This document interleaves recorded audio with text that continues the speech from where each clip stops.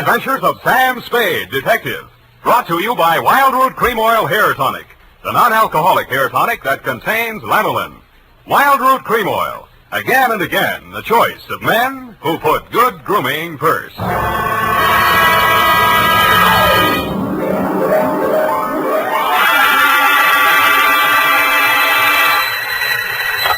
Sam Spade Detective Agency. Sam, sweetheart.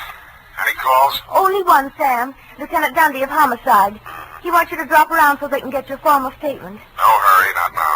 He told me what happened, Sam. I'm sorry. Yeah, so am I. I guess he was one of your oldest friends, wasn't he? You don't make any friends in this business, Evie. You can write that in your book now, and I'll give you the rest of it when I get there. You sound tired, Sam. Wouldn't you rather just, What, baby? well, go home and, just put it off until tomorrow or Yeah, maybe No, I'll get it off my chest tonight. Stay there, Effie. I'll come on down and dictate my report on the Dick Foley caper.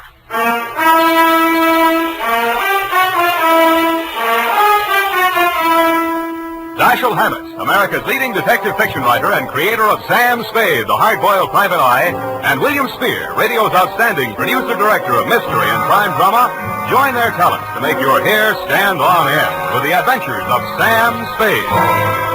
Presented by the makers of Wildroot Cream Oil for the hair. No two ways about it, folks. Hair that's well-groomed can make all the difference in the world to a person's overall appearance. That's why so many men, women, boys, and girls are turning to the famous non-alcoholic hair tonic with lanolin, Wildroot Cream Oil. Wildroot Cream Oil grooms your hair neatly and naturally, relieves dryness, removes loose dandruff. If you haven't tried it before, you'll want to get Wildroot Cream Oil in a new 25-cent get-acquainted size. Yes, get Wildroot Cream Oil. Again and again, the choice of men and women and children, too. And now, with Howard Duff starring as Spade, Wildroot brings to the air the greatest private detective of them all in the adventures of Sam Spade.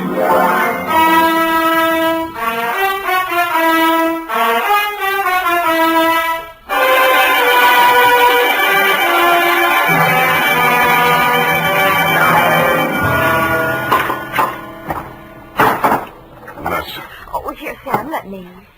Am I that shaky? Say when. Just to the top of the glass. Oh, that's enough. You spill it. Yeah. Sam, what you said over the phone about not making any friends in this business, you didn't really mean that, did you? Forget it. You can label this, file on Dick Foley. Date, fill it in. Yes, Sam. To Dundee at Homicide, I guess, from Samuel Spade, license number 137-596. The facts are all here. If you can dig a formal statement out of it, you're welcome. I'd known Dick Foley ever since I took out my license. We'd worked several big capers together back in my days as a Continental Op. He and Mickey Linehan and I. Then he and Mickey opened their own office, Foley and Linehan, Private Investigations. 5 years back, Mickey stopped the slug, and since then the sign on the door read Dick Foley Detective Agency.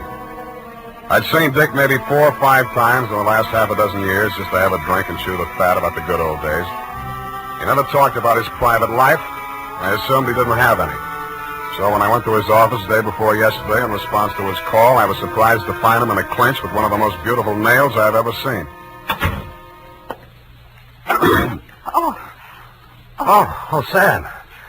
Well, Shall I come back after lunch?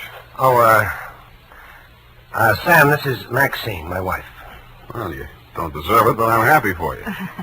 I'll return the compliment, Sam. I've wanted to meet you for years, but Dick wouldn't introduce me. Now you know why. Well, you run along, honey. Sam's here on business. All right, Dick. You can bring Sam home to dinner if you like. There's plenty. If he's not too busy, but don't count on that. Well, try anyway, won't you, Sam? I will indeed. Bye now. Draw up a chair, Sam. Sit down. Oh. What's on your mind, Dick? You remember Claude Spicer, that grifter I sent over for that jewelry store hike back in 43? You never told me you were married, Dick. I'm very happily married. Now, please pay attention. Claude Spicer, yeah. Yeah, I remember the caper. Wasn't there a dame involved? Well, Spicer had a girlfriend, but the cops gave her a good bill of health. Spicer went up for a 5-year stretch. They sprung him last month. Whatever happened to that dame? Now, look, about Spicer. He gunning for you? You hit it. How scared of him are you? Well, enough to ask you for help, Sam. What's eating him? Just revenge? Sam, I wouldn't tell this to anybody but you. But all the facts of that caper didn't come out at that time. I saw to that. How come? Well, I couldn't have stayed in business in San Francisco if it had been generally known that my partner was the inside man on that jewelry store heist. Mickey? Yeah, Mickey Linehan. You and I are both great at choosing partners, Sam. They both deserved what they got. Only one difference. I sent up the killer that plugged my partner. Some people thought the way you gave evidence at Spicer's murder trial wasn't so hot. Well, he was alibied, Sam. In fact, the robbery was his alibi for the murder. I don't know how he managed it. I've been trying for 5 years to figure it out. Spicer's afraid I might succeed someday. That's why he's out to get me. What's he waiting for? Oh, I don't know. He won't do it simple. He'll have a fancy plan like the other time. He's tricky. Where's he staying? At the Belvedere. Here's his mug. I kept a plant in the building for a couple of days, but he stayed holed up in his room. I think he spotted me. Okay, Dick, I'll give it a buzz. Now, wait a minute, Sam. Yeah? I'm not asking you to do this for love. Standard fee, 25 in whiskey money. Okay? Forget it. This one's on me.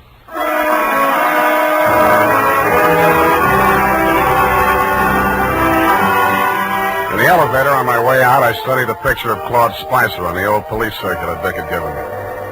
But a picture in the back of my mind kept getting in the way. It was Dick Foley's wife, Maxine. When I hit the street, I still saw her face before me, and it was no picture, only pretty as. Sam, I waited for you. I've got to talk to you. My pleasure. Shall we confer in an adjacent cafe? Wherever you say. Only I don't want Dick to know. Then you should have married a detective. Please, Sam. How's this? Black watch. Yeah. Looks dark enough. Oh, that booth in the corner, it's secluded. Why not? Slide in. Oh, no, over here, stupid, not facing the street. Oh, sorry. I'm not much good at this sort of thing. Sam, I'm not asking you to tell me what it is, but if he's in really bad trouble, I think I've a right to know. What makes you think he's in trouble? Well, I'm not blind.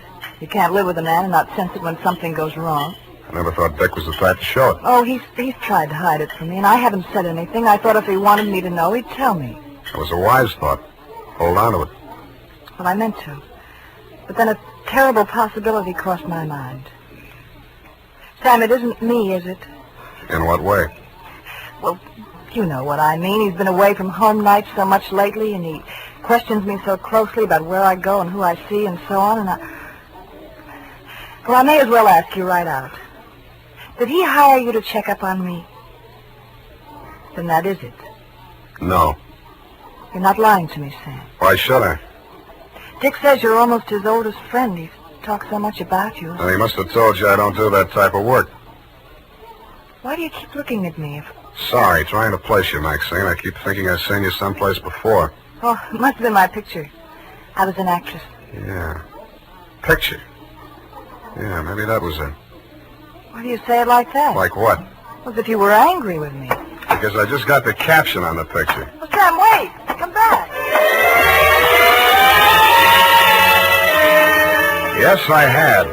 And the caption was from a newspaper circa 1943. And it read, "Actress Lovely cleared in Lanahan slaying." I flashed my tin star at the room clerk at the Belvedere, learned that Claude Spicer was in, and stuck around to make sure the clerk didn't buzz the room to tip him off. Around 4 p.m., Spicer went out, very dressed up, umbrella, gloves and all. He walked down Geary to Grant and turned north. A cold San Francisco drizzle started blowing up from the bay. I wished I'd brought my overcoat. A half a block up from California, he entered Grayson's jewelry store. I peeked through the Rain Street show window after him. Inside, pawing eagerly through a tray full of diamond clips while a long-suffering clerk eyed her hopelessly from his side of the counter, was the actress Lovely. Maxine shot Spicer a quick glance of recognition as he entered, but they didn't speak. He took up a pose of gentlemanly patience, shrugged his eyebrows sympathetically at the clerk, and leaned elegantly on his umbrella while Maxine found fault with every piece of jewelry that was shoved in front of it. The bored expression left his face only once. That was when the clerk opened the vault and brought out some unset stones. Their act may have been fooling the clerk, but it was as plain as the nose on Spicer's face, a very plain nose it was, that they were sizing up the joint for a pushover. Maxine left first. He stayed long enough to buy a cigarette lighter and then followed her out. As I took out after him, I stopped to read the sticker on the inside of the glass door. It said, "These premises protected by Dick Foley Detective Agency."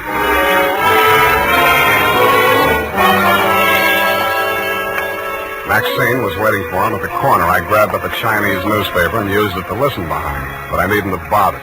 They didn't seem to care. Well, are you happy? Ought to be about $1 million. Why are you so disagreeable? You ought to be feeling good. Feeling good. 5-year stretch, I come out to find my girl married to the joker that sent me up. You didn't think it was such a bad idea at the time. Well, I do now.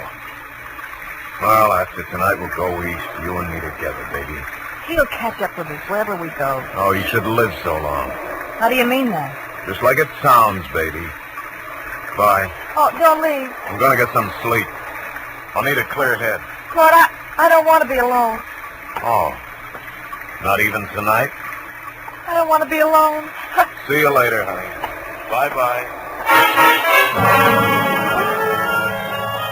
He went straight back to the Belvedere, no stops.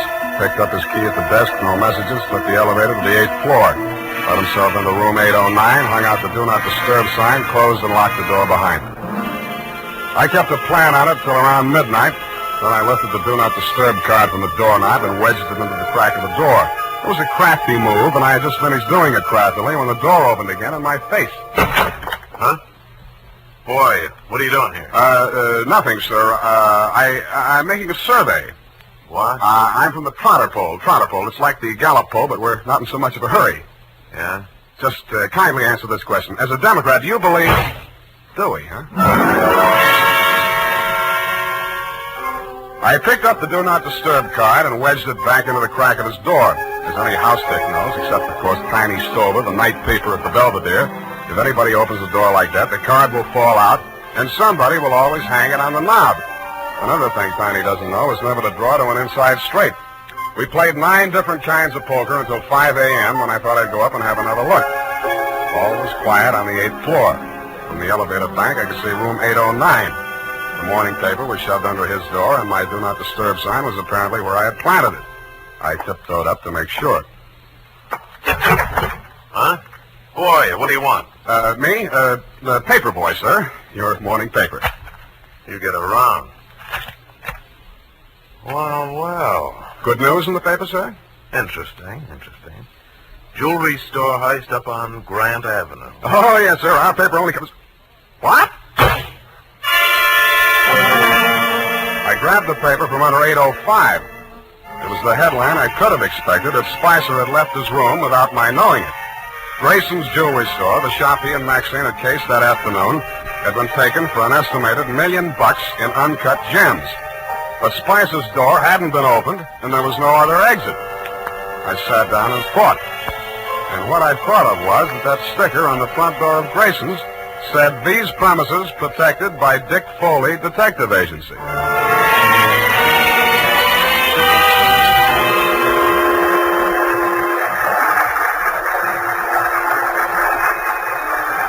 On the 6 a.m. Oakland ferry boat felt its way blindly out of a slip. Claude Spicer was aboard, and so was I. Should have been getting lighter, but it wasn't. The fog was thickening over the harbor, and most of the passengers were inside drinking coffee. Spicer didn't go in. He climbed up to the boat deck and stood at the rail under the pilot's house. I planted between 2 wet paint signs and waited. Not for long. I couldn't make out any features of the man who came up and joined me. They stood face to face, not more than a foot apart, and talked in voices that couldn't get to me through the racket of the foghorns in the harbor. What spoke loud enough for me to hear was a gun. They seemed to fall into each other's arms and collapsed in a heap on the deck. And when I got to the spot, only the gunman was there. It was Spicer. The other man had disappeared around the corner of the deck house. A ray of light from the pilot's window swept over him, and I saw a gunmetal shine in his hand and then spin out over the rail as he threw it. What? Oh, it's you, Sam. Oh, I was afraid you'd lost him. What did you do it for, Dick? I had my reasons, Sam. Now, trust me, I'll keep you in the clear. How long? As long as I go on playing sucker for you? What do you think I hired you for? Maybe I was supposed to say you killed him in self-defense. Maybe I was supposed to see him making passes at your wife if you needed that. But, Sam, you've got I've worked for killers before. I've even worked for thieves, but not for a detective that knocks over a place he's supposed to be protecting. Sam, it's not a Save it for the cops, Dick. I'm turning you in when we get to Oakland. No, you're not, Sam. Dick, come back here. Let go of me. I'm going over the side. If you try to stop me, you're going with me. He fought away from me, got one foot over the rail, and kicked out at me with the other. It caught me on the point of the chin. I stumbled forward and grabbed out blind. I must have caught him by the belt just as he jumped. I remember something pulling me halfway over the rail and trying to get free of it. I did, but not soon enough. I was in midair, and the black water came rushing up to meet me.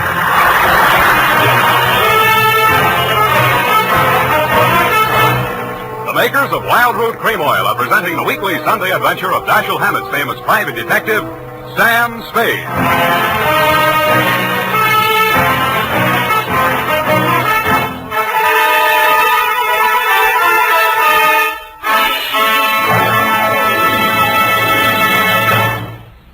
Now, here's important news on good grooming. If you want the well-groomed look that helps you get ahead socially and on the job, listen. Recently, thousands of people from coast to coast who bought Wild Root Cream Oil for the first time were asked, how does Wild Root Cream Oil compare with the hair tonic you previously used? The results were amazing. Better than tennis and removes loose, ugly dandruff. So if you want your hair to be more attractive than ever before, get the generous new 25-cent size of Wild Root Cream Oil, America's leading hair tonic, on sale at all drug and toilet goods counters. It's also available in larger economy bottles and the handy new tube. Get Wild Root Cream Oil. Again and again, the choice of men and women and children, too. By the way, smart girls use Wild Root Cream Oil, too. And mothers say it's grand for training children's hair.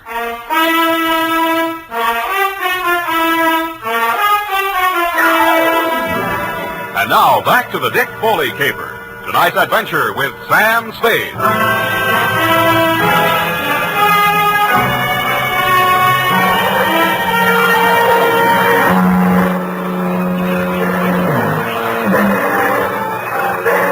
Myself mechanically keeping afloat somehow and trying to get out of my coat. I felt heavy and large as if I'd swallowed gallons of water. The murk hung low and thick. There was nothing else to be seen anywhere.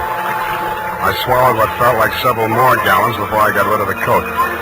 From out of a misty fog blanket from every direction in a dozen different keys from near and far, foghorn sounded. I stopped swimming and floated on my back trying to determine my whereabouts. After a while, I picked out the moaning, evenly spaced blasts of the Alcatraz siren. But they came out of the fog without direction. It seemed to beat down on me from straight above. I was somewhere in San Francisco Bay, and that was all I knew. And I suspected the current was sweeping me out toward the Golden Gate. And a light came up ahead of me suddenly. A boat passing a few yards away. I lifted my head and screamed. The boat siren, crying its warning, drowned out my shouts.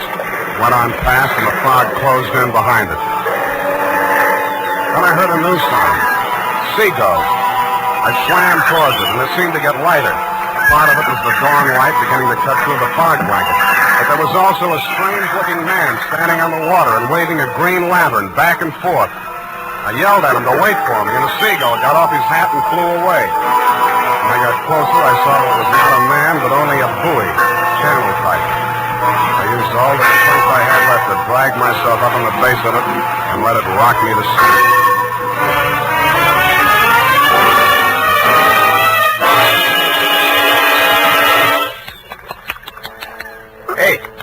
Hey, mate. Pour some more of the brandy into him, Gus. Yeah. Here.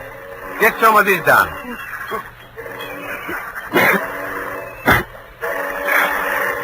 Where are we? It ain't heaven. You can tell that by the smell. Oh, Fisherman's Wharf. Yeah, take it easy. We got ambulance coming. You going to the hospital? No, I'll be okay. Hey, give me a hand. Yeah, okay. Hey, you do us a favor, will you? Don't fall down till you get out of sight this time. We're tired of picking you up.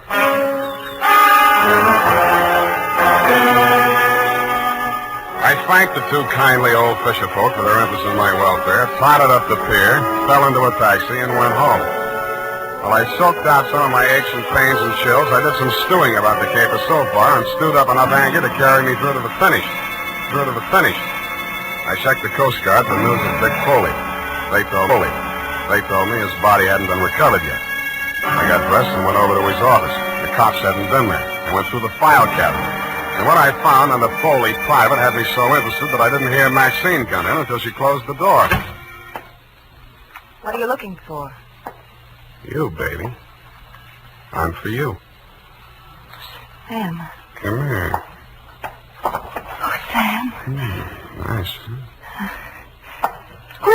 You dirty... Now, don't be mad, Maxine. A gun makes a woman bulge in the wrong place. It's not my gun. We'll see. Sam, Shut up.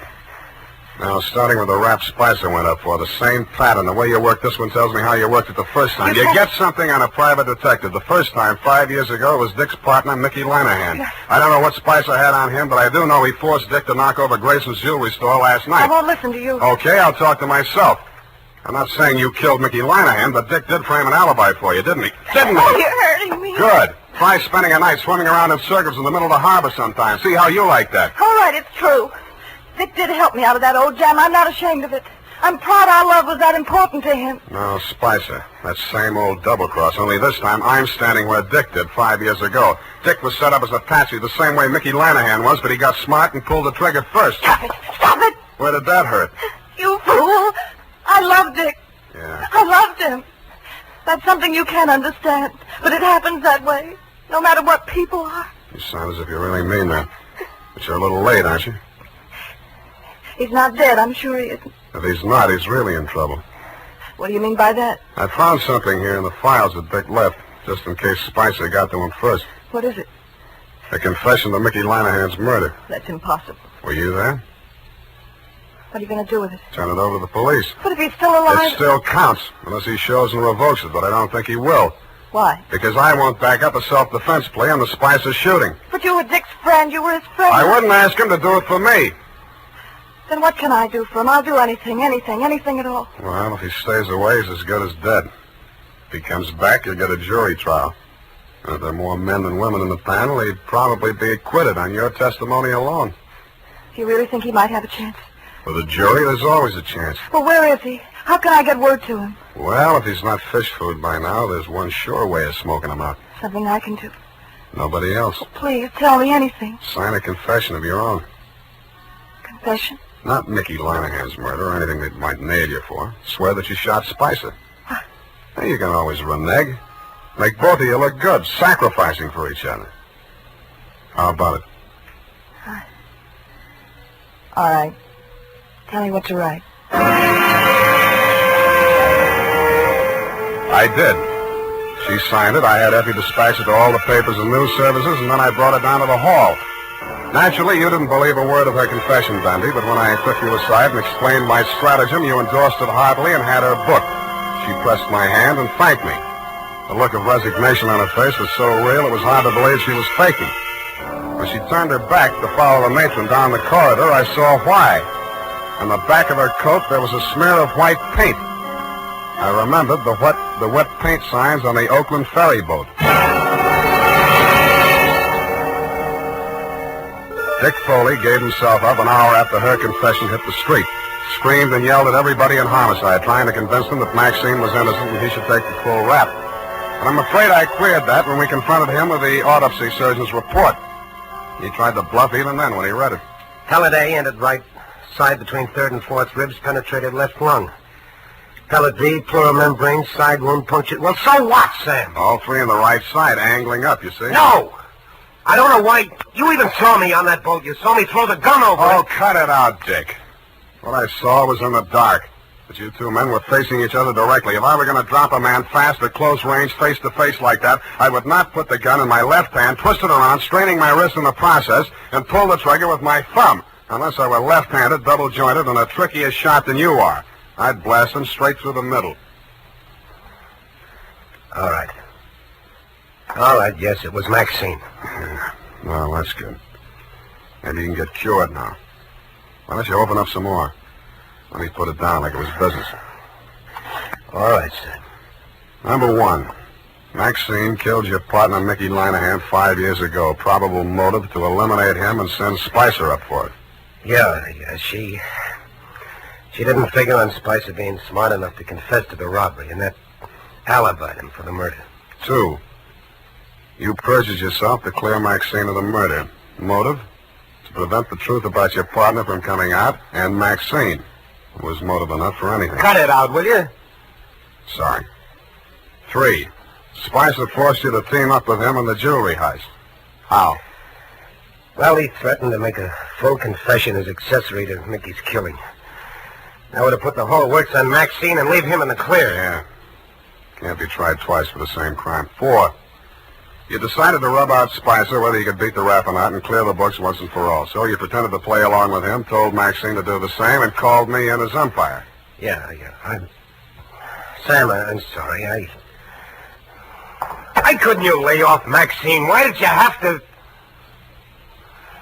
Oh, I thought you were my friend.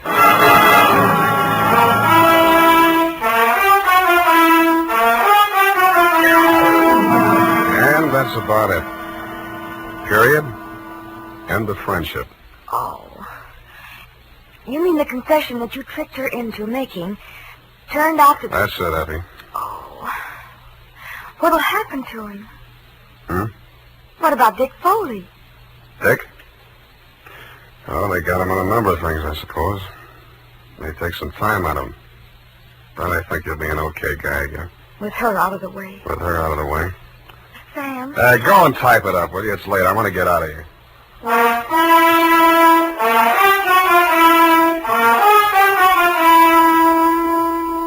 And now, listen to this. When it comes to hair tonics, the best friend of the family is Wild Root Cream Oil. Wild Root Cream Oil grooms the hair neatly and naturally, relieves dryness, removes loose dandruff. Now, you can get America's leading hair tonic in the new 25-cent Get Acquainted size. Also, ask your barber for a professional application of Wild Root Cream Oil Hair Tonic. Again and again, the choice of men and women and children, too. Well, here it is, Sam. I know how you must feel, so I won't... What's your hurry? Well, I thought, well, you know how you always feel. Look, sweetheart, Dick Foley was a private dick. So what? You mean you can bring yourself to talk about it? Sure. Go ahead, try me. Well, Sam, it seems terribly complicated. I suppose because Mr. Foley was in the profession and thinks like you do. Up to a point, Effie. What's bothering you? Well, why did he call you in? You, another private detective, and he knew how smart you are and all, and... Yeah. I don't know, maybe he thought, well, if I turned up anything, I'd look the other way. Do you think that could ever happen to you, Sam? That's a clever phrase you dictated. He called me in as umpire. That's baseball. But if he was so clever, why didn't he win, Sam? His mistake, Effie, was trying a quadruple play, which has never been heard of in the history of baseball or crime. All he wanted was to bat Maxine home safe. But it usually figures when 3 men are out, the side retires. Oh, well, I don't understand baseball, Sam. That's all right. Football will be here soon anyway. Oh, but I don't... Good night, Levy. Good night, Sam. Good night, sweetheart.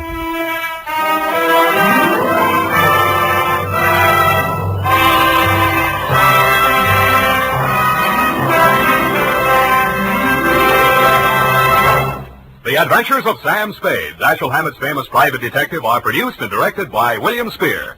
Sam Spade is played by Howard Duff. Lorene Tuttle is Effie. The Adventures of Sam Spade are written for radio by Bob Tallman and Gil Dowd.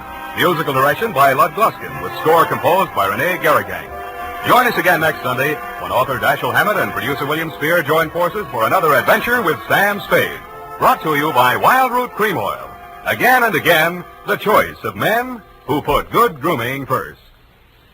This is Dick Joy reminding you to... Get Wild Root Cream Oil, Charlie. It keeps your hair in trim.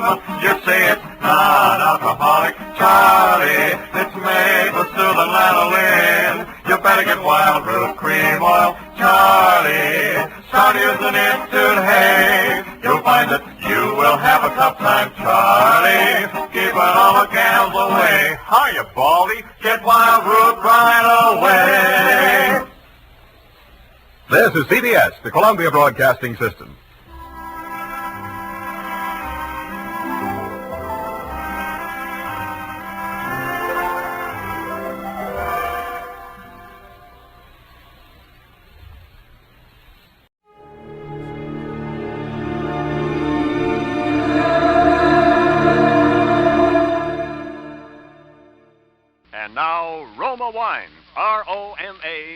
from California for enjoyment throughout the world, Roma Wines presents Suspense.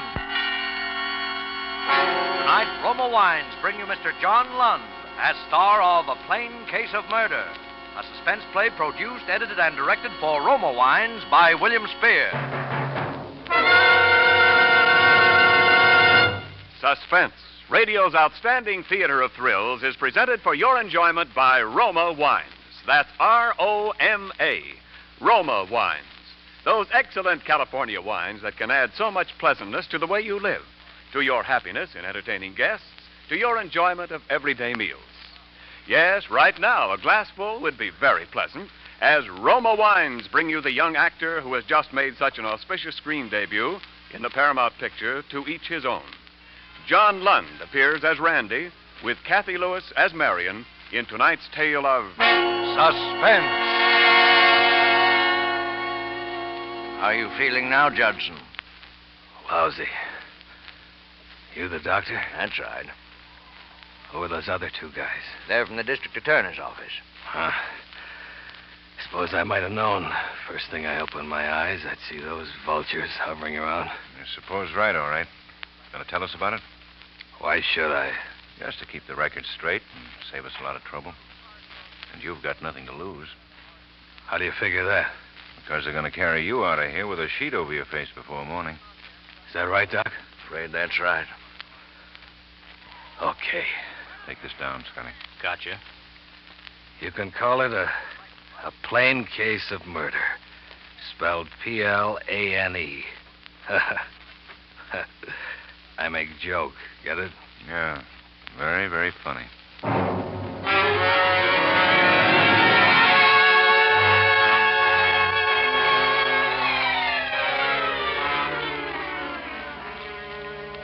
I'd been home 3 weeks when I finally broke down and called her, and she said to come on out. Her husband wouldn't be home. It's funny. I'd already met Dorothy, but I called Marion anyway. Maybe I was crazy with hate even then. Maybe it was what I'd been through. Stuck in one of those civilian concentration camps out in the Philippines for 3 long years. And all the time dreaming about Marion. Making up endless little scenes about how happy I was going to be when it was all over with Marion. Till it seemed that all I was living and fighting for was Marion. The whole war was just for Marion. And then to come back and find she's married to this other guy. Something like that'll do things to you, no matter how good you are. And so, when she told me to come out, I went. Why? A sort of horrible fascination, I suppose, to see it with my own eyes. Because I already knew from everything I'd heard that she'd married the guy for his money. And that the Marion I'd been dreaming about all those years was just another cheap little gold digger. I went up to the big front door and rang the bell. She must have seen me coming up the drive. Because there she was right away to let me in herself. My dream girl, Marion. Randy. Hello, Marion. Hello, Randy. You mind if I come in? Of course not. Come on in here. It's a little more private. What do we need to be private about? Oh, I thought we'd like to have a little talk. Sure. Let's have a little talk. Oh, Randy, please don't be bitter. Don't you see I couldn't help it? Ed's such a wonderful person. I know you'll like him. I can see why you like him. No, Randy, it's nothing like that. I thought you were dead, and then Ed came along, and, well, we fell in love, that's all. A person can't help falling in love, can they? You never tried to find out how dead I was, though, did you? Oh, Randy, I did. I tried every way there was. I checked on that.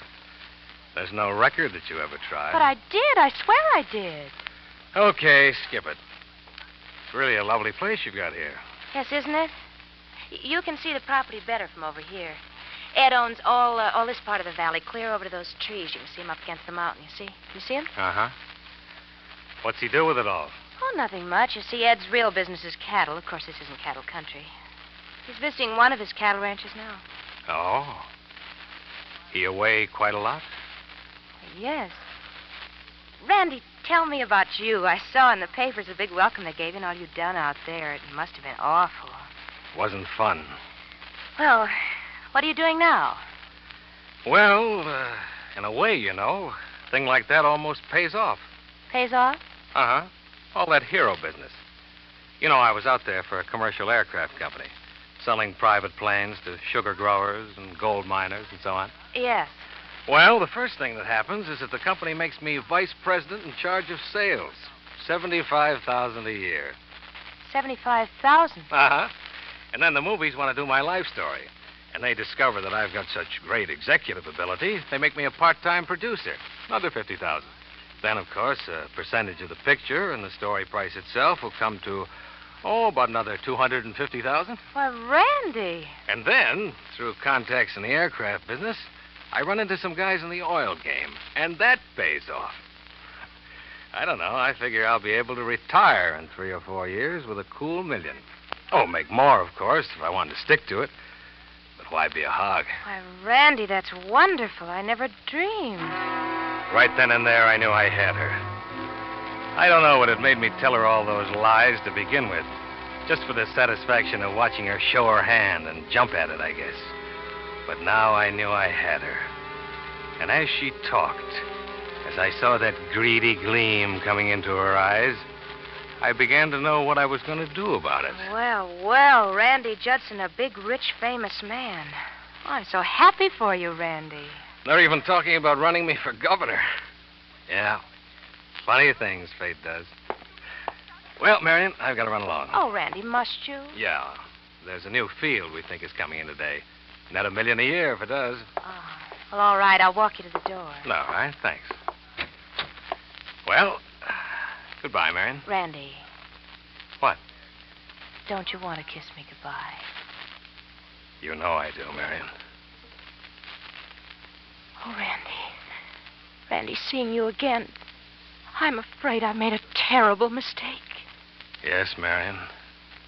I'm afraid you have.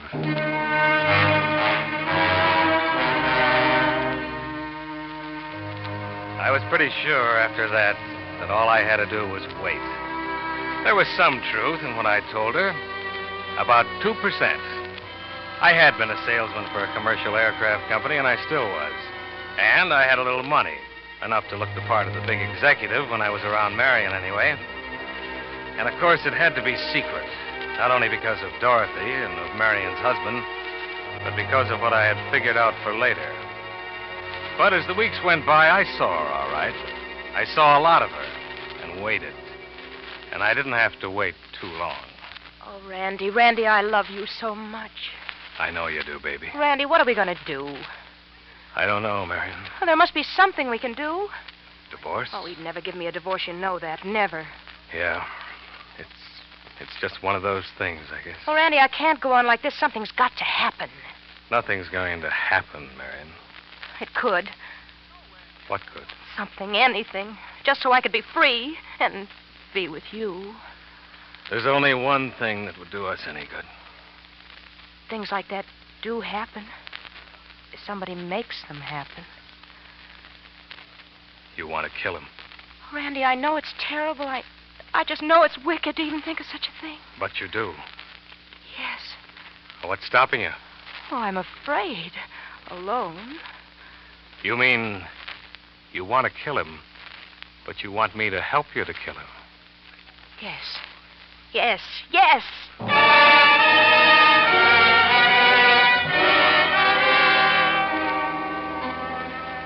Marion, my dream girl. Oh, I agreed to help her, all right. Sure I did. I planned it for her. First, there was the plane. That was going to do several things for us.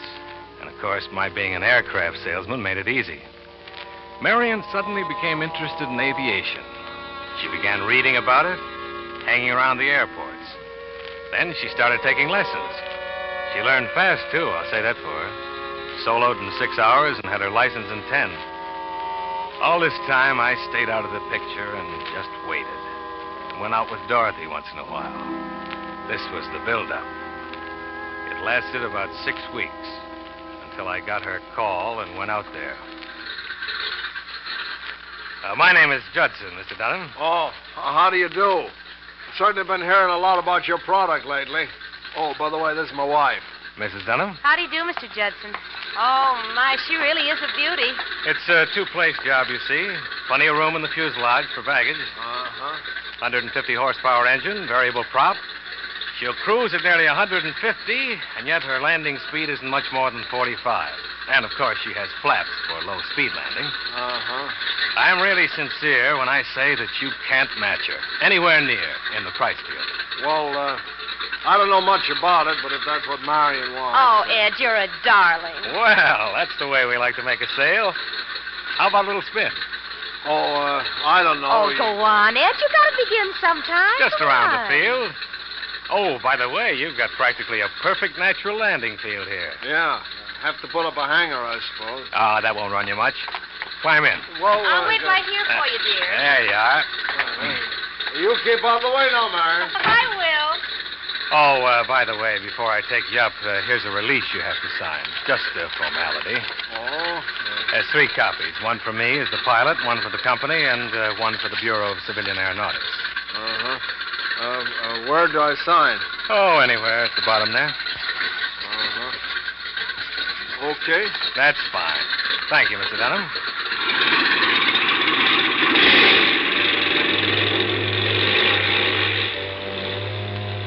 It's funny. In spite of everything they tell you about reading anything you sign, the average man will glance through the first copy and sign the others without looking, particularly if he's nervous or in a hurry. That's what he did. The first 2 copies were just something I dreamed up, because there's no such release anyway. But the last was a blank piece of paper. And when he signed that, he signed his own death warrant.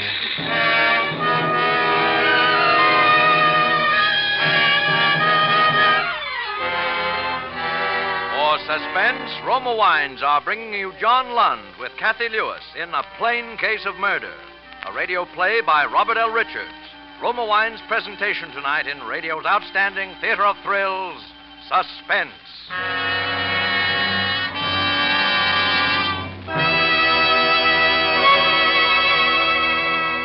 Between the acts of Suspense, this is Ken Niles for Roma Wines. Next week is National Wine Week, and throughout California, gay festivals will mark the occasion, celebrating the vintage from which will come another taste treasure of fine Roma wines. For this year, as always, Roma master vintners are choosing the choicest grapes of California's richest vineyards to bring you better tasting wines.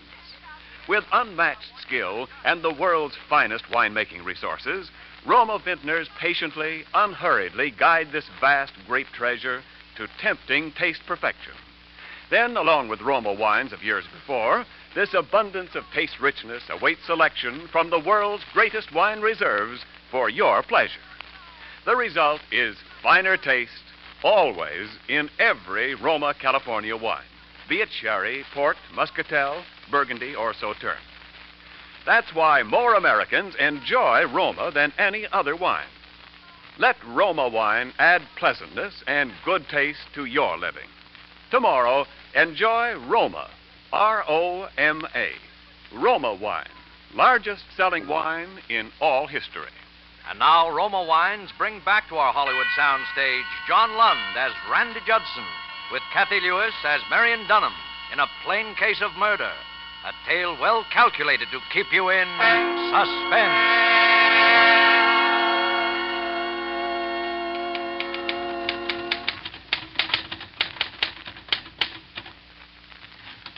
Let's see what you got.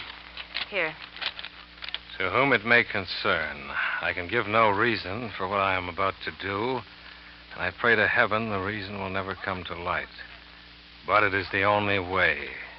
To my loving wife, particularly, I know this will come as a great shock, but at least I can leave her amply provided for. Goodbye, and Edward Dunham. Uh-huh. You sure he is leaving you amply provided for? It would look bad I took care of that some time ago. What about the typewriter? There's no question but what it'll be He identified as writes his. stuff on it all the time. He's had it for years. Oh. You want me to keep this, or will you? No, I'll keep it. All right, doesn't matter. You're positive the gun is registered in his name? Yes. And he'll be alone tonight? Yes, we've been through all this. I know. But I don't want any mistakes. This is no penny ante. Now, you got your reservations? Yeah, I checked again this morning. Okay. Now, you better leave in plenty of time. You want to be sure and make Phoenix before that little airport closes down. I know. I'll come down back of the house tonight a little beforehand, say 12:45. Be sure you don't use any throttle coming in. A long glide. Cut your motor as far out as you can. Yeah, I will. I'll be on time. You've got to get back to Phoenix before daylight. And when you put through that call to me, lay it on thick. I will. And don't worry. I'm not worried. No, I don't think you are.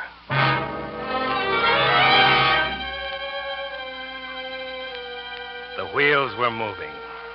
Complicated, but good. We'd been over it enough, rehearsed it line by line, so I knew exactly what she'd be doing and saying almost every minute. First, she'd be circling that little airport about a mile from the hotel and sounding as though she was in trouble. A little trick of thinning out the mixture that I'd showed her. And then she'd be coming in for a landing, taxiing over to the hangar. That would be a little before 5. Hey, sounds like she's acting up on you, huh? Yeah, she is. I didn't think I was going to make it. Oh, carburation, maybe. Exhaust valve sticking, I think. Yeah, that could be it, all right. Yeah. Thanks. Hey, you staying in Phoenix? Yeah, for a few days. Can I leave it here? Oh, sure. Tomorrow, first thing, I'll get a man. No, I'm going to get the man down here who sold it to me. I've only flown it about 8 hours. Oh, gee, it shouldn't be doing that. I'll say it shouldn't. Is there anybody here at night? No, I'm sorry, ma'am. I come on again at 8 in the morning. Well, he may be down here before that, because I'm going to get him out of bed if it's the last thing I do. It's a brand new $6,500 airplane. Oh, I don't blame you. Well, in case you're out here before I am, I'll give you the key to the shop, so if there's anything you need... Thanks, but don't bother now. Just send it around the hotel. Okay. Where are you staying? Desert Inn, Mrs. Marion Dunham.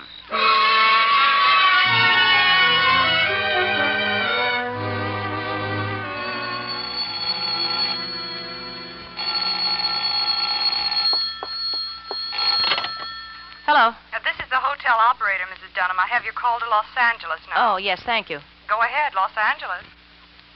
Hello? Mr. Judson, this is Marion Dunham. Who? Oh, how do you do, Mrs. Dunham? I don't do so well, Mr. Judson. In fact, if you ask me, I'm lucky to be alive. What? I'm mad, Mr. Judson. I think I've got a right to be. I started out for Phoenix today in that airplane you sold me. I just barely made it. I don't see why a brand new $6,500 airplane could possibly... Well, I can't understand it, Mrs. Dunham. What seemed to be the trouble? Well, an exhaust valve or two just burned up, apparently. Plane's absolutely useless to me in the condition it's in now. I doubt if it'd even get off the ground. Oh, I quite understand, Mrs. Dunham. I'll send a man down I don't want first just thing. a man. I think you ought to come down here and look at it yourself, Mr. Judson. I should come. Why, there's nothing in particular that I could Well, do. are you responsible for these planes you sell to people, Mr. Judson, or aren't you? Well, Oh, all right, Mrs. Dunham. I'll be down first thing in the morning. Where are you staying? The Desert Inn. The Desert Inn. All right, Mrs. Dunham. Tomorrow morning, then. Well, thank you, Mr. Judson. Good night. Good night, Mrs. Dunham.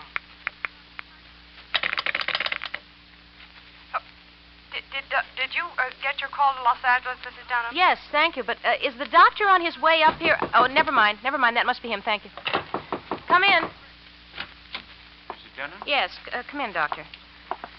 I'm awfully sorry to bother you, Doctor, but I've got a frightful headache. I flew in from Los Angeles today, and something went wrong with my plane. I suppose it's just nerves, but I was wondering if you could give me something to help me sleep. Why, certainly, Miss Dunham. Thank you. I've got just the thing for you right here. Here, take one of these, or two if you think you need them. Well, I better take two. Well, they're pretty strong. How long will they make me sleep? You'll be dead to the world for a good 8 or 9 hours, particularly if you take two. Well, thank you, Doctor. I'll go in and take them right now. Would you mind hanging that do not disturb sign on the door when you go out? Why, not at all, Miss Dunham. Not at all. Good night. Good night, Doctor.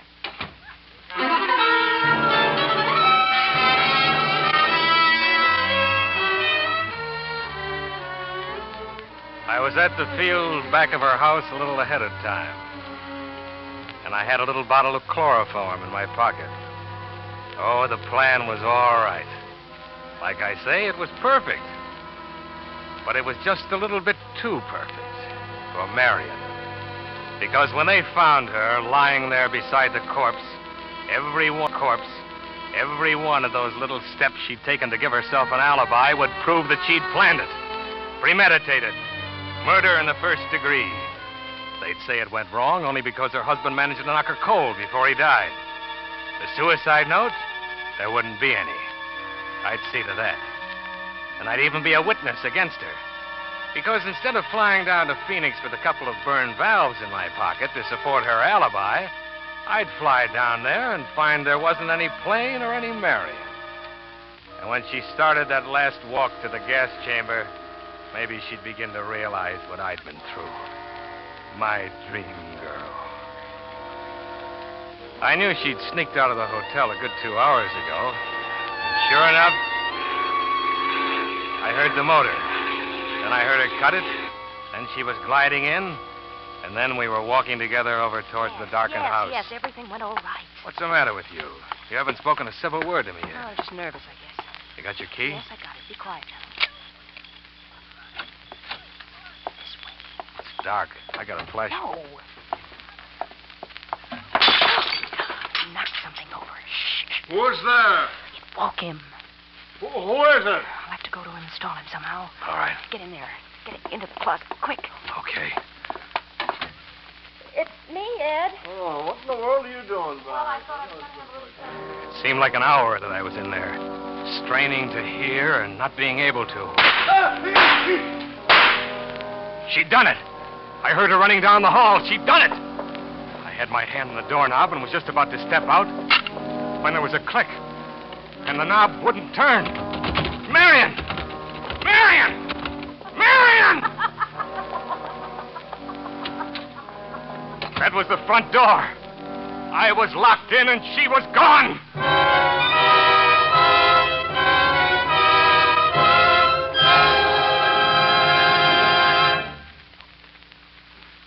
For a moment, I almost fainted. Because I could see just how she'd planned it. Just what I'd planned to do to her. She'd fly back to Phoenix and then put in a call to her husband on some pretext, and she wouldn't get any answer, and pretend to be worried and call the cops. And they'd find me. They'd say I killed him and then got in a panic and locked myself in the closet by mistake. It was a spring lock, and it could happen. The door was solid. Oak, at least 2 inches thick. I went frantically through my pockets for something to work in the lock with. It was no good. But I did find my pocket knife. There was just one chance. I had about 3 hours to whittle a hole through that door big enough for me to get my hand through. I went to work. In 10 minutes, my clothes were wringing wet. In 20 minutes, I thought I was going to die of exhaustion, and I'd hardly begun. Somehow, I kept going. Then the knife blade broke. I was almost crying. I opened the small blade and kept on. My hand was raw with broken blisters. The second blade broke. I kept on with the stump of the big one. Hours passed, it seemed. And then, at last, I was through. But the hole wasn't big enough yet. More hours. And then I tore half the skin off my hand and got it through. I opened the door. I was free. As I started out the front door, the phone rang in the hall. I picked it up and listened. Phoenix, Arizona, calling Mr. Edward Dunham. Hello? Hello? Operator? I put the phone quietly back. That would be Marion. That meant that she'd call the cops next, and they'd be out to investigate. I only had a few minutes left, but there was still my plane. I started running across the field to where it stood. If I could get off in that plane, I had a chance, a good... And then I stopped. Marion. She'd fly back. She'd land right on this very field.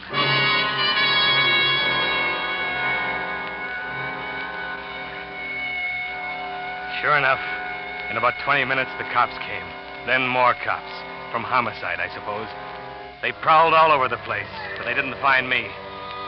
I was hidden in that little clump of trees.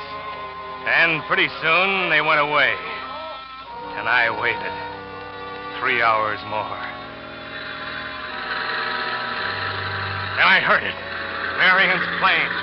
And then I saw her coming into land. And I was out there and up on the wing before she'd even roll to a stop. Randy!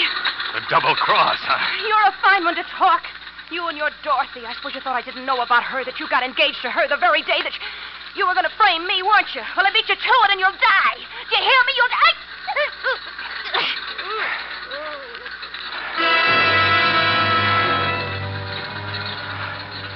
She was dead when I let go of her.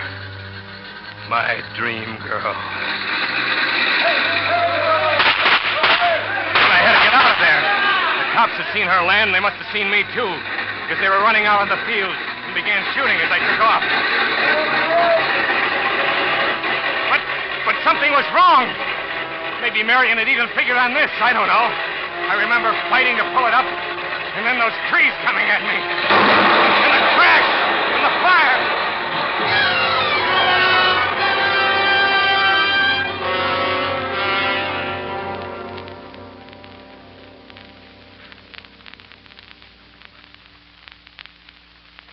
You got all that, Scotty? I got it. How is he, Doc? It's not so good.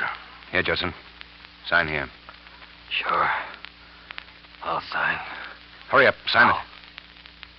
Sign. Hey, Doc. He's gone. Dead, huh? Dead.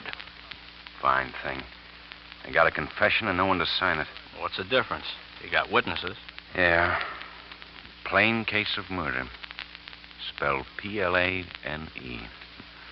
Very, very funny.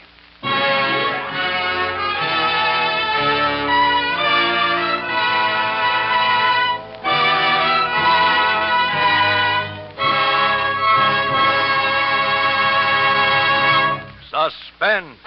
Presented by Roma Wines, R-O-M-A, made in California for enjoyment throughout the world. And now this is Ken Niles bringing back to our Suspense microphone our star of the evening, John Lund. John, may we all congratulate you on a swell job of acting. And may I, too, offer you the thanks of the Roma Wine Company with this gift basket of Roma wines. Oh, thanks a lot, Ken. And my thanks to Roma for the basket. You know, at this point, I should be able to ad-lib an immortal line about wine. But all I can think of is a jug of wine, a loaf of bread, and now. And I don't recall whether Omar Khayyam specified Roma wine or not. Well, John, if Omar were living today, I'm sure he would specify Roma. Because for both host and guest, there's real pleasure in the tempting nut-like taste of Roma California sherry. Golden amber Roma sherry assures tasteful, gracious hospitality for the party giver, satisfying enjoyment for guests. No wonder famous hosts from Hollywood to Manhattan praise Roma sherry as the perfect first call for dinner. The all-occasion wine for entertaining anytime. Roma sherry before dinner. Sounds good to me. Well, John, Roma sherry is good because starting with choicest grapes from California's finest vineyards, Roma sherry is patiently, unhurriedly guided to tempting taste perfection by the unmatched skill of Roma vintners, by the unequaled resources of Roma's famed wineries. Then, along with Roma wines of years before, Roma sherry awaits selection from the world's greatest wine reserves for your pleasure. So, for better taste, always insist on Roma wines. Remember, more Americans enjoy Roma than any other wine. Ken, speaking of things that most Americans enjoy, who's for Suspense next Thursday? Well, it's going to be a particularly unusual and original show next Thursday. The play is called The Man Who Wanted to Be Edward G. Robinson. And our star, of course, will be... None other than Edward G. None other, indeed. He'll play two roles. He'll be a sort of a switch family Robinson. Well, I'll be listening. Oh, by the way, I hope nobody was too surprised that Mark Stevens and I switched dates tonight. However, to each his own, to each his own. Well, good night, John. We'll be looking forward to seeing you in Paramount's Technicolor production, Perils of Pauline. Next Thursday, same time, you will hear Mr. Edward G. Robinson as star of Suspense. Produced and directed by William Spear for the Roma Wine Company of Fresno, California. By giving generously to your local community chest, you can be sure that you are supporting most wisely and effectually the friendly, neighborly services which are a genuine help to your community day after day and month after month throughout the year.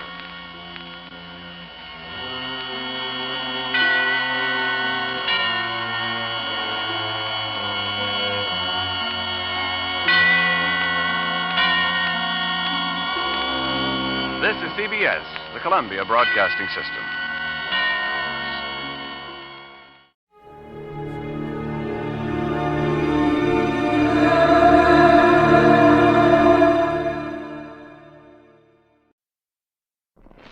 encyclopedia says that the island of Haiti can be called San Domingo, Santo Domingo, or Hispaniola. Well, after my visit there, I could suggest a few more things they can call it, but they probably wouldn't get past the censors.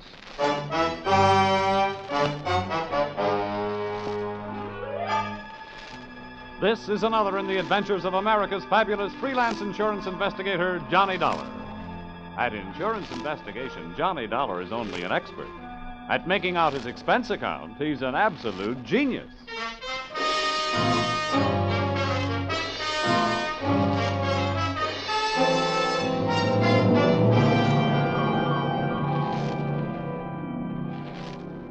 Expense account submitted by Special Investigator Johnny Dollar.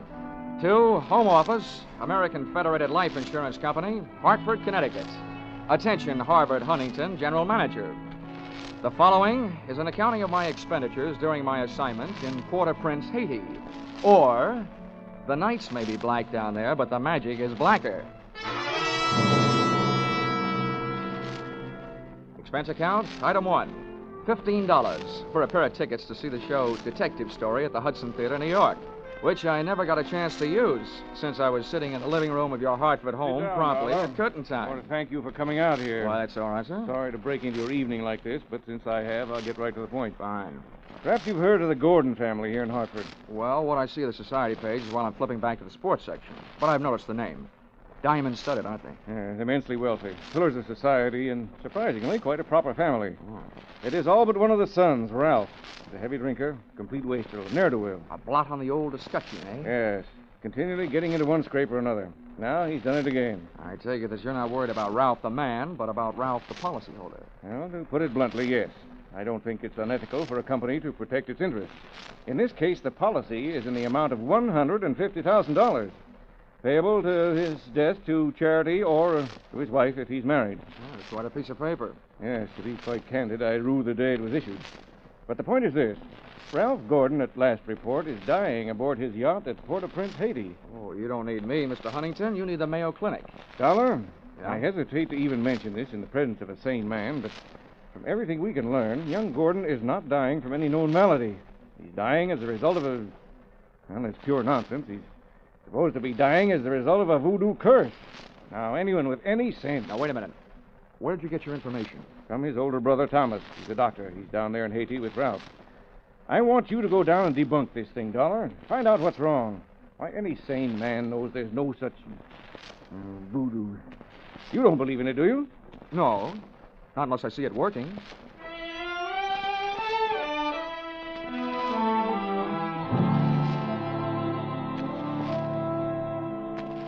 Expense account, item 2, $148.70, Hartford to Port-au-Prince, via airplane.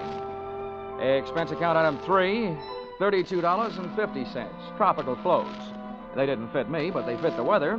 And item 4, $25, spent while I browsed the waterfront bars in Port-au-Prince, looking for somebody who knew where the Gordon yacht was moored. When I found him, he not only knew that, he knew everything. Ask me first.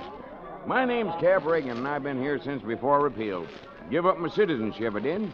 With the help of a couple of prohibition agents. Oh, you don't say. Uh-huh. And I figure on sailing out my final days right here. What do you want with the Gordon craft? I want to see the owner, Ralph Gordon. How do I get to it? Oh, I reckon you pay me to row you out to her. My dinghy's down at the foot of the pier, just a short hail from where we're at. Oh, well, good. Come on, let's shove off then. Just wait till it down my ration here.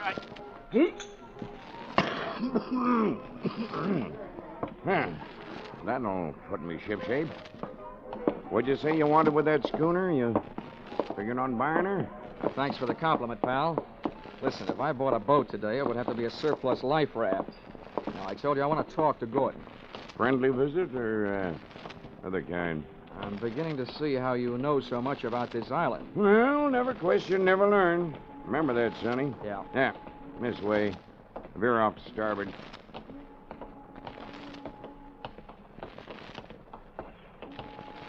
No, sir. Never question, never learn. Yeah. Well, I'm an insurance investigator, and a company sent me down here to look things over, including Gordon. Something wrong? I don't know yet. What do you know about him? A jug full, Sonny, a jug full. Stood into the harbor about 2 months back. No sooner dropped his hook than his crew started taking the pierhead lead. Everybody jumped but the bosun, for reasons of his own. Why did they leave him? 'Cause he was half seas over all the time. You navigate with sextant, a compass, and parallel rulers, Sonny. Not with a double shot and a water chaser. You get the drift? Yeah, they were afraid to sail with him, huh? Aye, that's the line of it. And if you'd ever piled into a reef, you'd feel the same. Yeah, here we are. Oh. That's my dinghy down at the bottom of that ladder. There's Gordon's yacht out there. You see her? Oh, yeah. That tug's passing the stern of her now. Yeah, say. That's a lot of boat. Yeah. She carries a suit of sail like a grain clipper. Wait till you see her close up. She's as dirty as a garbage scow.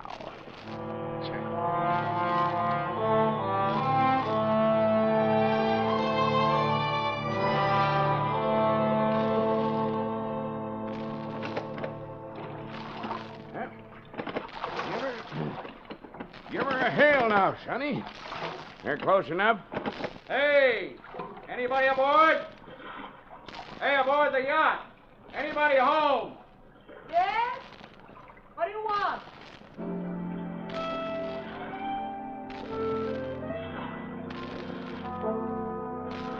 If the ship was dirty, I didn't notice. It may have had good lines, too, but it couldn't have touched what stood at the rail wearing clam diggers, an off-the-shoulder T-shirt, and a Caribbean tan. Uh-huh. There's a rim hull for you. Yeah. That'll be his wife. His wife? Oh. Can I come aboard? Who are you? What do you want? I'm Johnny Dolar from Hartford. I want to talk to Ralph. Oh. Why, yes, then I guess you'll have to come aboard. Here. I'll swing the stern into the ladder. Okay. There you be. Oh. Steady now. Steady. Okay, Cap. You wait for me, huh? Yeah.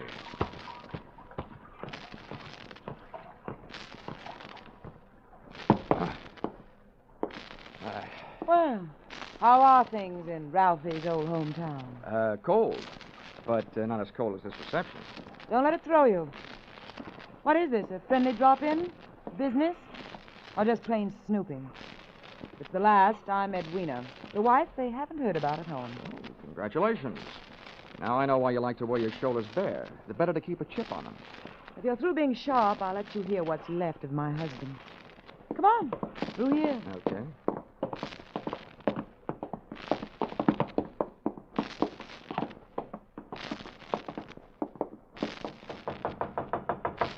Hey, Ralph.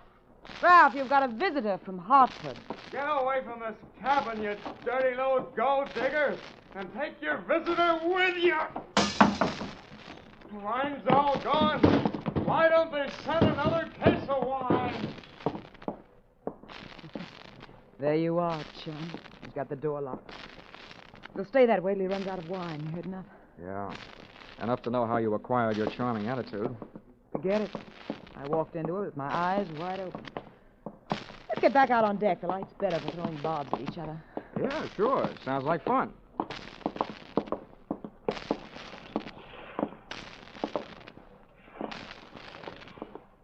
Well, do I have to help you off the boat?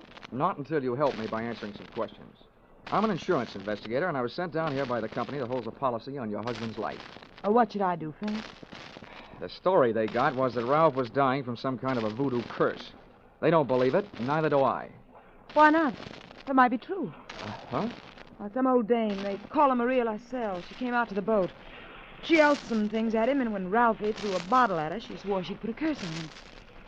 How'd they hear about that back in Hartford? Ralph's brother, Dr. Thomas Gordon, told them. Do you know him? Yeah, we hate each other. I wonder why he told them. Maybe because he thought somebody, who'd be better off with Ralph dead, was using Maria Lascelles' curse as a cover-up. How would you stand as his widow? Get off this boat. Get off. Never mind the act. You're his beneficiary. Or didn't you know? I said get off. What's the trouble, Eddie? Oh, him. Yo, come here, will you? All right. Who's the boarding party? Just get him off him. I'll see you in my cabin. Sure, honey. Anybody gets you this upset, it'll be a pleasure. Well, mate, do you walk or dive? Save your strength for the last scene, Goliath. I was just leaving.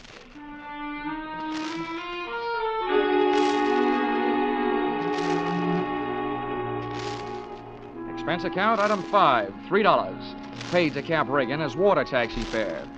Item 6, 80 cents. Land taxi fare to Hotel Francois. An up-at-the-heels hangout for not only the best in tourists, but also Brother Thomas Gordon, M.D.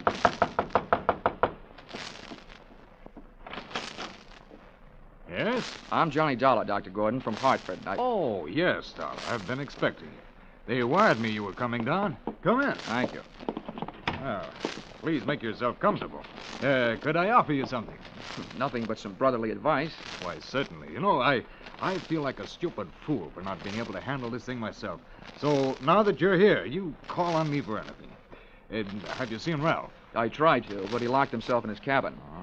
Tell me, as a medical man, how do you digest this voodoo curse story? Why, it's ridiculous. Good heavens, this is the 20th century.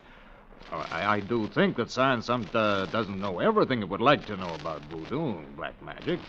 There are stories supposedly true, but any victim would have to have a highly susceptible mind. Now, I know my brother, Mr. Dollar. His mind is susceptible only to his own whims and fancies. Well, then what's the matter with him? Well, that's it. I don't know. He's drawn within himself. He seems to be searching almost insanely for escape through alcohol. Hasn't anybody thought of putting him on the wagon? It's a horrible idea, but I've heard it works. I don't think this is the time for it. He's suffering mentally and needs release. Well, that leaves us with only one thing to think about. No matter how thin you cut it, it's still voodoo. Well, I'm a man of science, Mr. Dollar. I'd make hypocrisy out of all my knowledge and training if I attacked the problem from that direction. But please, you let me know what you learn.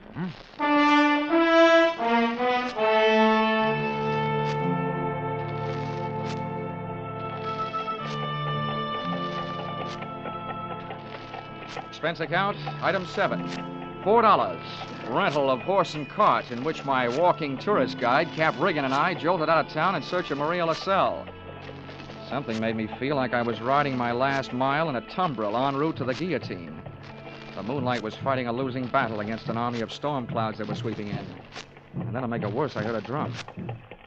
You there, Sonny? Yeah, sort of a tired Gene Krupa. Means we're getting close to Maria's headquarters. Is she the only one around here? Yep. None of the good Hougans performs in her territory. She's too mean. Oh, great. What's the matter? We're here. And that's the path. Over there by that gnarled old tree. From here on, you plot your own course. This is close enough for me. Oh, me too. Well, how do I know I can't put a curse on her? I've never tried. Smooth sailing, Sonny. The path ran along the edge of a field of sugarcane. On the other side was a solid wall of jungle. First, I smelled some feathers burning. Then I heard the chant. There was an opening in the wall of jungle that led to a small clearing, and just before the moon was smothered by another cloud, I saw a shack. Little clouds of smoke curled out through an open door, and I could see the glow of a fire on the floor inside. Maria, I want to talk to you. Who is it? Comes to the house of Maria. My name wouldn't mean a thing to you, but what I have to say will. Can I come in? Andre. What is this word of so great importance to stop Maria? All I know about voodoo is I don't believe it. Papa Legba. I've come to you because I haven't gotten any answers from anybody else. I want to know what's behind this so-called curse you put on Ralph Gordon. You don't believe? You let me make you believe, eh? Ralph Gordon, he died tonight in the wind and rain. And for you, I have magic now. Look, regard my fire. You will see, you will believe this smoke. Voila! Billy!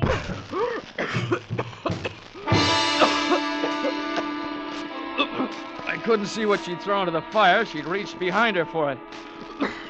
But when the smoke from it whirled around me, it seemed to grab my throat and squeeze. I stumbled back to the door. I hadn't believed in voodoo when I'd come in, but going out, I wasn't so sure.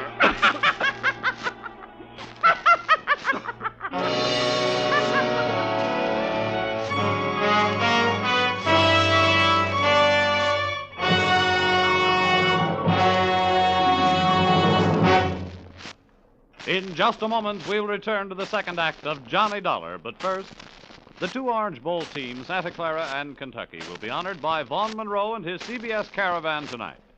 Vaughn and his great band will play favorite songs of the two Orange Bowl teams. Be sure to hear Vaughn Monroe's Caravan, followed by the Gene Autry Show on most of these same CBS stations tonight and every Saturday night. Now, with our star, Charles Russell, we return to the second act of Yours Truly, Johnny Dollar.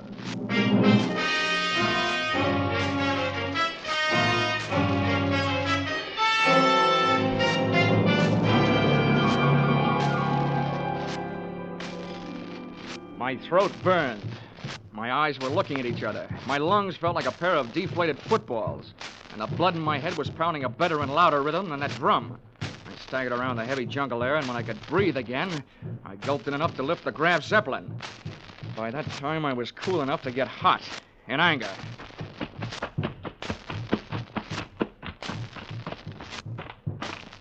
I got back to the shack. Maria had either disappeared into space or flown the coop.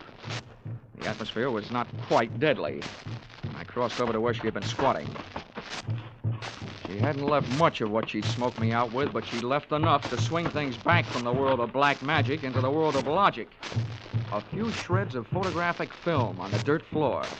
And film, made of cellulose and nitrates, not only takes pictures, it puts out nitric oxide and nitrogen dioxide when it's burned. A combination that would live up to the demands of any gas chamber. The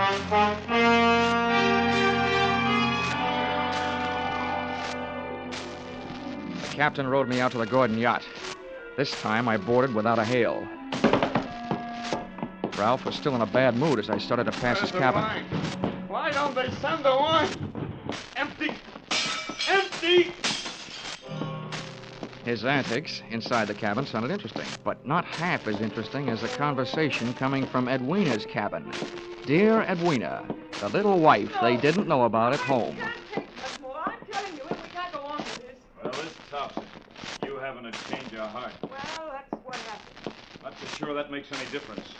Maybe you're in too deep to back out. How would you like it if I spilled the whole thing? Well, what difference does it make? It's better than landing in a Haitian prison with your motives showing. Think it over, Angel. I'll be in my sack when you make up your mind. How wrong can you be?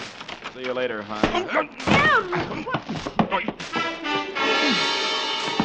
Since I've been on the receiving end of so many surprise sluggings, this was almost a pleasure. What are you doing on this ship? Get off. Oh, no. Not of that intriguing conversation I just heard. How much did you hear? If I added it to that gas assault Maria LaSalle threw at me, it'd be enough to nail you and Loverboy here for conspiracy to commit murder. Well, I don't know what you're talking about. Well, the point is, I know what you two were talking about. Oh, listen to me. You've got to believe me. I don't have to. Well, try me anyway. Well, I admit that him and I... Well, it was because Ralph turned into a wino after we were married. Well, this probably marks the first time in history that an icicle melted in Port-au-Prince. Please let me finish. When my marriage went to pieces, I had to do something or go crazy.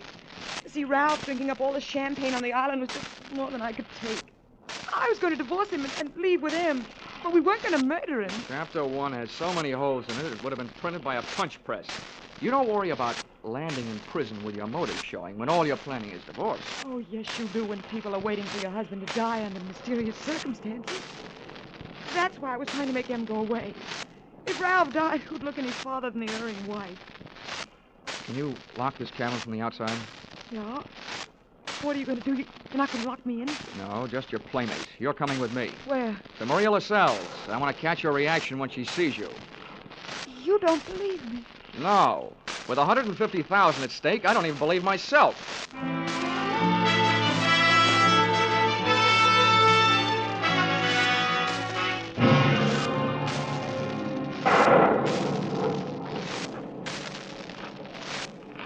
There's her shack. Go ahead. Go on in. Oisy, come to the door of Maria. Come to the door of Maria. Who are you, woman? Well, Mr. Dollar? Are you satisfied? Not quite. And you who don't believe, why are you here? You wish again to see the power of my smoke? Let's drop the act, Maria. I know what you threw into the fire. It was my Booker smoke. Yeah, well, a good man from the police laboratory can sift enough out of those ashes to know it was film. What is this you say? I say that I've got enough on you, you old fake, to put you in the local pokey. Who dares to speak this to Maria? And that's where you're going to go if you don't cooperate. That's a promise. What is it you want? Did somebody put you up to this cursed business that Ralph Gordon is supposed to be under? Well, a man of your race. Who was it? I do not know. Now go. That is all. It's not enough. What was his name? I don't know the name. What did he look like then? My eyes are closed. Nuts. Come on. No, Taking you into town if I could drag you by the hair. No, don't touch me. I will tell you how it is. It is true. I do not know the name or the face. He come to me. He asked me when comes the next rain and wind. I tell him last night. But it is tonight. The storm comes with the heat. He tell me he needs storm to close portholes in the ship. Huh? He say, if I bring this curse, I will be the best Hugan on Haiti because it kill white man. That is difficult. That is all. Now you go. How about the film for the fire? Did he give it to you? This is true. Not long before you come. Well, get rid of it, Granny, before you lose your license to operate. Now, you go. Maria will be alone. Papa, Okay, Mrs. Gordon. Let's not stay for the music. Did you make head or tail out of what she said? Hey, look. What goes into your husband's cabin? Nothing but food and wine. Mostly wine. Well, who fixes his meals? I do. Our cook left us. Well, what about the wine? Huh? Where does it come from? You said it was champagne, didn't you? Yeah. It always comes from the same place. Liquor shop in town, a case at a time. Oh, nothing makes any sense. What are you going to do? All I can do. Try every angle. But that's not all I'm going to try in that liquor shop.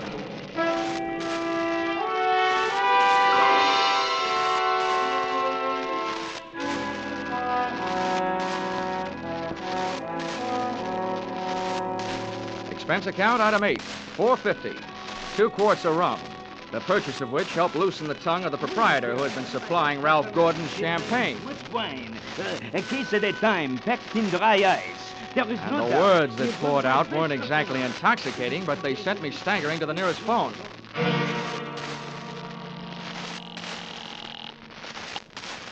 Yes? Hello? Hello, Dr. Gordon, this is Dollar. Good. Dollar, I've been wondering a bunch. What have you learned? First, tell me this.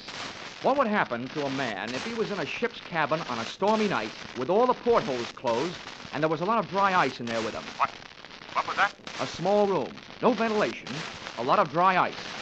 A lush, maybe passed out. What would happen? Good Lord. Dry ice is solidified carbon dioxide. If enough of it evaporated into the room... The lush would not be bothered by a hangover the next morning because he wouldn't wake up, right? Exactly. The gas, although not toxic, would force the oxygen from the atmosphere, and the result would be asphyxiated. What are you getting at, Dollar? That curse your brother is suffering from is very scientific. The champagne he's been getting has been chilled by dry ice, about 5 pounds per case. And 1 case went out to the yacht just before the storm broke. Lord. Well, it may be just coincidence, but Ralph's wife and that bosun. Yeah, I know. For a bosun, he'd make a very good chemist. Well, send for a pulmotor, will you? If it's too late for your brother, maybe I can use it.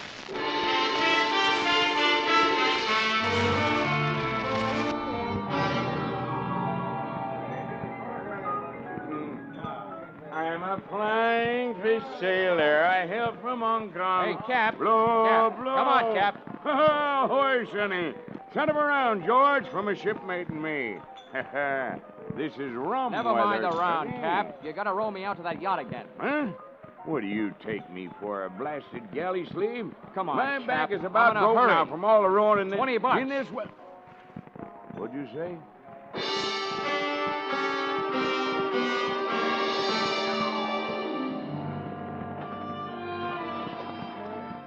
I didn't think it could rain any harder than it had, but it did. We would have been drier swimming. And the visibility was so bad, I would have had to have a seeing eye sealed to find the ship. But about 20 minutes out, Cap spotted her riding lights. Here's your lies, Sonny. We were on target. But so was somebody else. A searchlight stabbed out at us. Hey. This sounds like Prohibition days. Who's giving us a broadside? Can't tell yet. I'll lay a pelican hood over his head if I get my hands on him. Hey, Cap, what's the matter? Got my left leg. Cap, get down on the bottom. I'm going over the side. To me, swimming is a pastime to be practiced only under ideal circumstances, in a pool, and preferably in the company of a well-filled bikini suit. But there was nothing to do but swim, so I swam. I tried to remember how many shots had been fired, and that's where I made my mistake. There was a lull in the shooting, which I took to mean the gun was empty. I put my head down in the best Weissmuller style and thrashed my way to the ladder. But when I got there, the first thing I saw after I'd shaken the water out of my eyes was the muzzle of a rifle. The face looking down the barrel at me belonged to Brother Thomas Gordon, M.D. Sorry, Dolar. Killing you wasn't in my plan. But now it'll have to be done. I wasn't surprised at that, but I was surprised at what happened. I was waiting for a bullet to come my way, but instead the doctor did. Are you all right, Dolar? Yeah, I am. Nothing wrong that a Turkish towel won't cure. I'll thank you later for spoiling his aim. Get a hook on the doctor. He's our prize fish. Don't let him get away. I grabbed a fire axe out of its case on my way to Ralph Gordon's cabin. If it needed ventilating, I knew one quick way to do it.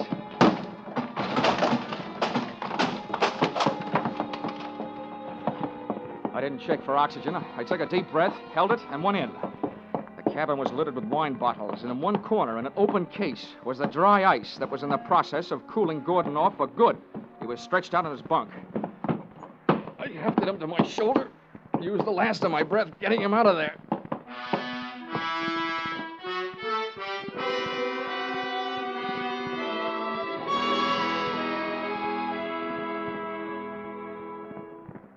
Expense account, item 9, $30.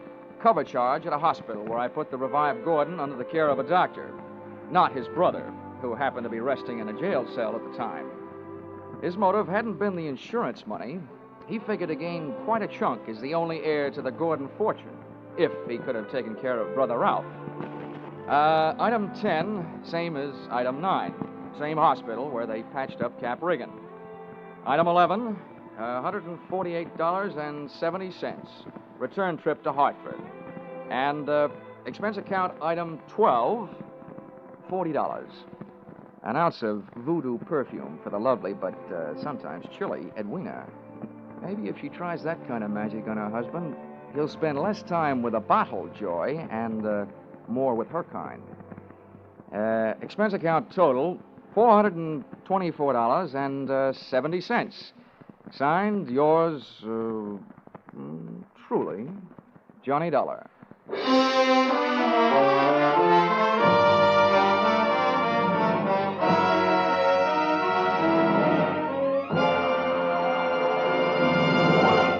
Yours truly, Johnny Dollar, stars Charles Russell. Tonight's script by Paul Dudley and Gil Dowd was produced and directed by Ralph Rose. Featured in the cast were Betty Lou Gerson, Sylvia Sims, Ben Wright, Ken Christie, Howard Culver, Dawes Butler, and Tim Graham. The special music is written and conducted by Leith Stevens.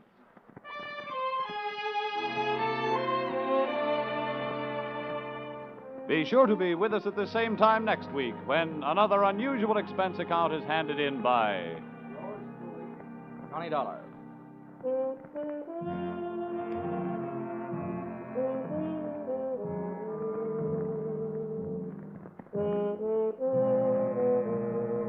Were you right? Were you wrong? Did you know it was Buster Keaton playing Sing It Again's Phantom voice these last few weeks? Well, now there's a new Phantom riding the airways on Sing It Again. And for identifying him tonight, some CBS listener can win $50,000 in cash and prizes, radio's largest jackpot. Phone calls go out from coast to coast, so be ready for the new Phantom when Sing It Again comes your way over most of these same CBS stations later tonight. Now stay tuned for Vaughn Monroe's Caravan, which follows over most of these same CBS stations. This is CBS, where yours truly, Johnny Dollar, meets adventure every Saturday night, the Columbia Broadcasting System.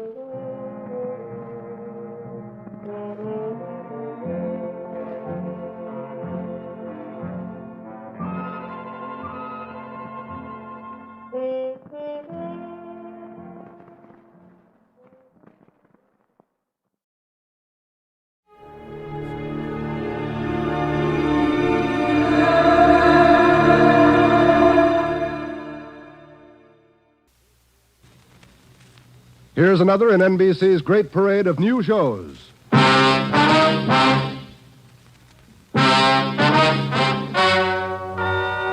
and gentlemen, the story you are about to hear is true. Only the names have been changed to protect the innocent. NBC brings you Dragnet.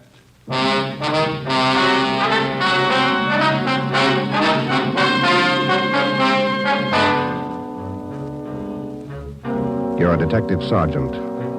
You're assigned to homicide. A mad killer is loose in the city. In every instance, he leaves the murder weapon behind. There are no fingerprints, no clues to the killer's identity. Your job, get him. Dragnet, the documented drama of an actual crime, investigated and solved by the men who unrelentingly stand watch on the security of your home, your family, and your life.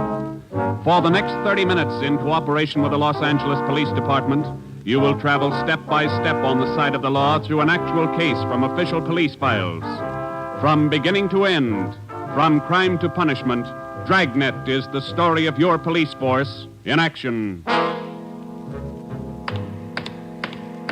It was Tuesday, June 3rd. It was warm in Los Angeles. We were working the day watch out of Homicide. My partner's Ben Romero. The boss is Ed Backstrand, chief of detectives. My name's Friday. I was off duty reporting back in on an emergency call. It was 3:57 a.m. when I got to the basement of the city hall, the carpool. Let's go, Friday.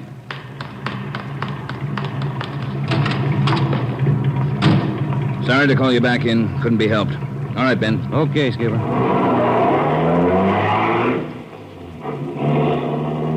What's up, Ed? Double murder. When? I don't know. Found out about it 40 minutes ago. You got any ideas? Roughly same M.O. Was that 6413 Norwich, Skipper? No, 6430. What do you mean, the same M.O.? The same guy. Brickbat killer. How many does this make? Counting tonight, 4. We got anything at all? Smudged fingerprint we can't even classify. Sounds like a smart operator. Well, we gotta get him. If we have to shake down the city from one end to the other. Big job, Skipper. Big killer.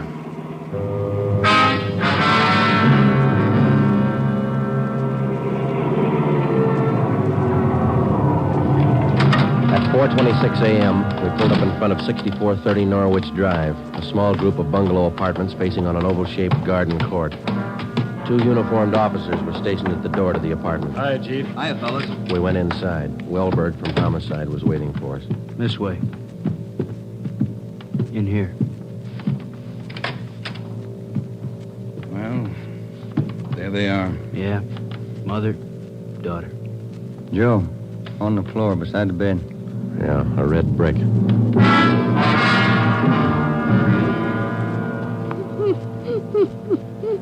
Miss Hafters, we know how you must feel about all this, but would you please try to answer a few more questions for us?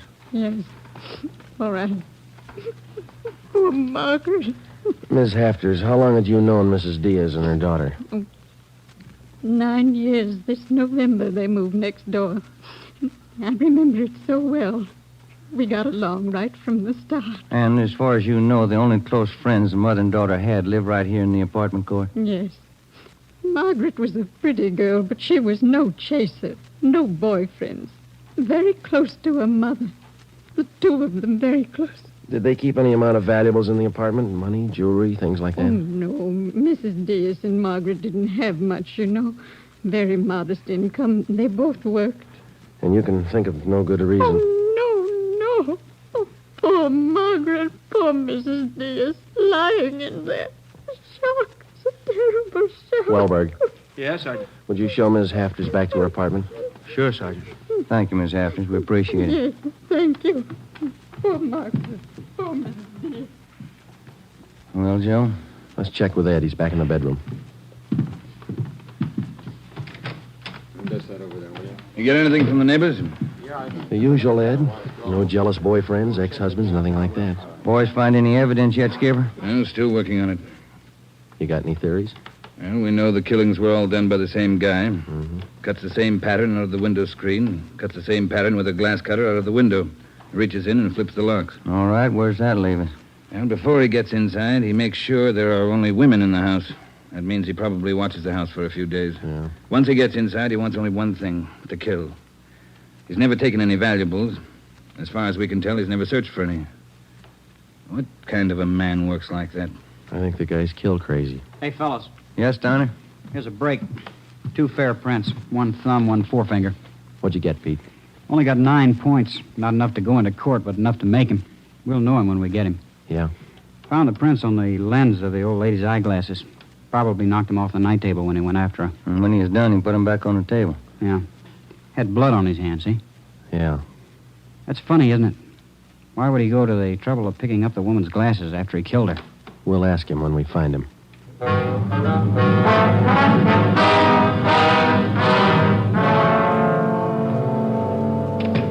Hi, Ben. Joe.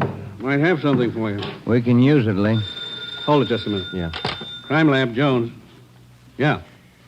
Yeah, all right. I'll tell him. Right, Ed. Backstrand. If you're through checking the victim's clothes by 8 o'clock, you can knock off for sleep until noon. What if we're not through? Take it up with the chaplain. Here's what I wanted to show you. Over here. A couple of casts. Bare footprint. That's right. Those from the Diaz place? Found them outside the dining room window in the flower bed. Take a look. Mm-hmm. Good cast. Size 9. 10. Missing toe there, huh? Left foot, first toe. That's lucky. Well, then the guy took his shoes off before he went in that house. That's the way it looks. You leave any other prints, Lee? 3 with the shoes on. Here they are. Here. Yeah. How would you say the guy is built, Lee? Oh, from the impression, pretty heavy man. There's no full length of stride, or I might give you an idea of his height. How about the bricks, Lee? Here they are, all 3 of them. Used this one in the first murder, this one in the second, this one last night. Leaves them around like calling cards, and there's no way to check them. You'll never get a fingerprint off a common red brick like this, Ben. Surface is too rough. Well, we got an idea of his weight. We know that the first toe's missing from his left foot. That's something. The one we had yesterday. We can check that missing toe in the amputation file, Joe. Yeah. Well, we better get back. Pete ought to have those prints ready, too. Thanks a lot, Lee. Okay, fellas. Say, they post the bodies yet? Yeah, they're doing it now. Same as the first 2. The brain? Concussion, hemorrhage. They didn't have a chance. Hold it a minute. Crime Lab Jones. Sure, just a minute. Either one of you fellas. I'll get it, Joe. Okay. Here, Romero. Yeah. Good, we'll be right over. They got a make on those 2 fingerprints.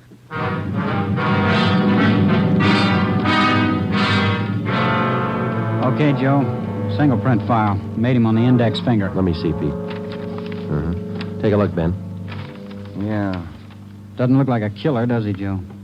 Kind of nice looking. That's right, Pete. They said the same thing about John Dillinger. The name at the top of the make sheet read Carlos Richard Monterey, male, Caucasian, age 19, height 5 feet 11 inches, weight 165 pounds, dark brown hair, dark brown eyes. Last known address, 1663 Naples Street, Los Angeles. Previous arrests, 1, auto theft, February 8th, 1936. That was all. Ben and I had been expecting more. The information on the mama sheet for Monterey was 13 years old. So was the picture. So was the description. So was the address. In 13 years, a man can change in 1,000 ways. So can his habits, his appearance, his address. In 13 years, everything can change except 2 things. A man's fingerprints and a physical deformity.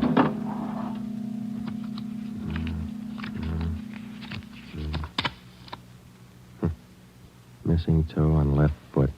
Carlos Richard Monterey.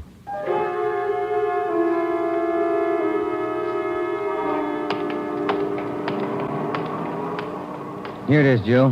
1663 Naples. Yeah, come on.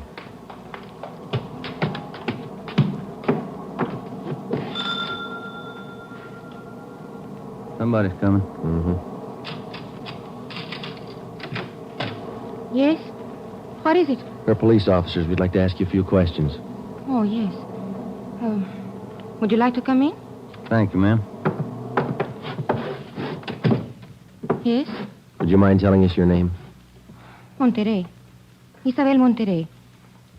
What is it you want? You're married? Yes. My husband is Francisco Monterey. Would you explain why you are here? We thought you might be able to help us. We're looking for a man named Carlos Monterey. I don't understand you. We're looking for a man. We'd like to talk to him. Do you know where he is? Yes? Carlos is dead 7 years ago. He's dead, my husband told me. And does your husband know Carlos, or did he know him? He was his brother. What about your husband's parents, Miss Monterey? Where are they? They're both dead. Some time now. Have you ever met Carlos? No, never. I have only heard of him. What have you heard of him, Miss Monterey? Do not ask me. This is important, very important. Francisco would not like it if I told you. It's important, Miss Monterey, believe us. Carlos, he's sick. His mind. For 8 years, Francisco has not seen him, not heard from him. He thinks he's dead. But he only thinks so, Miss Monterey. No one's told him his brother's dead. He just thinks so. What else is there to think? Where's your husband now? At his work, the store, Rivera Street near Main, grocery, Monterey Cartwright grocery.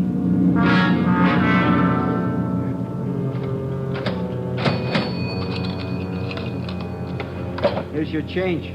Thank you, Mrs. Myers. Now, look, officers, you know how it is. You don't like to let these things get out. That's why I trust you. You can trust us, Mr. Monterey. We just want to check on a few things. Oh, fine. Always glad to help out if I can. Well, can you tell us if your brother was ever in a mental institution in his life? Oh, I know there was nothing wrong. 1923. Got a little bad, so Mom and Dad had to put him away for a while, just till he calmed down. I remember the day. Sometimes, dumb, stupid kid, what do he know? Standing there by himself in the train, crying. The public nurse, stupid way he cried. What do? I cried, too. I was only 10, Sergeant. I saw him go. He was alone. Later on, Mr. Monterey, your brother was released from the state institution. Yeah, he was 16. And then he started running around, playing tough, carried a gun, lived by himself. He never came around. He dropped from sight about 1938. You haven't heard from him since then? Nothing. Never seen him. Do you know of anybody who might have seen him? Ooh, there was a girl he had. Anita something. On Chateau Street. Anita Martin, yeah, that's it.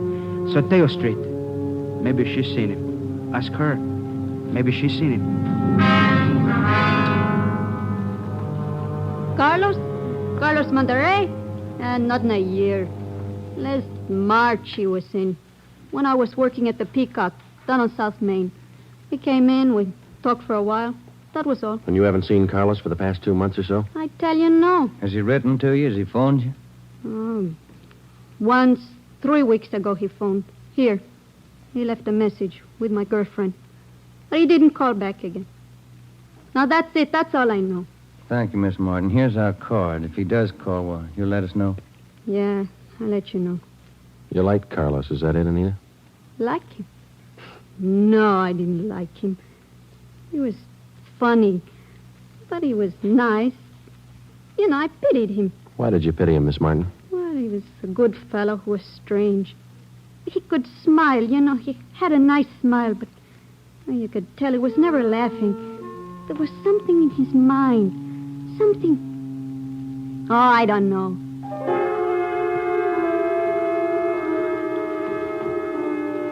At least a year, closer to 2, I haven't seen Carlos. No letters, not a card, nothing. He was in the East the last time I heard. When was that? A year ago, January. I was in here. He sent me a calendar. Sometimes he could get along fine, very well. Other times, terrible.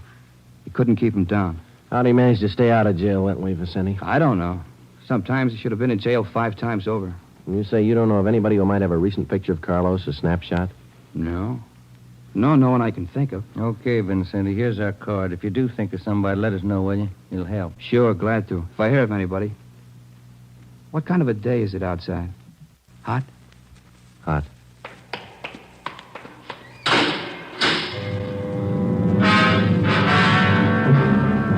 By 5 o'clock that afternoon, Ben and I were certain of one thing. Carlos Monterey was in the city of Los Angeles, somewhere.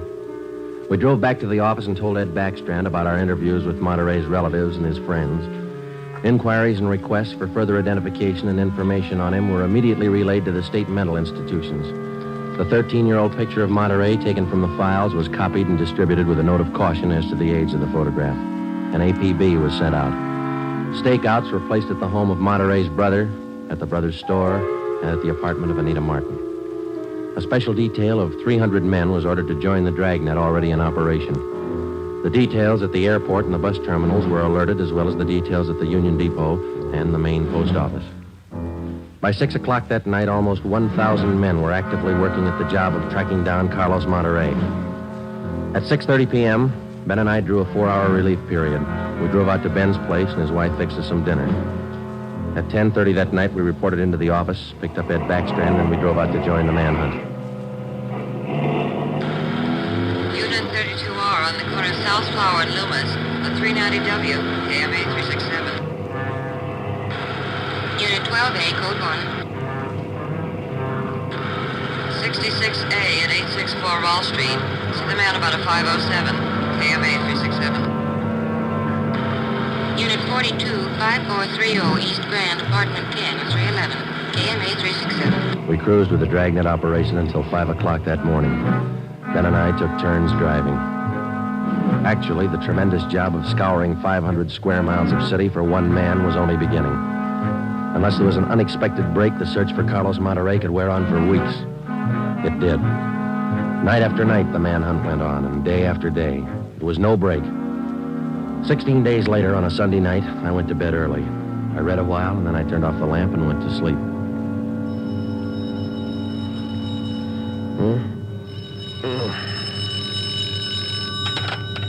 Hello? Friday talking. Sorry, Joe. Get in here as fast as you can. What's the matter? That girl Monterey knew, the one you talked to? Yeah? She left her apartment, went to her girlfriend's. Yeah? She's dead.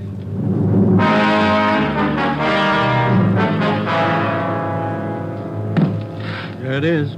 Ordinary red brick. Found it by the body. How long she been dead, Skipper? Well, she was seen alive about an hour and a half ago. Got 3 bare footprints, good length of stride. Found them down in the lot beside the house. What do they look like? Same guy. First toe missing from the left foot. The same weight impression. Should be about 5'11". That checks out with what you got, doesn't it? All right, so it's the same guy. What about those shoes we found, Lee? Yeah, they correspond. They were impregnated with foreign matter. What'd you find?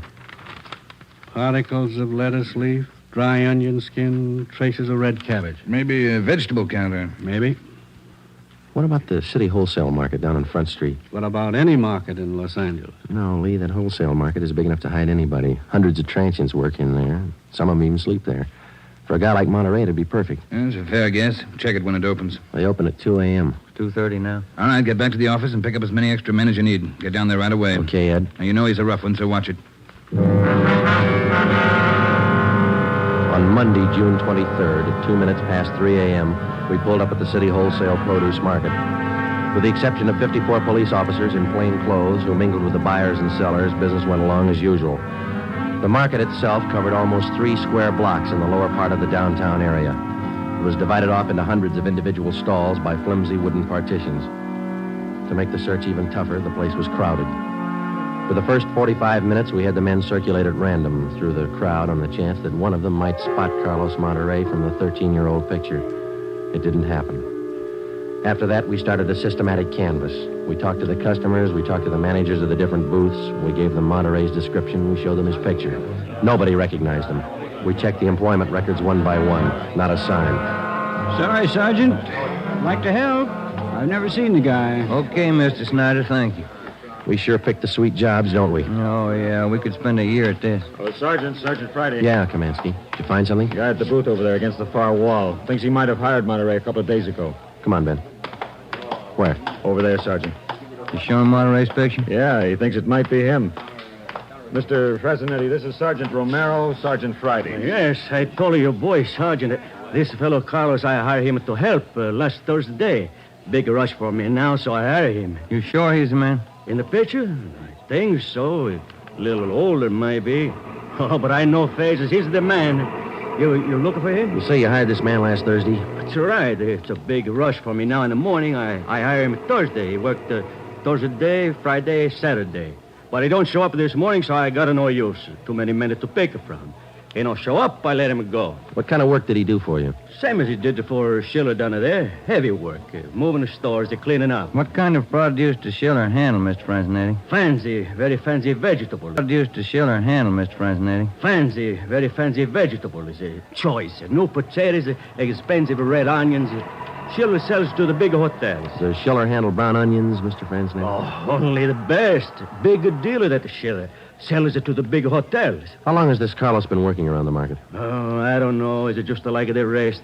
First he worked for me, then Largo Massini, then a Schiller. Hey, why are you looking so hard for him? He stole something? He murdered somebody. Him? Mamma mia, murder. Do you have any idea where Carlos lives? Well, me? No. And if he comes back here, I tell him to get out. I got nothing to do with this trouble. No, you'll tell him nothing, Mr. Fresnetti. Here's our card. If you see Monterey again, call us. Say nothing to him. Oh, sure. I remember. Joe, call the chief at the office, will you? Message just came in. Thanks, Al. Come on, Ben. Yeah, there's a phone booth. See? No, I don't. Where? Straight ahead, little to the left. Oh, yeah. You got a nickel? Let's see. Oh, yeah. Yeah, there you are. Thanks. I'll see what Ed wants.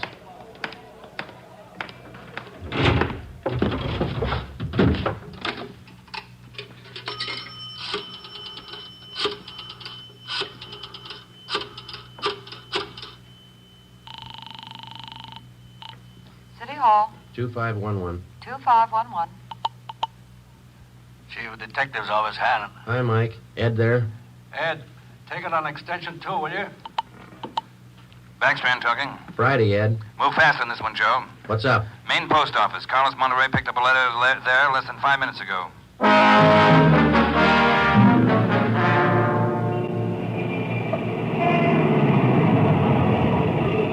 Come on, Ben. There's Ed over there with Wellberg. Yeah.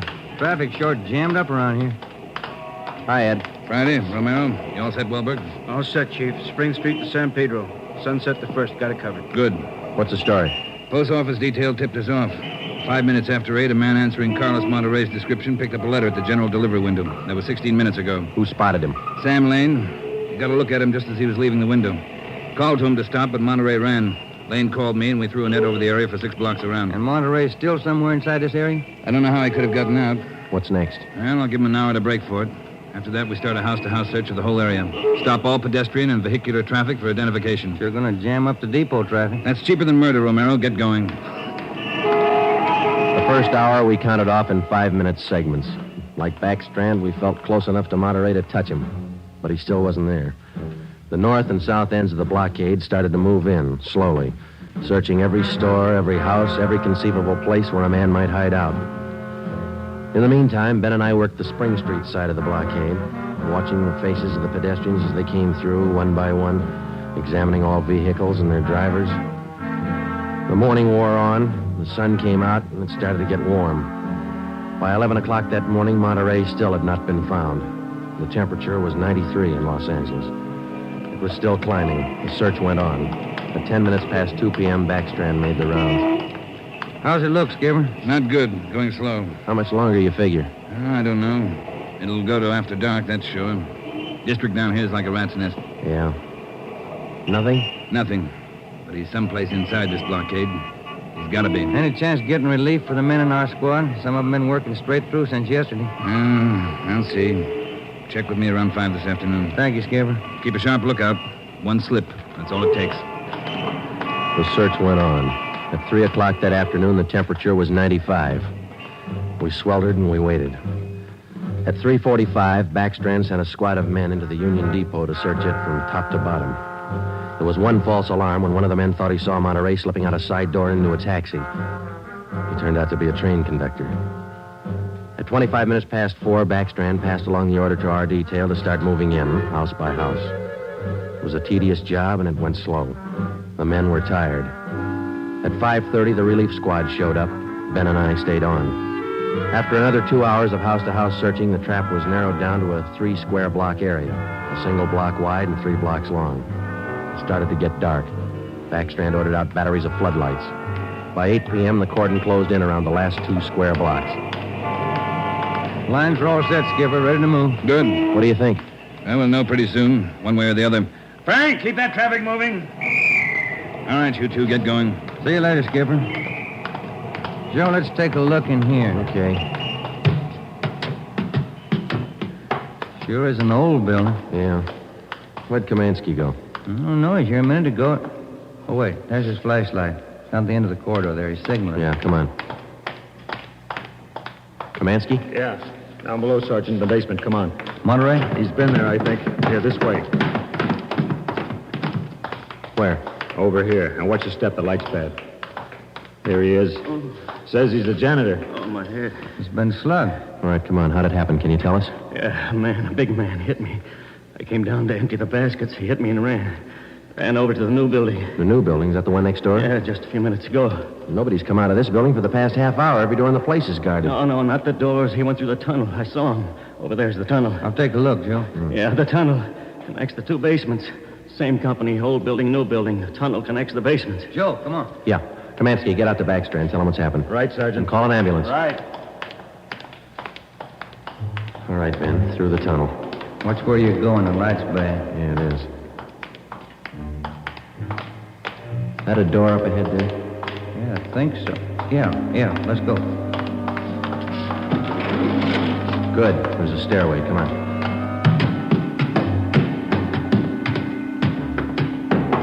Watch the doors.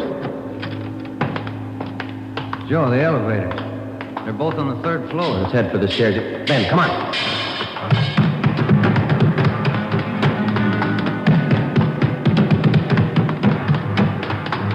One more floor. Yeah, right. Come on, hurry. Yeah. Look, top of the stairs. There he goes. All right, hold it, you. Stuck in the elevator. Joe, he's going down. Well, we'll never make it on the stairs. Joe, look. This other elevator. The control lever's bent. Let's try it anyway. Yeah. All right, kick the control lever. Kick it, Ben. That's good. All right, Ben, knock the lever back. Come on, quick. Yep. What's the matter? Joe, it's jammed. We're going past. All right, let's kick it. Here. There, that does it. Can you reach the door control? Wait just a minute. I'll see. Yeah. Okay. Well, he's still in the building. Both elevators are here now. Yeah. Down the hall, Ben. The office on the left, I think. Yeah. Okay, here we are. All right, keep clear of the door. All right, Monterey, put on that gun and come on out. I'll kill you! I'll kill all of you! All of you! Okay, Joe, let's take it. Watch it, Ben. He's throwing everything he can get his hands on. I'll kill you! Come on! Come on! I'll kill you! Get away! Come on, you! All right, Monterey. Come on, you. Everywhere you! Kill you! Okay, Ben, take him. Yeah.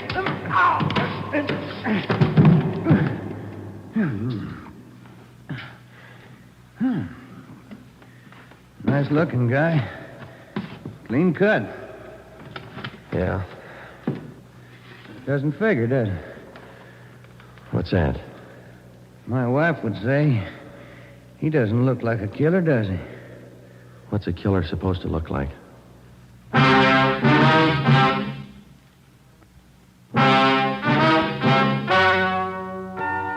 story you have just heard is true. Only the names were changed to protect the innocent. Carlos Monterey was examined by 5 different psychiatrists appointed by the Superior Court and was found to be sane. He was tried and convicted of murder in the first degree. He was executed in the lethal gas chamber at the state penitentiary.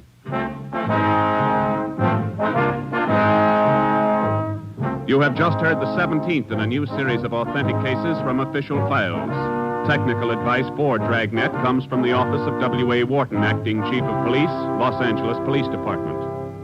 Tonight's program is dedicated to motorcycle patrolman John Kramer of the El Paso, Texas Sheriff's Department, who on the afternoon of April 26, 1940, gave his life so that yours might be more secure.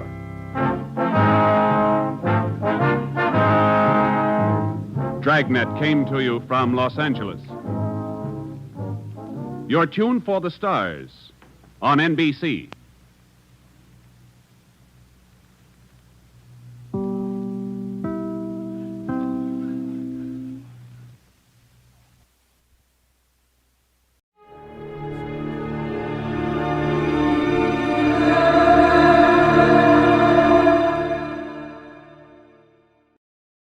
Now, the Roma Wine Company of Fresno, California presents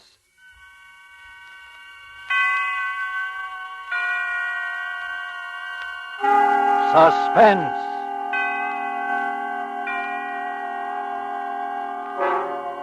Tonight, Roma Wines bring you the remarkable young actress whose performance you have admired in the Warner Brothers production, The Corn is Green. Miss Joan Loring as star of A Man in the House, a suspense play produced, edited, and directed for Roma Wines by William Spear. Suspense, radio's outstanding theater of thrills, is presented for your enjoyment by Roma Wines. That's R-O-M-A.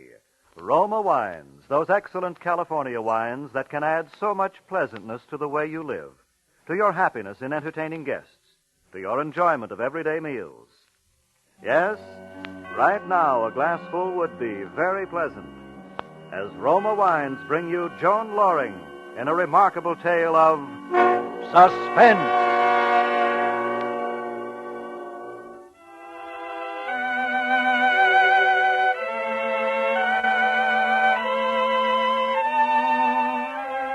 When I was 17, they called me that pretty little Barrett girl. I never imagined then that 5 years later I'd be working in the public library day after day and 2 evenings a week.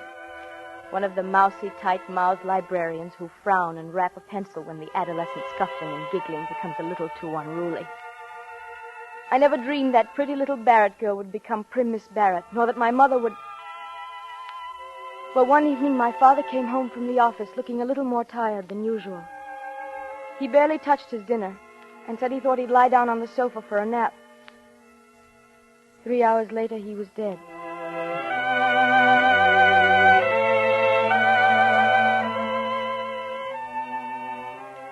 From that day, Mother was a changed woman, and our house was a changed house.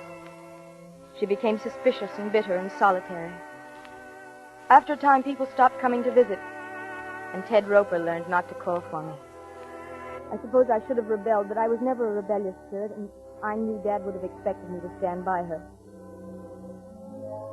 And so in a year or two, things had completely changed for me. I was working at the library, stamping cards and checking books, and rapping on the desk when the giggling became too loud in the corner.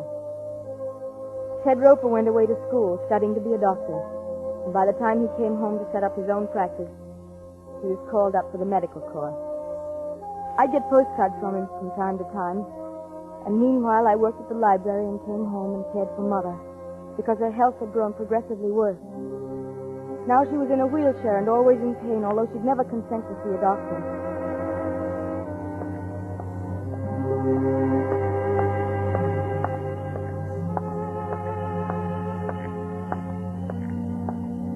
I was thinking of all these things that night as I walked home from my evening session at the library. Maybe it was because Ted was back in town. He had his medical discharge and he'd set practice up again. He'd come to the house once, and I knew he wouldn't want to come back again. And so I walked home alone in the dark, thinking how once they had said... There goes that pretty little Barrett girl. But now they said... What Emily Barrett and her mother need is a man in the house. I looked up at our house. It was shabby and run down. And the vacant lots on either side of it and across the street were wild with unkempt weeds and grass. A single light was burning in Mother's room. The rest of the house was dark. I opened the gate, and then I stumbled a little. Something soft and yet unyielding was at my feet. And somehow my blood went cold as I reached down, and my hand touched something still and lifeless. It was my little wire-haired terrier. He was dead.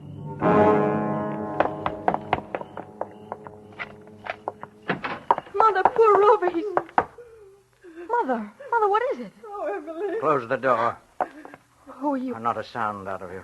Close the door. Who are you? What are you doing Don't here? turn on the light. Just stay where you are. Mother, are you all right? I haven't harmed her yet, and I won't harm you if you do what I tell you. But if you annoy me, as Rover annoyed me outside... You did call him Rover, didn't you, Miss Barrett? What are you doing in our house? I'm your guest, Miss Barrett. I trust your hospitality will measure up to the standards I set for you. May I turn on the light? No, don't move. I'll do it. Oh, you find my hand cold on your arm. I didn't expect it. And the light switch is to your left, isn't it? Yes. Mm-hmm. I misjudged a little. That's why I touched you. It might have been better to have stayed in the dark, you see. He was ugly. His face was horribly scarred. The entire left side of it was drawn out of shape by the rigid, livid skin. The scar tissue seemed to distort his features into something evil and unclean. I'm not the most handsome guest you've ever had, am I? Emily. Oh, Mother, don't cry. I'm here now. Don't cry. Oh, I'm frightened. I'm so frightened. You'll only work yourself up by crying. Try not to, It dear. would be advisable for her to stop whining. It annoys me. Please, Mother, please, dear. And Rover annoyed me, you know. What are we going to do, Emily? Why has he come here? I'm your guest, madam. If it's money you want, I've we don't told have... you I'm your guest. I seek food and shelter as befits a guest. And you mustn't make one feel unwelcome. He's mad, Emily. He's a You madman. mustn't say that, madam. He killed the dog, and then he sneaked into the house. He's been through every room. He has your father's revolver, and he wouldn't turn on the lights except the one in my room. Mother. He made me wait here in the dark for you. Oh, Emily. Emily, I feel sick. Oh, stop that whining. It annoys me. Don't you hurt me. Don't you dare. Mother, please, please, dear. You annoy me, madam. I suggest you retire for the night. Emily, no, I couldn't. I couldn't sleep. Will you be good enough to take your mother into her bedroom, Miss Barrett? What are you going to do? I've told you. I'm your guest. Well, Miss Barrett. Come along, Mother. Let me wheel you into your room. Oh, I don't want to, Emily. I don't want Mother. to. Your conveyance needs oiling, madam. Don't speak to me. Don't talk to me. Oh, by the way, Miss Barrett, Yes? don't trouble to close the door. And don't attempt to talk secretly with one another. I find it a very annoying habit. Emily, he's mad. He's insane. I don't know what I've ever done if it should happen to me. Try to be calm, Mother. Let me help now. Lie down on the bed, why don't you, dear? Try to relax. Oh, I couldn't. But if you could get some rest, you'd feel so much better. I'm not getting out of this wheelchair. If you could let yourself sleep, Mother. No, I tell you I can't, Emily. If you just take your pills... What was that? What did you say? Answer me. My mother ordinarily takes sleeping pills for her insomnia. Not tonight, Emily. I won't take them tonight. I couldn't. I think you will, madam. No, I won't. You can't make me. Is that her bottle on the bedside table there? Yes. Mm-hmm. I'm not going to take How them. many does she take? 2. I won't do it. Here. Go on, give them to her. Emily, no, don't make me. What will you do if she sleeps? Wait and rest. Wait under the shelter of your roof. No. You promise I'll be at her side when she wakes in the morning? Yes, I promise. I'll give her the tablets. No, I won't take them. Very well. Take them now, Mother.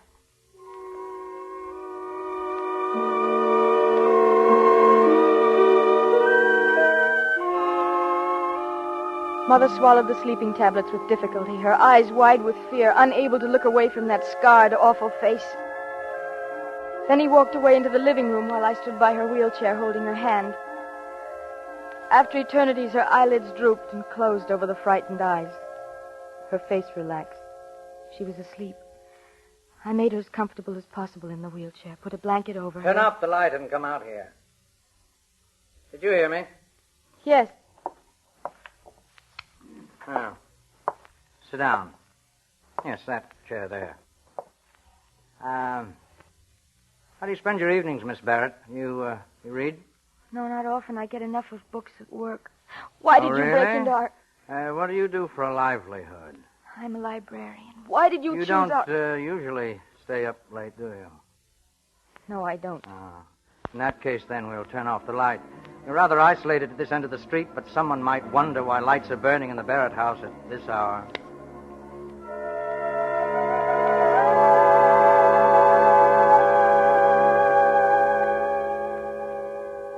Why sit so uncomfortably, Miss Barrett? Go on, lean back. Be at ease. Why don't you leave us in peace? We won't give you... I need rest. The safety of rest and solitude. But why our house? Why? Because you have few visitors. Your mother's to blame, isn't she? My mother? Weak, selfish, complaining. Not the most delightful of companions. You're a librarian, you say, huh? How long do you intend to stay here? Your curiosity annoys me. She'll stay here as long as I please, for a very long time if need be. You can't. You'll be found out. Oh, I doubt that very much. But if I fail to report for work... Oh, you won't. I don't understand. You will go to work at the library as usual. And leave my mother here with you? Yes. As a hostage, shall we say. Hostage? She'll be my guarantee you won't betray me. You will not go to the police, Miss Barrett. You will not make any indiscreet disclosures to anyone. You'll work at your job all day and then come back here. And if I don't? Need you ask that question? Is it really necessary to ask me that? No. No.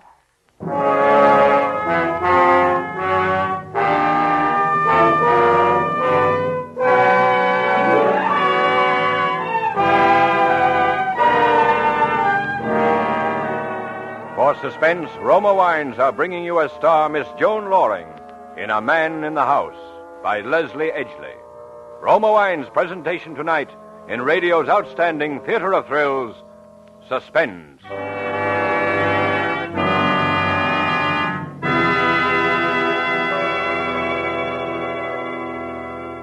Between the acts of Suspense, this is Ted Myers for Roma Wines.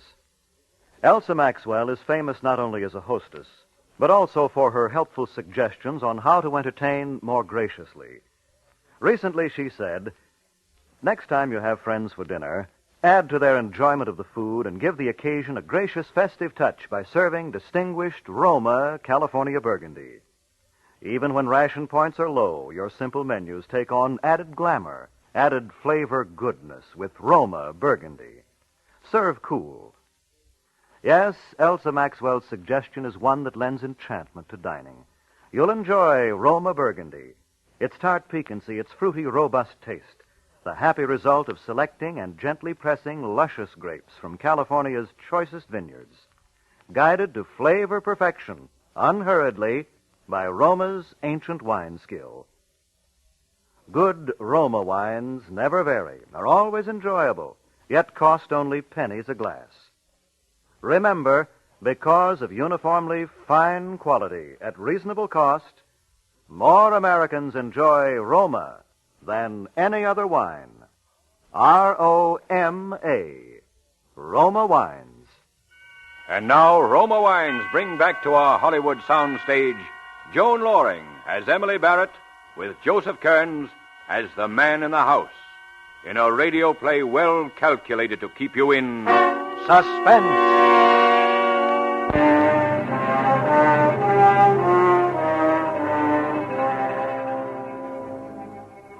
The rest of the night passed in silence. He didn't speak to me again, and yet I knew he was staring at me from his chair, staring at me in the dark. Except for the single time he moved to bring the dog into the house. I was still frightened, so frightened. But it was the morning I thought of. The morning when I would have to leave Mother alone with him.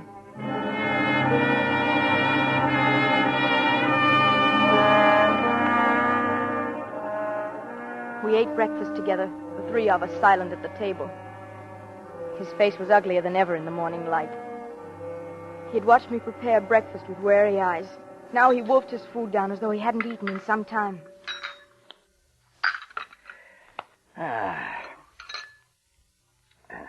You're not hungry? No. And you, madam? I'm not hungry. I'm sorry to hear that. Is it time for you to leave, Miss Barrett? Leave? Emily, what does he mean? Your daughter has a job, Mrs. Barrett. You wouldn't want her to leave it, would you? Emily, no, you can't leave me here. You can't. You'll be all right, Mother. Really, you will. It's the only thing I can do. Emily, no. You'd please. better go, Miss Barrett. And remember your responsibility. Yes. Yes, I'll remember. My day was a nightmare. I performed my duties automatically. And all the time my mind raced with speculation. What was he doing? Was Mother all right? How could I possibly get him out of the house? Reverend Amber, please.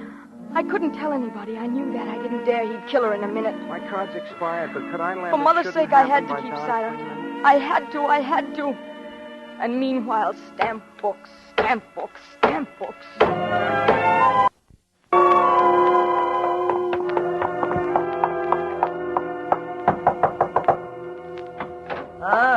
Good evening. Where's my mother? Your mother? In her room. Lock the door. Mother? Mother, are you all right? She's all right. Lock the door. All right, now give me the key. Mother! I'm here, Emily. Told you she was all right. Give me the key. That evening, I didn't have to go back to the library. Again, he watched me prepare our meal, and again he wolfed his food down, while Mother and I left our plates untouched. I washed and dried the dishes after dinner. And then all three of us sat in the living room. This is an ugly house. A barren house. There's no laughter in it. I'm not interested in what you think of our house. Well, you should be. You're still young. Your life is being ruined by this selfish woman. How dare you? I'm sick. I'm not well. It's wicked of you to come into my house this way and say such things. He's evil, Emily. He burned the dog in the furnace. And you're evil, too, madam. You're a selfish parasite. The world would be better rid of you. Now go into your room. No, I don't care what you do to me. We have no money. We haven't anything you could want. Get out of my room! Take her into her room, Miss Barrett, please. Come along, Mother. Please don't excite yourself. You won't make things any easier this way. It's time she slept, Miss Barrett. I don't want to. I don't want to sleep. I'm so afraid. You're stubborn and weak and useless. You're a blood-sucking parasite. Give her pills, Miss Barrett. It's time she slept.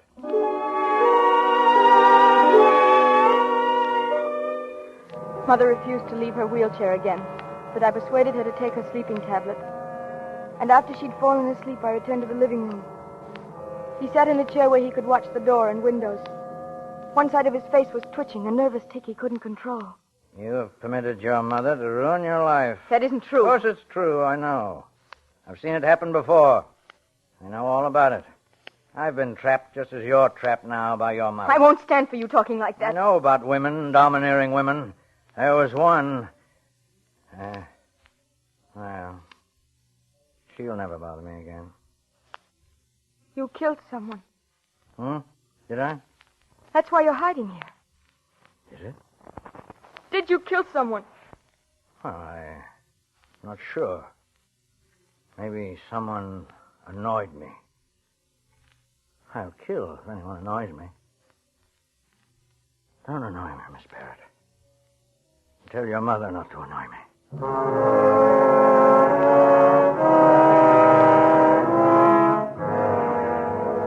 That night went by, crawled by as the first night had done.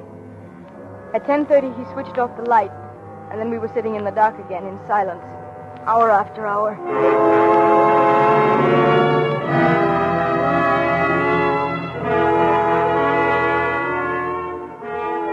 When morning came, I was wretched and haggard, but I knew I had to do as he said, leave the house again. I had no other choice. I had to leave Mother with him. I'd have to go about my duties as usual. For a moment, I thought of going for help, but I knew what he'd do to her if someone even approached the house. And then as I came down the front steps, my heart almost stopped, for Ted Roper was coming up the front path. Morning, Emily. Hello? I'd heard your mother wasn't too well, and I thought I'd drop in a minute and see her. Oh, no, I don't think you'd better. She's asleep. Well, that's too bad. I wish I'd stopped in last night. I was in the neighborhood, and I was just on the verge of knocking on your door, and I noticed your lights were out. Oh, yes, we retired early. Is there something wrong, Emily? No, there isn't. You look worn out. Getting plenty of sleep? Yes, I am. You've got to get a lot of sleep. And as he stood there chattering on about my mother and my health, I could see the curtain in the living room move. He was watching us. He could probably hear every word that was being said. Emily, you're not listening. Are you well? Of course I'm well. Will you leave me alone, Ted? Of course, if that's the way you feel. I'm sorry, Ted, but I have a headache. I'd appreciate it if you'd go on. Certainly. And as Ted disappeared down the street, I turned and looked into the window.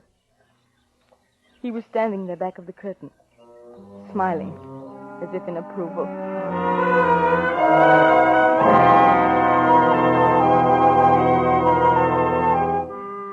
I don't know how I managed to get through that afternoon, but I did. And then I went home again, and they were there. When I'd seen that Mother was all right, I cooked dinner, and he tried to keep up a conversation. We, had visitors today, didn't we, Mrs. Barrett? Milkman, mailman. No letters, however, just a magazine. And we had an interesting talk, didn't we, Mrs. Barrett? About mothers and daughters, you know. I looked at Mother across the table. The panic in her eyes had given way to another emotion.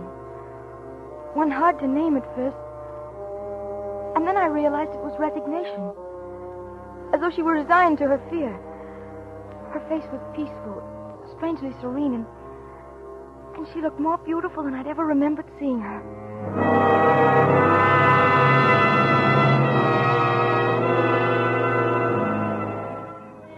After dinner, we sat in the living room, silently, He looked tired, deep circles under his eyes, and his face twitched involuntarily. I felt unbearably tired, my eyes so heavy. Miss Barrett, I think you'd better go to bed. Go to bed? You'll sleep. No, I couldn't. There's no excuse for not sleeping. You see how easily your mother can do it? You'll take some of her tablets. No. Take them. But my mother... She'll take them, too. She knows how. And then I knew why he wanted me to take the pill. He needed sleep for himself. All right, here, Miss Barrett. All at once, I had no resistance left in me. I took the water from him. He was leaning over me in the chair. And then I swallowed the tablets. Sleep couldn't have come immediately, and yet somehow it was like a swift black curtain shrouding my mind.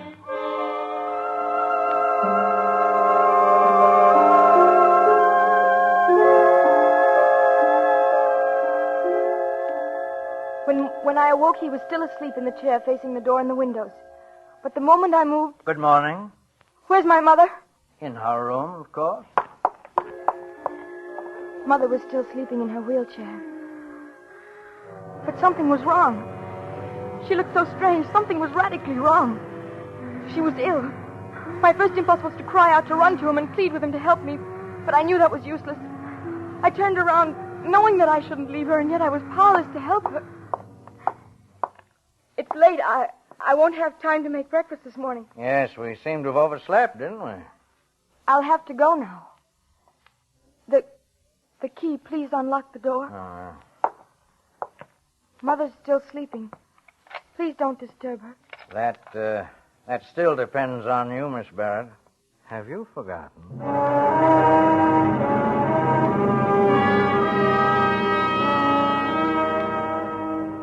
I left the house desperate with fear. Mother had to have medical attention immediately, and yet I didn't dare call anyone in. I didn't dare do anything that would endanger her life. I didn't know what to do. I walked blindly and rapidly along the sidewalk, almost running, not knowing where I was going. And then I saw Ted. Hello, Emily.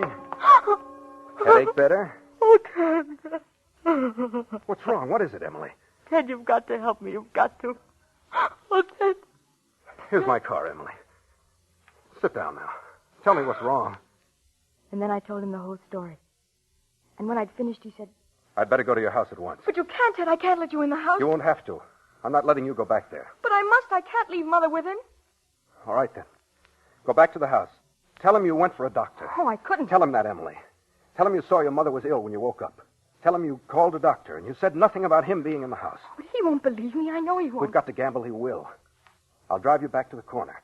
Give you time to walk to the house and explain things to him. Then I'll make my call. And then what, Ted? What will we do then? I don't know, honey. But do as I say. It's all we can do just now.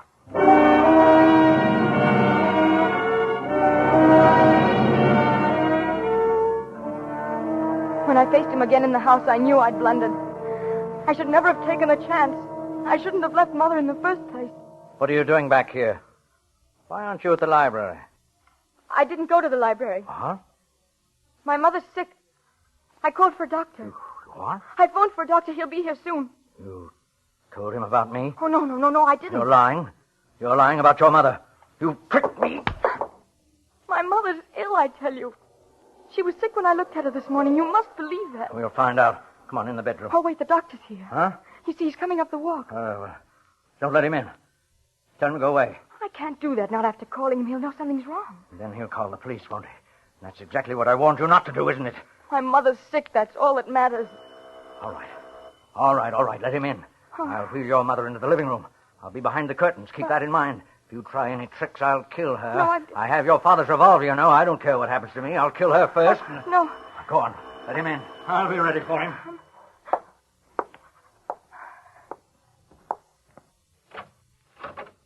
Hello, Emily. Hello, Doctor. I'm so glad you've come. Where's our patient? In the living room. Well, let's look at her, shall we? Here she is, Doctor. She isn't breathing loudly now, but she was breathing so harshly when I left her. Well, let's just see. I stood against the wall while Ted bent over her. She was facing the curtains in the doorway. And behind those curtains, behind them... I scarcely breathed, praying Ted wouldn't do anything to arouse suspicions, praying against hope, and then... All right, you in there. You'd better give up. No, Ted, you can't! I won't.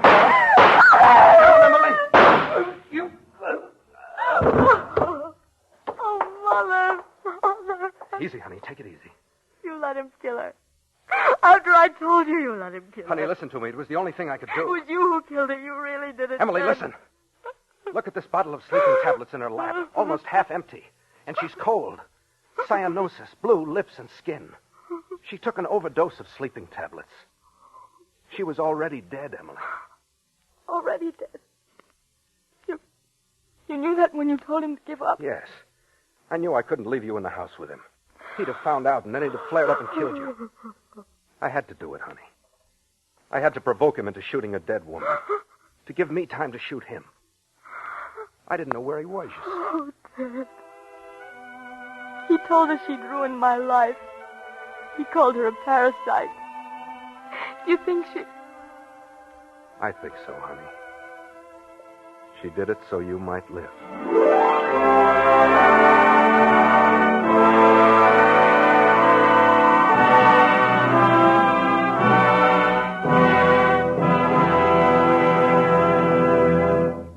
Roma Wines have brought you A Man in the House, starring Joan Loring as Emily and Joseph Kearns as the man, in tonight's study in... Suspense. Before Miss Loring returns to the microphone, Ted Myers with a word for Roma Wines, the sponsor of Suspense. Warm weather and iced drinks just naturally go together. And as famed hostess Elsa Maxwell recently remarked, for a gay and colorful warm weather drink, I recommend Roma Wine and Soda, a delightful, frosty, cold thirst quencher that's as delicious as it is refreshing. Yes, and Roma Wine and Soda, made with distinguished Roma California Burgundy or Sauterne, is quick and easy to make. Half fill the tall glasses with good Roma Burgundy or Sauterne. Add ice cubes, sparkling water, and a bit of sugar. And for a decorative touch, garnish with cherries or fruit. And for a delightful aperitif, sip delicious Roma sweet vermouth, well chilled. Zestful, full-flavored Roma vermouth is blended and developed with all the traditional wine-making skill of Roma wineries. Is made and bottled in the heart of California's famous vineyards, yet surprisingly low-priced. Try Roma vermouth soon, won't you? This is Joan Loring with a message from our government. America's war production program calls for the retention of millions of war workers in their jobs until the Pacific War is won. Stay on the war job until released. Keep buying more and more war bonds and hold on to them. And keep supporting all home front activities and observing all wartime regulations. Price controls, rationing, volunteer service, and salvage drives. Thank you. Next Thursday, you will hear Lloyd Nolan as star of... Suspense. Radio's outstanding theater of thrills.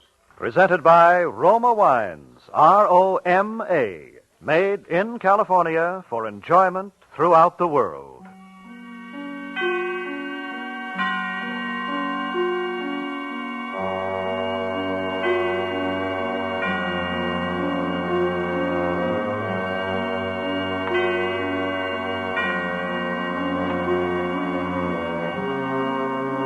This is CBS, the Columbia Broadcasting System.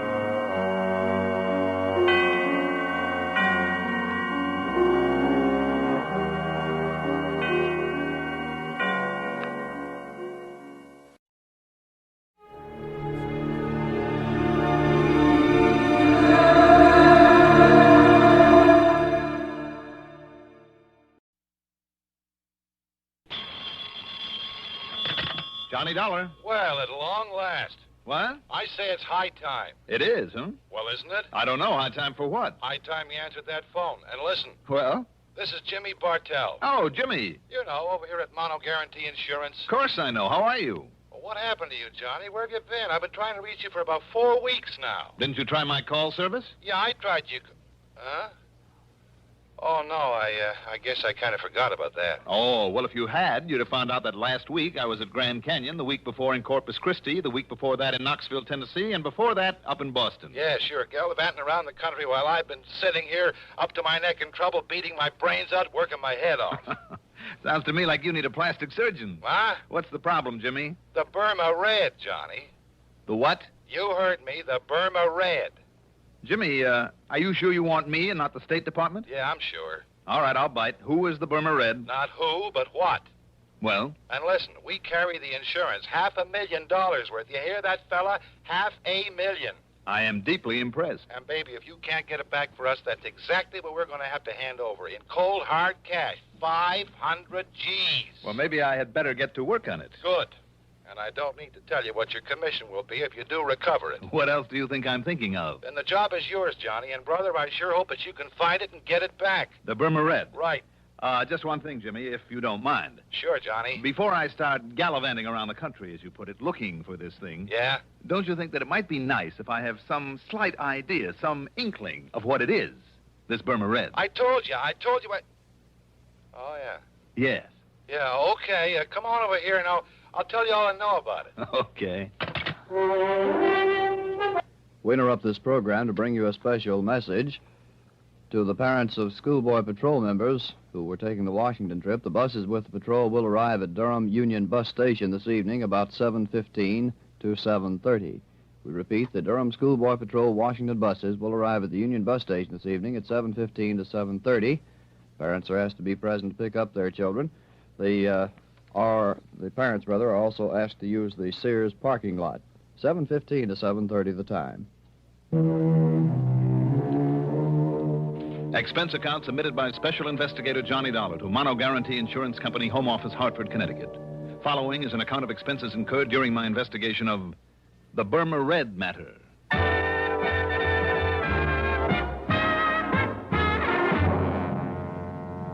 Expense account item 1. $1.20 for a cab from my apartment to Jimmy Bartell's office in the Spear Building down on the square. Jimmy's specialty, incidentally, is property insurance, especially where fine artwork is concerned. And in this case... Yeah, Johnny, 4 solid weeks I buzzed that phone of yours, and what I thought of you for not being there to answer it wouldn't be fit to print. All right, I'm here now, so stop bellyaching. But maybe you're too late, fella. He's already gotten into the country with it. The Burma Red. That's right, the Burma Red. Which is what? I told you, Johnny, it's... Oh, yeah, that's right, I didn't. Now, listen. I'm listening. It was brought over here a couple of years ago as part of a collection by some countess or other. Got written up in all the picture magazines. Do I hear a slight echo? Echo? Yes, from the case I had on my hands last week. Well, I don't know, because I don't know what you had a case of. But listen. Go on. Having been a part originally of the Buckingham collection over there in England, you know, well, as you might expect, it was picked up here by Winkler and Winkler. The big jewelry outfit down in New York. The same? Oh, then I do hear an echo. So it's a piece of jewelry and it's been stolen from them. No. The same as the Otara's necklace I recovered last week. No, again. For Northeast indemnity. No? No, Johnny. It's just a single unmounted stone, a ruby. But so help me, it's big enough to choke a horse, and now it's gone. When did you say it was stolen from them? I didn't, because it wasn't. They'd sold it to that wealthy old Mrs. Harvey Larriman Brittingham. Lives out in the edge of town. Oh, I see. But 4 weeks ago, somebody neatly chiseled open her wall safe and walked off with it. Chiseled? Okay, blew it. What's the difference? Plenty. Knowing a safecracker's method can help a lot in pinning him down. No, the police think they know who did it, all right. Now, what do you need me for? To get that stone back. But if they already know who did it... But they couldn't prove it. Sure, the modus operandi, the way the safe was blown, it pointed straight to him and nobody else. But also, he was known to be here in town. Who? But they couldn't pin it on him. He had himself a perfect alibi. Who, Jimmy? So maybe it was rigged. They couldn't break it. Jimmy... But, Johnny, it had to be Oscar Mayfield. Mayfield? They held him as long as they could, went through everything he owns, checked out every contact he made while he was here in Hartford. And all that got him was nothing, and not very much of that. I'll say this. If Oscar Mayfield, the old master, made that heist... So what could they do but let him traipse merrily on back to New York, where he's been living lately? Look, Jimmy... But I figure, despite the police report on all the work they did, I figure that somehow Mayfield got away with that ruby. Jimmy, I'm inclined to think you may be right. I know Oscar Mayfield. He's clever. I've tangled with him before. And, come to think of it, he made a promise to me once. Mayfield? Made a promise? Mm-hmm. What was it, Johnny? That if I ever tried to interfere with him again... Yeah, well? He'd see to it that I had a very nice funeral.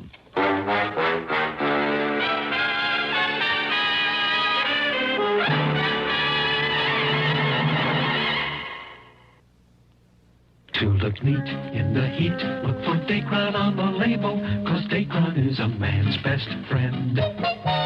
Right, men, Dacron is your best friend when it comes to staying wrinkle-free and neat all summer. Look for Dacron in lightweight suits, handsome slacks, good-looking sport coats, too. You'll stay well-pressed and well-dressed thanks to Dacron by DuPont. There's just no denying in the clothes he'll be buying, Dacron is a man's best friend.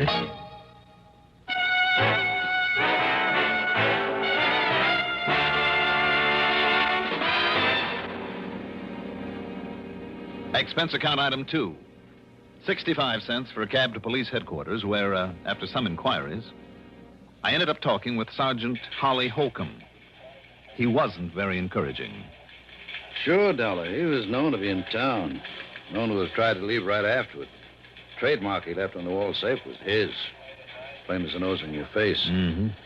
And we pride ourselves on knowing the M.O.s of all the safe men within 1,000 miles. Yes, I know you do, and rightly so. But we couldn't pin a thing on him. All the direct evidence we didn't have on him because of his alibi apparently checking out all the way. We simply couldn't hold him on nothing more than suspicion any longer. No. Especially with that smart mouthpiece he dragged in. If we tried, he would have sued us from here to Kingdom Come. I mean, if you know Oscar Mayfield. Only too well, Sergeant. And you know what I mean. I suspect him just as much as you do. But till we have something definite, some real tangible clue. Well, anyhow, he went back to New York. Have you notified the police down there? Sure I am. Lieutenant Singer at the 18th Precinct. And, isn't he an old friend of yours? Randy Singer? He certainly is. Well, I haven't heard a word from him, not in over a week now, so why don't you call him? Or better still, go down there and see him. See what goes. All right, Sergeant. Maybe I'll do that.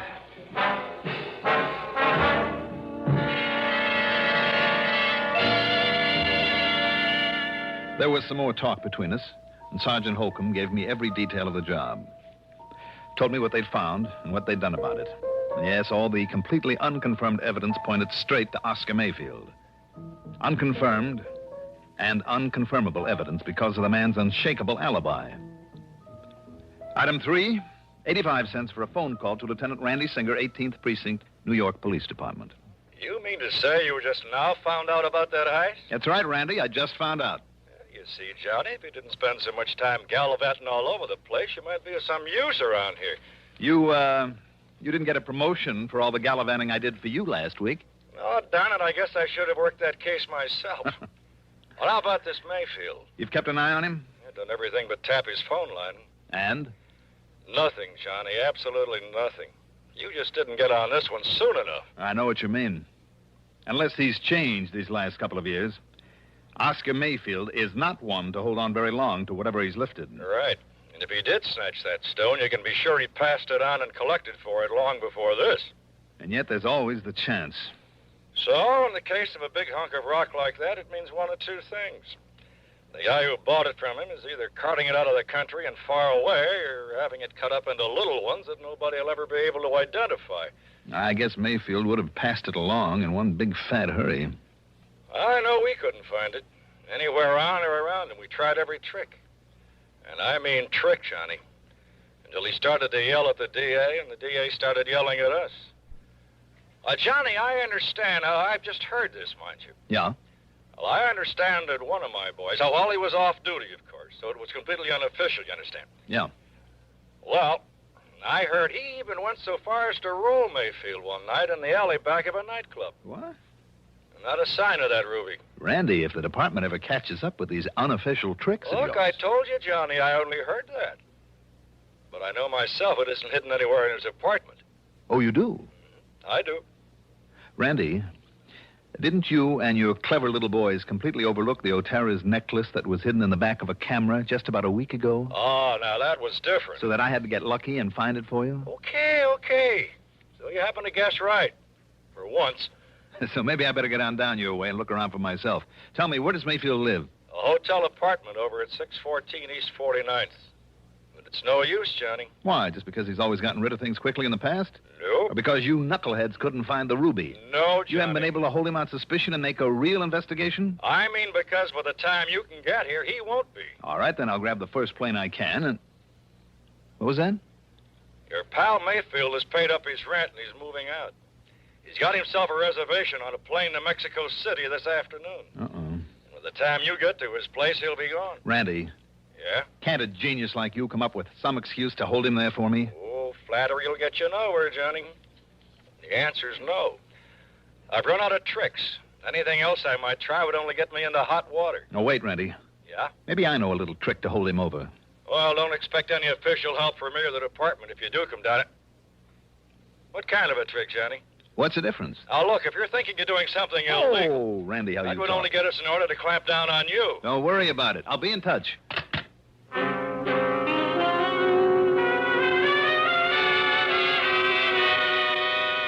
Illegal? I don't know why, but I'd suddenly remember that during my run-in with Mayfield a couple of years ago, there'd been talk about a man who was fencing his stuff. A man who had been only vaguely identified as Hugo. The last name had never come to light. Okay, maybe that name still meant something to him. If so, it justified item 4. $1.26 for a telegram to Mayfield. It read as follows. Urgent, that before you make any deal, you call me immediately at Plaza 3, 9970, and I signed it, Hugo. And I had them put a rush on it, hoping it would give me some much-needed time. Item 5, $6 for a cab to Bradley Field. Item 6, $10.12 for a plane to New York. And when I got there, item 7 is $5.80 for a taxi to 614 East 49th Street. It was a smart, good-looking apartment hotel, which is more than I can say for the stuffy uniformed doorman. Mr. Mayfield, did you say? That's right. Mr. Oscar Mayfield. Is he still here? Is he in? Whom shall I say is calling, sir? Don't. Don't? Just give me his apartment number. Your name, please? Now, don't worry about it. I'm sorry, but I must have your name, sir. It's Dolar. Now, what's the apartment number? Dolar. Very well. No, you don't. Just put the phone down. I beg your pardon. It's granted. Now, the number of his apartment. Not unless I announce you, sir. Now, look, I am a special investigator. Oh, you are? Yes, and if you'd like to call the police and check on me, only I haven't time. Look here. These are my credentials. And I tell you, sir, that unless I... Oh, I see. Mr. Johnny Dollar. That's right. The insurance investigator. Yes. I didn't know. Well, you do now. Well, nonetheless, Mr. Dollar... Just give me Mayfield's apartment number, please. Now, what is it? Well, it's 7G. Okay, thank you. And I'll phone that you're on your way up, sir. You do, and I'll break your neck. 7G, Just in case he remembers what he once promised, I better make sure that this thing is working properly.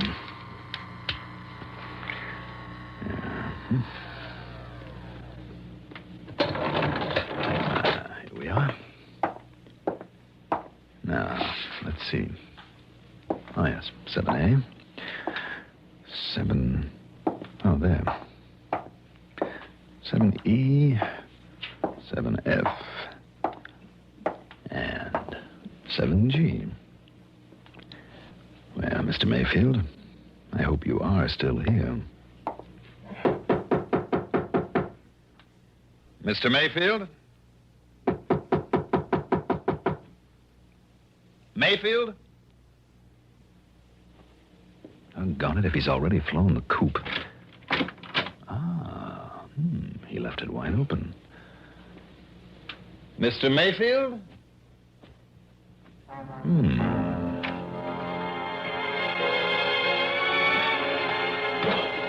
The well-furnished living room was empty. And so was a kind of study off at one side and a little bar kitchenette beyond it. As for the bedroom in the back, well, as I started through the door, I caught sight of a couple of handbags in front of a chest of drawers. So he was still here. What I didn't catch sight of, though, was the gun shoved around the side of the door into my back. Just lift them up slowly, Dollar. Slowly. While I See whether you're armed. Ah. Yes, here it is. Thank you. Okay, Mayfield. Now over there, next to the bed. Go on. Sure. Sure, why not? Are you happy now? Dollar, I made you a promise once. It's kind of foolish of you, wasn't it? I'm going to keep that promise now. You going to pull off a shot in a place like this? This apartment is absolutely soundproof. One of the reasons I selected it. I see. Well, are you ready?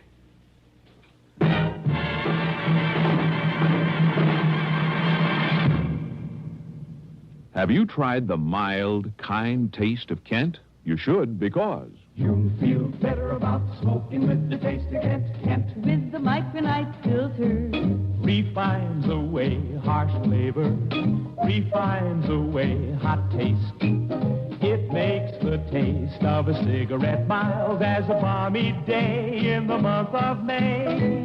Kent is the best for the flavor you like. Kent is the best for the flavor you like. yes, Kent is the best for a mild, kind taste. Smoke a carton of Kent without switching. Discover the kind taste of Kent's blend of the world's finest quality tobaccos. Then try your old brand. What a difference in taste.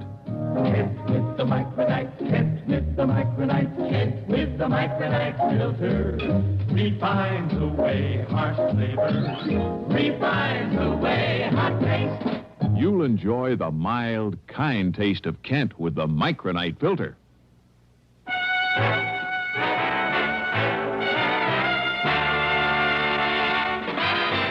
Kind of looks like you were expecting me, Mayfield. Oh, yes, Dollar, I was. You see, I figured right from the beginning that you might be called in on this case. Then you do have the Burma Red, the ruby. Now? Oh, of course not.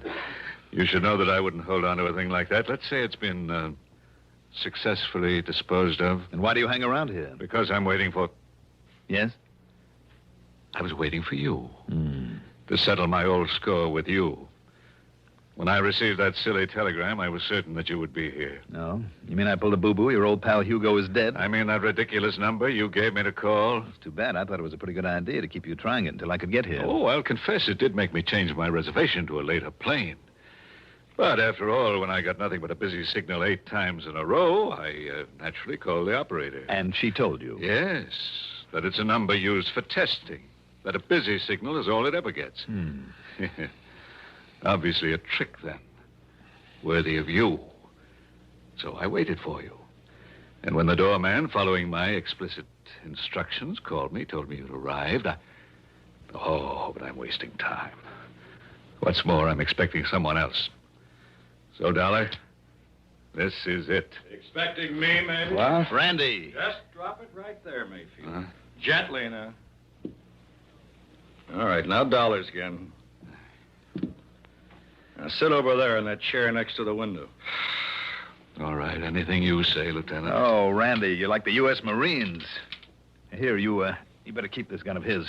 You know, I'm just glad you got careless and left that front door open out there. I thought I heard a door close just before you made your dramatic entrance. But how come, Randy? What do you mean, how come? Well, from what you said on the phone... So what? I'm off duty. Any reason I shouldn't just kind of drop around for a visit? Oh, I'm glad you did. You know something, Johnny? What? So am I. And I'll probably hate myself in the morning for saying this, but I've waited a long time for a chance to return some of the favors you've done me over the years. That I've done you. Well, Mayfield? I'm afraid your so-called visit is completely pointless, Lieutenant. You must know very well that you won't find the ruby around here or anything to even remotely connect me with it. Do I need to after the little party I walked in on? Yeah, that's right. Huh? You can stop smiling now. Oh, very well, very well. If you insist on booking me for an alleged attack on Johnny Dollar with a, quote, deadly weapon, unquote, let us go down to your station house and have done with it. This Grand Central Station? The house and have done with it. This Grand Central Station? Shall we? Shall we go, Lieutenant? You just stay in that chair, Mayfield, while I... No, Randy. While I answer the door. Okay, but leave this one open so I can hear. Right. Yes? Yeesh, what a fancy layout this is. Who are you? You Oscar Mayfield? Well, who did you expect to find here? Santa Claus? Yeah, well, no. Look, Mr. Mayfield, you mind putting down a gun, huh? Not till I'm sure you're okay. Come inside. Yeah, sure. All right, now what's your name? Yeah, Rosie Gilliam. Look, you can frisk me. I'm clean. And that package? Well, it's from the boss. It's from Hugo. It's what you've been waiting for. Oh, it's from Hugo, huh? Yeah, sure, honestly. He said I should deliver it and get a receipt, then maybe you'd hand me a fin or a tenner. Oh, he did, huh? Yeah. Maybe I better make sure that it's, whatever he was supposed to send over to me. Well, you think I'd meddle with it, maybe do myself out of these delivery jobs he gives me and pays me so good? You're on the level? Yeah, honest, if you hit it. Well, this contains, and I think it does. By the way, where does Hugo hang out? Well, how should I know? All I know is he calls me now and then, meets me at some place, and gives me something I should deliver. I guess you're okay, then. Sit down there while I take a look at this. Yeah, sure. We'll just see now. You're the first gent to ever open one of those deliveries in front of me? Am I? Yeah, you're the very first. Holy jumping, look at that loot. Where is he waiting to pick up the receipt, Rosie? Yeah, I don't know. He only hunts me up when he's ready. Look at all that dough. What kind of a receipt, Rosie? He said you'd know what kind. Oh, man, would you look at that? Would you look at it? All right, I'll write you one. Yeah, maybe I could have a 20 for bringing it. I'll give you a receipt to Mr. Hugo. Let's see, how is it now that he spells his last name? You don't know, Mr. Mayfield? Well, don't you know? I should know how to spell Hemperschlag. Hemperschlag.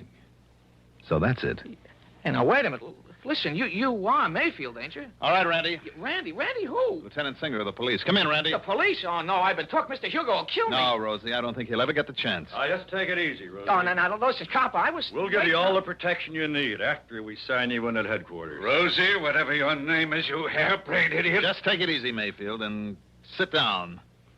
You too, Rosie. Well, now, look at all this beautiful money. Randy, unless I'm awfully wrong, it's payment to Mayfield for the ruby. And if you can locate a Hugo with the unlikely name of Hemperschlag, or maybe you'll save us the trouble, Mayfield. After all, now that we have his name, and who knows, if you talk, maybe the judge won't throw the whole book at you. Well? Okay, Dollar. I know when I'm licked, I'll talk. Mr. Hugo Hemperschlag, believe it or not, turned out to be a gem setter for the famous jewelry house of Winkler and Winkler, where he couldn't help knowing about all the important stuff brought into this country, and with the know-how to break it up after he'd arranged to have it stolen. Expense account total? Well, in view of the commission I'll get on this one, forget it. Yours truly, Johnny Dollar.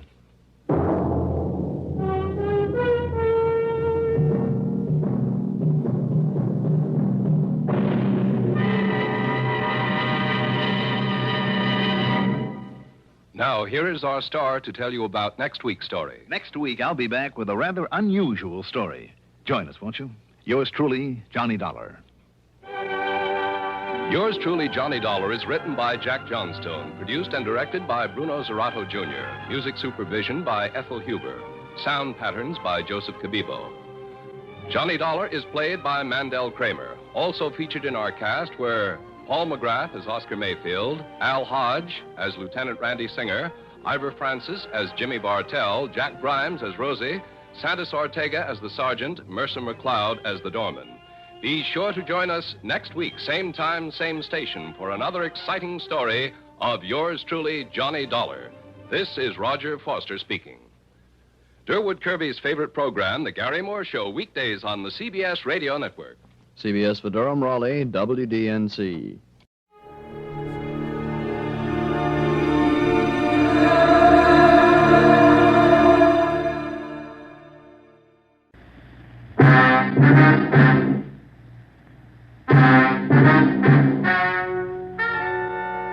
Ladies and gentlemen, the story you are about to hear is true. Only the names have been changed to protect the innocent. NBC brings you Dragnet.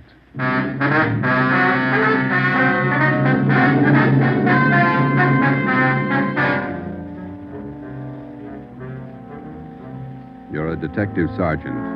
You're assigned to homicide detail.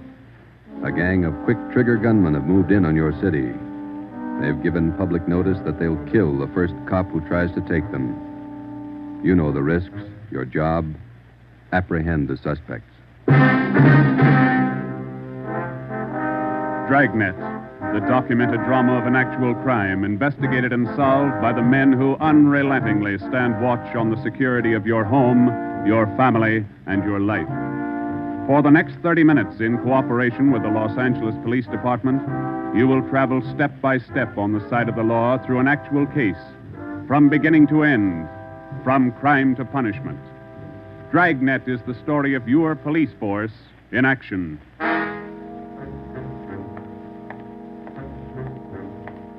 It was Wednesday, April 17th. It was warm in Los Angeles. We were working the night watch out of Homicide detail. The boss is Ed Backstrand, chief of detectives. My partner's Ben Romero. My name's Friday. I was on the way back from the record bureau. It was 4 minutes to 6 when I got to room 42. Homicide.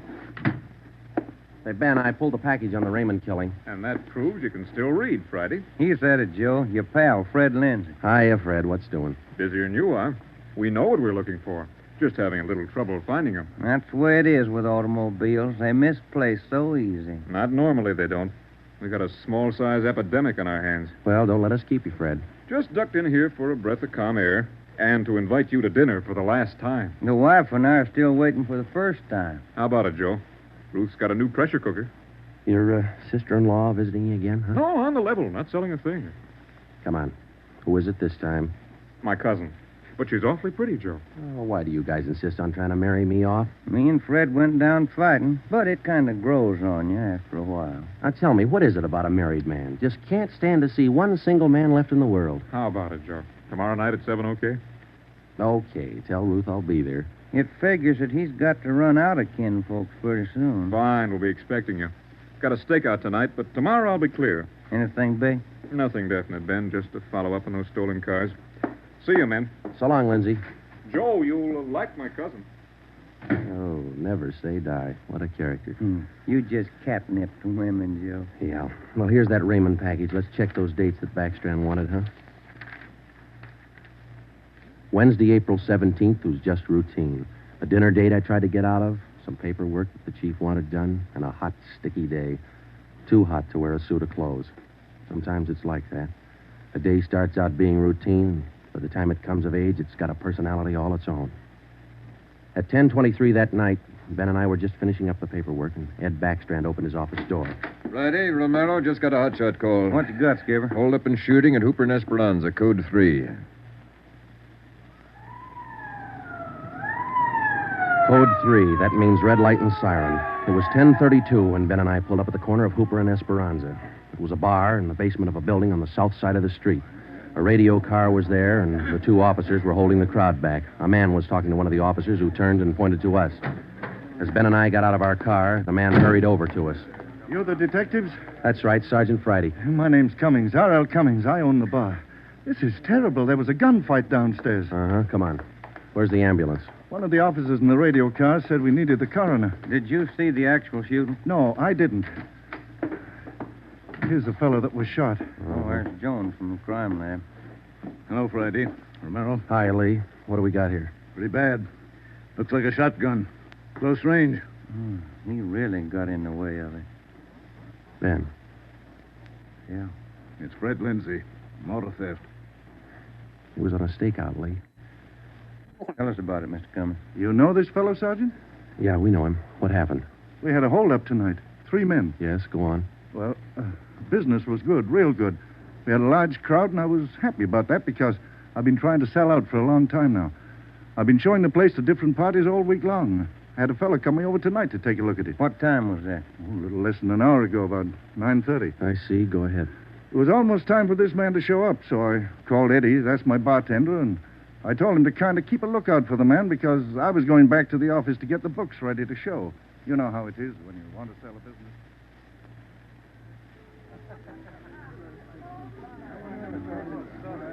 You'll watch for him, Eddie? You bet I will. If you want me, I'll be back in the office. Keep your mouth shut and stand still. Huh? You own this bar, don't you? Well, yes. What is this? You're the boy we want to see. Which one of you? All 3 of us. What's going on? What's it look like, genius? It's a stick-up. I haven't any money. You go to the bank on Thursdays, don't you? Well, I made my deposit today instead. I've been watching you for a month now. Don't give us that. You go to the bank on Thursdays. Now, come on, hand it over. I'm telling you the truth. I usually go on Thursdays, but I went today instead. You're lying, Ace, and we ain't got much time. Look, you can have all the money I've got on me. I think it's about 200. But that's all I have. Here. Why argue with him? Take what he's got and we'll shake the customers down. No, please don't do that. You got my money. Isn't that enough? No, it ain't. Come on, let's go out front. That's about all I remember, Sergeant. When I come around, I was lying on the floor of my office. You better have somebody take a look at that cut on your face. Yeah, I'm going to right away. There's my bartender. He saw the fight. What's his name, Eddie? Yeah. Eddie. Yes, sir? These men are detectives, Eddie. Will you tell them what you saw? Oh, it was pretty rough. And tell us what happened when they started the shooting. That fellow the coroner just took out of here sure was long on nerve. Took on all three of them single-handed. Uh-huh. Tell us what you saw. You ought to get that fellow's name. Sure had a lot of nerve. Took over just like he was a cop. He was a cop. Now, what did you see? I pegged him for a cop. Well, he was sitting up at the bar. Been nursing a bottle of beer for about an hour. I was keeping an eye on the front door, watching for this fellow the boss wanted to see. So I didn't see the three hold-up men come through from the back. But I heard them. All right, let's knock it off. You can all see this shotgun. Anybody make a move and I'll blow your head off. Demas, cover the front door. Got it. Sickle, shake them down. Okay, gents. You guys in the band, keep that music going. The rest of you people turn around and face the bar. Put your hands on top of the bar and leave them there till we tell you to move. Come on, hurry up. Knock it off. Okay, Sickle. We'll take your money, your watches, anything else you got. Now, don't try to be cute and hold out. All right, you, take off the watch. I'll get your billfold. You, lady, let's have the ring. This man they call Sickle went right down the line. Took everything he could lay his hands on. This cop, your friend, was facing me at the far end of the bar. He was standing there just like the others.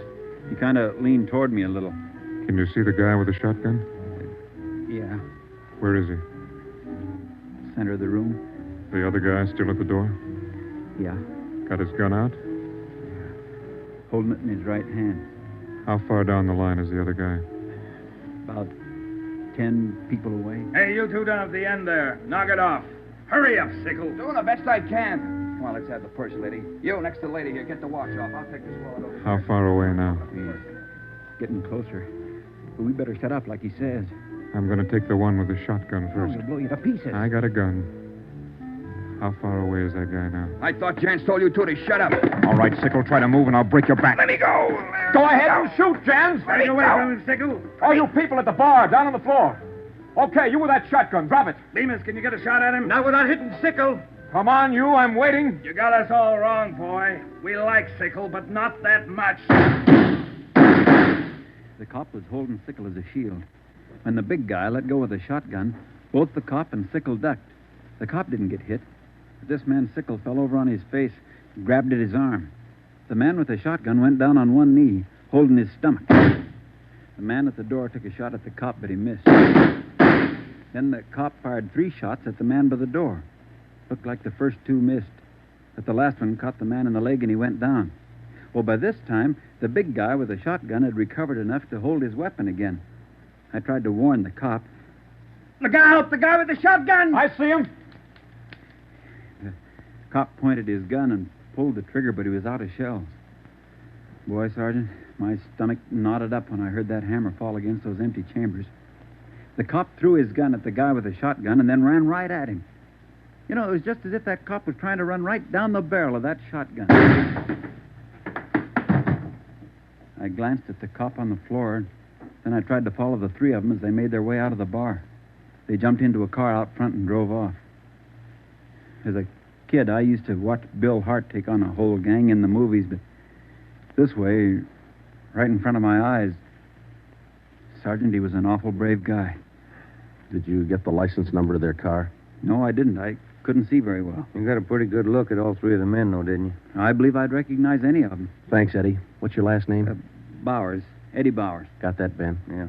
You'll be hearing from us, Eddie. We may want you to look at some pictures for us. Glad to help any way I can, Sergeant. I hope you get the men that shot this cop. You're sure going to try, aren't you? Yeah, Eddie. We're sure going to try. The next step was for Ben and I to make a complete report to Chief Ed Backstrand. They got Lindsay, huh? That Fred Lindsay in auto theft? Yeah, that's right. Good cut. You say he wounded 2 out of the 3 in that holdup? Yeah. That means they'll have to have medical attention in a hurry. We'll check all the small hospitals, cover all the drugstores to get a line on anyone who's bought medical supplies in the last hour. Uh-huh.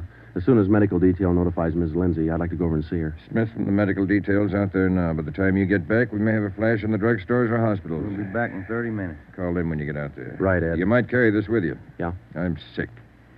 I'm sick to my stomach about this thing. I want you to get those 2-bit punks. I don't want them to see another sunrise. Got that, haven't you? Yeah, Ed. Let's go, Ben. Chandler? Yes, sir. Put out an APB. Have communications broadcast the descriptions of these suspects every 30 minutes until further notice. Get them to communications right away.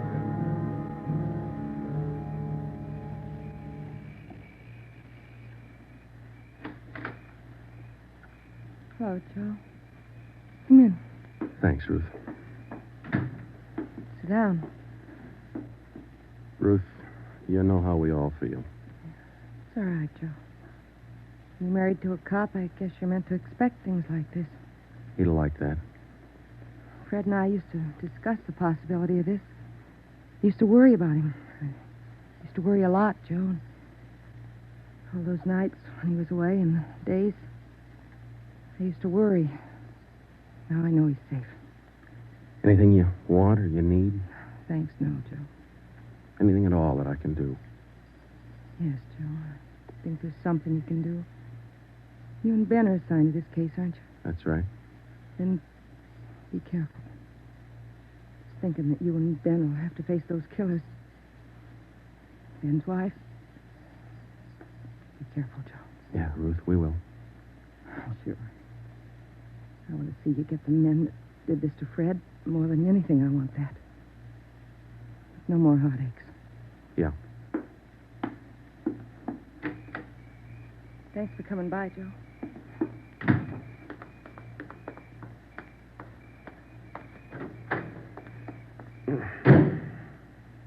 How'd you take it, Joe? Let's go.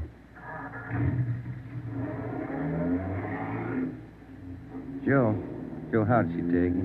You're married, Ben. You figure it. It was 11:30 when we got back to Central Division. As we walked into the squad room, Backstrand was waiting for us. Friday, we just got our first lead. We've located a druggist who said he sold some medical supplies to a man about 45 minutes ago. There's the address. Pretty close to the scene of the shooting. Hop out and see him right away. The Rex Pharmacy was exactly 14 blocks from the Red Feather Bar where the shooting took place. Rex Pharmacy was like your corner drugstore, complete with apothecary jars and shower curtains. The druggist was the same little man who's been prescribing sulfur and molasses since you were a kid in school. I'm just about ready to close. What can I do for you, gentlemen? We're from the police department. I've been halfway expecting you fellows. We got a report that you sold some medical supplies to a man about an hour ago. Yes, sir, that's right. It's like I was telling those other officers that were here a while ago. There was something funny about that little fellow. How you mean? Well, for one thing, he came in here sweating quite a bit. Of course, it's a warm night, but he seemed terribly nervous. Anybody with him? No, he was all by himself. What did he buy? Well, it wasn't so much what he bought, but how much. What do you mean? Oh, you know how most people buy iodine, a little 10-cent bottle. He bought a couple of pints. Then there was all that gauze and adhesive tape. Bought enough to repair a small army. Cotton, box of swabs. Then he asked me something that made me wonder. What was that? Asked me if I had something to probe with. That's just the way he said it. Something to probe with. I asked him, what do you want to probe for? What'd he say? Said a splinter. I told him a sewing needle would do the trick. He said, forget it, and then he paid me and walked out. Uh-huh. Could you describe the man? He was a small man, dark. Like I said, awful nervous. You think you could identify him? Oh, sure I could, if I ever saw him again. Well, did he leave on foot, or was there a car outside? Left in a cab, parked right out in front. Couldn't miss it. Did you happen to take down the license number? Well, no, I didn't. But I did jot down the taxicab number. Would that help? Taking down cab numbers isn't exactly in a druggist's line, but because he had the presence of mind to do that one small thing, we accomplished in 10 minutes what could have well taken as many weeks. Maybe with this small wedge, we could do what Backstrand wanted us to do. Get the killers before another sunrise. Well, it was close to midnight when we stepped into the drugstore phone booth. I called the cab company, got the night supervisor. I gave him the number of the cab, and he checked his location chart. Cab 375 was operating out of a stand at Wilshire and Greenhaven. He was the right driver, and he remembered the fare. Sure, I know who you mean. A little guy seemed in a big hurry. It was a long fare, though. I took him out to Inglewood. Wait till I check my log sheet. I'll give you the exact address.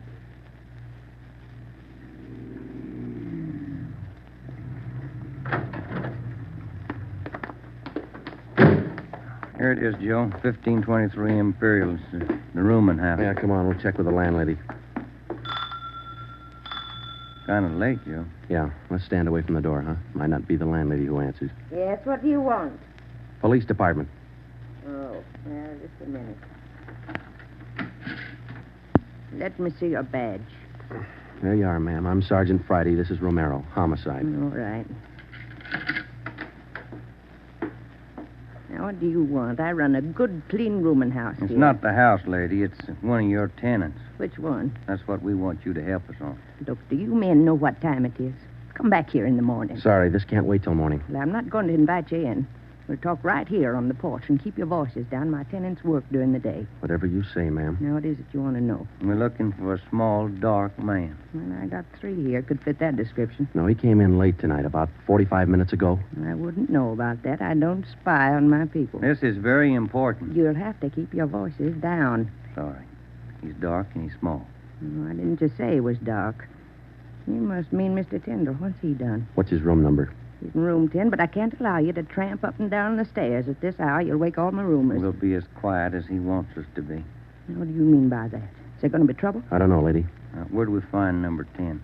The end of the hall, last room on the right, and keep your voices down. If you'll just wait in your room, lady, we'll call you for won't you. Okay, here we are. Keep the door clear, Ben. We might have trouble. Think they all in there? We'll know in a minute.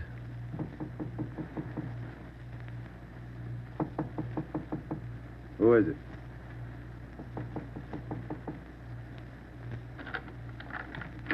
What do you want?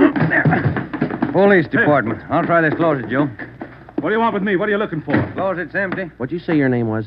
Tyndall, Bob Tyndall. New name, but same face, huh, Joe? Yeah, how long you been out of jail, Tenny? My name ain't Tenny, it's Tyndall. Your name's not Tyndall, it's Sam Tenney. We sent you up on a robbery charge 4 years ago. Now, isn't that right, Tenny?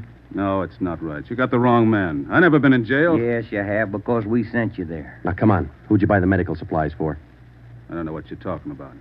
Look, Tenny, it's a hot night and it's late, so let's cut out the smart talk, huh? Who'd you buy those medical supplies for? Tenny, look, you're a 2-time loser right now. Who are you shielding? You got nothing on me. I ain't done a thing. We can prove that you bought those supplies tonight, and it can go kind of hard on you. So let's open up. I haven't been out of this room all night long. We got a druggist and a cab driver who will make a liar out of you. I still don't know a thing. That cab driver hauled you home here 45 minutes ago. Where were you?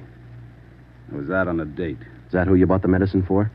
Ben, call the druggist and get that cab driver. We'll take Tenny downtown. All right. All I did was buy the bandages and stuff.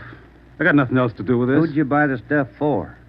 Now, you know everything else. You figure it. Oh, now, look, punk. We know there were 3 of them. One of them killed a cop. We're going to get to him, and Tenny, you're not going to stand in our way. They killed somebody. They didn't tell me that. Who didn't tell you? I don't want any part of murder. I'm going to tell you who it was, but I'm clean. I got nothing to do with it. I was trying to help him out of a jam. Who were you trying to help? It was Roy Bemis, Charlie Sickle, and Red Jans. They didn't tell me nothing about murder. Oh, why'd you help? They offered me a pretty good piece of change to run an errand for them. You know I got paid for. That's all I had to do with it. Where did you deliver those medical supplies? I have to tell you that. I'm afraid of Jans. He's awful free with that shotgun. We'll give you protection. Now, where are they? Can I go to jail till you get them? You'll get protection. Give us the address. It's an apartment house. You'll get protection. Give us the address. It's an apartment house. Just around the corner from here. The Blue Eagle. We took Sam Tenney down to Central Division with us. On the way downtown, he told us that Red Jantz and the other 2 had their room at the Blue Eagle barricaded. Tenney said that they told him that they'd kill the first cop who tried to take them. But we knew they were wounded. He told us that Sickle had an arm wound, Bemis got it in the leg, and Jantz had a slug in his side. We figured they'd be weak from the loss of blood, and we could take them easy. You'll never take those guys easy. Sure, they lost a little blood, but they had enough fight left to stack that room. And they got enough left to kill you if you try to take them. On the way to headquarters, we stopped at an all-night drive-in and called Ed Backstrand. We told him we had a radio car watching the Blue Eagle. We gave him the whole story and told him we were on our way in. By the time we checked into Homicide, Ed had the plan all mapped out. It was 2:25 a.m. Here's the map from the city engineers. It's one city block bounded on the north by Hawthorne Street, on the south Lawndale Avenue, on the east 16th Street, and to the west 17th. The Blue Eagle apartment house is right here, on 16th and Hawthorne. West of the Blue Eagle is a private residence. South of the Blue Eagle on 16th is a vacant lot. There are 12 apartments in the building. The men we want are on the second floor, number 11. And that apartment faces east on 16th. How do you want to handle it, Ed? Now, Baker and Moorheim will evacuate the private residence. Friday and Romero clean out the apartment building. Right, Skip. All traffic is being diverted. The entire block is completely isolated. We'll throw up a cordon. As soon as we clear the residence, nobody goes in, nobody goes out. Will you brief us again when we get there, Ed? I'll give you all the briefing you need right now. Get this. These guys have already killed a cop. I don't want to lose any more. You know they're heavily armed and they're desperate. Have the men draw shotguns, tear gas, and Tommy guns. I'll take care of that, Skipper. All right. Now, we're not going in after these punks like tin horn heroes. We're going after them, and we're coming out alive. All of us. What time is it, Friday? 2:37. Not much time till sunup, is it? It was a code 2. That means red light and move fast. Backstrand figured we needed 6 squad cars, 4 men to a car, the police public address truck, ambulance, and floodlights. Ben checked out the weapons to the men, and by 2:46, we pulled out of the Central Division garage. We slid into the area at 3:20 a.m. The 6 squad cars and the public address truck took up their positions. The floodlights were rigged and ready to turn on at Backstrand's command. The machinery was set to roll as soon as we got the neighborhood cleared. Ben and I evacuated the Blue Eagle apartment house. How many does that make, Joe? Well, we've cleared 9. 2 to go.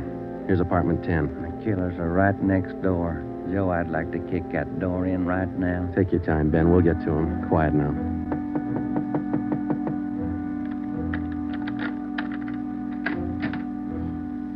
Yeah, what is it? Police department. May we come in? Yeah, of course. What's the trouble? No trouble. We're evacuating the building. Now, we'll have to ask you to leave by the back door. We'll notify you when to return. Please leave quietly and lock your door. What's going on? No time to explain. Thank you very much for your cooperation. Okay, now, we'll skip 11 and go to 12. Yeah.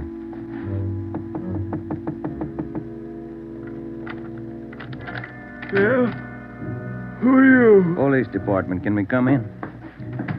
Sorry to disturb you at this hour. We're evacuating the building. Please hurry and leave quietly by the back door. You'll be notified when to return. Lock your door when you leave. Thank you. It was 4:10 a.m. Everything was set now. The neighborhood was completely cleared. The entire block was empty except for apartment 11 on the second floor of the Blue Eagle.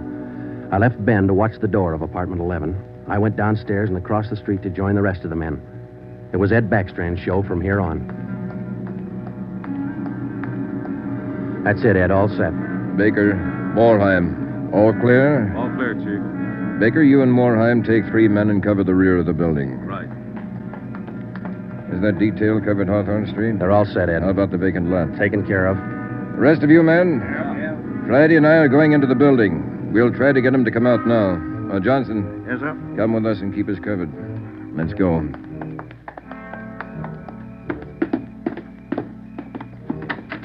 Apartment 11's up at the head of the stairs, Ed. Right. Any action, Romero? Not a thing, Skipper. Keep down, all of you. I'll try to get them out. Gents, Bemis, Sickle, you're all alone. The building's clear. Come on out with your hands behind your head. Come on out, gents, or we'll come in and get you. You hear me? I hear you, Ed. Come on, let's get out to the street. Johnson, cover that door and be careful. Keep down. Right, Chief. Friday, Romero, come with me. We left Sergeant Johnson to watch the door, and we ran out into 16th Street and ducked down behind the police sound truck. The floodlights hit the side of the building. Backstrand grabbed the microphone. Gents, Bemis, Sickle, you've got 30 seconds to come down out of that room. Walk out backwards with your hands behind your head. Stay together. Don't fan out. 30 seconds, gents. They're making it tough, Ed. Romero, lob some tear gas through that window. Right, Skipper. Come on out, Bemis. We're giving you a chance. That's more than you gave that cop in the bar. Come on out. That's Jance, Ed. He isn't coming out. They must have got Johnson because they're in another room. Shoot the gas in there. That's not going to get him out, Ed. Give it time, Flatty. Burn those floodlights in up there. Friday, rake that second floor with the Tommy gun. Let's keep them in one room. Right. Hold your fire, Friday. George, give us a couple of masks. Ben and I are going in. The rest of you men concentrate your fire on those 2 rooms. Pin them down. Here's your mask, Joe. Let's go. Come on.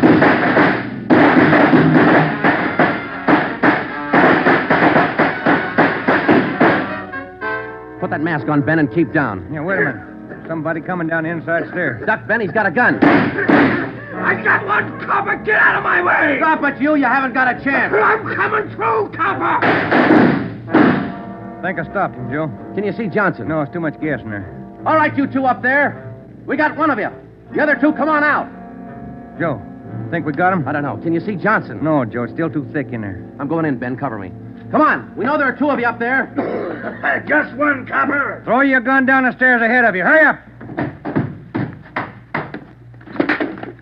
Shotgun, Joe. Jance. I see him. I'll take him at the foot of the stairs. All right, I got my hands up. I found Johnson, Ben. All right, Jance, outside. Come on. Move. Put the handcuffs on him, Ben. I'll cover you. How's Johnson? I don't know.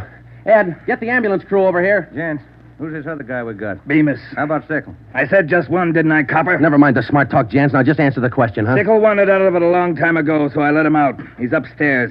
I let him out the back way. Mean you shot him? He wanted out, didn't he? All right. We'll take him in. Johnson's in the ambulance. I'll see you in the office. Yeah. Right, Skipper.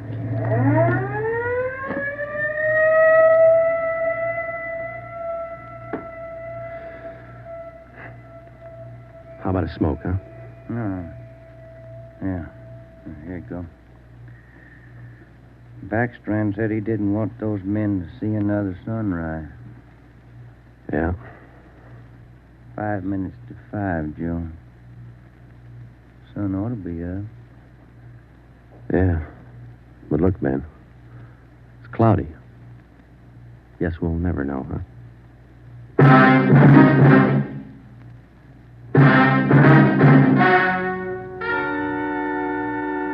The story you have just heard was true. Only the names were changed to protect the innocent. Edgar Red Jans, the sole survivor, was tried and convicted and sentenced to be put to death in the state penitentiary in the manner prescribed by law.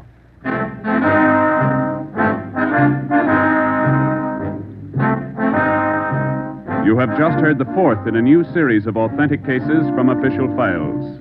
Technical advice for Dragnet comes from the office of C.B. Horrell, Chief of Police, Los Angeles Police Department. Tonight's program is dedicated to radio car patrolman Forrest E. Sawyer of the Denver, Colorado Police Department, who on the evening of March 8, 1937, gave his life so that yours might be more secure.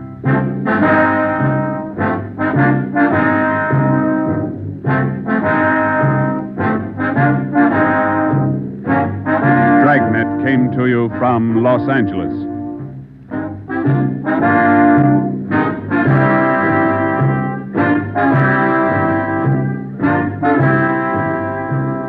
This is NBC, the national broadcasting company.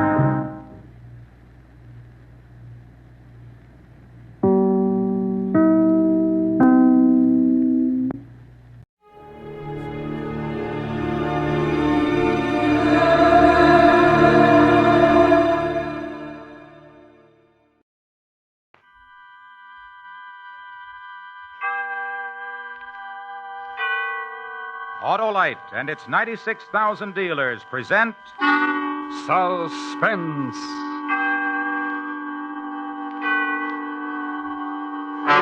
Tonight, Autolite presents transcribed A Murderous Revision, the story about a man who made a recording of a violent death starring Mr. Richard Widmark.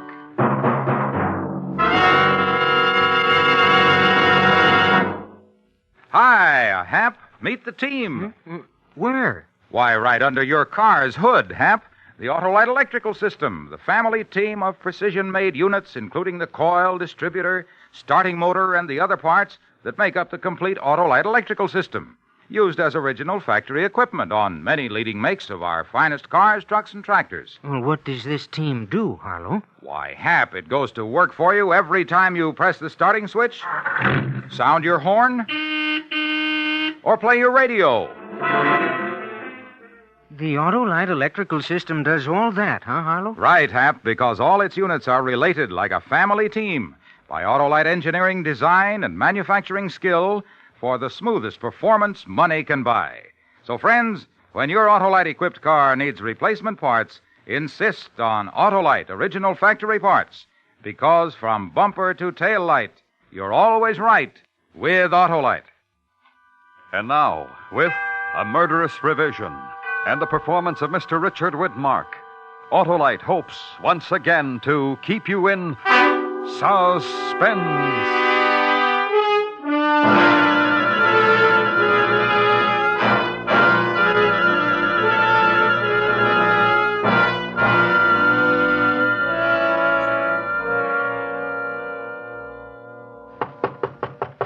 Yeah? What did you want to see me for? Oh, Chris. Come in. Sit down. Did you, get to hear the show Sunday? I don't like to listen to the show. Oh, why not? Because I don't, that's all. You missed a good one. I put some zip in that closing scene. I want you to hear it. Got the playback ready. Now, hand me that record marked Part 2, will you? Thanks. I don't know, Chris. I don't make you come to rehearsals. You don't have to sit in the control room all day. Least you can do is listen to the show at home. Well, listen to this now. George. Honest, I didn't mean it, George. Get this, Chris. Get this. Do you mean to say that you didn't really mean it when you told my brother you didn't love him? You forget, Doris, that I heard you every word while I was hiding behind the Davenport the night my mother was here. George, I beg you, don't do this thing. Put down the gun, George. Now, this is only what you deserve. You tricked me for the last time, Doris. You tricked me for the last time.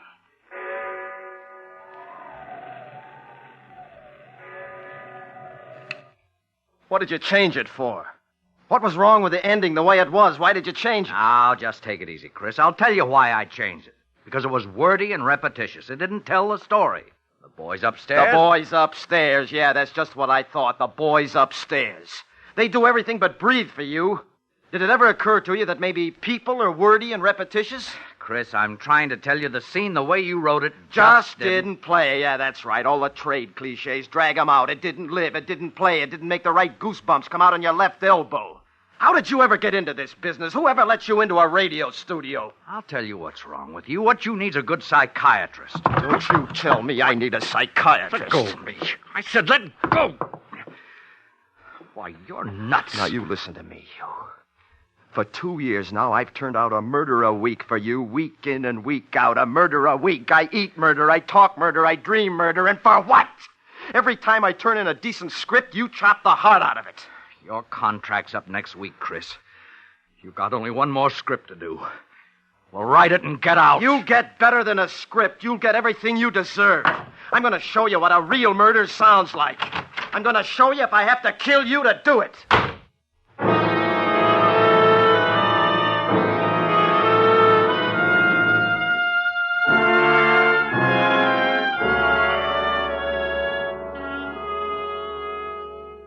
Good evening. This is a recording of an actual murder. The first, as far as I know. Not written, not rehearsed, but well planned. It is respectfully dedicated to Mr. Ken Avery, editor and producer of the radio program Murder, Please. This is my last show, Mr. Avery. I'm delivering it to you in its entirety. Cast, music, everything. The events and persons are absolutely real. It's going to be a great show, Mr. Avery. You'll hear everything but the climax. I'm speaking into a microphone concealed in my desk, concealed with the other recording equipment I've rented for the occasion. The music you hear is coming from a high-fidelity phonograph at my side. This program is produced, edited, directed, narrated, engineered, and plotted by Christopher Turner, whose only claim to immortality is this single half hour. And now, Mr. Avery, the leading characters in order of appearance. The murderer, Christopher Turner. The catalytic agent, your daughter Lois. The victim, yourself. And now, please to begin.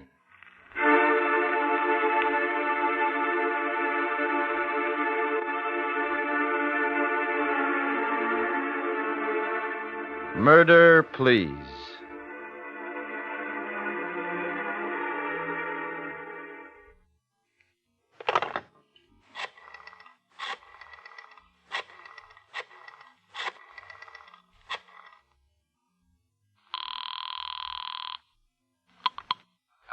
Hello, Ken. This is Chris. Oh, now listen, I hate to bother Chris. you at home, but I wanted to apologize for the way I acted. Could you drop over to my office right away? Sorry, Chris, no go. I put up with your little insanities for 2 years now. Temper tantrums, insults, coming in stewed to the gills. 2 years of that was plenty. I see. You won't change your mind? Not a chance. Maybe you can find somebody more patient than I am. Good luck. Thanks, Ken. Thanks a lot. Lovely opening scene, Mr. Avery. Thank you. You did exactly what I wanted you to do. You just threw away your last chance to save your life. Good work, an excellent performance. Well, if you won't come up to my office by invitation, which I suspected you wouldn't, there's still another way. The telephone book. Listen, Mr. Avery. The sound of the flipping pages. Your daughter's phone number. Here we are.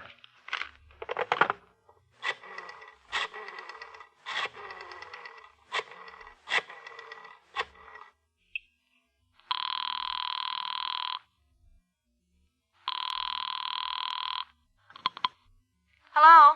Hello, Lois. It's been a long time. Bet you don't even know who this is. I don't recognize the voice. This is Christopher Turner. Oh, sure, Mr. Turner. How are you? Fine, just fine. Well, how do you like living alone? It's all right, I guess. Rather be living with the folks? No. It's kind of independent this way. Yeah. How's the writing coming? Not so good, Mr. Turner. I've written 5 scripts so far, and every one of them has been rejected. I don't know what's the matter. Well, the reason I called was your dad and I had a talk this afternoon about you. He thought maybe I could pass on a few tips. Oh, I wouldn't want to bother you. Oh, now, this isn't an obligation on my part, Lois. I like to help young people. Say, what are you doing this evening? Well... You see, here's the point, Lois. This is the only free night I'll have this week. Things are sort of piling up. And maybe you're doing some little thing with your writing that I could straighten out in an evening. Well, all right, Mr. Turner. Good. You know where my office is? I don't think so. It's right across from the broadcasting studios, the Brown Building, room 208. I'll be right over. Fine. And bring your scripts with you, huh? I will. I certainly appreciate this. Not at all. Bye. Bye.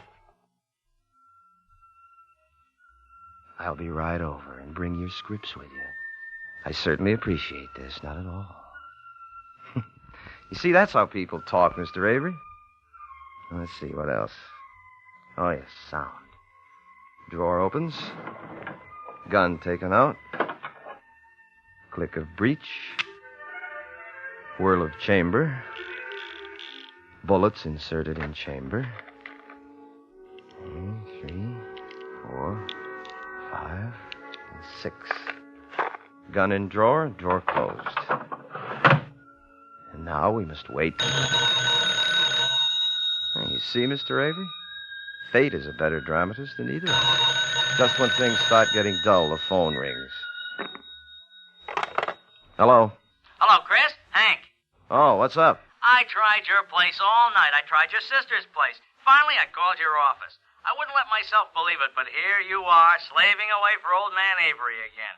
Say, when are you going to tell him to go take a flying leap? I did that just today. No kidding? Yes. Well, congratulations. From here on in, nothing but bigger and better things. Yeah. Say, there's a rip-roaring poker game going on over here. Just room for one more sucker. What do you say? No, I can't tonight. I'm doing my last show. Oh, forget it for one night, why don't you? Live a little. Thanks, Hank, but I can't. I'm coming over and get you away from that typewriter if I have to use force. No, I can't, Hank. The show's Sunday. Look, I got a script due tomorrow. You don't see me knocking myself out. Let 'em wait. Listen, Hank, you can't come over here. Don't you get it? Oh, I'm sorry, Chris, honest. If I'd suspected. Sure thing. Well, take it easy. Call me for lunch or something. You bet. Sorry, boy. Bye. Bye. Whew, that was close. Good scene, though.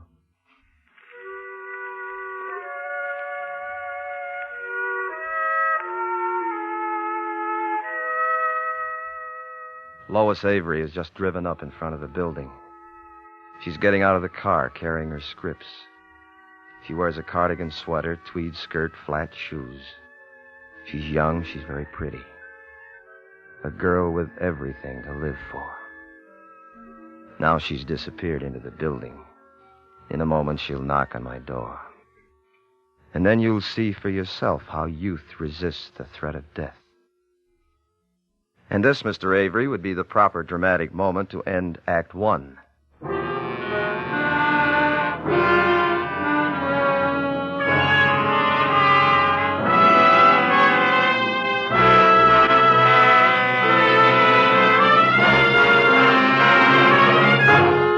Autolite is bringing you Mr. Richard Widmark in A Murderous Revision, tonight's production in radio's outstanding theater of thrills, Suspense.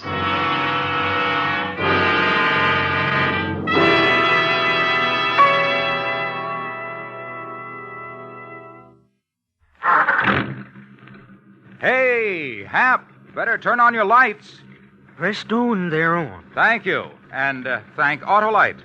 Why, Harlow? Because in your Autolite-equipped car, the lights, as well as the power for your radio and power to crank your motor, are all provided by the Autolite electrical system. It has to be good, huh, Harlow? You bet, Hap. And that's why complete Autolite electrical systems are used as original factory equipment on many leading makes of our finest cars, trucks, and tractors. And that's good enough for me, Harlow. You bet it's good, Hap.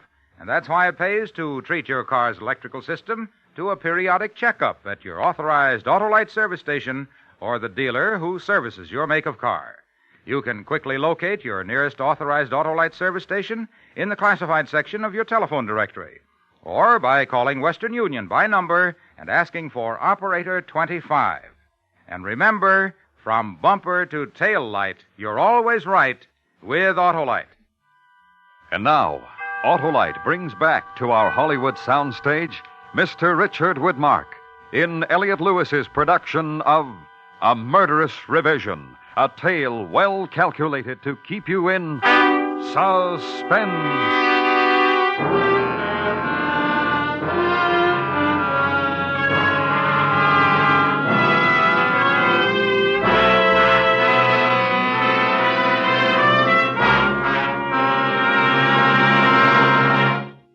Act Two. This is Christopher Turner once again, Mr. Avery, bringing you by transcription the first recording of an actual murder ever made specifically for broadcast. The setting, my office. The music, recorded. The time, night. The victim, yourself. Your daughter has just entered the building. And so concludes the usual resume with which we begin the second act of every Murder Please program. I hear her footsteps in the hall. Your cue, Lois. Sound, knock on door. Come in. Hi, Lois. Come on in. Thanks. I brought the scripts with me. Wonderful, wonderful. Sit down. I hope I'm not putting you out.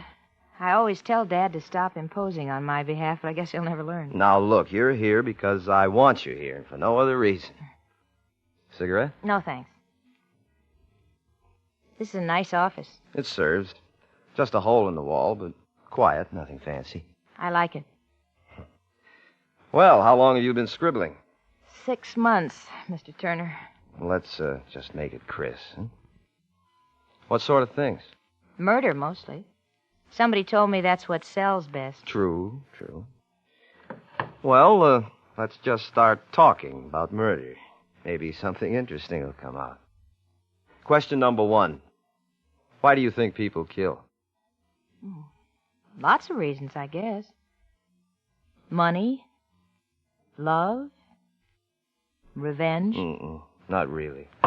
Only for survival. They kill for money only when money means life, their idea of life.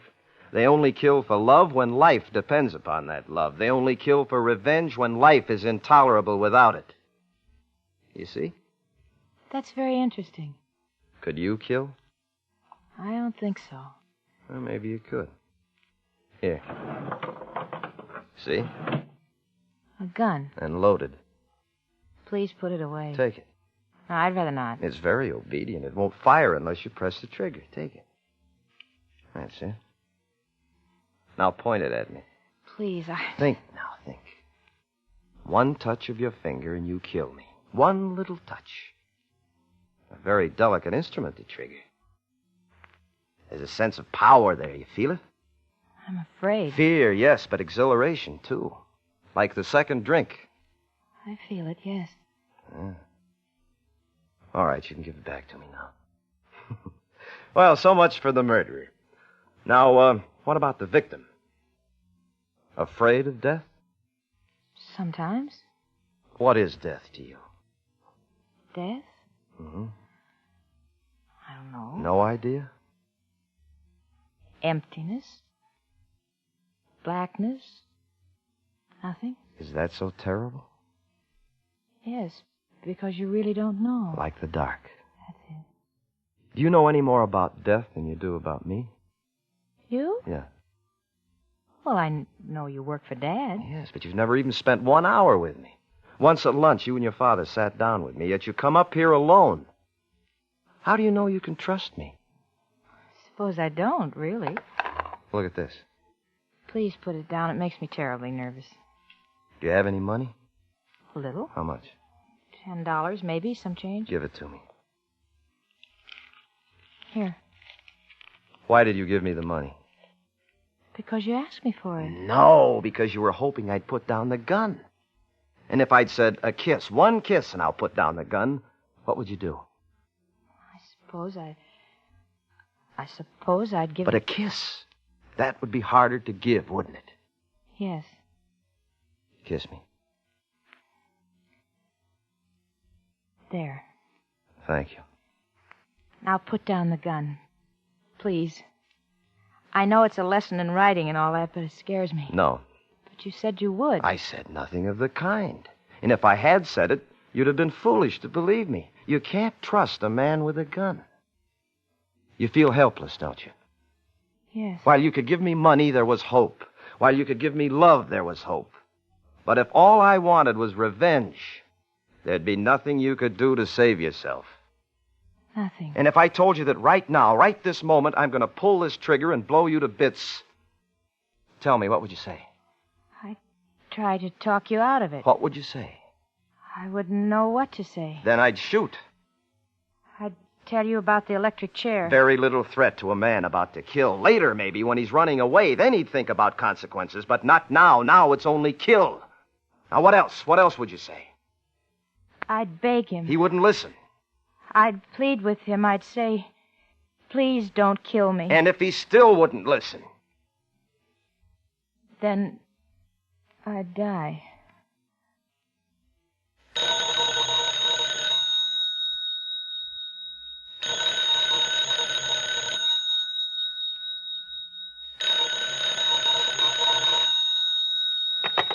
Hello. Bet you don't know who this is. I can't place the voice. Try.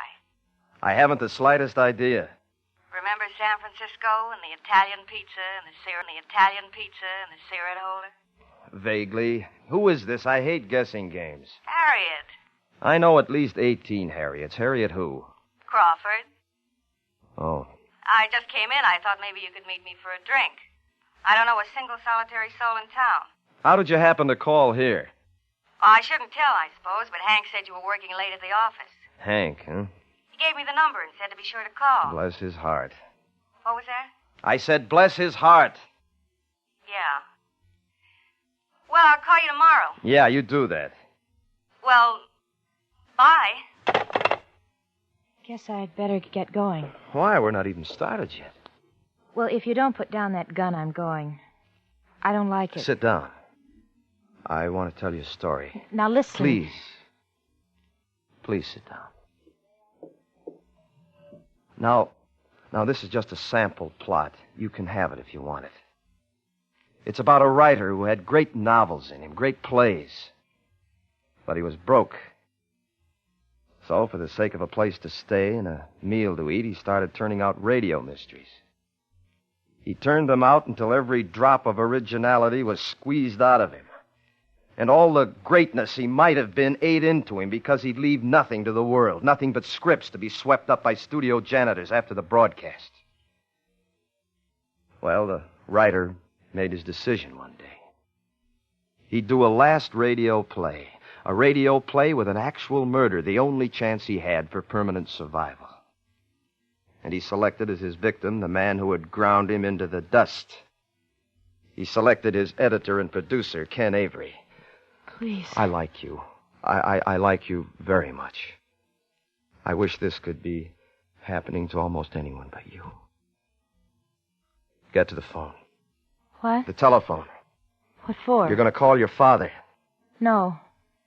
No, I won't do it. You'll call your father and you'll tell him to come up to my office. Now, pick up the receiver. No, wait. I'll do it.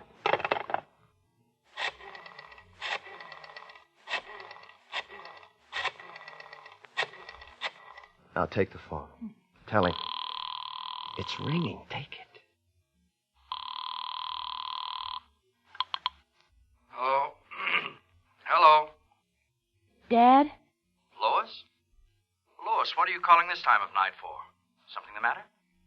No, nothing. You want him to take you home. You don't feel well. Lois, something's the matter. Where are you? You home? No, I'm at Mr. Turner's. Turner's? His apartment? His office. I don't feel very well. Come and take me home. Come and take me home. I don't feel well. Here, give me the phone. Hello, Ken. Yes, Chris? Yeah, Lois came up tonight to discuss some scripts she wrote, but she doesn't feel very well. You'd better come and get her. I'll be right over. Sit down. We haven't got very long to wait.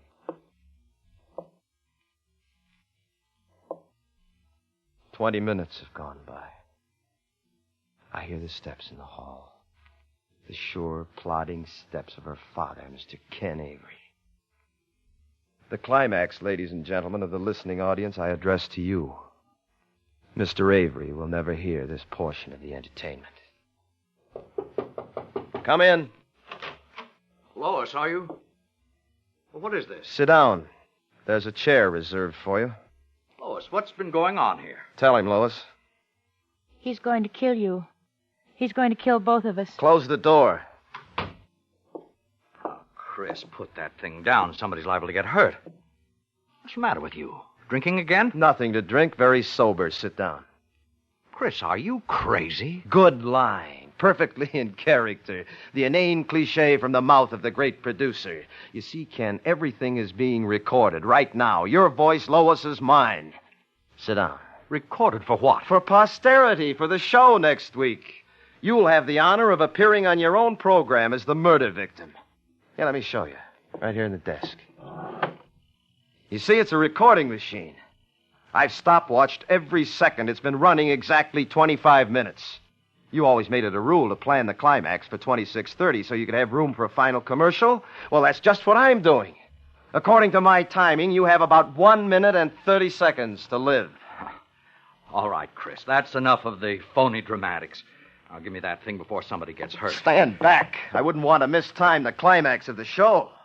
This won't make a show. You won't have much editorial power, Mr. Avery, after a few seconds.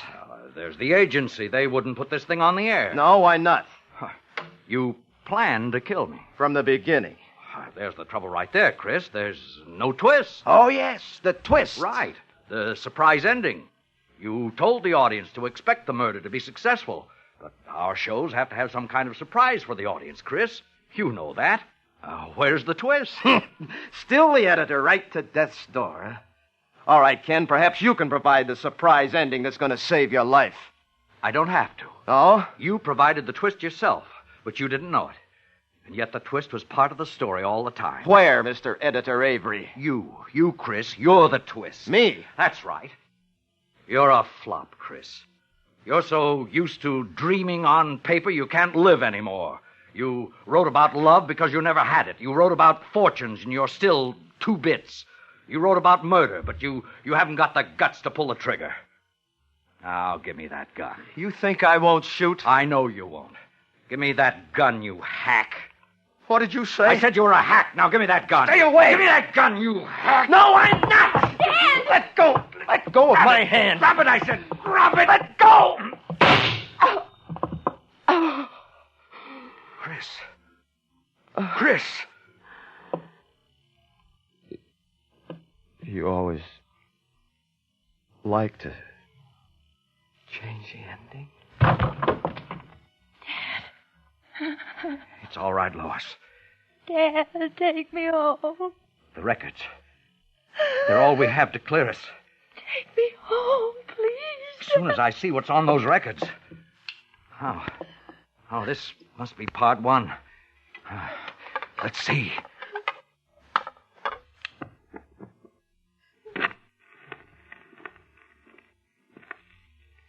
Good evening. This is a recording of an actual murder. The first, as far as I know. Not written, not rehearsed.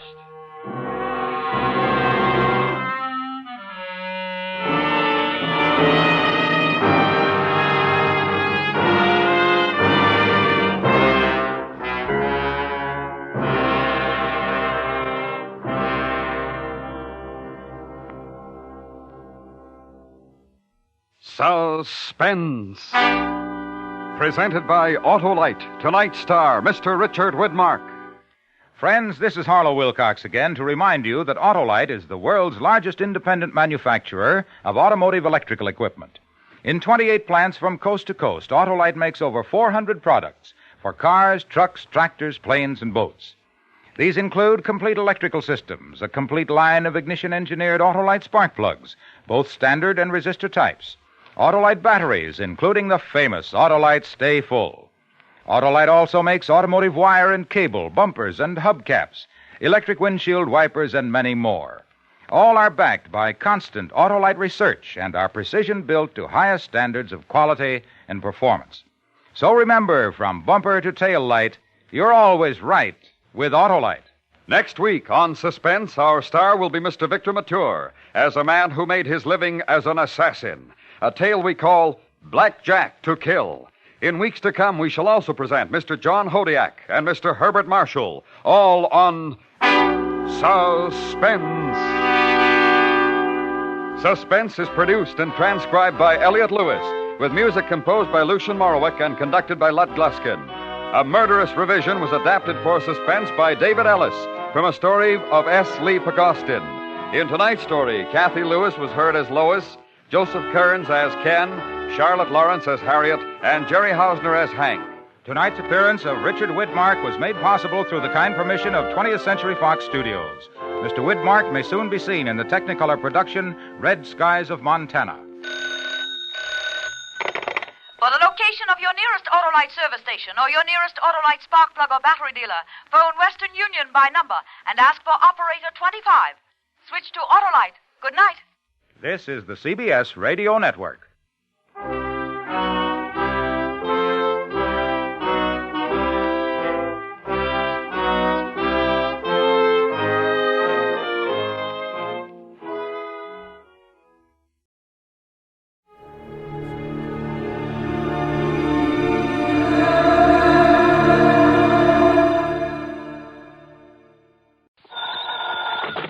Johnny Dollar. This is Harry McQueen, Johnny, up here in Gloucester, Mass. McQueen? That's right, 4 State Mutual. Oh, sure, Harry. How are you? What's on your mind? Johnny, I have a real funny one for you. Okay, so I'm laughing. Oh, I mean funny peculiar, you know. Do I? Why don't you tell me about him? We'll see. Well, it appears that somebody's threatening the life of one of our clients. You call that funny? I told you, John. Yeah, you told me. What's the name of this client? Amos R. Weatherby, an old retired sea captain. Lives in a little town of Annisquam up on Cape Ann. How much insurance does he carry? 50,000 straight life. And who's the beneficiary? His pretty young niece, Thelma Jane Weatherby. Oh? She lives with him, sort of takes care of him. But she just can't wait for him to die a natural death. Hmm? No, wrong, John. She's the one who called me about it a few minutes ago. Asked that you be sent up there. Well, now, Harry, you know as well as I do that if she's smart... And she is. And if she has got any intentions, the best way to keep suspicion from herself. Wrong again, Johnny. I'm sure of it. Yeah. Just wait till you see and talk to her. Well? Young, did you say? In her late 20s. And pretty? Very. The most gorgeous girl I think I've ever seen. Okay, then, Harry, give me the address and telephone her that I'm on my way.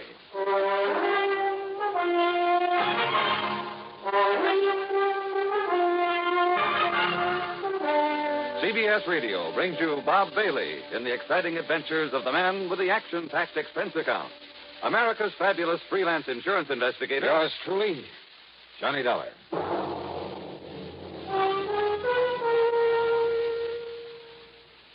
Now, Act One of yours truly, Johnny Dollar.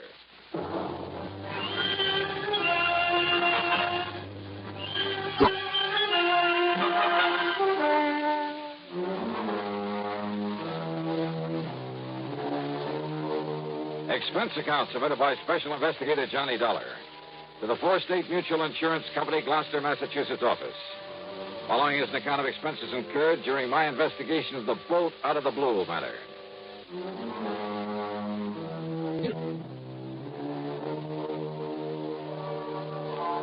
Knowing the Cape Ann country pretty well, I decided to use my own car on this one. So, expense account item 1, $14.70, mileage at the rate of 10 cents a mile, and a bargain for the company at half the price.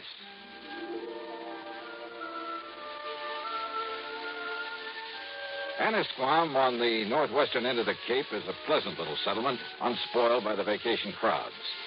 A kind of quiet summer haven for writers, poets, and painters, with a few large and very old homes. The address that Harry McQueen gave me turned out to be one of them. Set on a high, sandy knoll, it was a big frame house with hip roof, shingled turrets, and cupolas, half a dozen gables and dormer windows, all of it dripping with gingerbread and covered with Boston ivy. It looked out over the sparkling blue waters of Annisquam Bay. On one corner was a big tower with a platform on top surrounded by a heavy, well-polished brass railing. A flagpole carried not only the national ensign, but a couple of signal flags on separate lines below a sort of yardarm, I guess you'd call it. Another shorter pole supported a weather vane and one of those revolving things to measure wind velocity. The whole place, in spite of its weather-beaten age, was in good condition. It was what the owner, according to Harry's description of them, would probably call shipshape. All very interesting and colorful. What interested me most, though, was the vision that greeted me at the front door. And I mean vision. Yes? Oh, you must be Johnny Dollar. Any description of Thelma Jean Weatherby could only end up in the Department of Understatement. She was tall, well-tanned, and beautiful. A sort of honey blonde with clear, exciting blue eyes. The sort of figure that you dream about. She was wearing a well-cut pair of blue silk capris. Johnny? And a blouse of lighter blue chiffon. The freshening breeze caught a wisp of her hair and gently flicked it across that beautiful face in a sort of caress. I caught the faint scent of Arpege. Johnny, what's the matter with you? You are Johnny Dollar, aren't you? What? Oh, yeah, sure. I'm sorry, Miss Weatherby. Miss Weatherby? Thelma? Thelma Jean. But come in, Johnny. Yeah, sure. The captain has just gone up to the bridge to look for the weather so we can talk safely. The captain? My uncle, Captain Amos Weatherby. Oh, boy. And the bridge is on that tower on the corner of the house. I see. He spends most of his time up there. It was about Captain Amos that I called the insurance company. So McQueen told me. Sit down, Johnny. And would you like a nice cool drink or something after your long drive? Well, I take it you'd like to tell me what this is all about while the captain isn't here, so why don't we save the amenities for later, huh? All right. I can tell you all about it in 2 minutes. All right. I was engaged to a fellow. That I can believe. His name was Roger Burton. Until a couple of weeks ago when the captain, who didn't like Roger from the start, well, he found out some rather unsavory things about him. Like what, Thelma Jean? Roger never told me, Johnny, but he'd been married. Twice, as a matter of fact. And both of his wives died under very funny circumstances. I see. Also, they both had considerable money, which I will if anything ever happens to Captain Amos. So I understand. His insurance. So I not only broke off with him, but Captain Amos literally threw him out of the house. And believe me, in spite of his age, he could do it. And now? Well, before he left, Roger told Captain Amos he'd get even with him.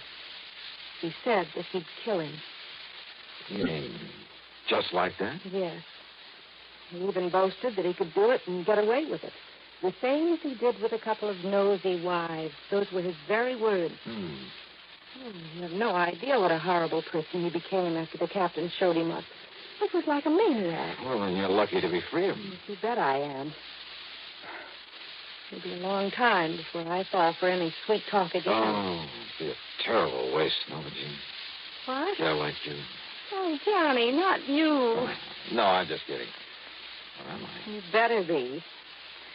And yet, if all the stories I've heard about I you don't are believe true. one of them.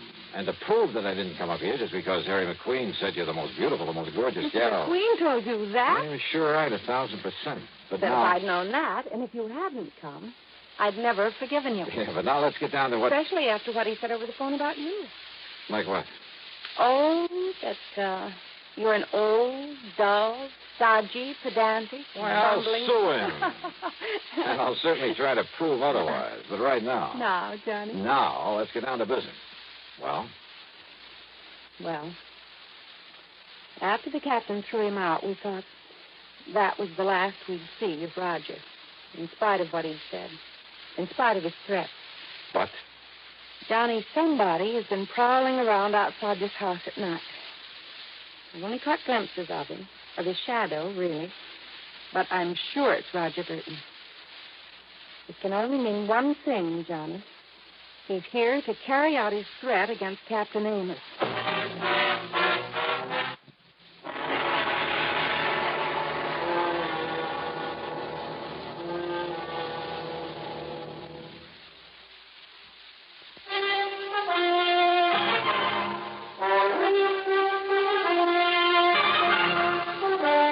You're sure it's Roger Burton you've seen prowling around the place? Yes, Johnny, and only at night. And he's supposed to have left Anna's farm to have gone out west or something. Now, don't you see what that means? That he's going to carry out his threat to kill Captain Amos. And he's got to stop him somehow. If you're right about all this. Oh, if only you knew what a terrible person he is. And yet you were engaged to be married to him. That was before the captain showed him up for what he really is, a wife killer. Well, you admit yourself it's never been pinned on him. Because he's clever. That's why he boasted that he could kill my uncle and get away with it. And now that I've seen him here... Johnny? He hasn't made his presence around here known to anyone else, Thelma Jean? I'm sure he doesn't know that I've seen him. But now Well, listen, just what has he done? all I know is that I've seen him, or his shadow, poking around outside in the yard between here and the cell. Then last The cell? night... What's that? Look, you can see it from this window. There. That concrete building, whatever it is, at the edge of the property? It used to be a kind of jail back in the days of the sailing ships.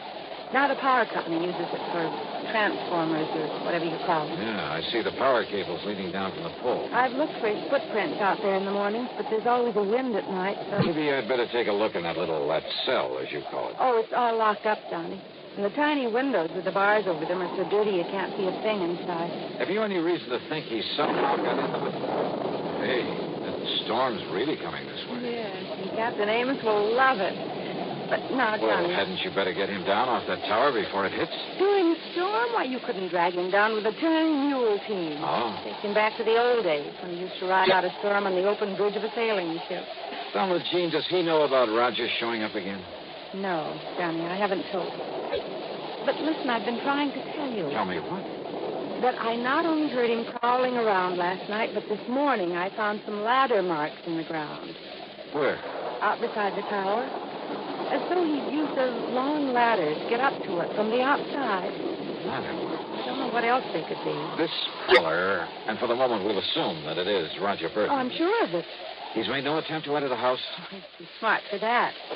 And don't forget, Johnny, he doesn't know that I've seen him around again. Well, before this storm really breaks, Thomasine, I'm going to take a look at that transformer building out there and see if... And you better hurry, Johnny, before... McGee! Yeah, Captain? Where are you? In here. Where in tarnation did you put my sou'wester? It's up in the cabin, just below the bridge where it always is. I told you a storm was making up. It's going to be a big one. Now you got to get me back on the bridge. Well, now who's this, McGee? Captain, this is Johnny Dollar. Dollar, huh? Hiya, Captain Amos. Another crooked landlubber come here to trouble you? Oh, no, Captain. Johnny's just an old friend who dropped in. Yeah? With the storm coming up, Big one, I tell you. Been in all the papers. But me, I told you it was on the way 5-6 days ago. The way the barometer on the bridge has been behaving. Yes, I know. So I've asked Johnny to stay for the night. Oh? Well, whatever me little girl wants, Selma Jean, you know that. But, Johnny? Yes, sir? You do anything to hurt me little girl, and by Jupiter, I'll kill her you. Don't worry, Captain. All right. Sou'westers in the cabin up there? Aye, sir. Then I'll see you below here when the storm's over. I'll bring your dinner up to you. When I'm riding on the salt, don't be silly, woman. Aye, sir. Johnny, if you're going out to look at that cell... First, I want you to show me where you found the ladder marks, okay? Aye, sir.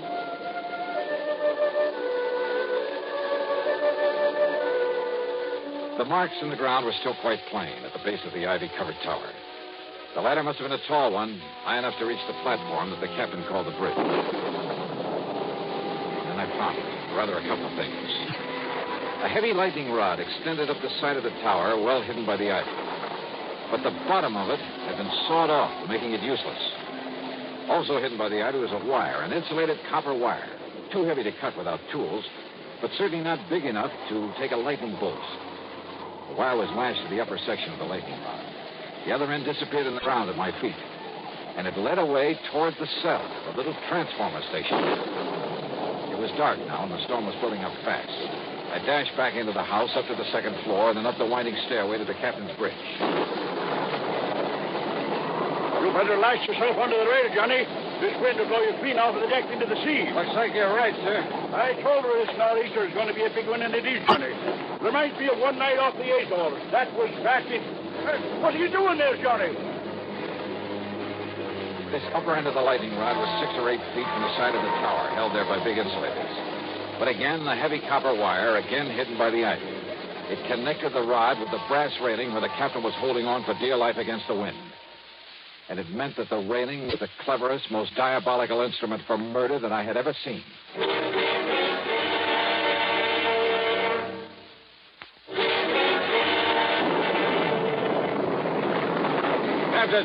Captain Amos. Listen to her blow, Johnny. Listen, we've got to go below. Below, and Mr. Storm like this? Not hard, it'll thunder like this stereo. Listen to me. Keep away from that rail. Let go of this rail, it'll blow us into the sea. I tell you, get away from that Keep rail. your hands off me, you blubbering young... Sorry. I dragged him off his so-called bridge and down into the little room below. Then hoisted him onto my shoulder and started down the circular stairway. What is it? What happened to him? I'm afraid I had to knock him out. What? To get him off that platform up there. No, Johnny, you shouldn't have. He'll never forgive you for... For what? For preventing him from getting electrocuted? Oh. Better give him some brandy or something. Oh, Johnny, don't you understand? Didn't you see the lightning rod up there? You bet I did. Right next to the platform. And while you're at it, you can bring a slug of that for me. Oh. Don't you understand? Lightning wouldn't hit a rod like that, not once in 100 years. In 100 years, Johnny, here. Thanks. What it does is clear the air of static electricity all around the place. So the lightning won't strike nearby. Yeah, that's what you And don't you see what you've done to him? I'll never forgive you for this. Here, darling. Now listen, Thelma Jean. Oh, Johnny, you've hurt him. Well, I'm sorry, but now listen. You're going to be a lot more sorry. Thelma Jean. There's nothing you can say, Listen Johnny. to me. You keep him here. Keep him away from the bridge until I get back here. Come back here, Johnny. Just keep him there. Outside, with the aid of occasional flashes of lightning, I found my way to the concrete transformer house. There, I found out how Roger Burton, in spite of the heavy padlock on the door, had got into it. By the simple device of pulling the pins out of the hinges. And who was sitting there waiting for me with a .38 in his hand? Close the door, mister. And back up against it. Go ahead. You don't give me much choice, do you? I can only tell you that if you make one move towards me, I'll pull this trigger. Your body won't be found until the annual inspection of this little transformer station. That'll be 4 months from now, and I'll be a long way away from here. I see. I'll probably have to kill you anyway, mister. After I get rid of that meddling old man up in the tower the old fool calls the bridge. Up on the tower, Burton? Yeah, I saw you drag him away from there through this window. Just before a good flash of lightning that could have been my cover-up. But don't worry. He'll be back.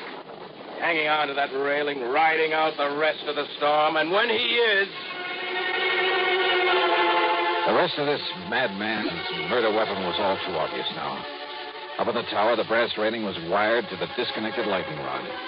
On the lower end was the copper wire I discovered. And this end of the wire here in the blockhouse was connected to a 22,000-volt transformer. You see how it works, mister? He goes back up there and grabs hold of the rail. I throw the switch. And the power in this line will not only kill him, but melt away the copper wire. Destroy the evidence. Only nobody will look for evidence. Because they'll all think a bolt of lightning killed him. All right, Burton, listen to me. No.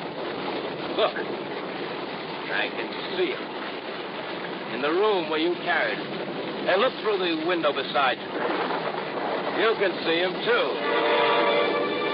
I can see him all right. Starting back up the circular stairway, back up to the bridge. You think that Thelma Jean can stop him? Never!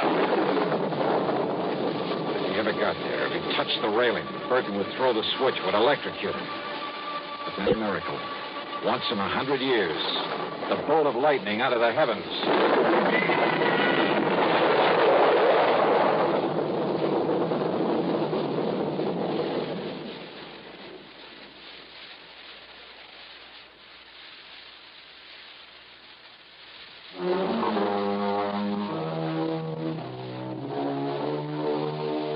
Yeah. The bolt of lightning had struck the rod high up on the tower, had streaked down the wire into the blockhouse, had fairly exploded inside of it. The force had blown me out through the door, and it was a couple of hours later inside the house before I was able to move.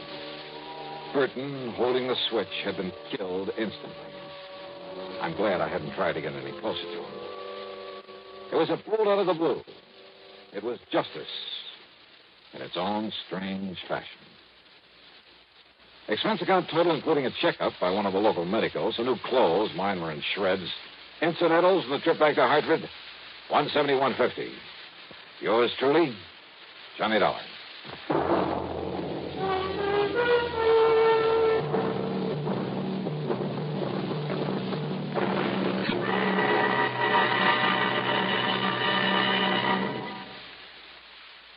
Star, to tell you about next week's story. Next week, a vicious racket that a lot of respectable people fall for, that you ought to know about. Join us, won't you? Yours truly, Johnny Dollar.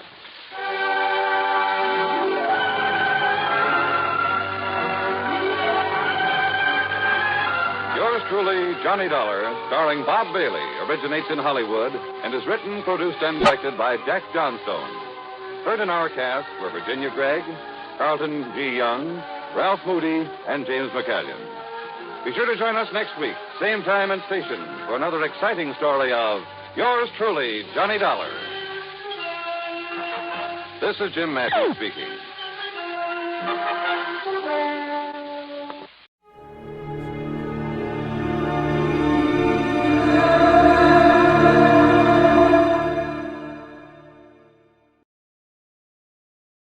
From Hollywood, it's time now for John Lund as Johnny Dollar. This is Orrin Vance. Sent me up to Osning 7 years ago, remember? Orrin Vance. Oh, the Zeman case? Now you got it. You know, Della, I thought a lot about coming out and killing you. Instead, I'm going to do you a favor. What's on your mind, Vance? I did all my time, and people don't like to hire ex-cons. I think maybe you and I can work out something. I haven't got any jobs, Vance. Not asking for a job. It sounds like double talk to me. I don't think you... Don't you give me any routine, Del. I've heard them all. You can help me and make yourself some money. It's legitimate. What do you say? I don't know what it's all about. Suppose I come over and tell you. Okay. I'll be waiting for you.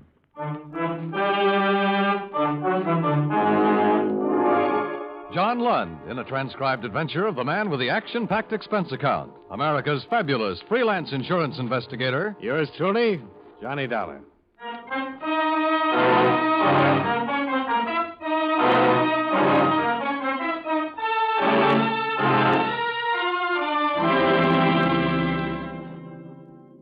Expense account submitted by Special Investigator Johnny Dollar to All States Insurance Company, Wilmington, Delaware.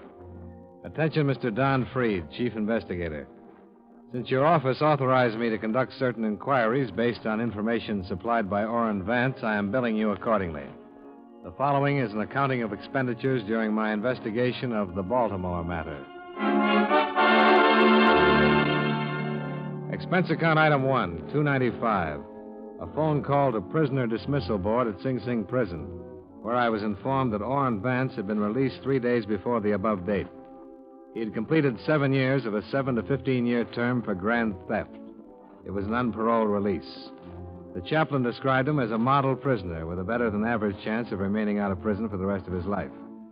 For that reason, I was willing to listen to his story when he showed up an hour later. Hello, Dollar. You haven't changed a bit. Come on in, Vance. Yeah, sure. Thanks. Ah, nice place you get. I like it. Sit down. Tell me what's on your mind. Dollar, look. Don't treat me like a con, even if I am one, huh? I'll sit down. I'll have a smoke with you. I'll talk with you. Forget the other part for a while, will you, please? Okay. Have one? Thanks.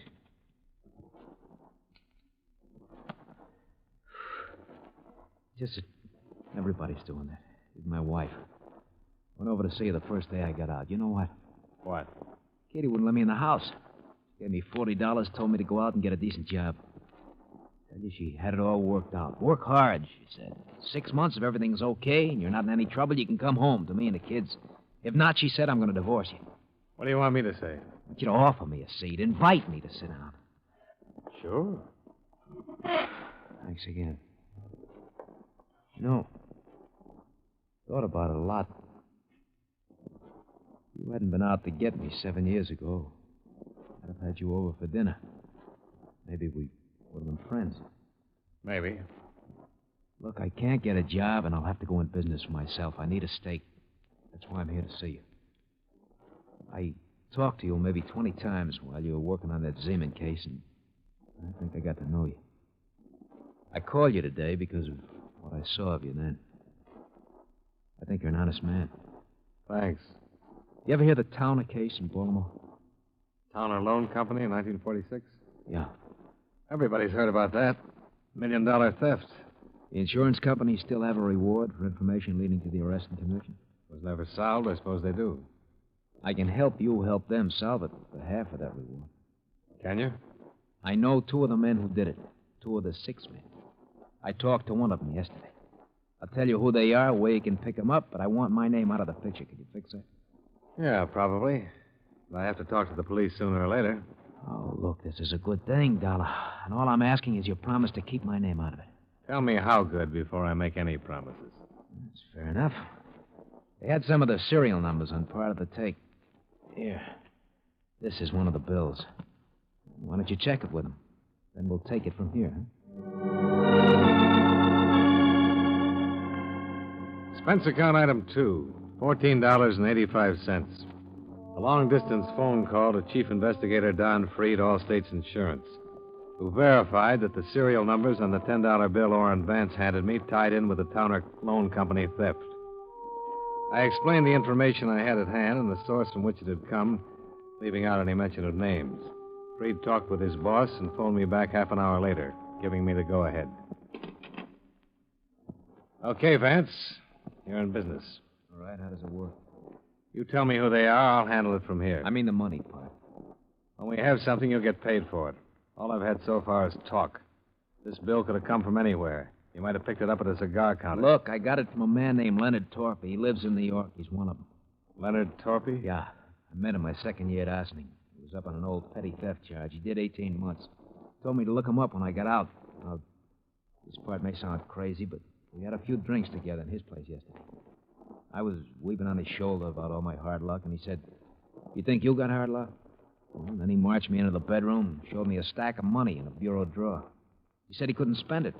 He gave me one of the bills. Well, must have been pretty drunk out. Yeah, it was. I got to thinking about it. I checked the bill, found out it was in the town of me. I looked up the story on it. Torpy fits the description of one of the hold-up men right down the line. Now, we'll see. You say you know two of them. Who's the other one? Harold King. Lives in Reno, Nevada now. Runs a filling station there. He used to come see Torpy on visiting days. I saw him several times. What makes you think he had a part in the Towner thing? Just from what Torpy said while he was drunk and the general description of the other hold-up men in the story. See, while Torpy was drunk, he mentioned his old partner, Harry King. Told me where he was living and so forth. Did he say anything about the hold-up? No. I told you I found that part for myself. But King is the other man, I'm sure of it. King have a record? I don't know anything about him. Okay. Where'll you be? California. 2 days be long enough? Oh, I should know something by then. Remember, my name's out of it. The police or anybody else. Sure. You afraid? Yeah. I'm a stool pigeon. Well, haven't you noticed? I'd noticed, and it worried me. So I followed him when he left my place. I was buying a package of cigarettes at the corner drugstore while he boarded the streetcar for downtown. I tagged along in a taxi to the main business section, watched him get off, and head for the bus terminal. I bought another package of cigarettes while he bought a one-way ticket to New York. In the half hour before departure time, I telephoned a private detective friend of mine, Pete Florian. He appeared at the bus terminal 15 minutes later. What's the rumble, Johnny? That man over there in the gray overcoat. His name's Orrin Vance. Uh-huh. He's on his way to New York right now. Maybe you better tag along, see that nobody kills him. Oh? If what he told me is true, somebody might try to do just that. Stay close till he's settled somewhere. I see. I haven't got any more to tell you, Pete, because I'm just starting to look into it.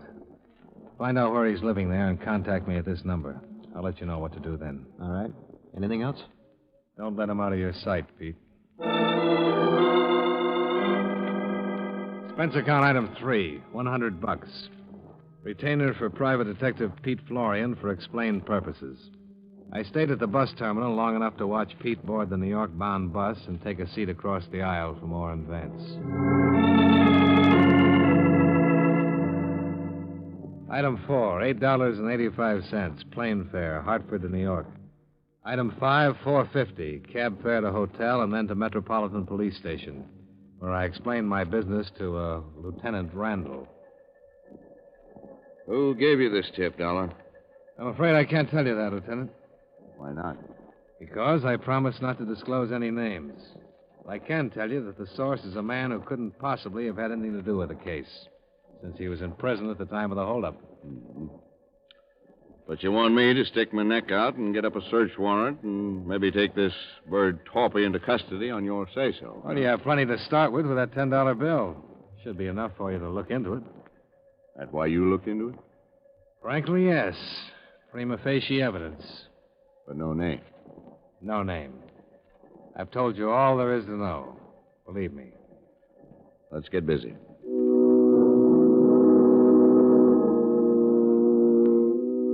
The mug folder on Leonard Torpy showed a balding 40-year-old man with a long record of theft and burglary. There was no record for a Harold King, although he was listed as an associate of Torpy's. Lieutenant Randall wired Reno authorities requesting they locate King and hold him for possible questioning. Once these preliminaries were accomplished, Randall and I went out to the address Orrin Vance had given me. But this turned up a blank. The landlady informed us that Mr. Torpy had lived there, but had checked out the preceding morning. No forwarding address. The good lieutenant and I parted company outside the apartment house, and I walked back to my hotel. I was going to change clothes and grab some dinner, but the clerk waved me over to the house phone. A call had just come in. Johnny Dollar. Hi, Pete Florian, Johnny. How'd it go? When your boy got in town, I trailed him to a place on 155th Street. He's got a room with a view. He's up there now. Alone? Think so? Any visitors? No. Light went out about an hour ago. Might be sleeping. What's the number? 680. His room's in the back, first floor, number 10. Where are you? Drugstore right across the street. Expense account item 6, 160. Cab fare to the drugstore where Pete Florian was keeping a watchful eye on my nervous informer, Orrin Vance. I found the drugstore, but Pete was nowhere in sight. The girl behind the soda fountain recognized him by my description and said he'd stepped out a few minutes before. I glanced up and down the block and then spotted him standing just outside the shadow of a streetlight across the street. I walked over. Hi, Johnny. That's the room back there. Lights on? He's got a couple of visitors in there with him. Showed up about 5 minutes ago. Car? Taxi. What they look like? One's thin, medium-sized, dark suit. The other's stocky, dark suit, too. Both in their early 40s. Chauffeur wears glasses. Didn't make either one. Yeah. This one of them? Let me see. Yeah, he's in there. What's his name? Leonard Torpy. We better go in. Okay.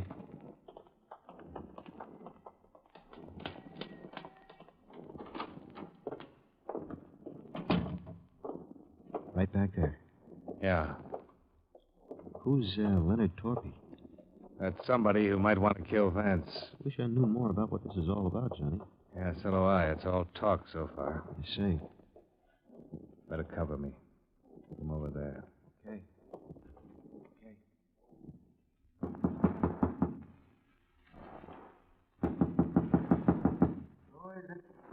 Mr. Vance? Orrin Vance? You must have the wrong number, buddy. Nobody by that name lives here.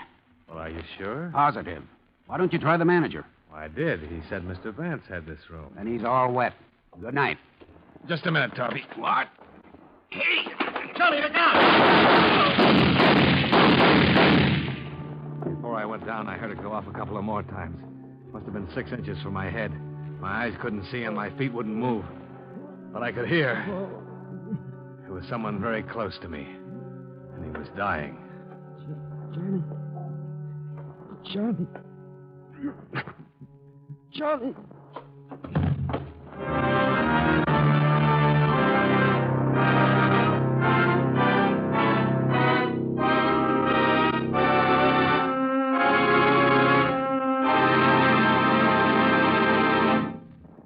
We'll return to yours truly, Johnny Dollar, in just a moment. Sign up. Enroll now. Join the 7 million strong who buy United States defense bonds through the payroll savings plan where they work. The bonds you buy help keep America strong. And now, Series E bonds earn more. They give you a quicker return on your investment. Through the payroll savings plan, you'll save the sure way before you spend. So sign up. Invest more in United States defense bonds.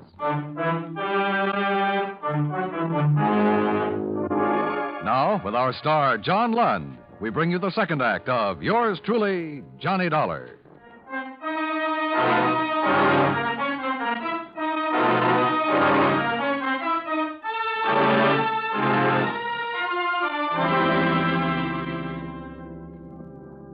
I won't talk about my operation. But I had one at the police emergency hospital. As a matter of fact, I had 2. They prodded a .38 slug out of my neck and another one out of my shoulder.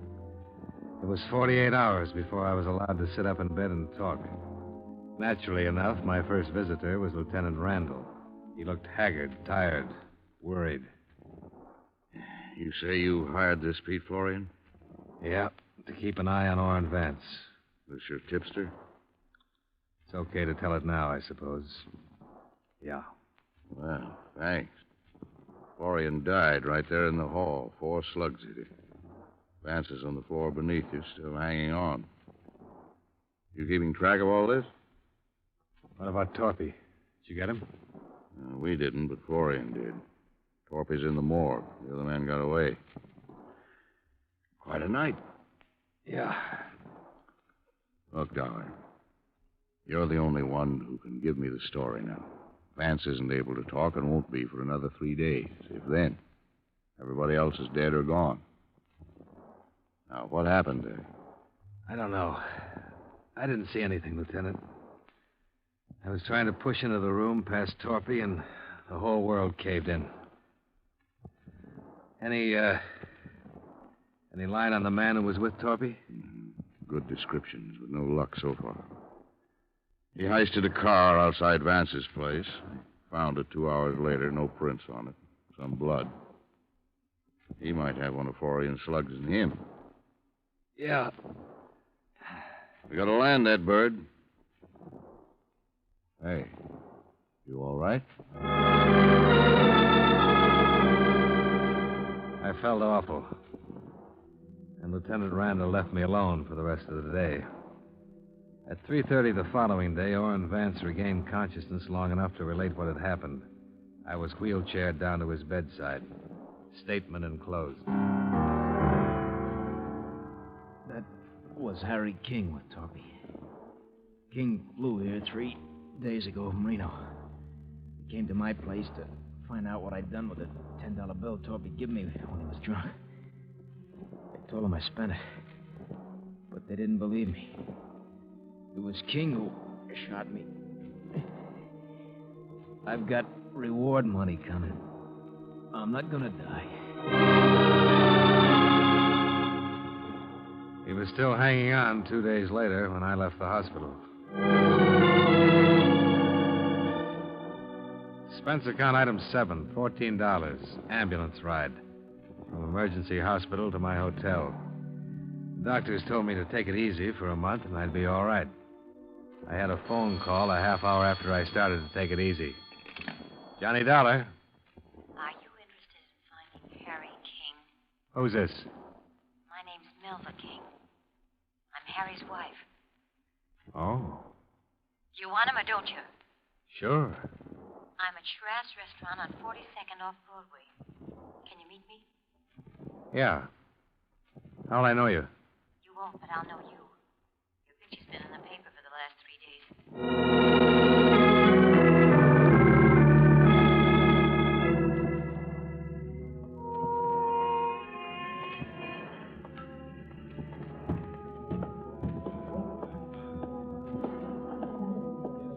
Hello, Mr. Dollar. Mrs. King? Yes. Hey, you look pretty weak. I feel that way. Maybe we better sit down. The small, pretty brunette woman in the nice clothes looked like anything but the wife of a bank bandit and murderer. She looked more like a housewife on a shopping tour or a schoolteacher on a New York vacation. I listened while she cleared up some questions I had in mind. There's a reward posted, isn't there, for that holdup in Baltimore? $10,000, yeah. Will I get it if I turn Harry over to the police? Sure. How much? Half? Oh, that isn't much for giving up your husband. They'll get him sooner or later, Mrs. King. The other half's spoken for. Oh, this Vance man? Yes. Wait, I'm just trying to figure. What about you? I'll pass it up. $5,000 for Harry. Providing he was tied in with the Baltimore holdup. That's what the insurance company's interested in. He was in it all right. I want to get something else straight. What happens to me? What do you mean? I'm his wife. I only had a part in that holdup for the last 6 months. I haven't said anything. Does that make me a party to it or something? Well, you could have informed, but you couldn't have testified, being his wife. If I'm arraigned, I don't want to spend all the money hiring lawyers to keep me out of jail. My company will cover that. Where's Harry? Oh, not yet. What now? I better get something in writing from you. Something that says your insurance company will pay me the reward and give me help if I get in any trouble. All right, I'll talk to him. This time I'm thinking of the future. I'm going to have one once this is over. I hope so, Mrs. King. I know so, Mr. Dollar. Mrs. King. I know so, Mr. Dollar. Did Harry have money he couldn't spend, too? $45,000. Where is it? I can give you that when I give you Harry. Well, you thought of everything. I tried to. Harry and that Torpy man were fools. All they ever got out of it was the marked bills. Worthless money. You don't happen to know who the other 4 men were, do you? No. I suppose that's what you'll ask Harry when you get him. That's the idea. Poor Harry. How long will it take you to get things arranged? Not more than an hour. I can do it by phone. I'll call you. Okay.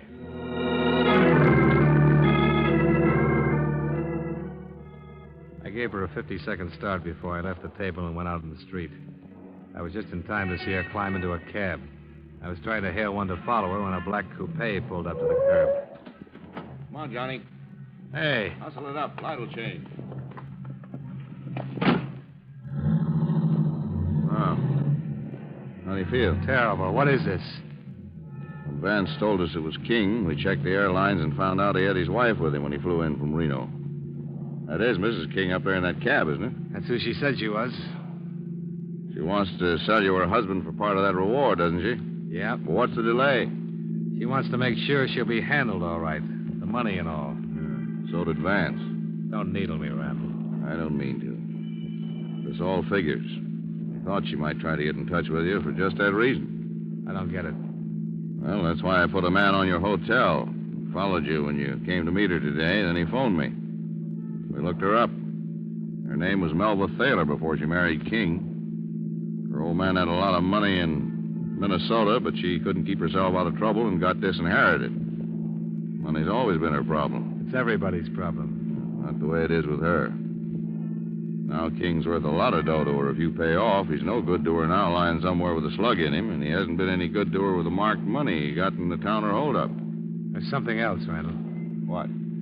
She's stalling me, I think. She said she didn't know who they were. But if she was lying and she does know who the others were in that Towner holdup, King would be worth even more money. They'd want him dead instead of with the police talking his head off. That's right.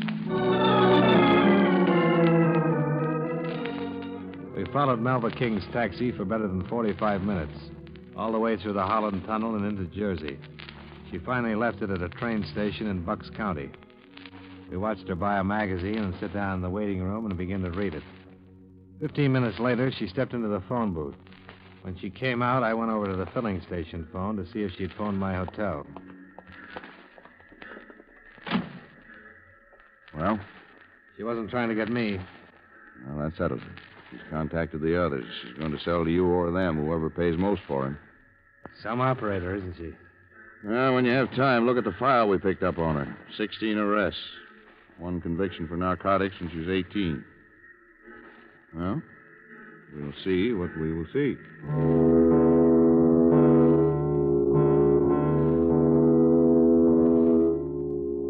Didn't take long.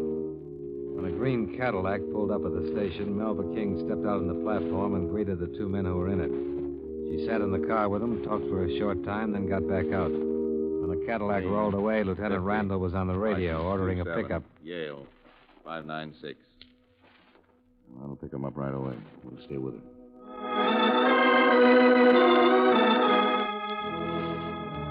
When Melba King caught another taxi, we were right behind her. She took it to an auto court about a mile from the station. We saw her go into the cabin marked D. Randall radioed in our location. We were about to check the auto court office when the door to cabin D opened. Standing beside Melba King in the doorway of the cottage was a pale, stocky man who looked as though his legs wouldn't support him another minute. Then she saw us get out of the car. He'll kill me. He's got a gun on me. Don't do anything. Please don't do anything. That's right. Anybody gets in my way. You're hurt, King. You can't go far. I've come this far, and I'm still going to keep moving. Come on, baby, move. He was all ready for her when she got back. Yeah. Boys know I shoot. You especially. But you'll be dead now, Dolar. That's funny. I thought the same thing about you, King. Please don't do anything, please. Shut up. King, listen to reason. I can tell you're hurt bad. You need help. Why don't you give it up? How much were you going to give her for me, Dolar? I wasn't... How much? Tell me. Half of it. Please, Harry. And how much will Woody and Al want to give me? I didn't talk to you. Oh, yes, you did. I passed out this morning. You got real busy. How much, baby? Oh, no. You're dying on your feet, King. Yeah? Well, that's a good place to die. On your feet. Maybe I won't make it. We'll still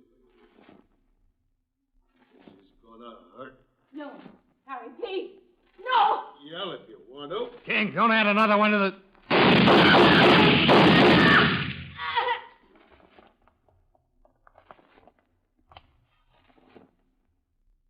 is she? Gone. This one, too. Let's get this over with.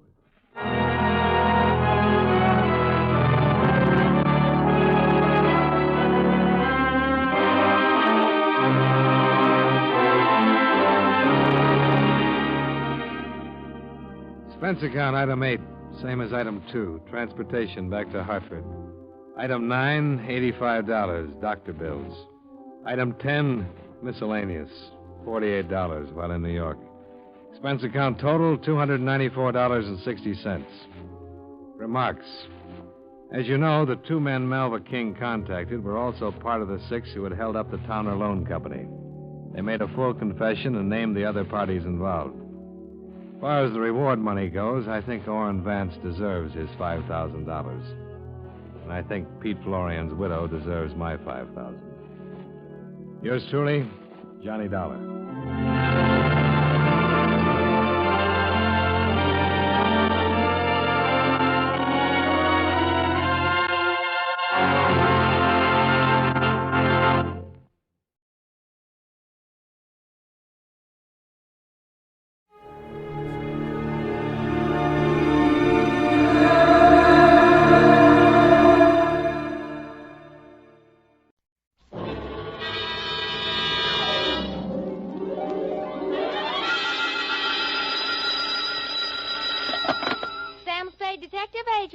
Ahoy! It's me. Just came ashore. From what? A boat? A ship, Effie, a ship. Anything over 400 gross tons is a ship. Anybody knows that. Well, may I inquire what was your port of call? Calcutta. My, that was a quick trip. Well, Effie, I'll tell you, I got so homesick for you I couldn't stand it, so I assembled my gear and jumped ship. Why, Sam, how sweet. A fast there, gal. I'll be right down to dictate my report.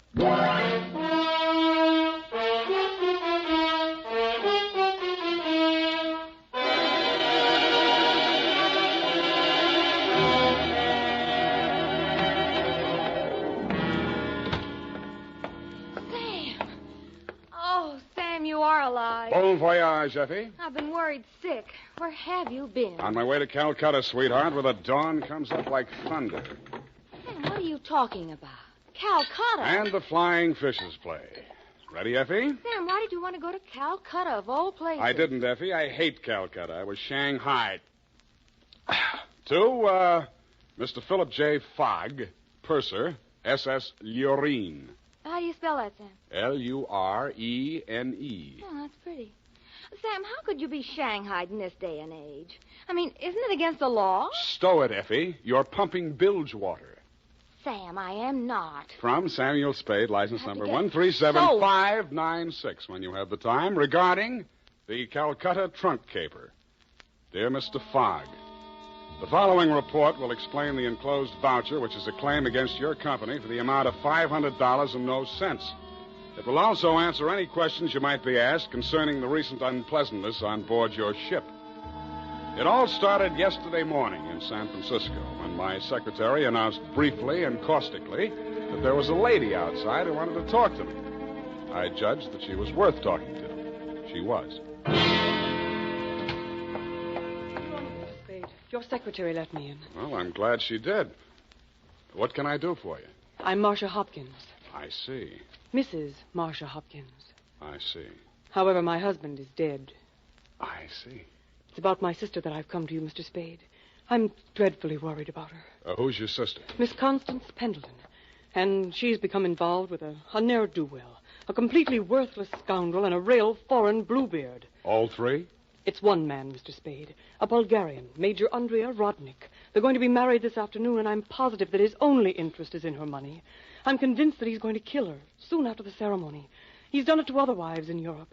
I've warned Constance and pleaded with her, done everything I could to stop it. But she's completely infatuated with him and refuses to listen to me. Mm-hmm. What do you want me to do? Prevent the marriage if you can. Get the truth about Rodnik's background and face Constance with it. Oh, Mr. Spade, in some way, you've got to make her realize the seriousness of the situation. He's a ruthless character. Well, do what I can, Mrs. Hopkins. Oh, thank you, Mr. Spade.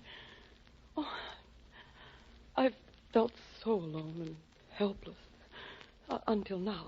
Oh, really? But you will do everything you can, won't you? We've got to save her life.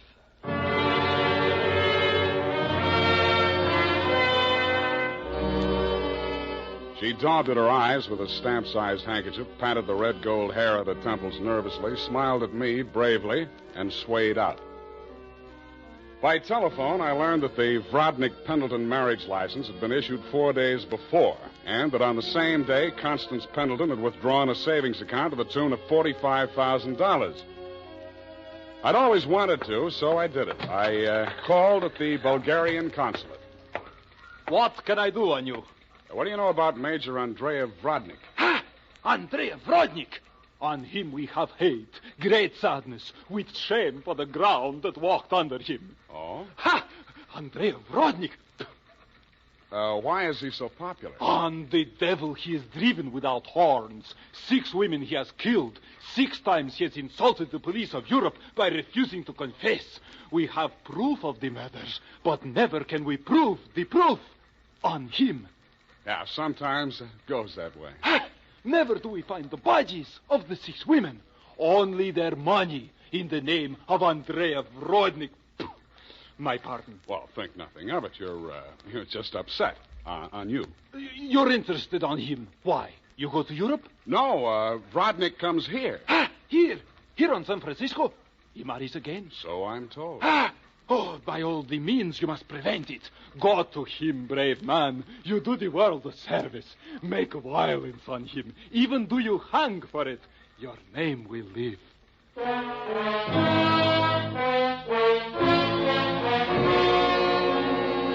With those valiant words goading me on, I left.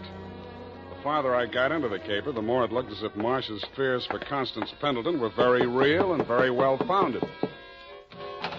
When Constance opened the door of her hotel suite, I could see 3 trunks and a number of smaller pieces of luggage, all locked and ready to be taken out. Yes? Hey, Constance Pendleton? Yes? I'm a detective. My name is Spade. Detective? What do you want? I want to talk to you about that Bluebeard you're going to marry. Get out of here.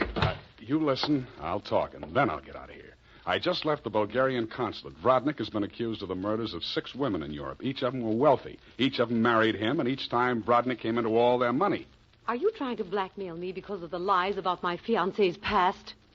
If you are, you're wasting your time. Well, no matter what I'm doing, I'm wasting my time. But to put you straight, your sister hired me, and I am now resigning. She's worried about you, not me. Then you should spend more time investigating your clients, Mr. Spade. You could have saved both of us some time. I have no sister. This is my wedding day. Goodbye, Mr. Spade.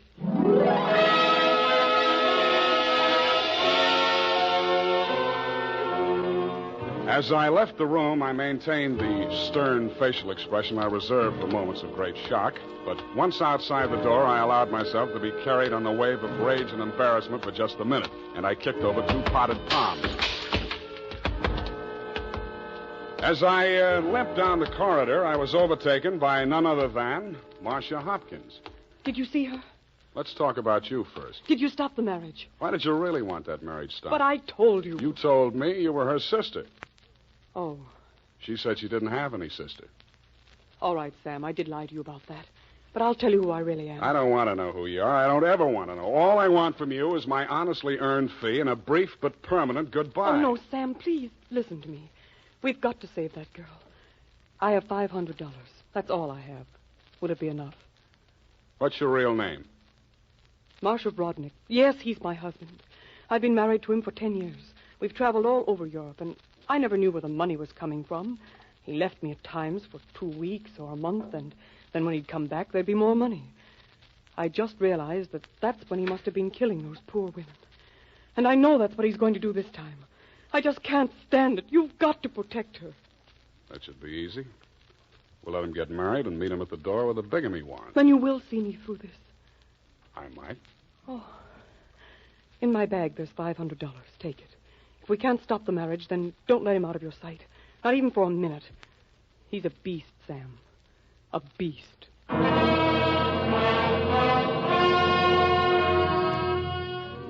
Marcia dropped me in front of the Beasts Hotel, and I climbed some fake marble steps to the second floor and knocked at his door. The man who opened it was heavy, handsome in a swarthy, coarse sort of a way, and glowing conceit through two eyes, one monocled, one not. You are facing Major Andrei Vrodnik, 1st Bulgarian Horse. What want you? You were facing Saul Fox of the law firm of Fox, Schmedlich, Van Dusen, and Grip.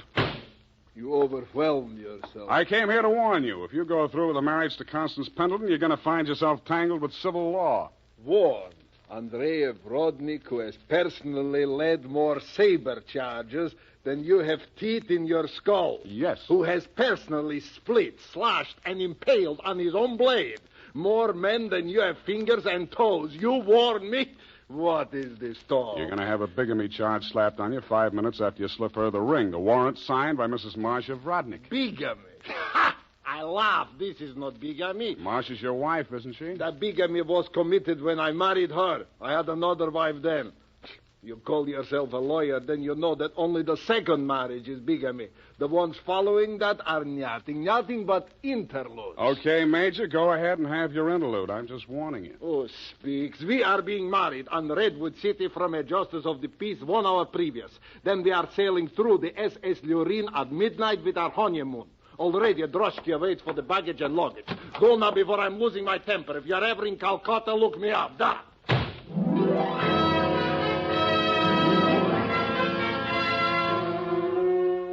I could see the direct approach was getting me nowhere, so I decided to proceed by stealth. I waited outside the building, and when he left, I tailed him. He made 4 stops at a second-hand store, a hardware store, a surgical supply house, and an undertaker supply house. At these places, he purchased the following items: an oversized steamer trunk, black with brass fittings, a large ball of rope twine, 2 large lead sash weights, a set of surgical instruments, and at the 4th and final stop, the undertaking supply, he bought 2 items: a 20-foot length of rubber tubing and a pump. He returned to the second-hand store with his other purchases, put them inside the trunk, and ordered it sent up to Constance's hotel immediately, and thereupon it took himself to the same place. Marcia was waiting in the empty lobby when he went in. I crouched behind a pillar, turned up my hearing aid, and listened. Did you get the thing? Yeah. Now listen, my darling. We must work fast. As soon as the trunk arrives, before she has a chance to get to the telephone. Yes, Andre, but please, no cutting in the apartment. As you wish, my darling. Now, you know what you have to do. While I'm getting her into the trunk, you'll change her clothes, put on her traveling dress, the hat with the wet... What is it? What's the matter? Nothing. Come, we must make haste.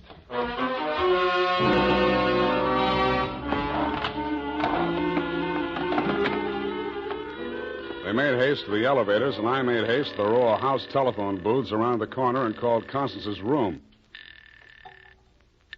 Hello? Mrs. Rodnick?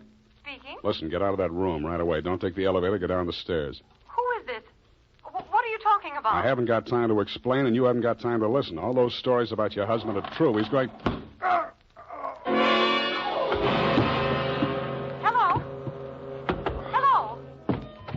Are you still on the line? My hand clawed out to the door handle, but I couldn't reach it. I felt as if the walls were closing in around me, and just before it got dark, I had the crazy notion that I was inside Brodnick's big black trunk with the brass fittings. I could still hear Constance's voice way off in the distance, somewhere in the direction of Calcutta. I tried to shout to her, to warn her, and then the lid closed over me.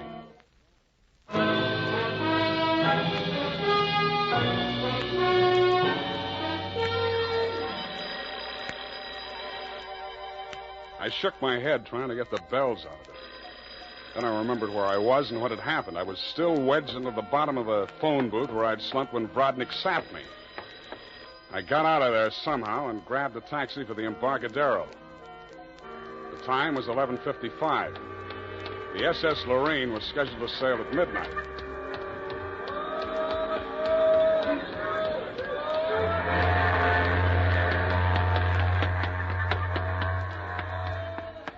I was no sooner across it than they hauled up the gangplank and the ship started moving out of the berth. I didn't know where she was bound for, and I didn't much care.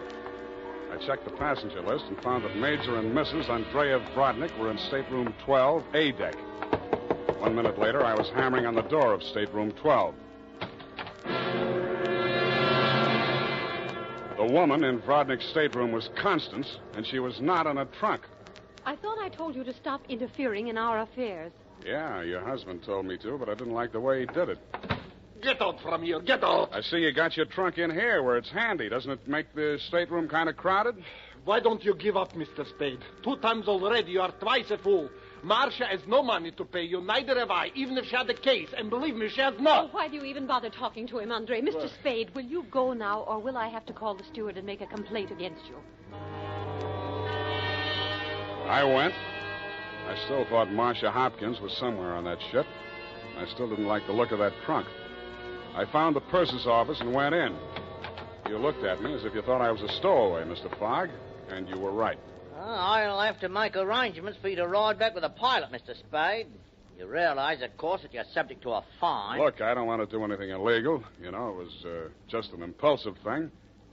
Couldn't I book a passage? Oh, there's the matter of your passport. We could arrange your visa and so on in St. Pedro. We'll put in there in the morning. Well, that's good enough. How much is the fare? Oh, let me see. That's $483.87, exclusive of tax. Oh, hey, now, wait, I wasn't thinking of taking quite such an extensive voyage, you know. I just wanted to get a little sea air and... how much to Pedro? I'm afraid you don't understand, Mr. Spade. This is not a coastwise steamer. Our first official port of call is Calcutta. Yeah, I know, but... Calcutta? That's in India. Well, don't you have something a little less expensive, like steerage or... There is only one stateroom available, number 14A deck. Take it or leave it. Okay, Calcutta.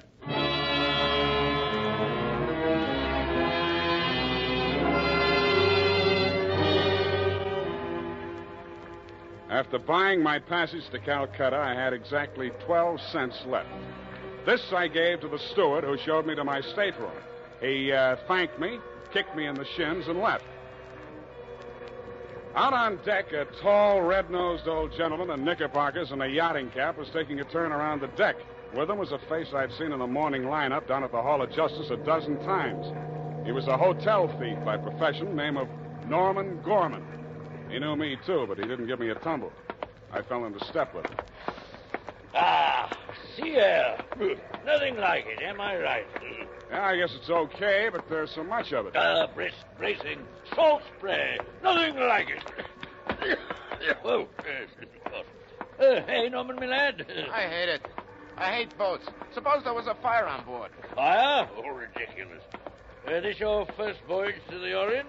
Yeah. The inscrutable East. You've made this trip before? Oh, yes, indeed. I've worked this line. Yes, indeed. I make this voyage very often. Business interest out in India. Tea, you know. Runs in my family. Sturgis's Golden Orient in the little yellow package. Ever tried it? No, I never indulged. Huh? Don't drink tea. That's ridiculous. Commodore, I need a drink. I ain't happy. Suppose there was a fire on board here. Well, let's all have a drink. Yeah, suppose there was Shall a we? fire. Come on, I'll shot you to a drink, sir. Not me, Commodore. I just remember this is Fire Prevention Week.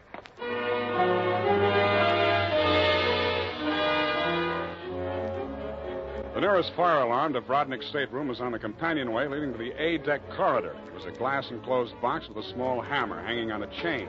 I broke the glass and turned the key.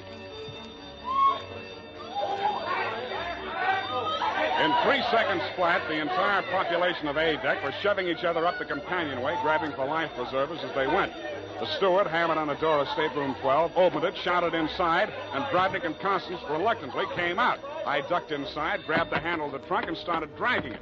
When I got it into my stateroom, I broke the lock and lifted the lid. It was Marcia, all right. There was just time to see that before the stateroom door flew open and the ship's officer stuck his head in. I didn't move at you. Didn't you hear the alarm? Why, no, I didn't. What's wrong? Never mind that. Here, take this life preserver. Get going now. Come on. Okay, don't touch me. It makes me nervous.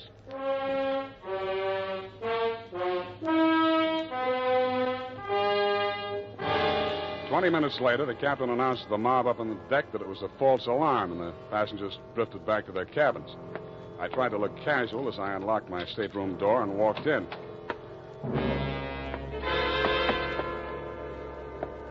Then I stopped trying. The trunk was still there, but the lid was standing open, and it was empty. I went down to B deck and found the cabin occupied by Norm and the Commodore. That door was locked, so I kicked it in.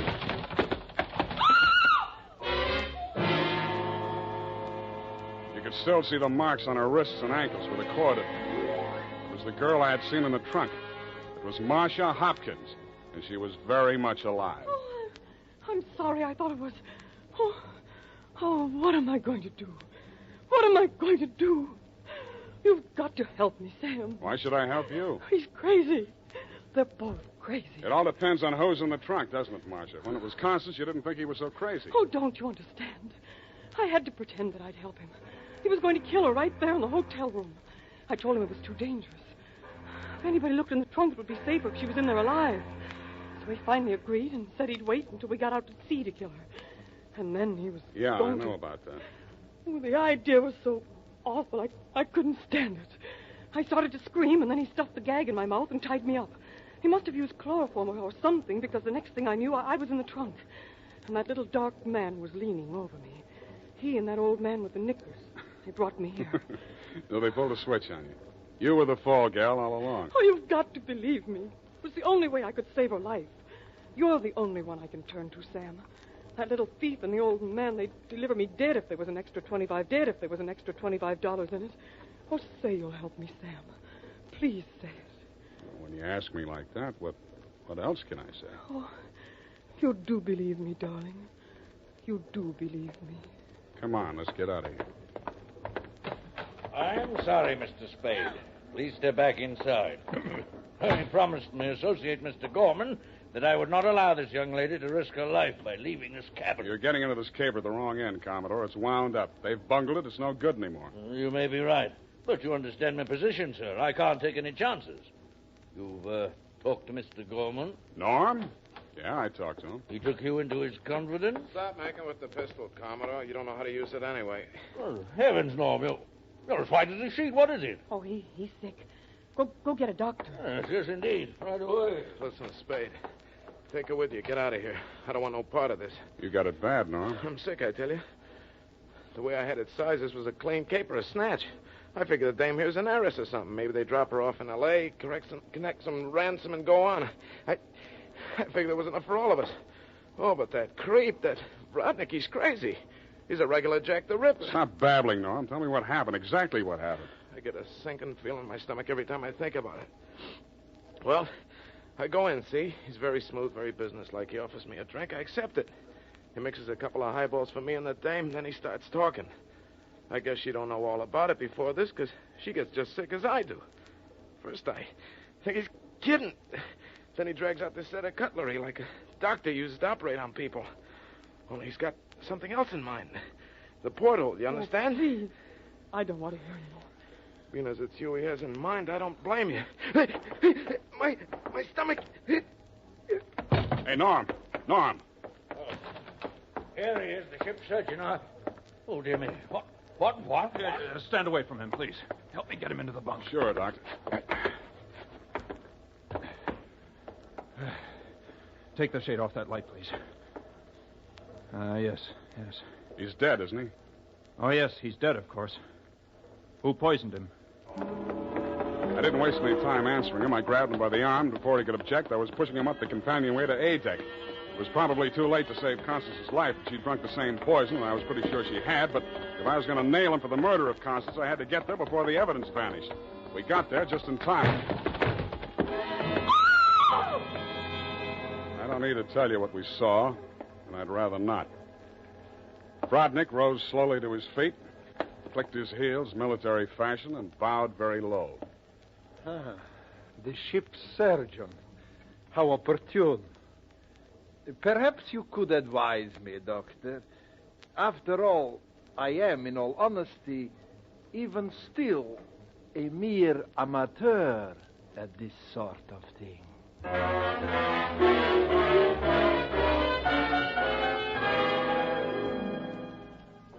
After Brodnick had been taken into custody, we took another turn around the deck. It was daylight, and the ship was lying to off San Pedro. This time, the fresh air really felt good. And so did Marcia. It's all over, Sam. Yes, sweetheart, it's all over. But not between us. Say it, Sam. Say it's not all over between us. How can it be? I knew it. I knew you felt the same way. All my life before, it's been like a terrible nightmare. It never really happened. But it did happen, sweetheart. Oh, but you can forget it, darling, can't you? Please forget it. I'd like to, Marcia. I really would. Hold me close, Sam. Never let me go.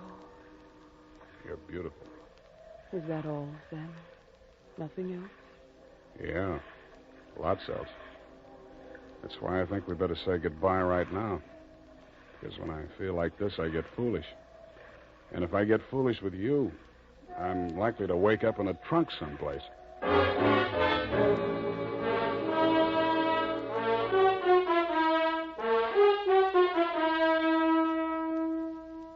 And that, Mr. Fogg, is the true account of the Calcutta trunk caper. As my voyage was interrupted through no fault of my own, I trust you will advise your company to refund my passage minus the one-way trip to San Pedro. Period, and a report.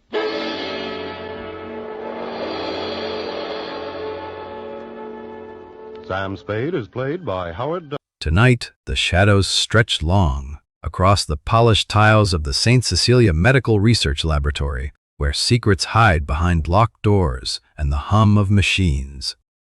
Dr. Otto Schmedlich, a man with a mysterious past and a penchant for midnight experiments, is found at the center of a tangled web of betrayal, stolen research, and a missing vial with deadly potential. As Detective Malone steps into the sterile corridors, danger lurks in every corner, and trust is in short supply. The night promises revelations that could change lives or end them. Let's go back to the day this episode aired and find out what the most important news of the day was. It was March 12, 1953. That day, the world reeled as Soviet leader Joseph Stalin's funeral procession drew crowds in Moscow, signaling the end of an era, while in the United States, scientists at MIT announced a breakthrough in electronic computing, pointing to a new technological frontier. Well, anyway, I learned the answer to the question, what does a doctor do when a doctor needs a doctor?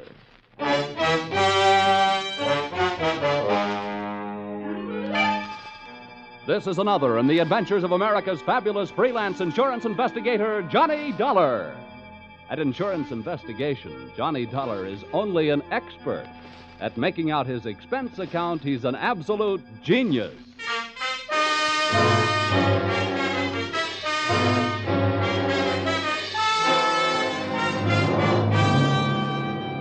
Expense accounts submitted by Special Investigator Johnny Dollar to American Volunteer Liability Insurance Company, Hartford, Connecticut. Attention, Homer Shalley, General Manager. The following is an accounting of my expenditures during my investigation of one of your policyholders, Dr. Otto Schmedlich. Or, an apple a day sent the doctor away. Or, it couldn't have happened to a bigger worm. Expense accounts, item 1. 80 cents cab fare to your office in answer to your call. Tip to driver, $1. Oh, morning, Mr. Dollar. Hiya. Go right in. Mr. Shalley's expecting. Thanks, sir. Good morning, Dollar. Good morning. Sit down. Thank you. I'm sorry we had that unfortunate altercation over the last expense account you submitted to this office. Oh, that's all Of course, right. it was ridiculous. You're going around tipping cab drivers $1 after a 50-cent trip. Well, you know me, Homer. Just a silly, headstrong, impetuous boy. It was somebody else's money, yes. We've been through all that. What I want to talk to you now is, policy. Oh, here it is. Dr. Otto Schmedlich, Los Angeles, California. California? Doesn't anything ever happen in Hartford? I've been using an airplane seatbelt so much lately, I'm about ready to throw away my suspenders. Dr. Otto Schmedlich. I suppose you're familiar with the existence of that type of insurance policy which protects doctors against charges of malpractice. Yeah, I've heard of them. Well, we had the rare misfortune of issuing such a policy to this quack Schmedlich. Well, what do you want me to do? Go out and take his temperature? Dollar, when I want to laugh, I tune in Jack Benny. Now, this is serious. The policy we issued to Dr. Schmedlich only covers him up to the extent of what is construed as accidental malpractice. If we can prove criminal malpractice, we can cancel the scoundrel's policy. Do you have a good reason to think it's criminal, or are you just toying with a happy thought? Look, our company has already paid off on 2 claims.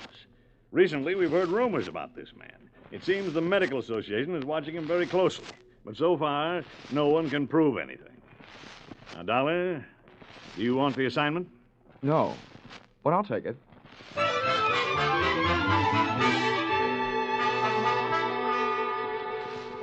Expense account, item 2, $194.04. Airfare, Hartford to Los Angeles. Item 3, $4.50. Cab fare, Los Angeles Airport to the Sun Tower Medical Specialist Building, which I first spotted looming through the smog on Wilshire Boulevard, high in the high-rent district of the City Beautiful. Item 4, 55 cents, 11 nickels. Spent telephoning the Schmedlich office at 15-minute intervals until I at last found the doctor not in. In California, the doctors really specialize. And the buildings they work in sometimes really make the most of it, as I found out in the elevator going up. Second floor, eye, ear, nose, and throat. Doctors Care, Kreider, Whitetis, and Osterban. Pardon me. Third floor, fractures, strains, sprains, and dislocations. Doctors Fowler, Woodruff, Toigo, and Brown. Oh, pardon me. Fourth floor, obstetrics, orthopedic, pediatrics, and general practice. Dr. Small, Collier, Reynolds, Frank, Stanley, Feinbaum, and Schmedlich. Would all these medical terms you just tossed off by any chance mean that we have now arrived in the land of the mechanized stork? To put it crudely, yes. Thank you, Jack Armstrong.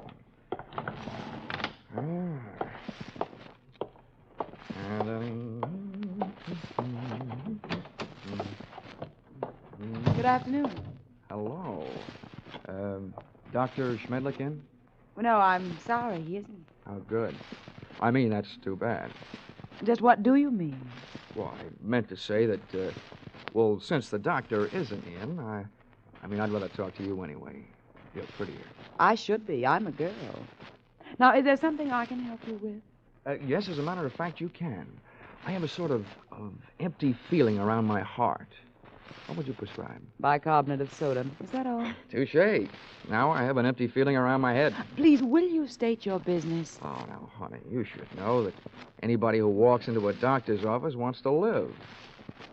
And after seeing you, I really want to live. What are you doing tonight? Well, I am not in the habit of making dates with strange men. Who's strange? And furthermore, you are perhaps the most insufferable, egotistical Now, if you just person give me a chance, darling, I'm sure I'll be able to prove you're right. Why, I wouldn't be caught dead, would you?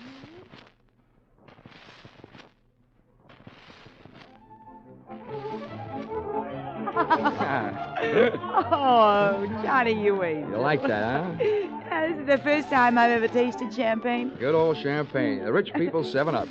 Well, here's to us. To us. Doreen, I feel like talking. Well, thanks for putting me on guard. Listening to you can do strange things to a girl. I want you to know more about me. I'm an insurance man. I didn't go up to your office hoping to see the doctor. I wanted to see his nurse. You. Why, Johnny Dollar, if you try to sell me... Oh, hey, now, wait a minute. Hear me out. You can probably guess it's getting pretty tough trying to sell insurance these days.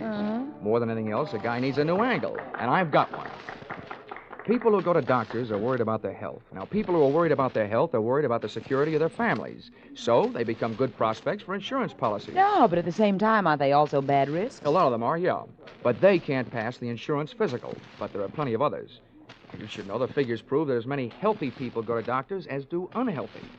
Perhaps the most popular disease in America is hypochondria, and the national headquarters seems to be located right here in Los Angeles.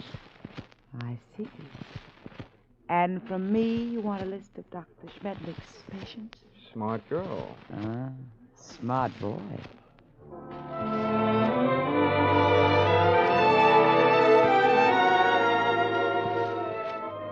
Expense account, item 5, $1.40.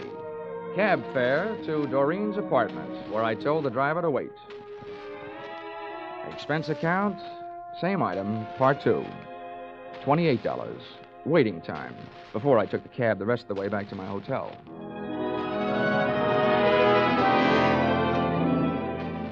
Expense account, item 6. Breakfast the next morning. 2 hard-earned dollars for 2 soft-boiled eggs. The hen that laid them must do barnyard bits in the movies. At least at those prices, she could have autographed them.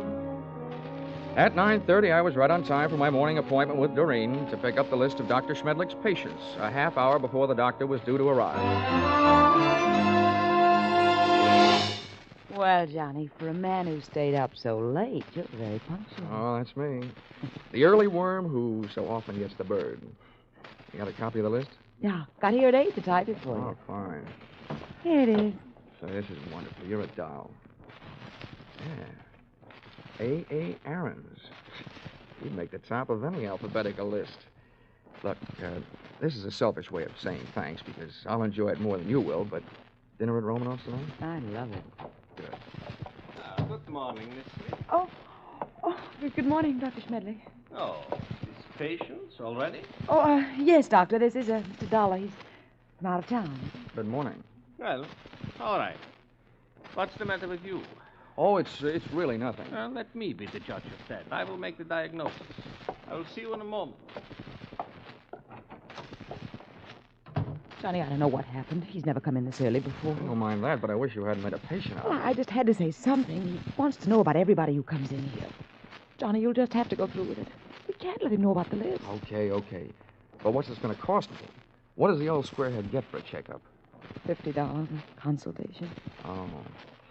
Honey, instead of Romanoff's for dinner tonight, we better make it a drive-in. Sorry, Johnny, I am. You can come in now, Mr. Lawler. Oh, well, with a D, Doctor. The name is Dolar. Oh, yes, I forget. I have so many cases on my mind. Now, if you will be so good to slip off your jacket and your shirt while I talk. All right. Now, what is the nature of your complaint? Well, my back. See, I was in a small automobile crank-up driving out here. No, that's a dangerous, complicated area, the back. Now, if you'll be so good to get up on the table and lie down. Oh, all right. Now, on your stomach. Yeah. The feet down here, please. That's good. Now, I tap your back. When I reach the painful area, please, to tell me. Yes, Doctor. Mm-hmm. Oh, very well muscled, Mr. Dollar. No bruising, strange. Oh, there it is. Aha. Well, not dangerously near the spine, but very interesting. Here, I think this will help. Oh! At first, it felt like a big bee sting about a quarter of the way up my back. Then came the buzzing inside my head. Whatever kind of liquid lullaby the good doctor sunk into my spine had really rocked me to sleep.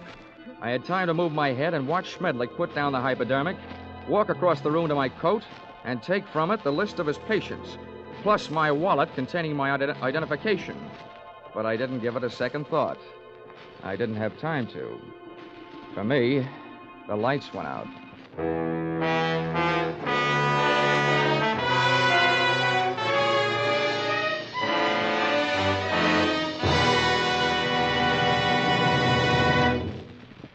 In just a moment, we will return to the second act of Johnny Dollar.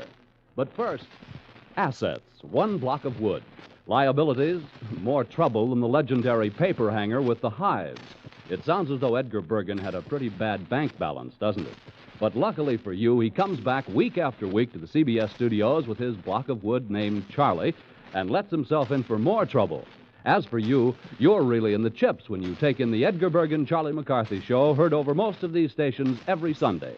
Don't miss their brightest, gayest show tomorrow night on CBS, where this fall you hear them all. Tune in this fall for the show that you love best of all.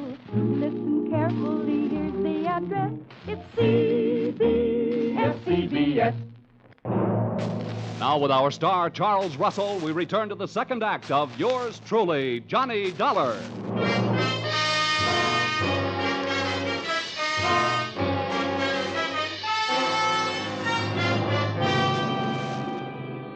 In my racket, sleeping on the job isn't always fun, and this was one of those times. Waking up from Dr. Schmedlich's slumber treatment for nosy people carried with it a dark brown taste in the mouth, thickness of the tongue, and big bells ringing in your steeple. I was scoring on all those counts when I rolled open my eyelids, which fought me all the way. I sat up and found myself on a hard canvas cot in a bare room with soft walls. They were padded. The window wasn't much, and what there was of it was barred. So was a tiny opening in the upholstered door. At first, I thought I was going crazy. Then I realized I was in the kind of place where they put people they think have already joined the ranks of the enchanted. It took me only 10 years to make it over to the door before I looked out through the small slit. Hey! Hey, come here, someone! Hey, room service! All right, wait a minute. I'm coming. Hold up your voices. Now listen, mister. The first thing you learn in here is we don't like noise. Makes the other patients nervous. Okay. Where am I? Who are you? I'm your nurse. Oh, sorry I didn't recognize you. I thought nurses were supposed to wear little caps. I got a little cap, but I don't wear it indoors. Hey, listen, you. Don't go making fun of me. You'll be sorry, see? I'm sorry now. How'd I get in here anyway? Well, all I know is this place is for your own good. They say outside you're dangerous. You can depend on it. If I ever get out, I will be. What'd you say? Nothing. You're one of them, all right, talking to yourself. What's your name? Well, it's none of your business, but I'll tell you. I don't like people calling me hey you, so I'll tell you. My name is Foggy. Okay, Forgy. Listen, all I want is a chance to talk to somebody who's in charge. How about it? That's easy. When your turn comes, the boss will be here without no asking. You get one visit from the boss every day, just like all the others. When'll that be? Just before supper. So why don't you go back to sleep? That won't be for 4 more hours. Oh, dandy. Who is this boss? What's his name? The boss is not a he. It is a she. And her name is Dr. Doreen Smith. I had 4 hours to think up different ways of calling myself a sucker. At the end of hour number 1, I ran out of fingernails. At the end of hour number 2, I ran out of patience. And the other 2, I spent devising torturous new ways of getting even with a combination that shanghaied me into that fancy 4-walled straitjacket. They had left me only one move to make. That was out. I figured that if the winsome Dr. Doreen Smith paid me a visit, she'd come with her body well guarded, probably by the charming, bemuscled behemoth, Nurse Forgy, who, from what I saw of him through that slit in the door, was no Florence Nightingale, believe me. For him, I needed a club. I didn't have much to work with. The iron and canvas cot was heavily bolted to the floor. That was the only other piece of furniture in the room, a small but sturdy table. Took off one of my shoes, ripped the heel off in an angle of the cot, and looked lovingly at the shiny little nail points gleaming back at me from the solid piece of leather in the palm of my hand. I put it to work, ripping a 4-foot square of canvas out of the cot. Then I put both of my shoes into the center of the square, picked up the corners, tied them together close to the weight, gave it a heft, feeling that I now had at least the start of a weapon. Hey, you! Here we are. Oh, I suppose you think that's good news. He's safe, Dr. Smith. He's still groggy from that joke. Don't trust him. Grab his arms when you go in and hold on. Now go ahead. I'll follow.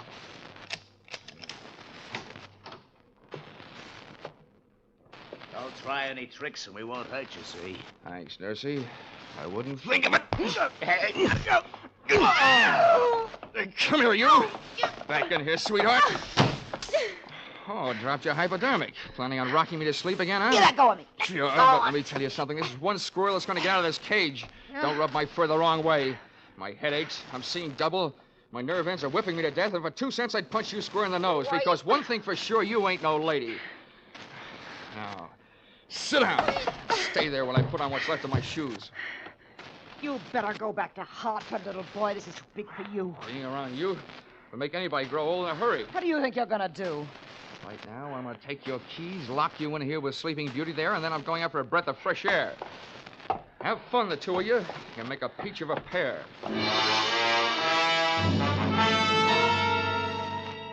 I stumbled through the rest of the building, which turned out to be nothing more than a country house. There were no other rooms like the one I had just vacated. For that matter, there were no other so-called patients. It could have been a place maintained for the purpose of making people talk, or keeping them from talking. There was no telephone. I couldn't call out, but neither could anybody call in to find out that something was going wrong. This little crime crib was apparently located well out in the country. That meant that Dr. Doreen Smith had arrived in the car, which I commandeered and drove to the nearest filling station. No longer having in my possession that list of Schmedlich's patients, I flipped through my memory and came up with a single name I had noted in his office, A.A. Aaron.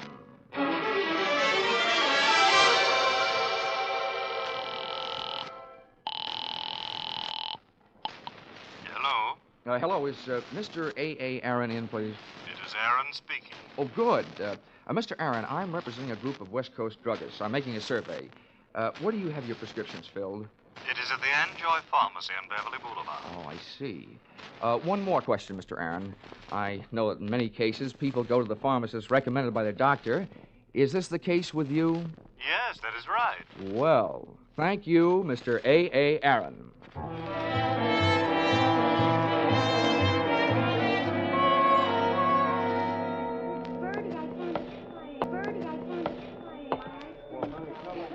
Pardon me, Mr. Anjoy. The clerk up front told me where I could find you. My name is Dolar. I'd like to have a word with you if you have the time. On the basis of ethics, the state of California should have picked up the gentleman's pharmaceutical license and issued him a barber's permit. Mr. Anjoy loved to talk.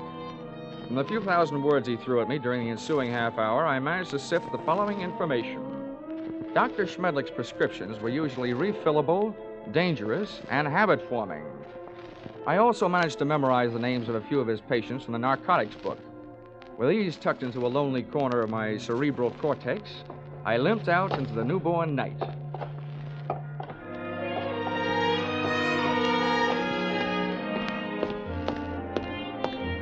Expense account item 7, 50 cents, having the missing heel on my shoe replaced by late working cobbler.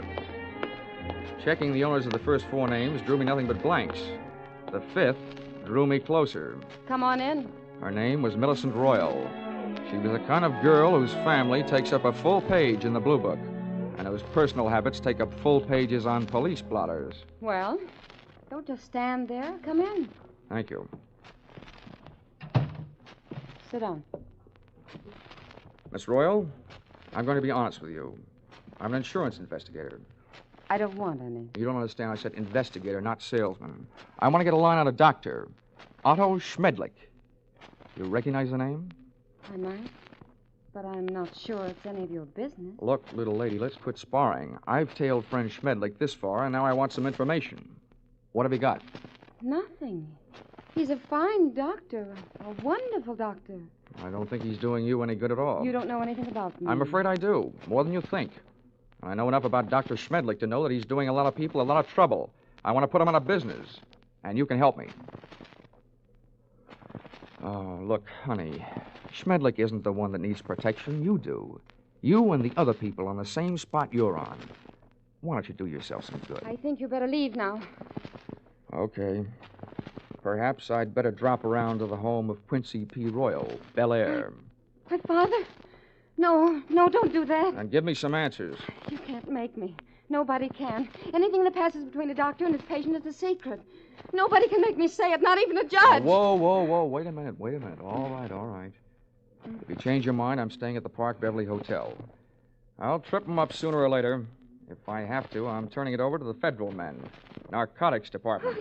Why did I ever let you in here? Get out. Leave me alone. Go away. Please. You can't make me do anything. Well. Is my estranged wife having a lover's quarrel? Bill, get this man out of here. Make him leave me alone. I don't see why I should rescue you from anybody's clutches. But you, I don't like your look, so get out before I bust you in half. You know, you look like just the guy who might be able to do it. Happy honeymoon.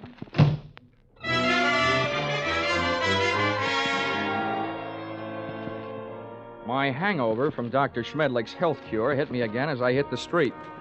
What I needed was a hot shower and a cold drink. After the water hit me in the face, and a trifle of the same hit the scotch in my glass, I sat down in the big easy chair in my room, posing for a picture. Johnny Dollar, lonesomest man in town. I was mixed up in something mighty big and mighty wrong, but something I couldn't as yet put a finger on. Up until then, I had to go on was ability, experience, and instinct, all unacceptable to the police as evidence. I asked myself why I hadn't called the law and told them about my party with the lady doctor and the man nurse.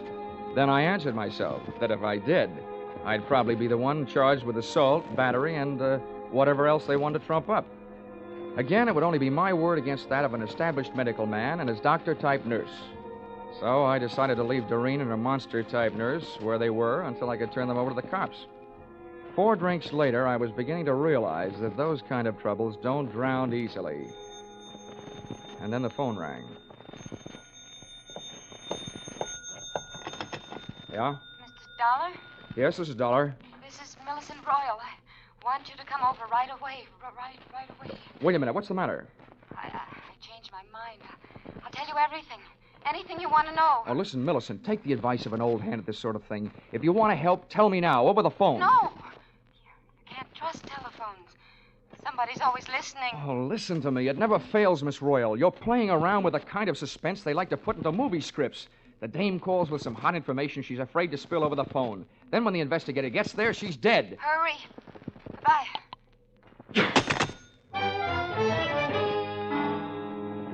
I went there. I was right. She was dead.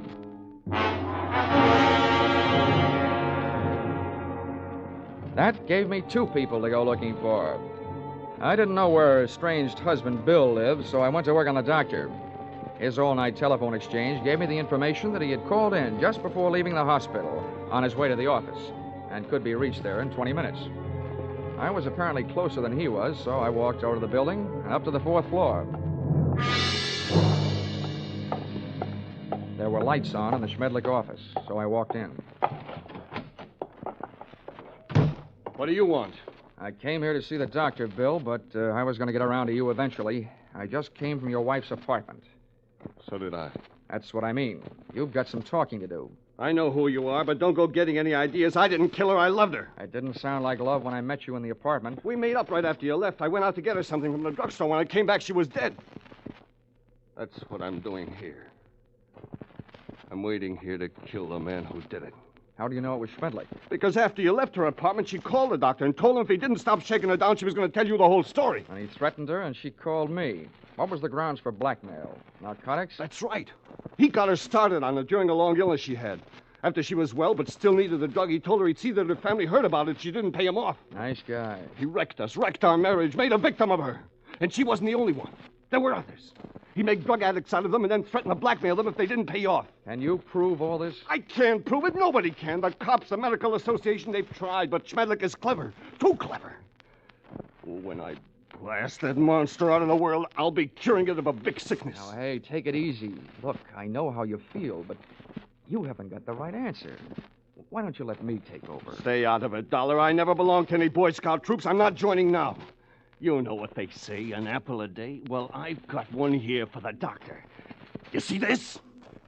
It's left over from Guadalcanal. Sure do see it. A pineapple. Army type. Hand grenade. Well, I'm gonna feed it to him. Oh, Bill, now look, I know you're upset, but don't forget, those things were designed to take care of more than one man. Have you thought of that? I've thought about it a lot, and it still all adds up. I haven't got a thing left to live for. Hey. That's him. Bill, you're off your rocker. Don't do it. Give me that thing. Shut up. Stand away. What is this? What are you two doing here? Come and get it, Schmedlich! A bomb! Before the grenade could explode, I did. With one foot, I kicked Bill mightily in the shin bone. Oh! With the pin pulled, I only had about 5 seconds. I took 2 steps, and with the other foot, I kicked the grenade out to the corridor, then I hit the floor.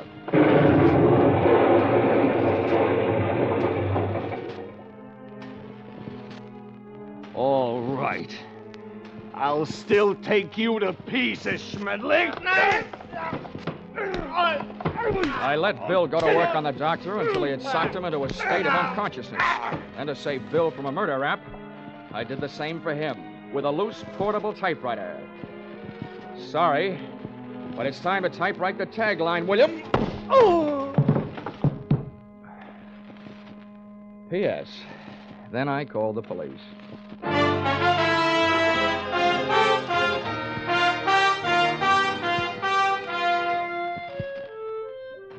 Expense account, item 8. $50, airplane rental, Burns-Lee charter service for flight to Palm Springs. Item 9, $62. Dinner at the Dunes, party of 3. Included in said party, me and Haig and Haig. Expense account, item 9, airfare Palm Springs to Los Angeles to Hartford, $244.04. Expense account, total, $1,211.69. All that for getting rid of a doctor. And if you react the same way you reacted to my last expense account, it'll probably mean that you will be needing a doctor. Signed, yours, truly, Johnny Dollar.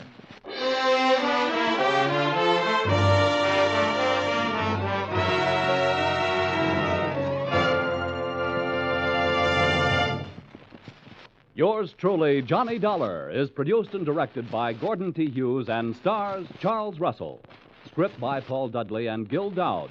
Featured in the cast were Willard Waterman, Betty Lou Gerson, Larry Dobkin, Paul Dubov, Georgia Ellis, and Edmund McDonald. The special music is written and conducted by Wilbur Hatch.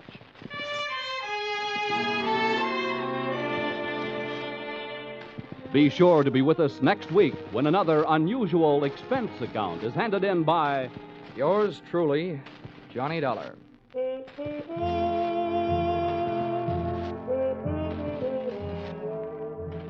Stay tuned for Vaughn Monroe and his Caravan, which follows immediately over most of these same stations. Paul Masterson speaking.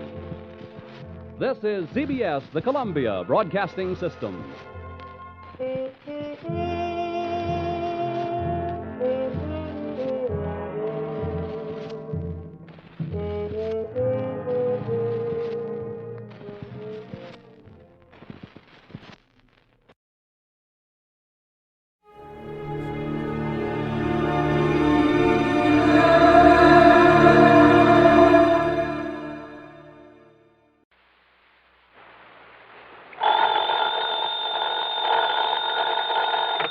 Johnny Dollar. Hi there, Johnny. This is Helen Daner. Helen Daner? That's right. I live out here in Morro Bay, California. I see. Insurance with one of the companies you represent, the Greater Southwest Insurance Company. Oh, yeah, I do a lot of work for them. But also, Johnny, do you mind if I call you Johnny? Well, no, not at all, Miss Daner. Or is it Mrs.? It's Miss. Or better still, just Helen. As I started to say, I not only have that insurance, but, Johnny, I never miss that radio program of yours where you tell all about those exciting cases you solve. Sometimes I just don't see how you do it. Well, I hope you never find out about the ones I miss out on. But now, Miss Daner... I don't think I've missed a single one of your programs. Good. I'm your most loyal listener, and I think you're wonderful. Well, thanks. And that's why I'm calling you instead of the police about this. Well, look, Miss Daner, Oh? Yes. Calling about what? Johnny, if the police weren't able to nab them, isn't that what you say, nab them? Yeah, sure, but go on. Well, Johnny, these terrible people might suspect that I'm the one who told the police about them. What people, Miss Daner? And if that happened, well, I guess you can just imagine what they might do to me. Well, who are these people you're talking about, and just what is it they're up to? All right, Johnny. Now listen carefully. Yeah. Yes? Miss Daner? Hello? Hello? Hello?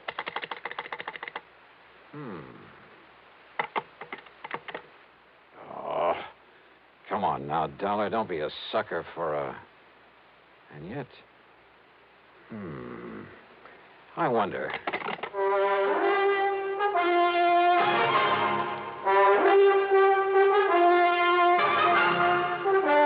Bob in the exciting adventures of the man with the action-packed expense account, America's fabulous freelance insurance investigator. Yours truly, Johnny Dollar.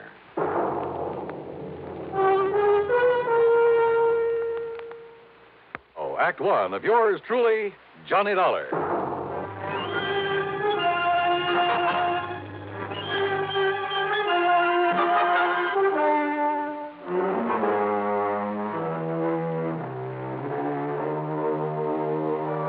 Expense account submitted by Special Investigator Johnny Dollar to the Greater Southwest Insurance Company, Home Office, Los Angeles, California. Following is an account of expenses incurred during my investigation of the Big H matter.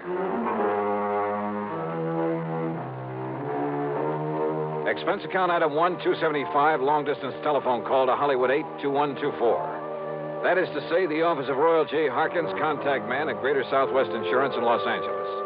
It was late in the day, but luckily he was still in his office. Nice to hear from you again, Johnny. What can I do for you? Roy, I'm putting this call on expense account. Oh? But that ain't all. If I could make connections down to New York, well, let's see. There's a plane leaving for the West Coast a little after midnight, so I'd arrive in L.A. early in the morning. You coming out here? Unless somebody's been pulling my leg. Roy, do you have a policy holder named Helen Daner? Yes, somewhere up we certainly do.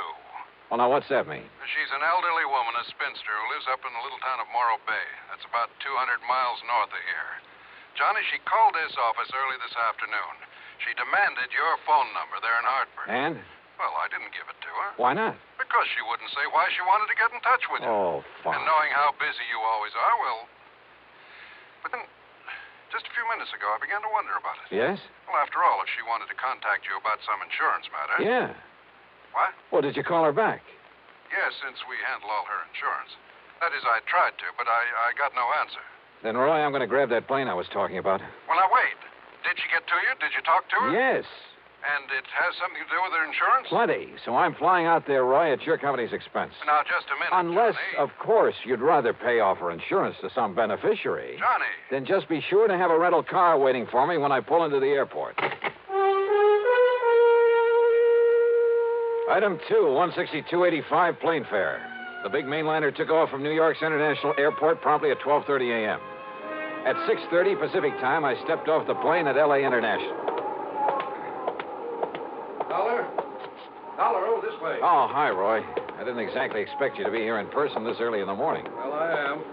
I've got a rental car ready and waiting for you out at the curb. Good, good. But listen, you still haven't told me what this is all about. Because I'm not too sure myself. But you sounded over the phone as though something's happened to the old lady. Miss Helen Daner, I mean. That's exactly the way I meant it to sound. And since I still haven't been able to get her on the telephone... Well, what? What's happened to her? I don't know. This my car? That's right. Oh, start making some sense, will you? I wish I could. Well, do you actually know that something's happened to Miss Daner? Nope. But if it hasn't, I've got to do everything I can to prevent it. Johnny, prevent what? Royal, I only wish I knew.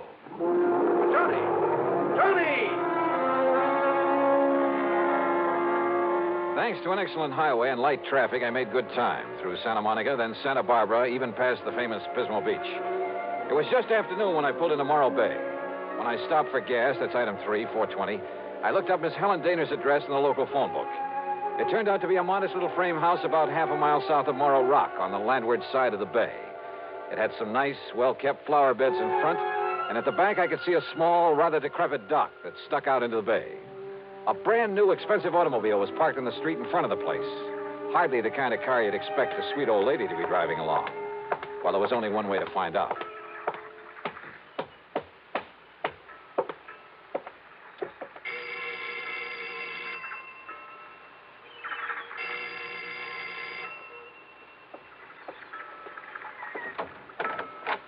Yes? Miss Helen Daner?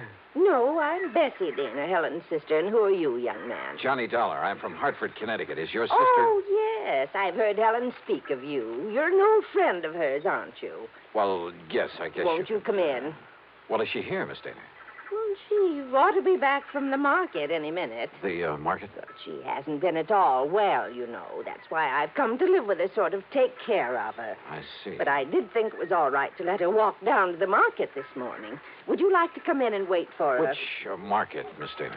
Well, it's the first one down the street. Now, do you see it?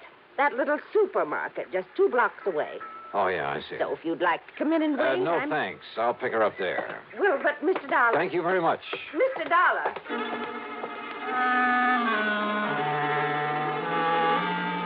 There was something very funny here, but I wasn't sure just what. Or maybe I'd just fallen for some gag on the part of a fan on my radio program who wanted to see her favorite hero in person. In any event, there was one sure way to find out, from Miss Helen Dana herself, and if she was still at the market. But as it turned out, I got that well-known kick in the face. Why, of course I know Miss Helen Noir well, sir. Then will you please point her out to me? Miss Helen Dana? That's right. Oh, but she isn't here, sir. Oh. Then perhaps she went to some other store. Most certainly not, sir. What? We deliver everything that she orders to her little house up the street. Well, that still doesn't prove Well, you anything. see, Miss Helen hasn't been out of that house for weeks, hasn't budged. You're sure of that? Why, of course I'm... Why, what's the matter, sir?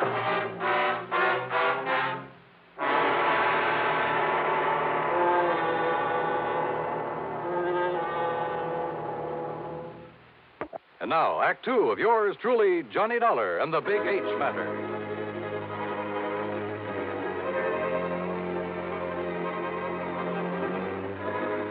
If old Miss Helen Dana, who telephoned me in Hartford, asked me to come out here to Morro Bay in California, if Miss Dana hadn't budged from her little house in weeks, why had her sister told me she was at the market? Could all this somehow tie in with the terrible people she tried to tell me about on the telephone? I jumped into my car and drove back to the little home on the bay.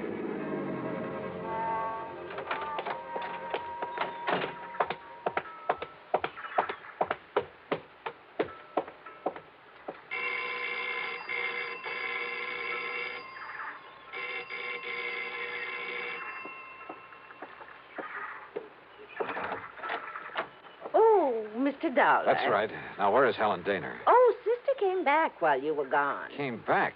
Without my seeing her? Now, listen, I was... Yes? Well, the manager of that market said she hasn't been out of this house for weeks. What? Oh, you must have gone to the supermarket.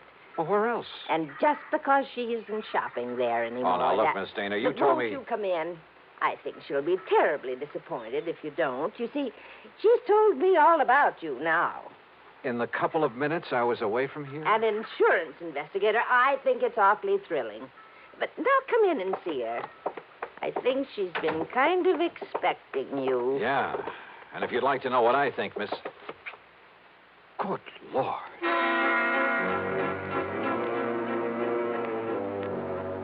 In the middle of the tiny living room was a heavy oaken armchair. Sitting in it, tied down to it, was a sweet-looking gray-haired lady of maybe 70 or 75. A handkerchief was lashed tightly across her mouth, and the eyes behind her old-fashioned steel-rimmed glasses were filled with tears and a look of utter despair. I swung around to her so-called sister and was struck by two things. She seemed to have suddenly lost about 20 years. Her face wore an unpleasant smirk, and in her right hand was a .38 aimed at me. Don't move, Mr. Dollar. This gun is not only loaded, but cocked, and it has a hair trigger. Stand perfectly still, because it'll be right in the middle of your back. So, while I take away your gun... All right. Now, sit over there in that chair against the wall. You'd better do as I say, Mr. Dollar.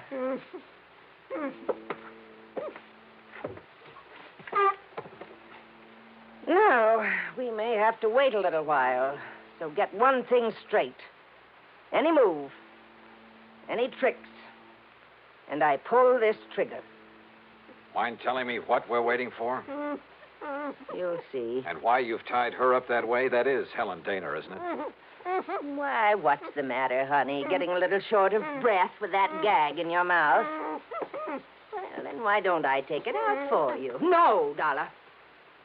Not a single move. Just crossing my legs. Sure. Here now, honey. Don't want you to conk out on it. After all, you may be of some use before we're through with this caper. There you are. Johnny, I don't know what... These terrible people, they sneaked in while I was phoning you. Yeah, Helen, I guessed that. If only you hadn't come, but I thought maybe... They're smugglers, Johnny, of the worst possible kind. You tell them, honey. It'll help to kill time while we're waiting for Pete and Dollar. Okay. They're smuggling in narcotics, heroin, from the way down in Mexico. Oh, pretty smart picking a spot as far up the coast as this. If only I'd known. When this man, Pete, asked if he could use my dock.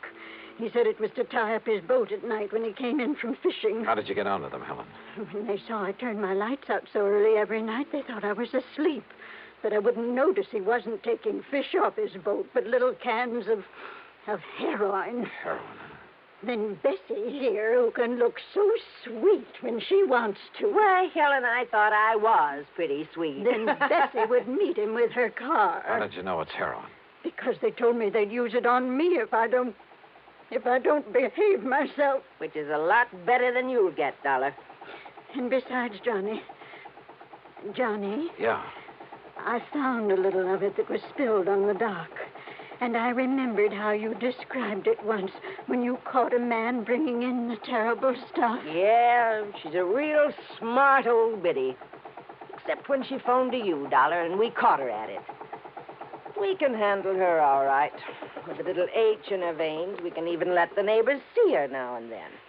And with me acting as her sister, taking care of her. Oh, listen, here he comes now from the dock. Just relax, Dollar.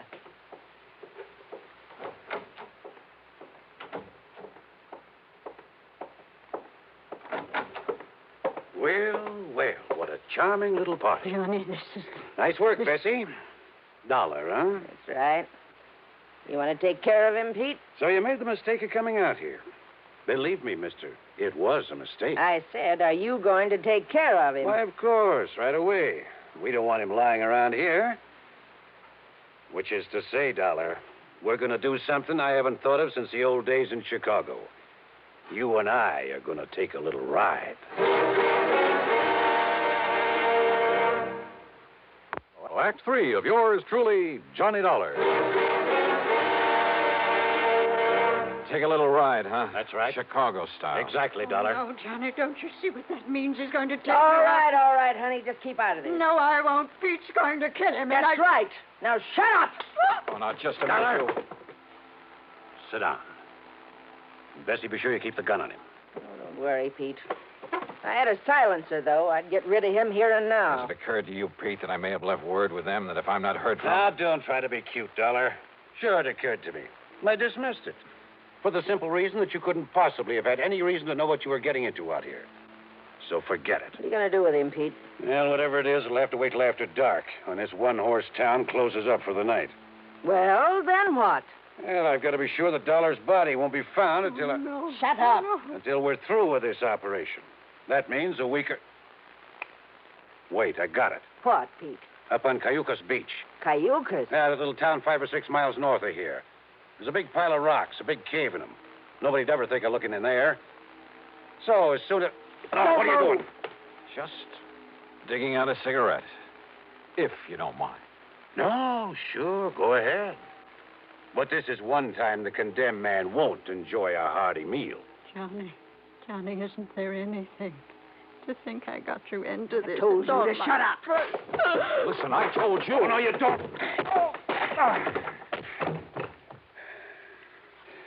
Finish him off, Pete. No.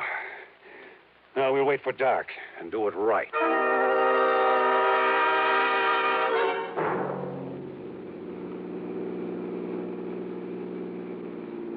I guess he had really slugged me, because by the time I fully came to, it was night. I was in the back seat of a car driving along the highway beside the ocean. Pete was at the wheel. Beside him, leaning over the back of the seat watching me, was Bessie. And the .38 in her hand was aimed straight at my head. You're sure the old lady won't be able to work herself loose, Bessie? I'm sure. If we'd had any sense, Pete, we would have brought her along on this ride, too. It would have saved us a lot of trouble. Oh, so you've woke up, Dollar. Yeah. Well, just stay put in that back seat. Any funny business? And I said any funny business. Just trying to dig out a cigarette. Stay back in that seat. Yeah.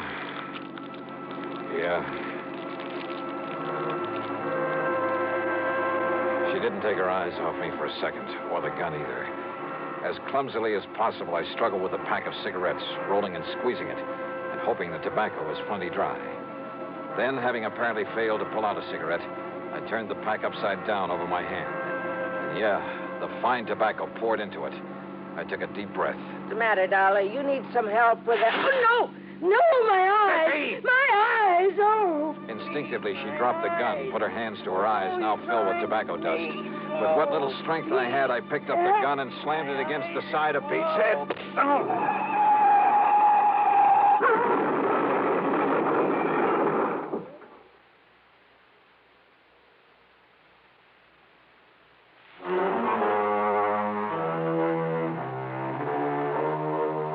It was a commercial trucker driving one of those big interstate trailer jobs who pulled off the highway to give us a hand. Yeah, somehow those boys are always around when you need them. And he used his head. When he found my credentials in my pocket, he saw the whole picture in a flash. So he hailed down the first police car that came along and turned both Pete and Bessie over to them. Miss Helen Daner, bless her heart, the spunky little old character was tickled pink to be involved in the whole thing. Yeah, she just can't wait to go to court and testify against those two. Expense account total, including the trip back to Hartford, $447.45. Yours truly, Johnny Dollar.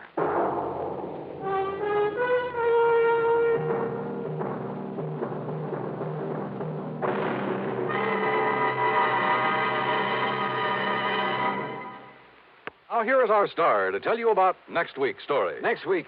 Well, so help me, it's the wildest case I ever got messed up with. Join us, won't you? Yours truly, Johnny Dollar.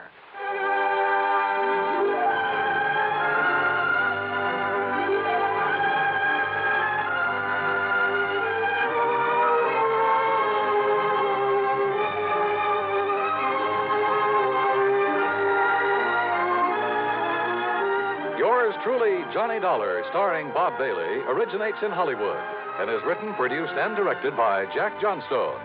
Heard in our cast were Peggy Weber, Virginia Gregg, Bartlett Robinson, Joseph Kearns, and Russell Thorson. Be sure to join us next week, same time and station, for another exciting story of yours truly, Johnny Dollar.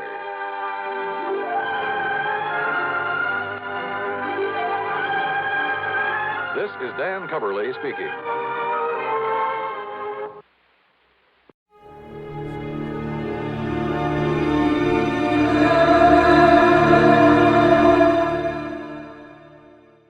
Now, the Roma Wine Company of Fresno, California presents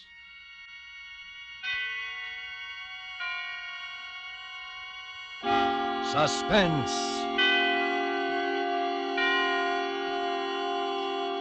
Tonight, Roma Wines bring you A Shroud for Sarah, starring Miss Lucille Ball, soon to be seen in Metro-Goldwyn-Mayer's Technicolor musical Ziegfeld Follies. Suspense, radio's outstanding theater of thrills, presented for your enjoyment by Roma Wines. That's R-O-M-A, Roma Wines. Those excellent California wines that can add so much pleasantness to the way you live, to your happiness in entertaining guests, to your enjoyment of everyday meals. Yes, right now a glassful would be very pleasant, as Roma Wines bring you Miss Lucille Ball in a remarkable tale of suspense.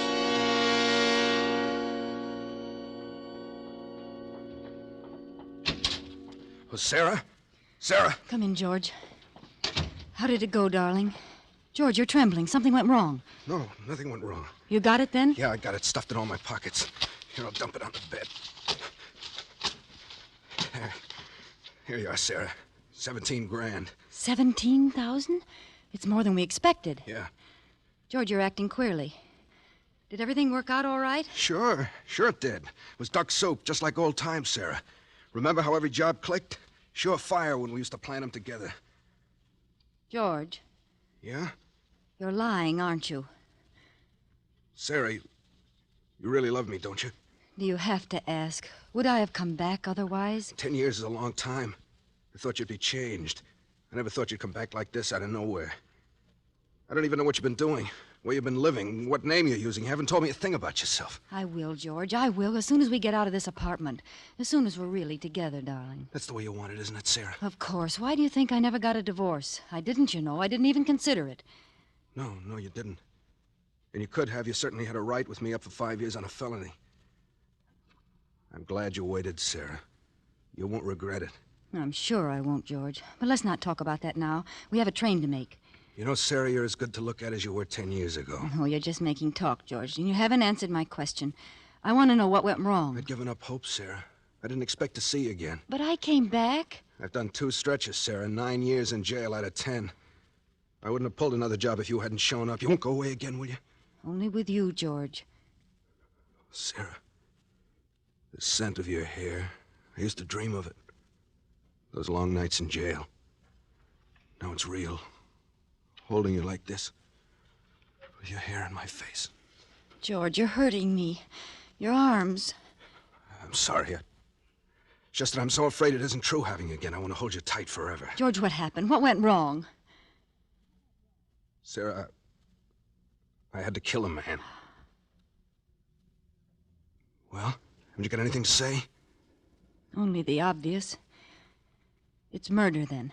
That changes my plans. Your plans? My plans for us. You're going to stick with me, aren't you? Of course. I didn't come back after 10 years only to run right out again. And we must think this out carefully. Are you sure you left no clues? Only the gun. I wiped it off clean and left it there. It's a gun I picked up years ago. No way to tack it on me. Fingerprints? Gloves. Well, then there's nothing to worry about. Only if they happen to pick me up on suspicion. I see. Are they after you now, George? Of course not. Nobody heard the shot. There was nobody in the building but that bald-headed bookkeeper. He hadn't gone home. Must have stayed to get his books in shape for the morning. My luck. And you weren't followed or chased? You don't think I'd have come here if they were after me? I'm sorry, George. I know you wouldn't. You're not sore at me, then? We can go ahead just as we planned? Our train leaves in an hour. We'll pick up the tickets at the station. Sarah, it's hard to believe in an hour we'll be on the way to Florida, you and I. Yes, George. Just the 2 of us. In the warm sun. It's a dream I've had for 10 years, in and out of jail. I figured it would always be a dream. You know, it's funny. What's funny? There's a bald-headed man lying dead over there at the finance company. He's finished. And we're just beginning. I never killed a man, Sarah. Never before. You'll do all right from now on, George. You'll forget about that thing. I'll help you forget it. Yeah. But we've got to hurry now. Put your hat on. Now go over and pick up the tickets. I thought we'd go to the station together. Well, silly, I've got to dress. Yeah, well, the Sunset Limited leaves at 8 o'clock. There's only an hour. I know. I'll dress and pack and meet you in 30 minutes at the train gate. Have you any money?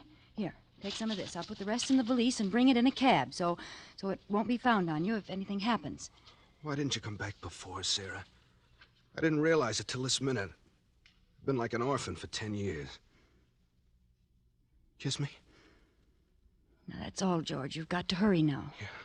Remember, the Sunset Limited at the gate. I'll remember. And don't forget to clean out the desk. I'll take care of everything, George. Now, hurry.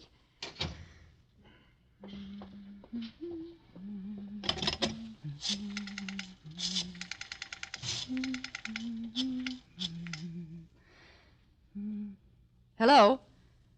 Police headquarters? A man was killed a few minutes ago at the Vanda Finance Company on Dexter Avenue. Please don't interrupt. If you go to the LaSalle station, you'll catch the murderer at the Sunset Limited train gate. His name is Monk, George Monk.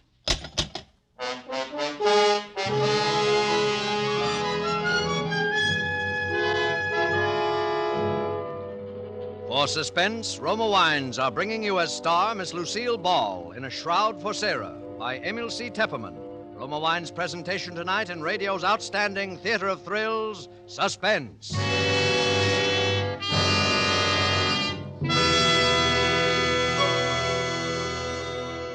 Between the acts of Suspense, this is Truman Bradley for Roma Wines. Saturday is Navy Day. On this day, all America gives honor to the returning veterans of the fleet. To these men, all America lifts its voice to say, well done. This weekend, too, millions of Americans will be entertaining family and friends. To them, here's a hospitality word from famed hostess Elsa Maxwell. My guests compliment me when I make delicious Roma California sherry first call for dinner. It's the perfect appetizer before the meal, served cool. Yes, Miss Maxwell, Roma sherry is most delightful later in the evening, too, when friends drop in, especially when served with tasty snacks. For glorious gold and amber, Roma sherry is a happy, mellow wine with natural fragrance, and cream-rich nut-like taste. So good because Roma sherry, like all Roma wines, is born of luscious grapes gathered at peak of flavor in California's choicest vineyards. Gently pressed, then unhurriedly guided to delicious perfection by Roma's ancient winemaking skill, bottled at Roma's own famed wineries. That's why all Roma wines are true wines, unvaryingly good always. Remember, because of uniformly fine quality at reasonable cost, more Americans enjoy Roma than any other wine. Insist on Roma, R-O-M-A, Roma wines. And now, Roma Wines bring back to our Hollywood soundstage Lucille Ball as Sarah Martell in A Shroud for Sarah, a play well calculated to keep you in suspense.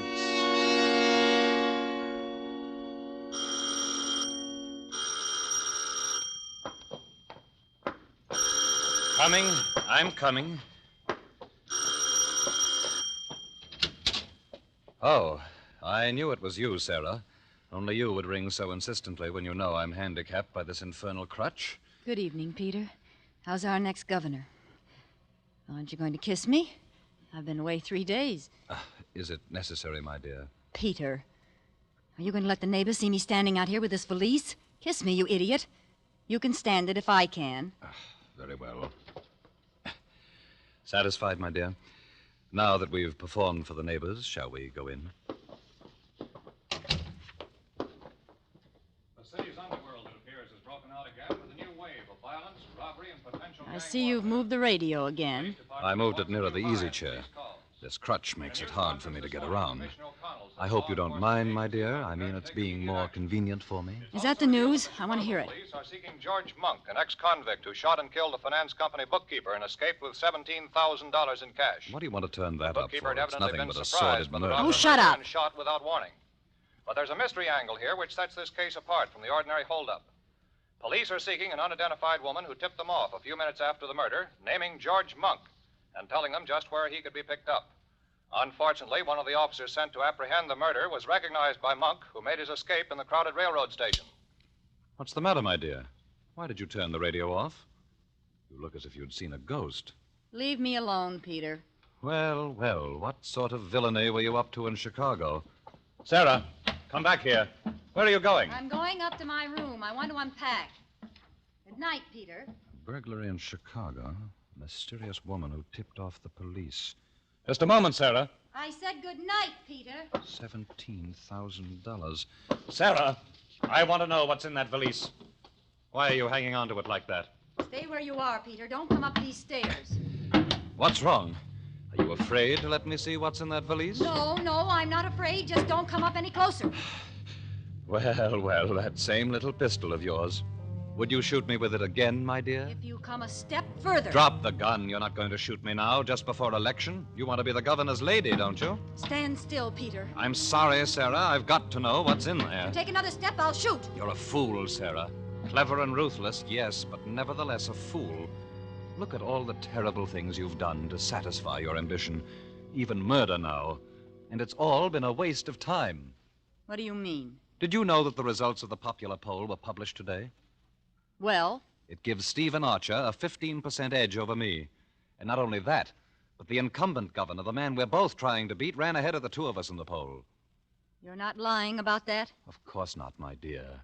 How did you expect to beat Stephen Archer and his money? We're broke. No, Peter, we're not broke. Oh? You mean you have $17,000 in that bag? I'm going to be the governor's wife, I tell you. There's nothing that could stop me. Nothing. I believe you, Sarah. Why, I believe you would even murder Archer if you had to. Let me have that valise. You can't seem to understand, Peter. You're not going to open it. Then shoot me, my dear. You do it so well. It comes so natural to you. Maybe you can shoot me in the other leg this time. Oh, will you never stop throwing it up to me? That was an accident. A very fortunate accident, wasn't it, Sarah? Just when I was ready to accept a commission in the Army. You didn't want to be the wife of an Army captain. Your ambition ran higher than that. You wanted to be the governor's lady. Now, Sarah, I'm going to see what you have there. And you're not going to do anything about it. Get away from me, Peter! No, Sarah, you're going to give them to me. First the gun. And now that black... Sarah, don't! The stairs!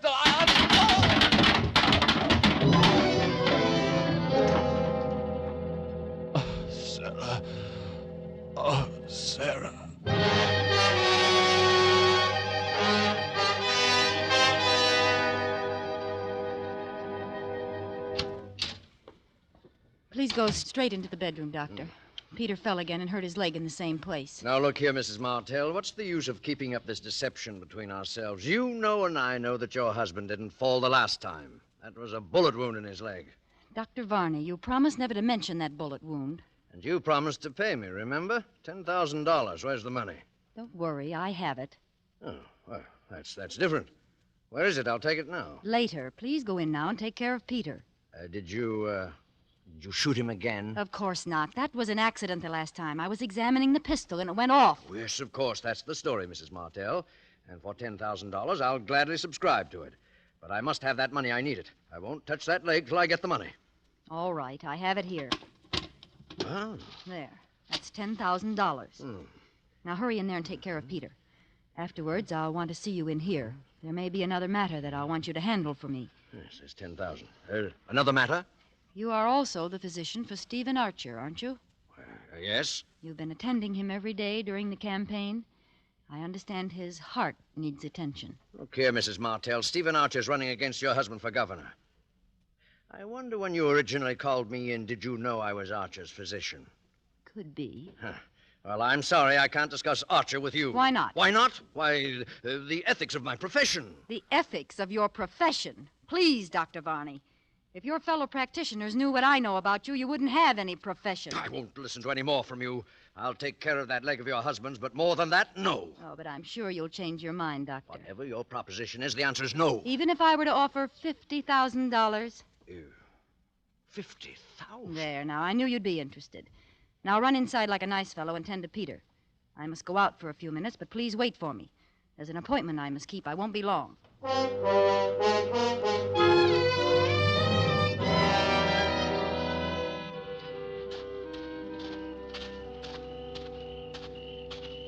Mrs. Martell?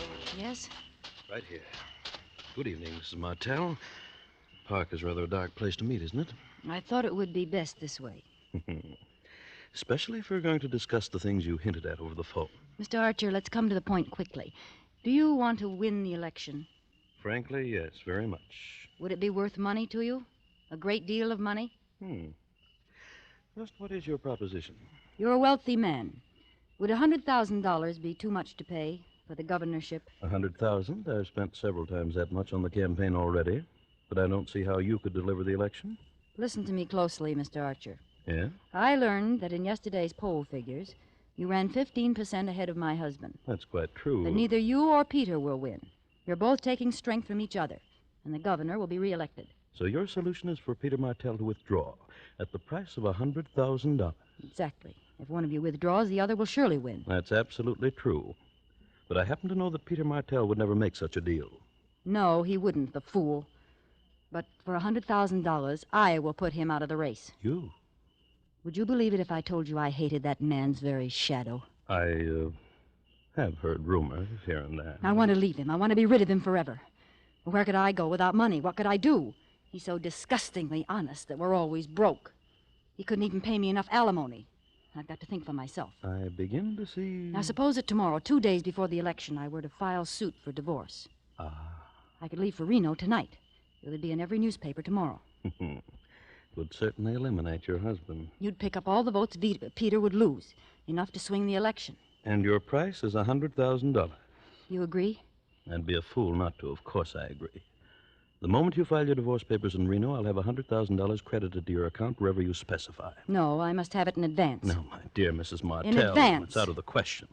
How do I know you'll go through with it after I pay you? And how do I know you'll pay me after I go through with it? Don't you trust me? Do I have to answer that? It looks like a deadlock. I'll tell you what I'll do. I'll take half now and the other half in Reno after I've filed the papers. $50,000 tonight, eh?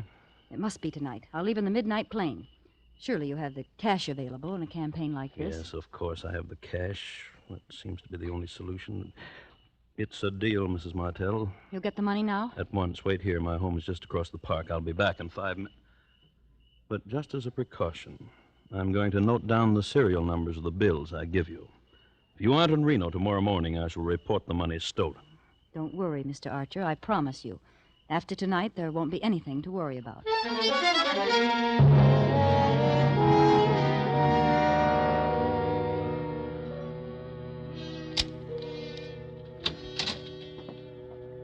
Still waiting for me, I see, Dr. Varney. Well, it took a long time. I was just deciding to leave. You took care of Peter all right? Yes, the wound opened up again. It was painful, but not as bad as it looked. He'll be up again by tomorrow. Thank you, Doctor. Oh, you said you wanted to talk to me. Yes, I have a little proposition for you. You mentioned $50,000. Yes. Yes, I have the money in my handbag. Here. One. Take it. Now count it. Ah. Yes. Yes. What do you want me to do? Doctor, have you ever murdered anyone? What? I said, have you ever murdered anyone? Why, you're joking. You'd hardly call murder a joke. What are you suggesting? You are Stephen Archer's physician. You stop at his home every night and check his heart. And you give him a sedative. No. I'm going out of this house, Mrs. Martell, and I'm never coming back. Before you go, Doctor, I'll take that money back. $50,000, Doctor. It's a lot of money. Yes, I know just how deep you are in the red. $50,000 will put you on your feet again. Well, And you'll have the friendship of the wife of the next governor. You want me to give Archer an overdose of sedative, huh? I knew you'd be reasonable, Barney.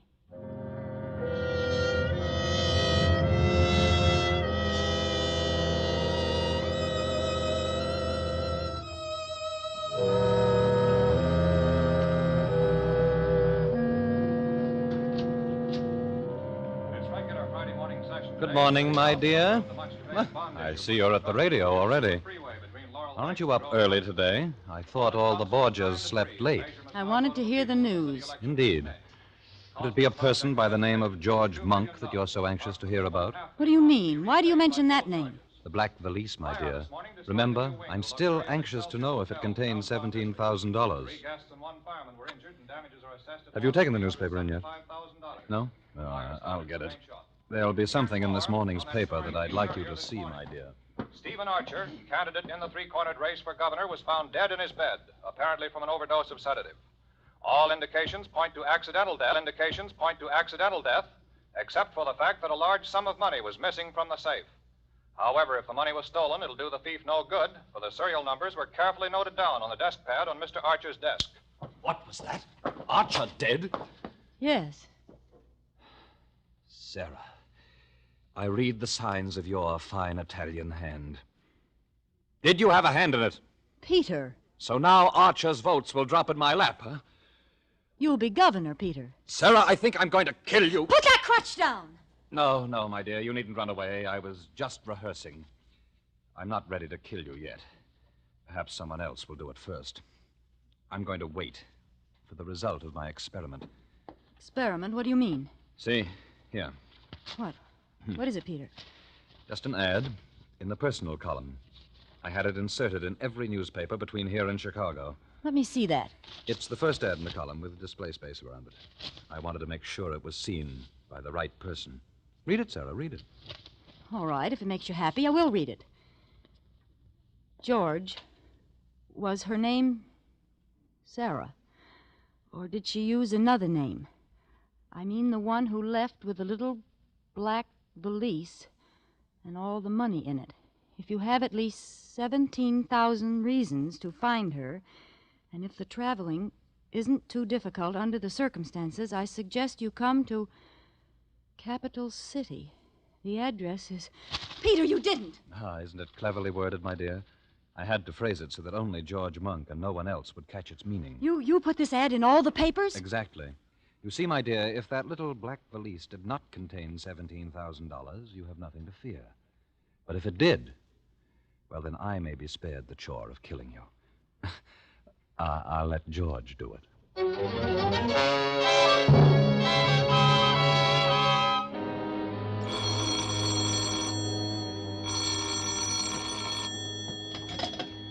Hello? Mrs. Martell? Who is this? Dr. Varney. Oh. Who did you think it was? I thought... Never mind. What do you want, Varney? Don't you know? Think you're pretty clever, don't you? What do you mean? That was Archer's own money you gave me last night, that $50,000. Varney, are you insane? Don't you realize you're talking over an open phone? I only realize I murdered Archer for you for nothing. That 50,000 I can't use. The serial numbers have been broadcast. My dear Varney, I haven't the faintest notion what you're talking about. How clever you are, Sarah Martell. How clever. And how dangerous. Yes, too dangerous to live.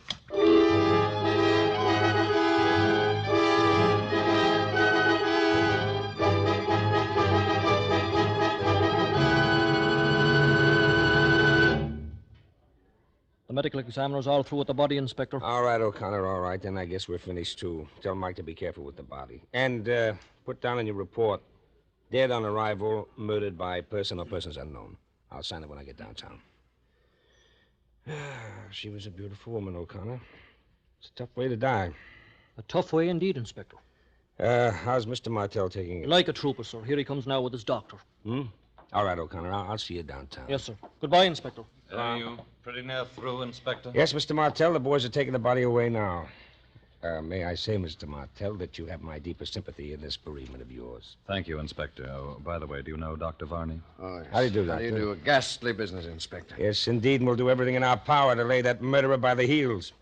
Inspector. Yes, Dr. Varney? Have you any clues, anything definite to go on? Well, if you don't mind my talking about it now, Mr. Martell. Oh, it's all right, Inspector. I'm afraid I'm going to have to listen to a good deal of talking about it.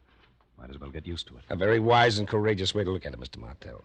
Well, as I was saying, I believe it was a maniac. That's my firm conviction. A maniac? Right. Who but a maniac would have stayed in there to torment that poor dead body? Can you imagine a sane man first choking her to death with his hands, then stabbing her with some keen instrument, then bashing her head in with a blunt instrument?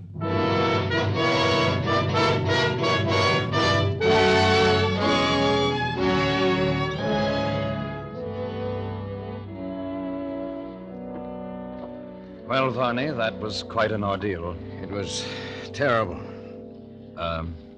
Varney. Yes? You hated her very much, didn't you? No more than you did, Mr. Martell. I won't deny it. It's true. You haven't been using your crutch this morning. No? What made you think of the crutch? Oh, nothing. A blunt instrument, huh? That's all right, Varney. I don't mind your asking. I was thinking along the same lines myself, only it was the keen instrument I had in mind, say a scalpel. Now, look here. Skip it, Varney. I was just making conversation. Oh. You know, there's something I don't understand. Yes, Varney? Yes? Nothing at all, nothing. I know what you want to ask. You want to know who was the third man.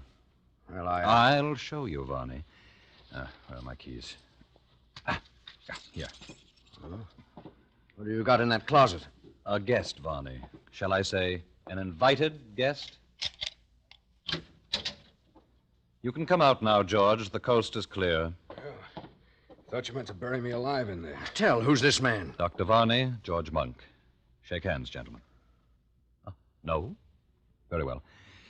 I thought it would be right for all three of us to be together for a moment. What are you talking about, Martell? Listen carefully, Varney, and you, George. Each one of us was in her room last night. The cumulative effect of our individual deeds has convinced the inspector that a maniac murdered my wife. But we three know better. However, there is one of us who knows more than the other two. One of us killed her first. I say first because the other two were not one whit less murderers for the fact that she was already dead. The three of us. We all did it. Yes, George. And I suppose that by checking each other and comparing notes, we could determine, to the satisfaction of all of us, just who took precedence. For instance, when I heard you move about in the closet this morning and turn the key on you, I had no way of telling how long you'd been in the house. And I don't want to know. Then two of us will always be in doubt. Exactly, Varney. Do you agree to it? Yes. And you, George? Yes. Then, goodbye, gentlemen.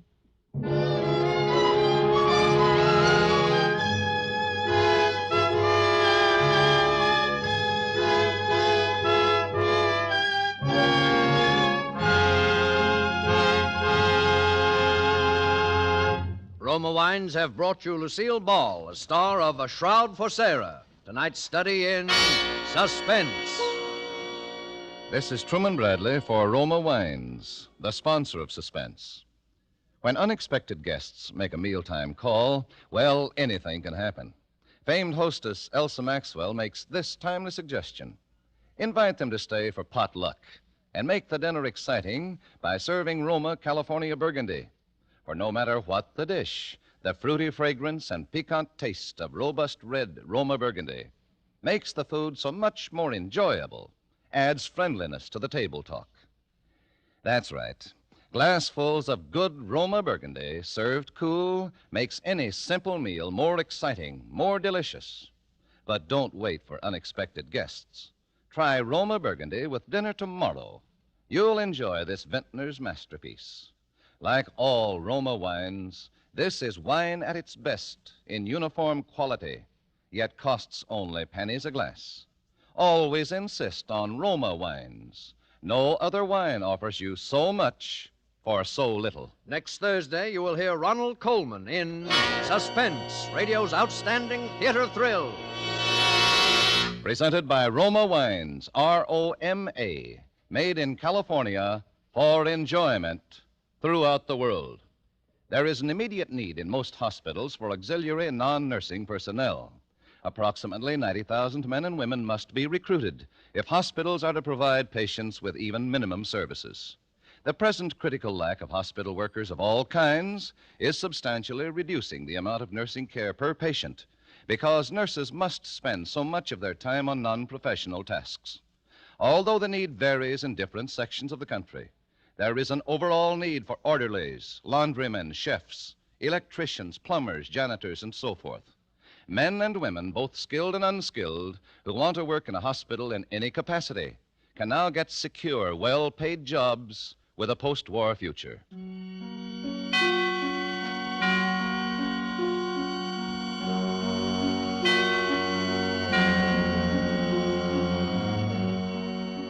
This is CBS, the Columbia Broadcasting System.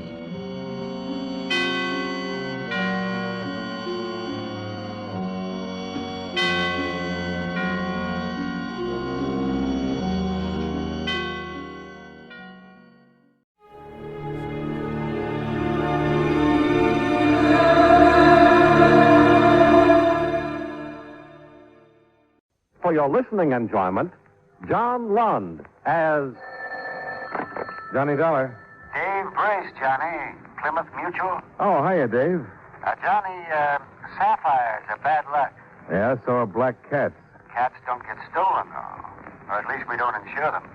How much? 30,000. Does the name Benny Stark mean anything to you? Benny Stark. Yeah, jewel thief. Couple of convictions. I haven't heard of him lately. Well, you're hearing now. He called us from Rockport, outside of Chicago. Wants to talk a deal. He apparently has the sapphire necklace. Who's your client, Dave? A girl named Ellen Beauregard. Big wheel in Rockport society. I've already made your plane and hotel reservations and gave Benny your name.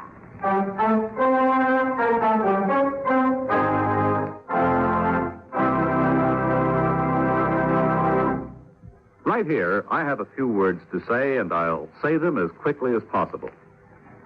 You know, someone once said that everyone and everything in America depends on speed, and that as our country grows older, we all move faster.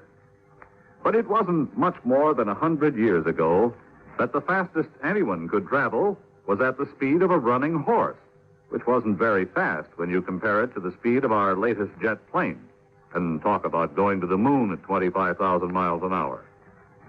And during that same 100 years or so, we've grown from the first crude telegraph to the perfection of color television.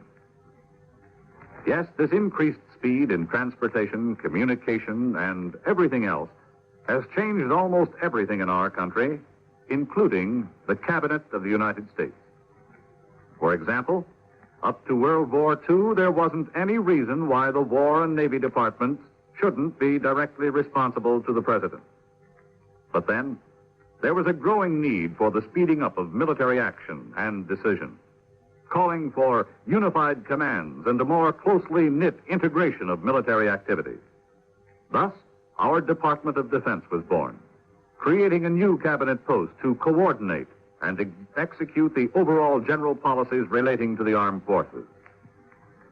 And the secretary heading this new Department of Defense became the representative to the President for the newly designated secretaries of the Army, Navy, and more recently, the Air Force. In the future, our fast-moving world may add even more members to the President's cabinet to ensure the safety and well-being of our United States.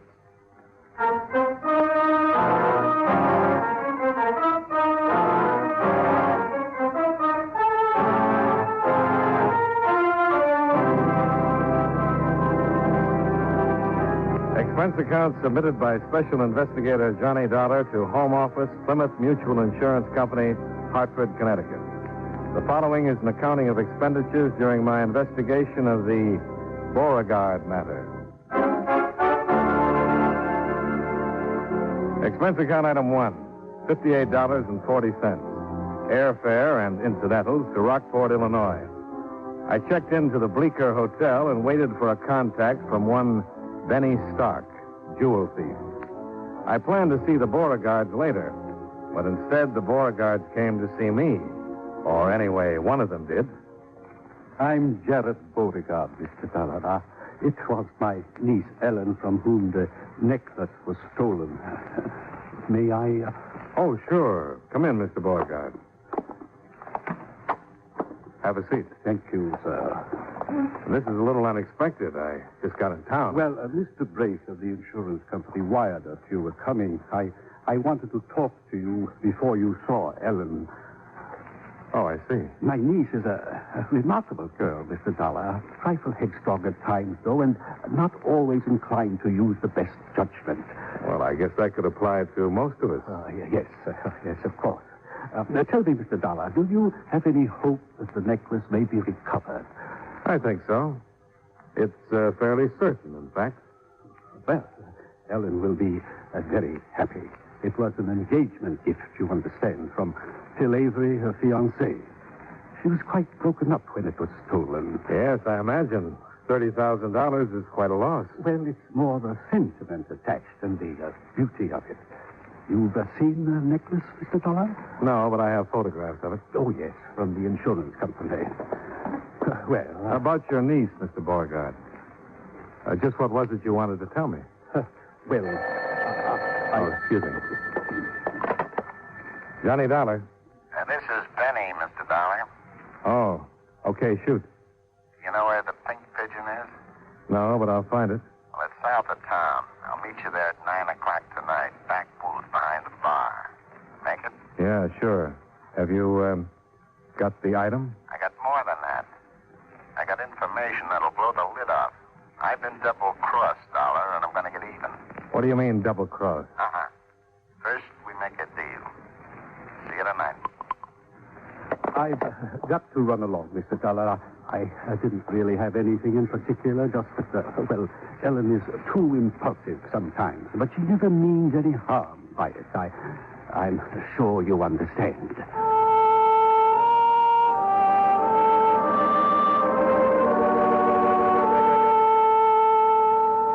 Expense account item 2, $14 to hire a car. Benny was on ice until 9 o'clock, so I decided to call on Ellen Beauregard, the girl who was too headstrong and impulsive, but didn't mean any harm by it. Uncle Jarrett was wrong, though. I didn't understand. I left the car near the Beauregard coach house and walked down the terrace toward the entrance. Ahead of me, in a glassed-in sunroom, a man and a girl were so busy with each other that they didn't even notice me. A highly romantic scene. The mistress of the house, probably. The only trouble, though, she was wearing a maid's uniform. She was still a little flushed when she answered the door. Good afternoon, sir. I'd like to see Miss Ellen Beauregard. My name is Johnny Dollar. Dollar, you're the investigator on the robbery. Dave must have wired everybody in town. Oh, I'm sorry, sir. Won't you come in? Thanks. If you'll wait there, please, I'll tell Miss Beauregard you're here. Yeah, right. Bye, Ellen. See you later. Oh, hello. You must be the insurance fellow? You, too. Ellen said you were due in town today. I'm Phil Avery, Mr. Dollar. How do you do? Ellen and I are engaged. I gave her that necklace that was stolen. Yes, I know. I certainly hope you can get it back. The insurance won't cover the sentimental value. Sentimental value? Yes.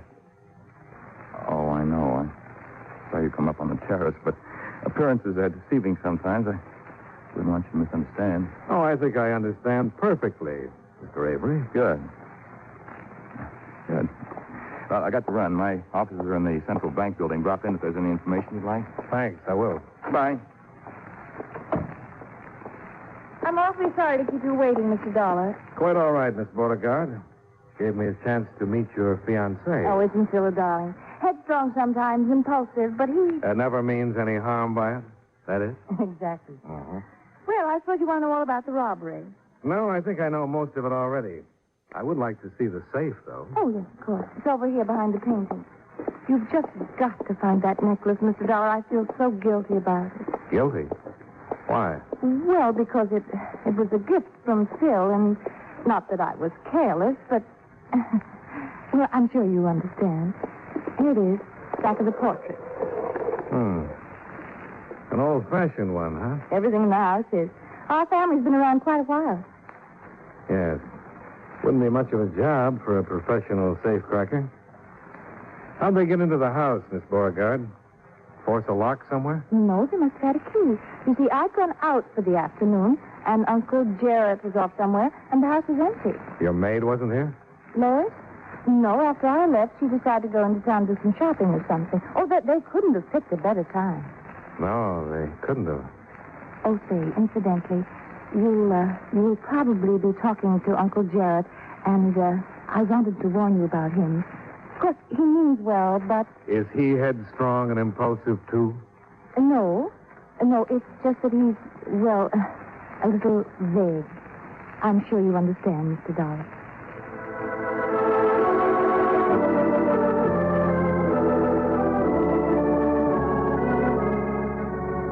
It was nearly dark when I left, filled with understanding and with a lot of questions about the Beauregard establishment that still needed answering. I started to open the door of my car when I caught a flash of white at the corner of the coach house. Somebody had seen me and then tried to duck out of sight. I walked across the drive and moved quietly up to the corner. Evening, Lois. Can I help you with that? No, I was just going to burn some trash. Well, fine. Let me put it in the incinerator for you. No, please. Oh, it's no trouble. I'll just... Hey, have you sorted through this? There's something heavy inside these papers. Please, let me have it. You won't understand. Well, you're the first one around here who hasn't thought so. Lois! She sounds impatient. You better run along. I'll take care of this for you. No, please, you... Oh! I knew what it was already. And in a moment, I had it unwrapped. A .32 caliber revolver. And one chamber had been fired recently. Mr. Dollar? I slipped the gun in my pocket and shoved the papers into the incinerator. Mr. Dollar? Right here, Miss Beauregard. Oh, I saw your car was still in the driveway, and I... Just checking the layout of the grounds. I'm leaving now. Oh. Lois just came in from somewhere in this direction. Oh? Was she talking to you by any chance? Oh, we passed the time of day. Well, don't believe anything she tells you. Any definite reason why not? Oh, I've caught her in all sorts of lies. I didn't want to say anything inside. She might have been listening. How long has she been with you? 4 months. She goes out in the afternoon sometimes, and I know she lies about where she's been. Do you think she had something to do with the robbery? I don't know. I'm only suggesting that you check very carefully on anything she might tell you. Well, if she's like you say, why have you kept her? Well, I've been planning to let her go, but... Well, objections were raised. Who raised the objections? Uncle Jarrett.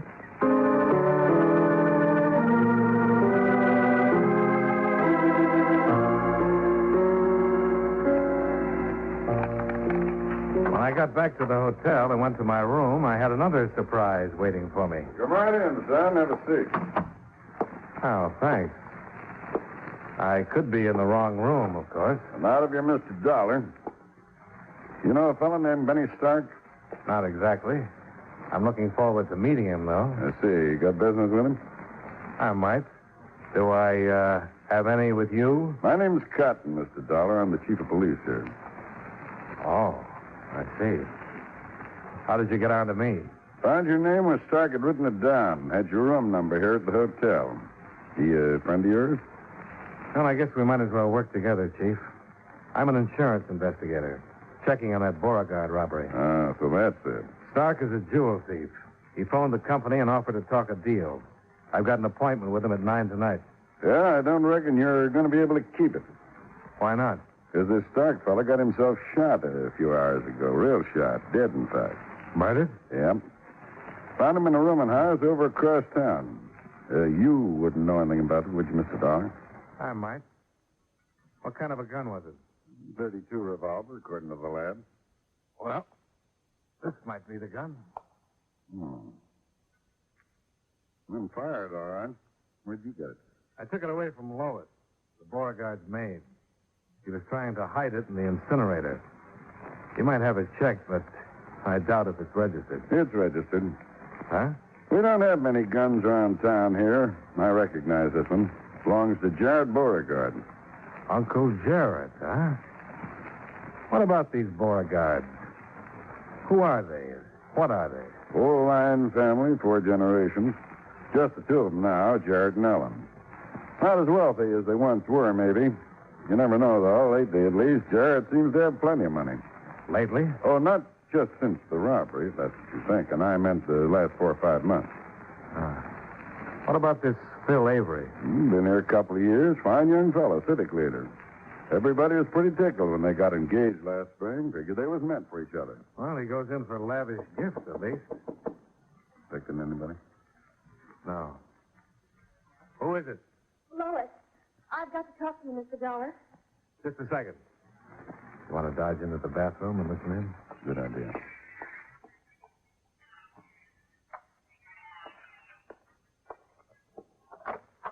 Come in, Lois. Thank you. I've got to have it back, Mr. Dollar. What? The gun. Please, Mr. Dollar, it's not the way it looks. Somebody's trying to get me in trouble. I found the gun. Where? Hidden under the mattress of my bed. I got scared. I was trying to get rid of it when you stopped me. Tonight in the paper, it says a man's been shot. Did you know him? No. You know whose gun this is? No, I don't know anything about it. Give it to me, please. I'd like to, Lois, but I'm afraid it's not that simple. All right, Chief.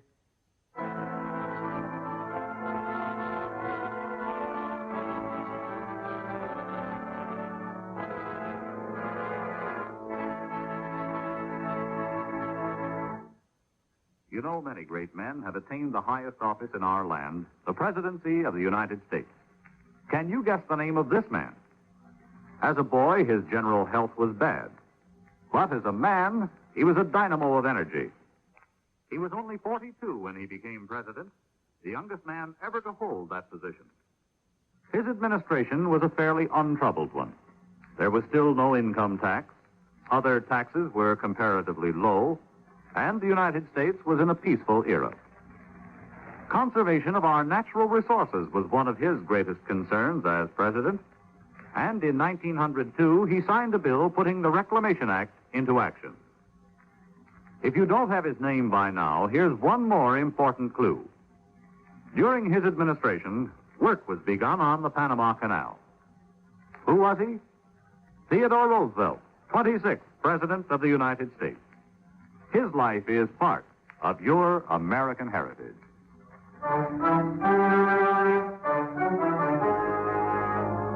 And now, with our star, John Lund, we bring you the second act of Yours Truly, Johnny Dollar.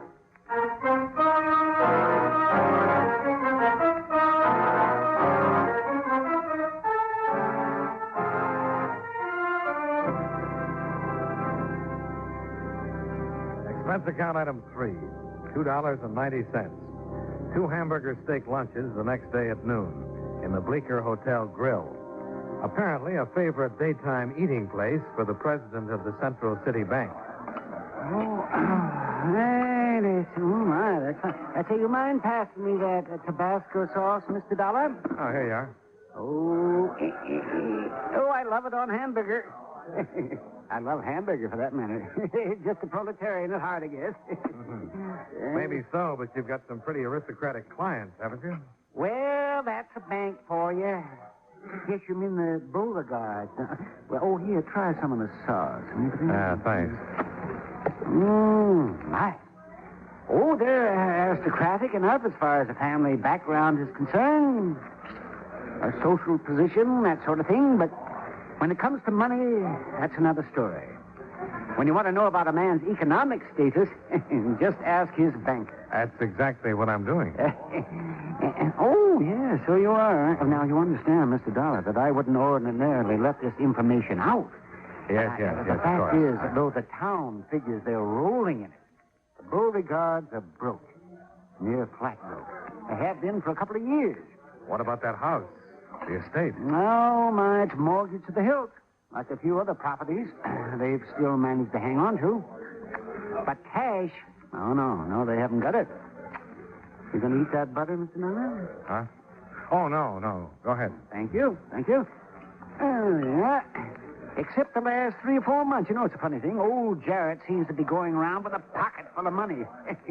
Probably borrowing it from his prospective son-in-law. Bill Avery, huh? How is he fixed financially? Oh, how is he fixed? A man who can afford a $30,000 engagement gift? I've never looked through his account, but I'd say that if he doesn't have it, he soon will have. Oh, my, that boy's a go-getter. Pretty well thought of, huh? Elected him to the board of directors of the bank last month. You're not going to eat that roll? Oh, thank you. I don't know how he finds time for it, that boy. He's got a half a dozen jobs already. He had to postpone his wedding, even. They were supposed to get married 3 weeks ago. Oh, I see. Lois, the Beauregard's maid, wouldn't have anything to do with that, would she? Oh, gossip. Oh, it gets around, that gossip. Well, she's a pretty little thing, you know. And a man who's about to tie himself down for life, well, you know how that is. Huh? Yeah, sure. Yeah, it'd be just too bad if Ellen found out about it, though. This town would be in for some real excitement if she found... Oh, would you pass that sauce again, Mr. Dollar?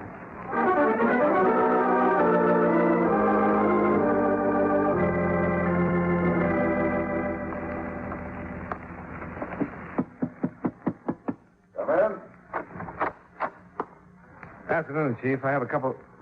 Oh, I'm sorry. I didn't know you were busy. Well, that's all right. Come on in. You know Mr. Avery, I believe. Yes, we've met. How are you, Mr. Dollar? Glad you came. This concerns you, too. Well, Mr. Avery figures we're doing this girl Lois an injustice. She's not involved in any of this, Mr. Dollar, either the theft or the murder. She's not the kind. I know her. Oh, well, Mr. Avery. Well enough to know that she's a pretty fine person. The only trouble is, Mr. Avery, I've got a pretty strong case against the girl. She was trying to dispose of the murder gun. If she'd know the time, the house would be empty to set up the robbery. She could have given Benny Stark a key to get in. One thing, though, Chief Cotton. We haven't found the necklace. Unless she can be tied up with that, the case won't stand. We're still looking. What about her room at the Beauregards?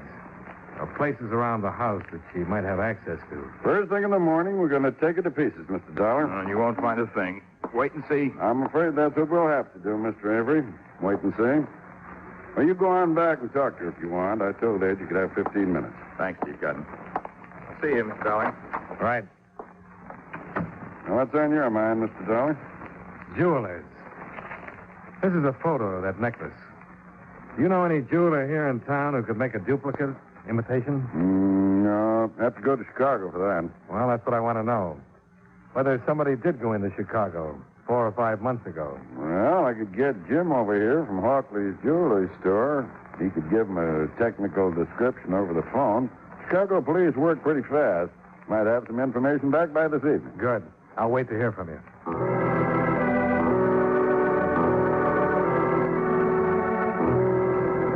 There was nothing more I could do until I heard from the Chicago police. So I went to my hotel room to wait it out. Johnny Dollar. Ellen Beauregard, Mr. Dollar. Oh, yes, Miss Beauregard. We wondered if you'd come out to dinner tonight. Well, that's awfully nice. Yes, I'd like to. Good. Just the family. 7 o'clock, all right? Fine. See you then.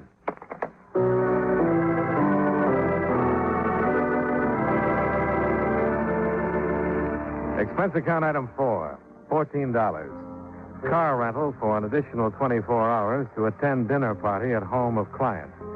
I arrived at 6:45, parked by the coach house, and then at 7 o'clock, I joined Phil Avery in the billiard room.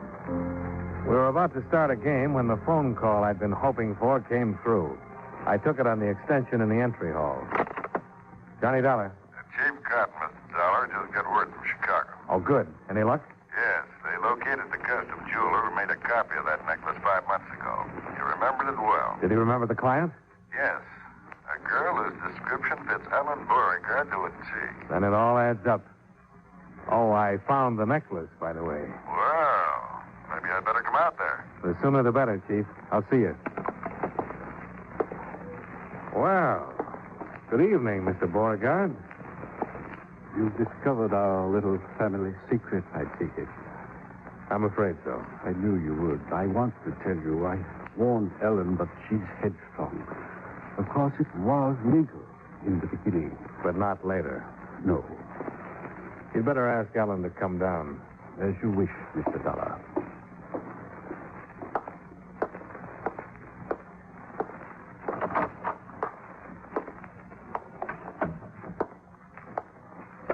Well, shall we start the game, Mr. Avery? Right.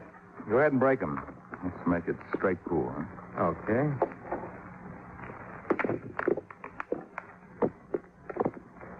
Good start. 2 on the break. Like shooting quail in the brush.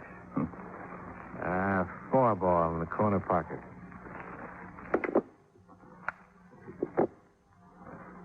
By the way, Mr. Avery, you were right about Lois. She isn't guilty. She was being framed. I told you so. She's not involved in any of this except as an innocent bystander. Even though I found the necklace a little while ago hidden in her room. You found it? Oh, good. The Beauregards, though, are not quite so innocent. Hmm? The 7 ball in the side pocket. What do you mean? The Beauregards needed money. They were still keeping up a front, but they were broke. And when you started getting interested in Ellen, they figured you were their answer. You make her sound pretty cold-blooded. Oh, I don't think there was much love lost on either side. You were playing the same game. Now, wait a minute. It was a natural the way you saw it. Ellen, the last of an old line family, prominent, wealthy.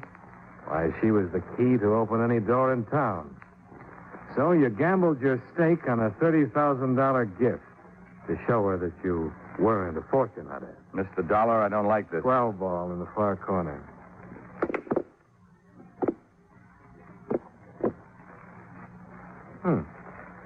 Then, about a month ago, you had a chance to see the Beauregard accounts at the bank. Why, they were broker than you were. I wasn't marrying Ellen for money. Only trouble was you couldn't stand losing that 30-grand necklace. So you brought Benny Stark in, and he stole it for you. But when he gave it to you, he told you it was phony, and you thought he was double-crossing you. He got sore and decided to try for a deal with the insurance company. And that's why you killed him. You're accusing me of murder, Mr. Dollar? Let's see now, the 8 ball in the end pocket.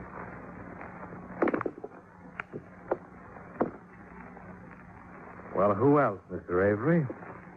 Lois wasn't involved, except that you tried to frame her. The Beauregard knew the sapphire necklace was an imitation. You were the one who didn't. It wasn't an imitation. I paid $30,000 for it. Not this one. Ellen sold yours a month after you gave it to her. They've been living on the money. She had this one made in Chicago. That dirty look. Another clincher. You were the only one who heard me tell Chief Cotton that we'd have to find the necklace before we could convict Lois. So you brought it here tonight and planted it.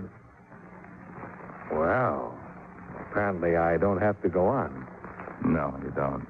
Did you steal that gun from Uncle Jarrett, too? Oh, no. This is my own. Better lay down that cue now and get your hands up. Slow and easy. And if I don't, you... Thanks, Miss Beauregard! Mr. Dollar. Oh. A billiard cue makes quite a weapon. What's this all about? Well, it seems your fiancé is the lad who had your safe rifled and then later killed his partner. Killed him? Yeah, I guess murder is worse than fraud. What do you mean? You filed an insurance claim on a necklace you'd already sold. I rather imagine the company is going to prosecute. Chief Cotton's on the way, Miss Beauregard.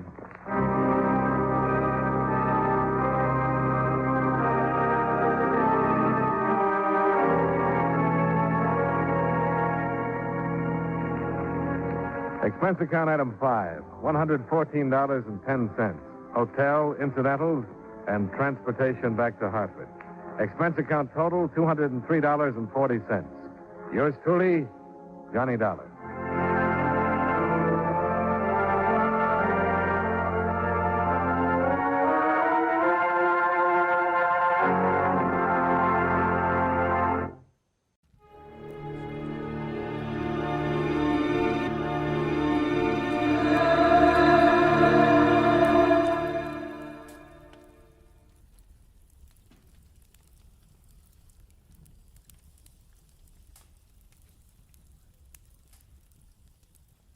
Get this and get it straight.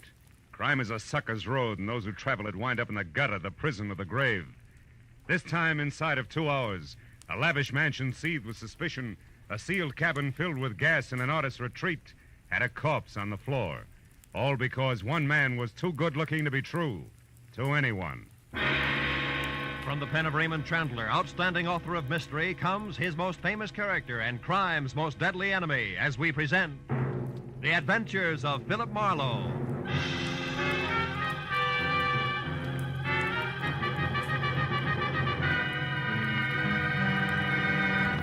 Now, with Gerald Moore, starred as Philip Marlowe, we bring you tonight's exciting story, The Lady Killer.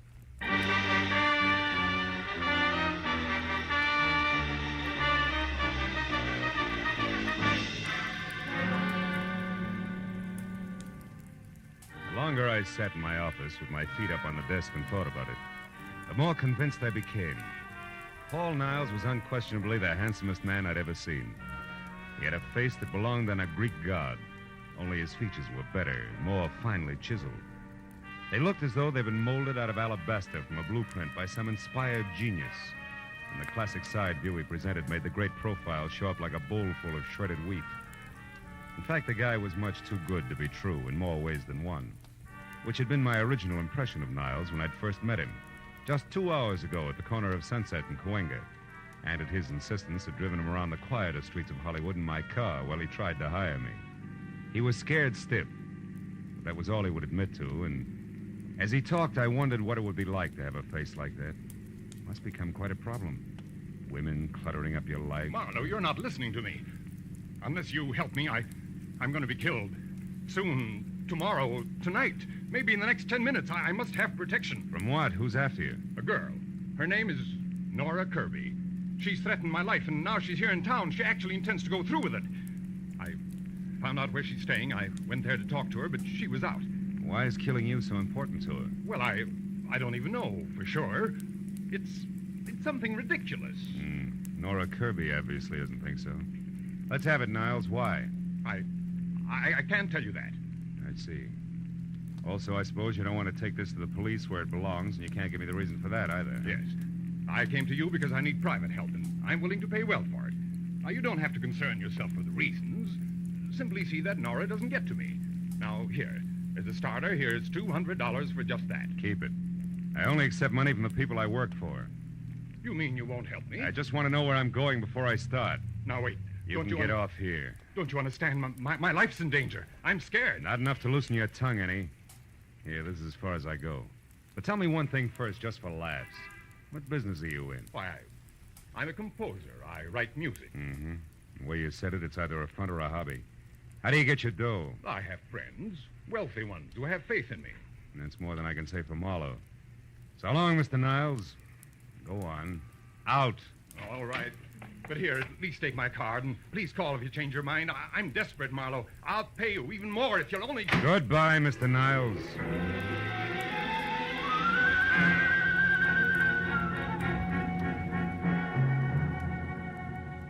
was the way I'd left it 2 hours ago at 8.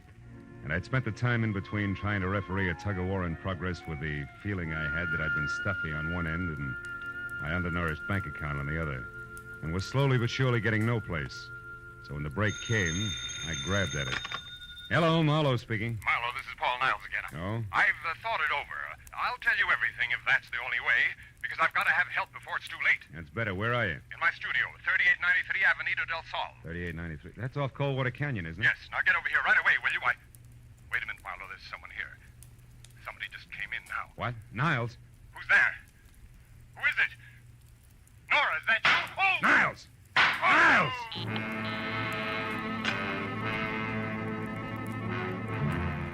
When Niles' phone went dead, I hung up, ran to my car, and was headed for Coldwater Canyon before I stopped to think of what I'd heard on the telephone could very easily have been bait for a patsy routine.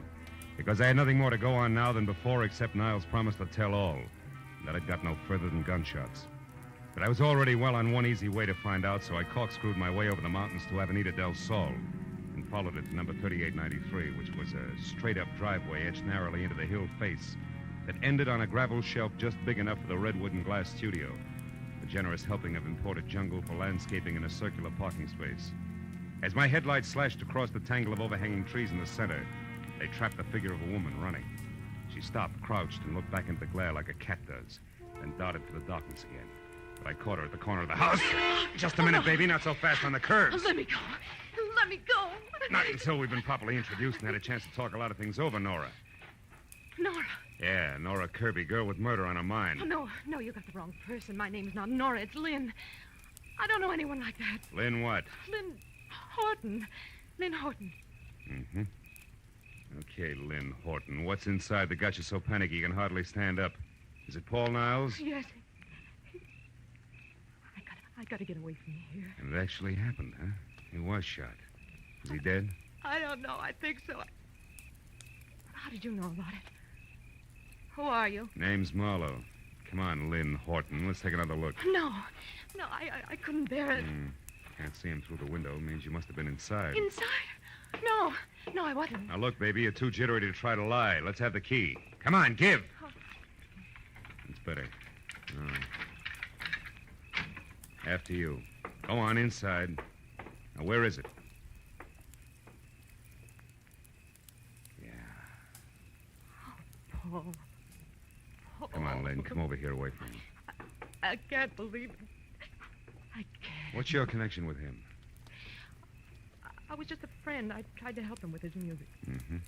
The price on the merchandise you're wearing, you must be one of those mentioned.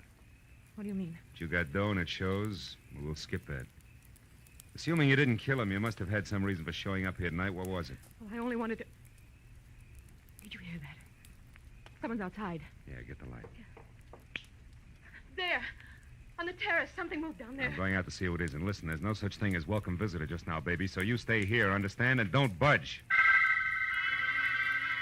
I felt my way out the door, down the stone steps toward where we'd seen the movement, and along the wall to the far end of the terrace. But there was no sound. Nothing moved. Whoever had made the noise had gotten away clean. So I headed back for the house, and that's when I heard it. I started after her with my shin against the first rock garden. Stopped me cold. Ooh. Instead, I listened to her drive away. Called myself a few unpleasant names and concluded that Lynn Horton, or whatever her real name was, had been quite as scared as she acted. After I limped inside, turned on the light, and reached for the phone, I stopped at the word Nora above a pretty girl's picture on a newspaper clipping sticking out of Paul Niles' pocket. It carried a New York dateline and said that Nora Kirby, convicted of manslaughter in a traffic accident, had been released after serving 3 years. At the bottom of the story, scrawled in ink, was the message: 3 years for something I didn't do, to get something I couldn't have. It's not fair, Paul. I'll be seeing you. It was signed Nora. I picked up the phone again, and a few minutes later, Detective Lieutenant Matthews at Homicide was up to date. Okay, I'll be right out. Now, you say this girl, Nora Kirby, did it, Marlowe? I said Paul Niles was expecting her to, and it looks like she did. They look, there's another angle, though. The woman who just beat it away from here. The one who called herself Lynn Barton? Yeah. There's that somebody else who was snooping around outside, too. Who also got away from you. You're doing real well, Marlowe. Oh, now, wait a minute. Wait till you see this joint, you'll understand. Besides, I'm in this for curiosity only now. My paycheck got murdered, remember? And furthermore, I never matches when I want them. What'd you say? I said I'm looking for some matches. No. Here's some. These are the strangest matches I've ever seen. Well, what about them? I got a velvet cover on them. So what? A velvet book of matches. Hey, Matthews, did you ever hear the name Negrotto? Negrotto? Yeah. Sure. Abel Negrotto. Huh? He's a big name in the music publishing business. Made most of his fortune on records. Lives in Beverly Hills. You know, I got a dandy hunch. I'm going to go have a talk with Mr. Negrotto, Lieutenant, okay? On one condition. Be careful what you say, Marlowe. And keep in touch.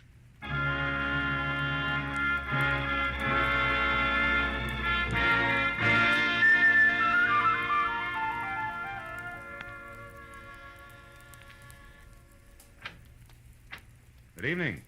You aren't Mr. Negrotto, are you? No, I'm not. I'm Garrett Horton. Mr. Negrotto is busy. Horton? Yes.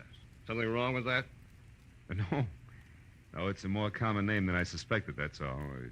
Will you tell Mr. Negrotto I'd like to see him for a few minutes on an urgent matter named Marlowe? Perhaps you didn't understand me. Mr. Negrotto and I are in the middle of a business conference. We can't be disturbed. No, you can't be disturbed. Well, No. look, Mr. Horton, a man was murdered tonight, and one trail leads from the corpse straight to this front door.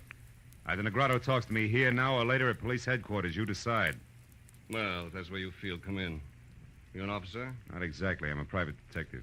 I see. Well, follow me.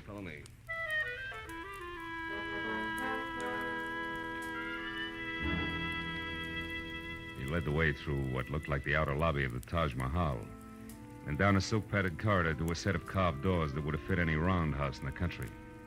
When we walked in, a man glanced up from a stack of papers, and with a pair of eyes that belonged on a shark, did his best to look a hole through me. Horton introduced us. This is Mr. Marlowe, private detective. Mr. Negrotto, I'm looking for a girl named Nora Kirby in connection with the murder of one Paul Niles tonight. She either committed the murder or knows who did because she was there and saw it. And what exactly brings you to my house? Well, I found this book of matches near the door of the dead man's studio. I think it's yours. It is. Go on. Any idea how it got there? None whatever. And until you mentioned their names, I'd never heard of either Nora Kirby or Paul Niles. How about you, Mr. Horton? No, I'm afraid not. Oh, there's my wife. Oh? I'm sure you'll want to give her the third degree, too. Now, just a moment. Lynn, darling. Come in here, please. Lynn, this is Mr. Marlowe. How do you do, Mr. Marlowe? I'm glad to know you, I'm sure. Thanks. I'm pleased to meet you, Mrs. Negrotto. Your brother and I have been trying to convince Marlowe here that we didn't commit murder tonight, but he thinks we did because he found this book of our matches near the corpse. Can you explain it, my dear? Why, no. I can't imagine. The man's name was Niles, Lynn. Paul Niles. Mean anything? No, nothing. How about Nora Kirby? I don't think I've ever heard the name before. Well, Marlowe, that would seem to take care of the book of matches. Not completely. It was found at the house of the dead man, remember? We've had hundreds of these made up. Passed them out freely. I think you've taken up quite enough of our time with this absurd business, Marlowe. So now I'll ask you to leave. I'll show you out. Don't Marlowe. bother. Now listen, Negrotto, and listen closely. I've been taking it easy so far, but somebody in this room is absolutely certain how those matches got out there. I know that for a fact. And I'm a private detective, don't forget. So if you suddenly remember something that needs talking over, I'll be in my office for 1 hour, but not 1 single minute longer. Good night, all.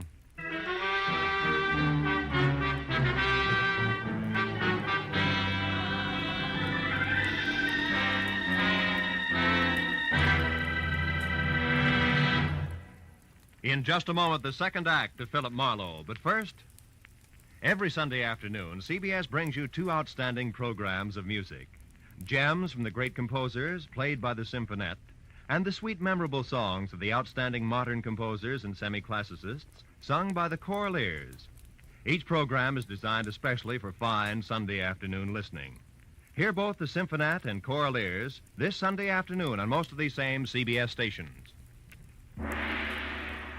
Now, with our star, Gerald Moore, we return to the second act of Philip Marlowe and tonight's story, The Lady Killer.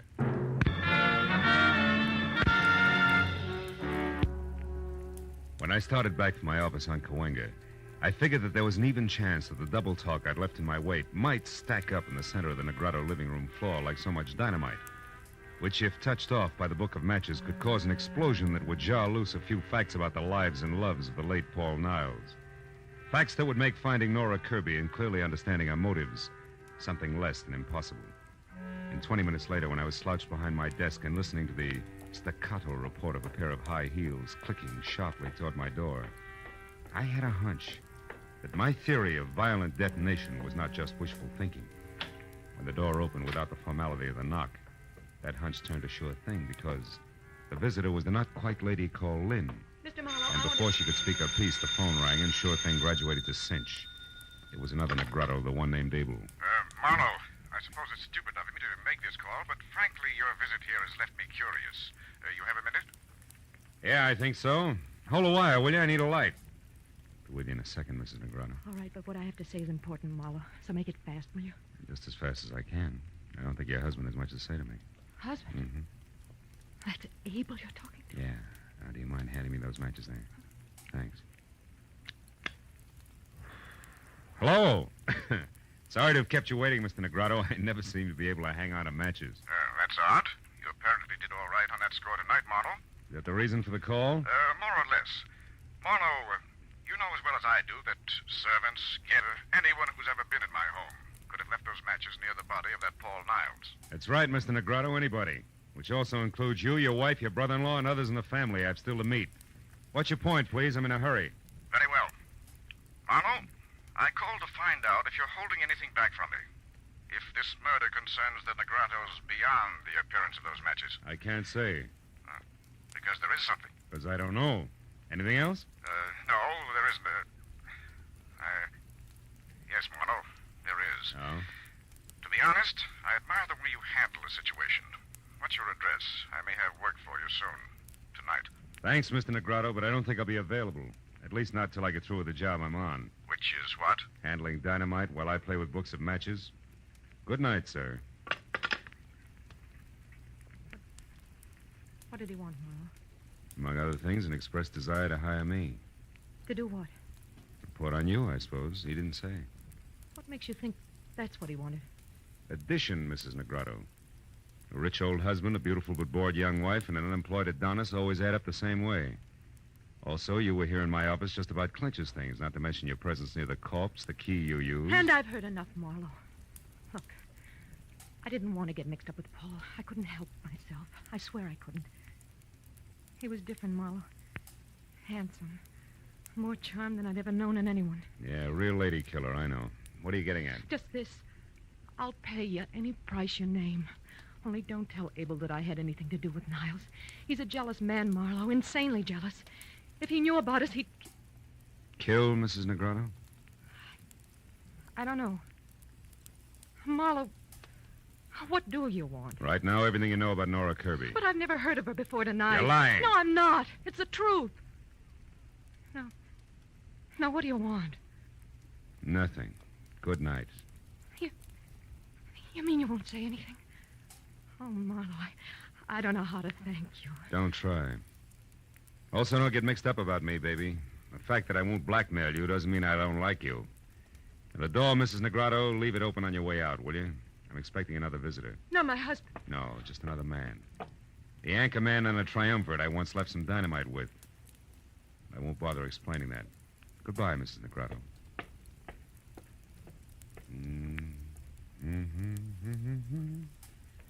You great, big, beautiful dog. Oh. Come on in, Mr. Horton. I've been waiting for you. Why, Mr. Marlowe? Something I said or didn't say at the house? Not exactly. It's more a matter of intuition, high explosives, and the fact that both your brother-in-law and sister have already paid their respects. Now, what can I do for you? I'm not at all sure. It's the first time. I'm only here because I noticed something very strange about the way my sister looked at you when you spoke of the murder of this Paul Niles. When she left the house shortly after you did, I followed her here. All of which makes the next question, why, Mr. Horton? Because I don't trust her. And more important, every penny I own is tied up in a business venture of mine that her husband is backing. She originally met Abel through me, and if she should in some way be in trouble, the kind of trouble that her husband wouldn't put up with, I might suffer for it in the long run, right along with her. Uh-huh. And by the trouble, Mr. Horton, you're referring to something specific, I think. I am. Lynn has had a very Well, a very mixed-up background, Marlowe, so it's entirely feasible that in some way she's connected with this Nora you spoke of who killed Paul Niles. You mean as an accomplice or even as accessory before or after the fact? Pretty thoughts about your own sister. Which I can't help. I doubt that you have anything to worry about, Mr. Horton. However, I will say this, that if Nora Kirby hadn't gotten to Paul Niles, sooner or later you would have had plenty to worry about. You mean that... I mean that now is a great time for you to go home and sit on your investment. All is well, Mr. Horton, for the time being. A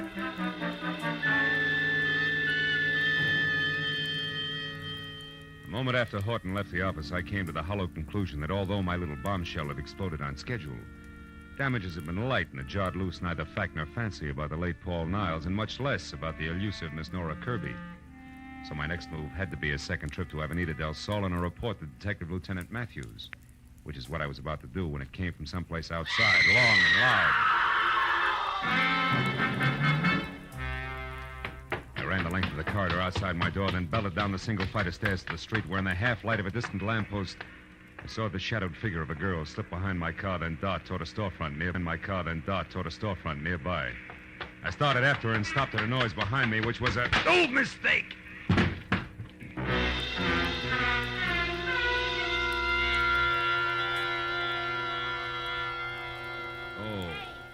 Hey, Junior, hey, come on, honey. Pull yourself together. Oh.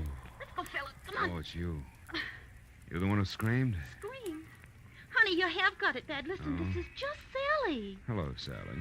Relax, honey. You're lucky a cop didn't come along first.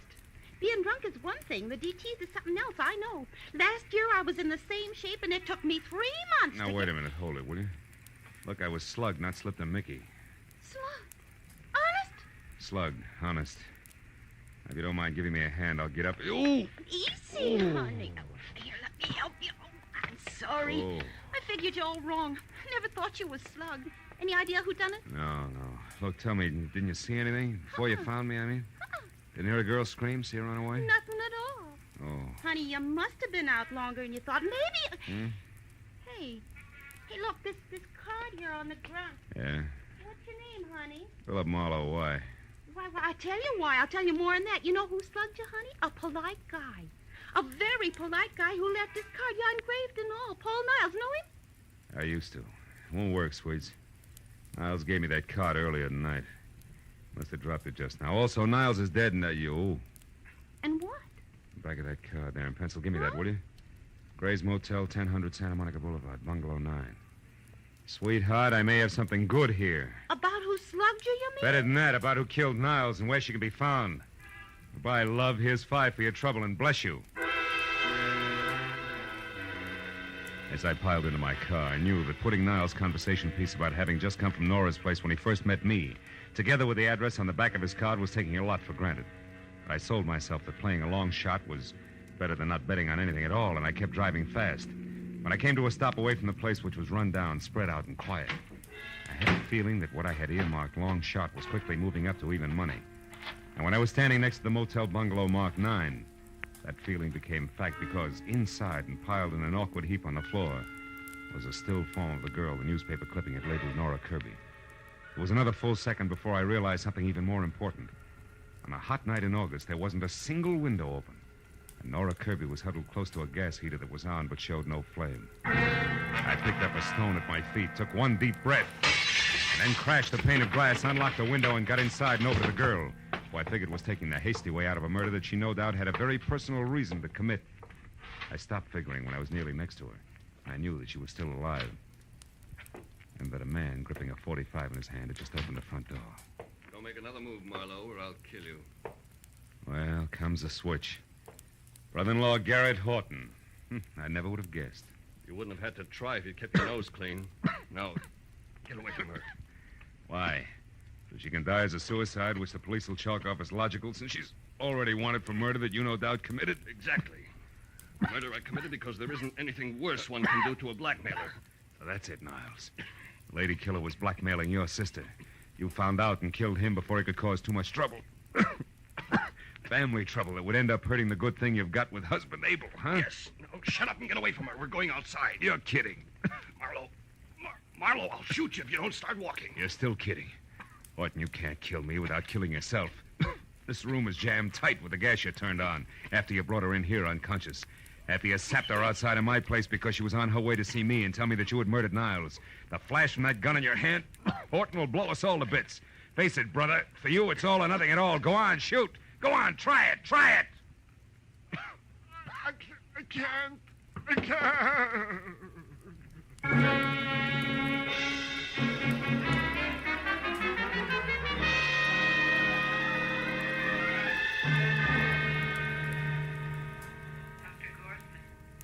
Dr. Gorson, please report to Ward You can 21. see Miss Kirby now, Mr. Marlowe.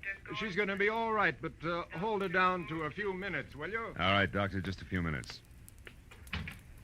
Hello, Nora. Been a long time getting together, huh? Yeah, but not through any fault of mine, Mr. Marlowe. I followed you from the moment you left Paul's place. But I wanted to see you alone, so I kept waiting for my chance. Which was canceled out when Horton spotted you after he left my office. You ought to learn to run faster, honey. You had to take time to knock me out, and still he caught up with you.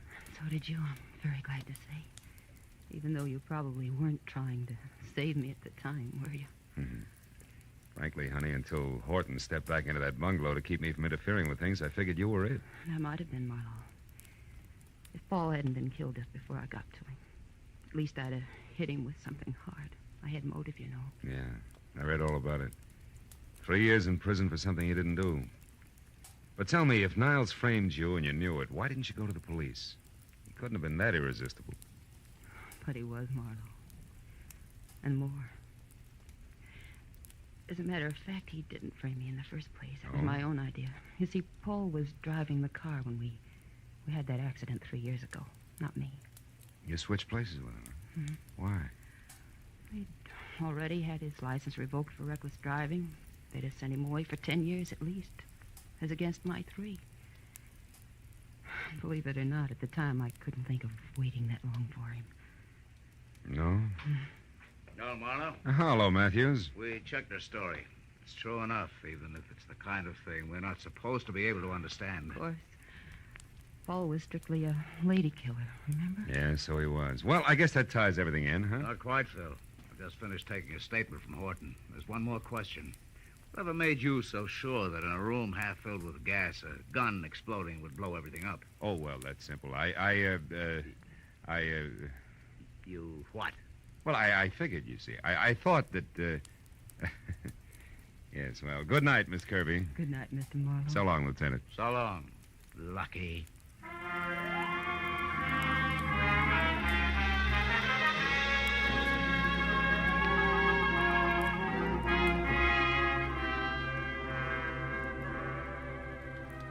By the time I got back to the quiet of my apartment on Franklin, it was a little better than 2 in the a.m. As I sank into an easy chair without bothering to turn on the lights, I realized that for the moment I was tired. Tired of people. Their troubles, their petty little jealousies. Lady killer. What makes one man a lady killer and another... Oh, well. I lit a last cigarette, and I thought about the mountain of trouble a classic Grecian profile had built for Paul Niles. I stopped thinking when the flare of the match in my hand showed in a mirror opposite me. The mirror that also reflected the face of the guy holding the match. He was a long way from being an Adonis. In fact, he was slightly on the mud fence side. And at the moment, glad of it.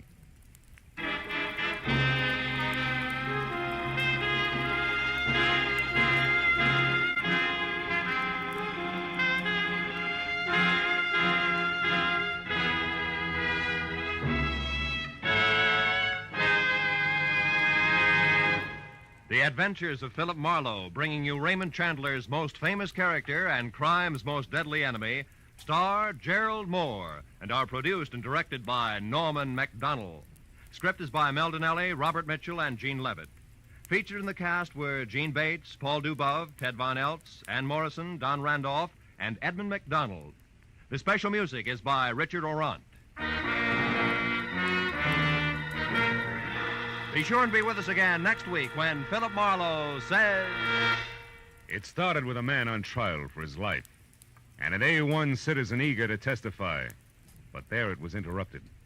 And it wasn't until I found a corpse in a bubbling bath, gunplay in the woods, and lots of blackmail that the real eager witness had a chance to talk.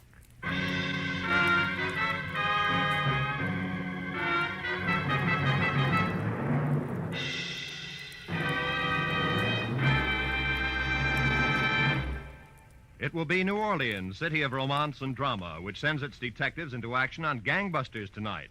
The superintendent of the New Orleans Police Department himself will narrate Gangbusters' amazing story, The Case of the Sledgehammer Sigh. You'll also find Basil Rathbone engaged in another of his exciting exotic mysteries. So be sure to hear them on most of these same CBS stations. Gangbusters and Basil Rathbone's newest mystery adventure. In fact, stay tuned right now for the Gangbusters program. Yes, it follows immediately on most of these same stations.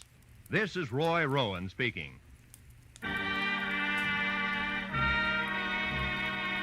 This is CBS, the Columbia Broadcasting System.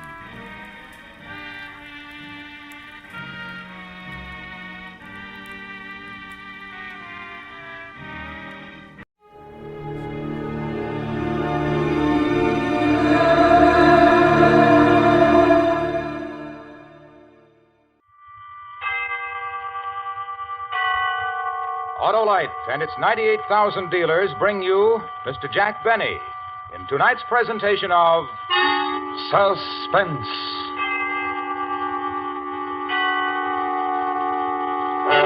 Tonight, Autolite presents a story about a man who worked for 30 years to prepare a most unique personal retirement plan. The story is called A Good and Faithful Servant. Our star, Mr. Jack Benny.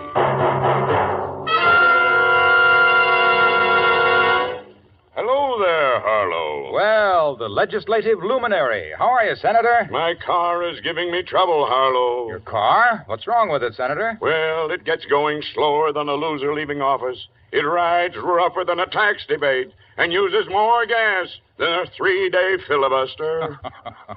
Well, it may be spark plug trouble, Senator. Spark plugs should be checked every 3,000 to 4,000 miles. So see your nearest Autolite spark plug dealer. His exclusive Autolite plug check indicator will quickly show the exact condition of your spark plugs. If they're worn out or wrong for your style of driving, he'll recommend resistor or standard type ignition engineered Autolite spark plugs for smoother performance, quick starts, and gas savings. Sounds like a propitious proposal, Harlow. How do I find this Autolite spark plug dealer? Why, just phone Western Union by number and ask for Operator 25. She'll quickly tell you the name of your nearest Autolite spark plug dealer where you can get the finest spark plug service money can buy. And remember, from bumper to tail light, you're always right with Autolite. And now, with the performance of Mr. Jack Benny, Autolite presents transcribed A Good and Faithful Servant, hoping once again to keep you in suspense. I know you've been through a lot, Mr. Fenton, but if you could just try to recall anything else about the appearance of the two men. Lieutenant, couldn't this wait? Fenton has spent 14 horrible hours locked in a vault. And while I admire his spirit and pluck in bearing up as well as he has... I'm just trying to get something to go on, Mr. Waterman. Do you want your money back or don't you? The welfare of my employees comes first, Lieutenant. First, last, and always. And you're insured. Mr. Fenton. Don't answer if you don't feel up to it, Fenton. I don't mind, Mr. Waterman. I'm anxious to cooperate. Now, as near as I can remember... Be sure you get this, Florence. As near as I can remember... Of course, I had only a flash before they forced me into the vault. Yeah, we understand, Mr. Fenton. I had the impression of one being tall, but not too tall, and the other one was shorter. But not too short. Exactly. And they were wearing masks, rubber masks. One had a Lionel Barrymore mask, and I think the other was Dick Tracy. It was quite a shock to see him. Aha. The Brinks Gang, Lieutenant. The Brinks Gang to a T. Maybe. Mr. Cartwright, would you come over here, please?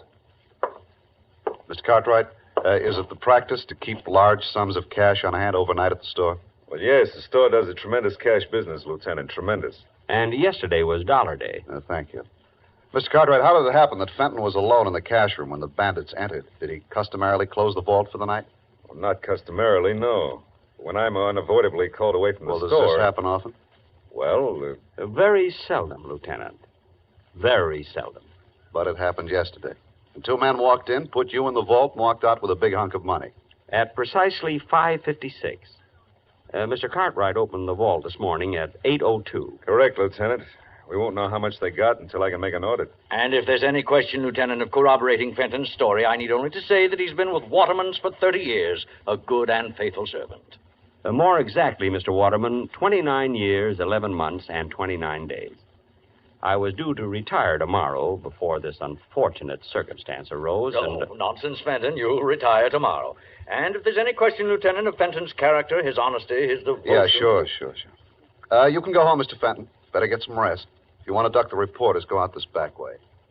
Well, what do you think, Mr. Waterman? Entirely up to you, my boy, entirely. But in these days of doubt, of confusion, and dishonesty in high places, I believe your simple story of courage and devotion to duty will be an inspiration everywhere. Mr. Waterman, I am ready to face the press.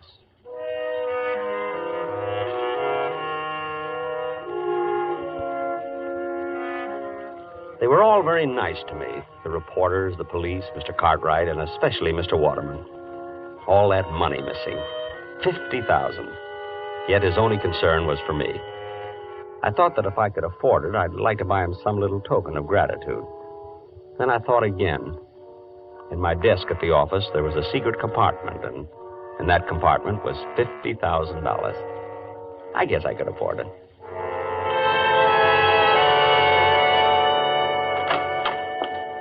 Yoo-hoo! Mother, I'm home. Good morning, Harold. I hope you haven't had breakfast. I've kept it hot for you. You're not going to ask me how it went, Mother? Oh, I heard over the radio. But I wish there'd been some way of doing it that it wouldn't have kept you out all night. Oh, I wasn't out all night, Mother. I was in a vault. I know you were, Harold. And if you keep on, you're going to end up with that same sinus strip your father used to have. Oh, Mother, it was a perfectly dry, warm... Oh, never mind. Eat your cereal, Harold. You'll feel better. Mr. Waterman told me to take the day off, Mother. I'm not going in until tomorrow. That was certainly big of him, after all you've done for them. How much did you get? $50,000. It's in my desk at the office, in the drawer with the false bottom. In your desk? Will it be safe there, Harold? Well, no one will be looking for it. Harold, you don't think you'll have any trouble getting the money out of your desk? I think things will work out all right. See, according to my plan, Harold, you see, I told you from the beginning you weren't strong enough for this type of thing.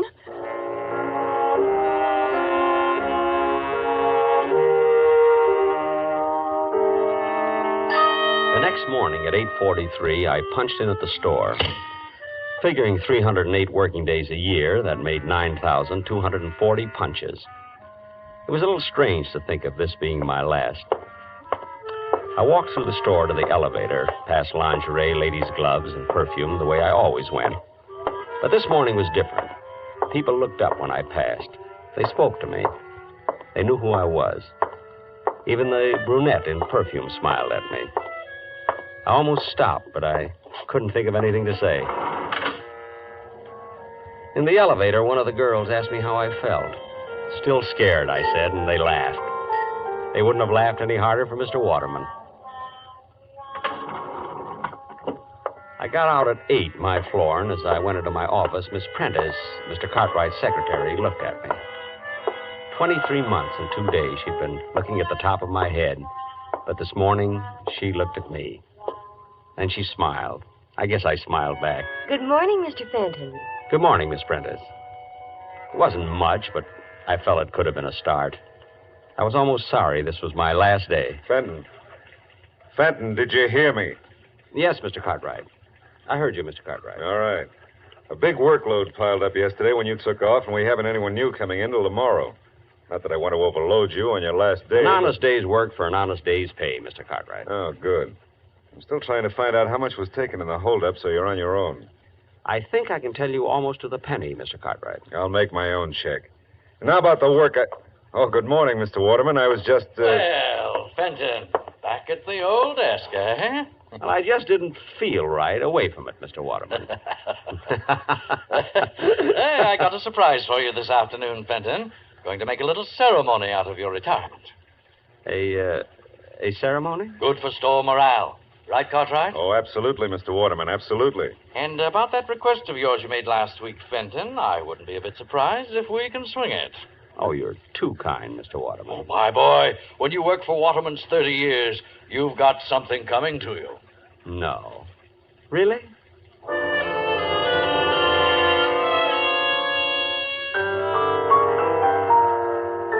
I ate my usual lunch that day, the Thursday Blue Plate Special at Elmo's Grotto. 70 cents plus the usual 10% tip. 7 cents. With the usual 20 minutes left in my lunch hour, I headed for the park with a nickel bag of peanuts. The squirrels were going to miss me. No, Mr. Waterman. You've had 3 already. Give Mr. Cartwright a chance. Sit up, Mr. Cartwright. Sit. That's it. That's it. Excuse me. Would you mind if I join you, Mr. Fenton? Why, Miss Prentice. Of course. Of course not. Sit down. Thank you. Move over, Mr. Waterman. He does look a little pompous, doesn't he? Which one is Mr. Cartwright? There, with the small mustache. He bites. And, is there a Miss Prentice? Well, there is, but I believe she is, well... Nesting? Well... How long have you been feeding them, Mr. Fenton? They seem so friendly. 30 years, Miss Prentice. My favorite animal. You give a squirrel a nut, and does he eat it? No. He runs away and stores it in a hole. We could all benefit from their example. And now that you've stored your little nest egg, you're retiring, Mr. Fenton. Well, you might say that, yes. You're quite a fascinating character, Mr. Fenton. Me? I'm sorry I didn't know you sooner. You know, the whole store is talking about your ordeal in that vault. Oh, it wasn't so bad. In fact, I've always rather liked the vault. What an odd thing to say. Well, chacun est son goût, Miss Prentice. That's French for each to his own taste. Oh, you've been abroad, Mr. Fenton. Me? Oh, my goodness, no. Oh, but you will now that you're retiring. No, I've got my eye on a little cottage by a lake and woods. Lots of squirrels there. And no time clocks. You and your wife? Mother. Oh, I hope you get it, Mr. Fenton. Thank you, Miss Prentice. I wonder what the robbers are going to do with all that money. I wonder. It's 5-1. Shall we go back and punch in, Miss Prentice?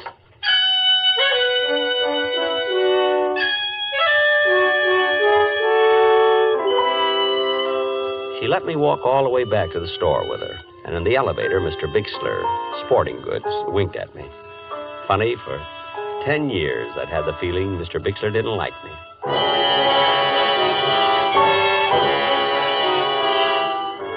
There was quite a gathering in the cashier's office when we arrived. All the executives from Mr. Waterman's down, and the editor of the store paper wandering through Waterman's. I'd sent an item to him last summer. Mr. Fenton of Cashier's Department spending his 2-week vacation at home. But he never printed it. Well, come in, Fenton. We've been waiting for our, shall we say, a guest of honor. Me, Mr. Waterman? You, Fenton. We have a little ceremony which I'd hope to conclude before the lunch hour was over. Oh, I'm sorry, Mr. Waterman. Think nothing of it. This is your day, Fenton. Your day. Oh, going to get a shot of the two of us, Wolf? Yes, sir, Mr. Waterman. Over by the door. Oh, if you don't mind, I'd like it sitting at my desk. I feel more, secure there. By your desk. How's this? Got it? Good. And now, Fenton, we all say farewell to a good and faithful servant, one who has given 30 years of his life as a contribution, however small, to making Waterman's the great institution it is today. Well done, Harold Fenton. Thank you. A modest man, but conscientious. His regular comings and goings passed almost unknown to many until his ordeal of 2 days ago. Locked all night in the vault by brutal and rapacious thieves. A night in which, in his own words, he relived each and every day of his 30-year service to Waterman's. Oh, greater devotion hath no man. Oh, it was nothing, really. And now, his labor's done, his burden borne, Fenton will live out the rest of his days in ease and comfort, because he has arrived at the retirement age of the Waterman pension plan, by which he will receive $31.68 a month. $31.68 a month for as long as he lives. Thank you. And now, a little surprise for Harold Fenton. A week ago, in a letter to me, our good and faithful servant asked that on his retirement he be given permission to purchase for his home his old desk. Well, actually, Mr. Waterman, I don't know what I'd do without it. Oh, frankly, I put in a lot of thought on this simple request. I weighed the factors in my mind. On the one hand was Fenton's 30-year service. On the other... Mr. Waterman. On the other, he was already receiving his pension of, his pension. However... Please, Mr. Waterman. However, Fenton, my boy, I decided to go you one better. One better? Not a new desk. Nothing so unsentimental. Fenton, instead of allowing you to purchase the desk, I'm giving it to you. Phew. All right, boys, right in here. Take the desk wherever Fenton here wants it. And now, back to work, everybody. Month-end clearance today. Whoops. Easy, men. Don't drop it. Easy. Fenton, my boy, in the years ahead, when you're seated at your old desk, think of us, won't you? I certainly will, Mr. Waterman. I certainly will.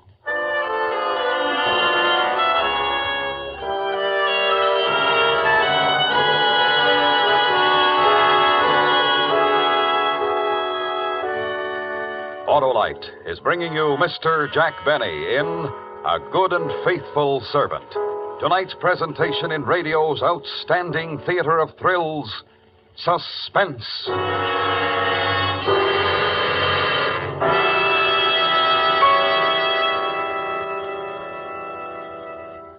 Well, Senator, did you take my advice? Why, yes, Harlow. My Autolite spark plug dealer turned my worn spark plugs out of office and elected a set of ignition-engineered Autolite spark plugs. A wise move, Senator. Those Autolite spark plugs are designed by the same Autolite engineers who designed the coil, distributor, generator, and all the other important parts of the complete ignition system used as original equipment on many leading makes of our finest cars, trucks, and tractors. They're world famous for quality and performance. And my Autolite spark plug dealer nominated Autolite resistor spark plugs for my car, Harlow. Ah, you're on top now, Senator, because Autolite resistor spark plugs represent one of the greatest advancements in spark plugs for automotive use in the past 20 years. They offer proven advantages such as double life, gas savings, and smoother performance. And they're specified as original equipment on many leading makes of our finest cars. What's more, the Autolite resistor spark plug is just one of a complete line of ignition-engineered Autolite spark plugs for every use. So, fellow citizens, be sure, vote for Autolite. Right, Senator. Friends, take a tip from me and see your nearest Autolite spark plug dealer this week. And remember, from bumper to tail light, you're always right with Autolite. And now, Autolite brings back to our Hollywood soundstage Mr. Jack Benny in Elliot Lewis's production of A Good and Faithful Servant. A tale well calculated to keep you in suspense.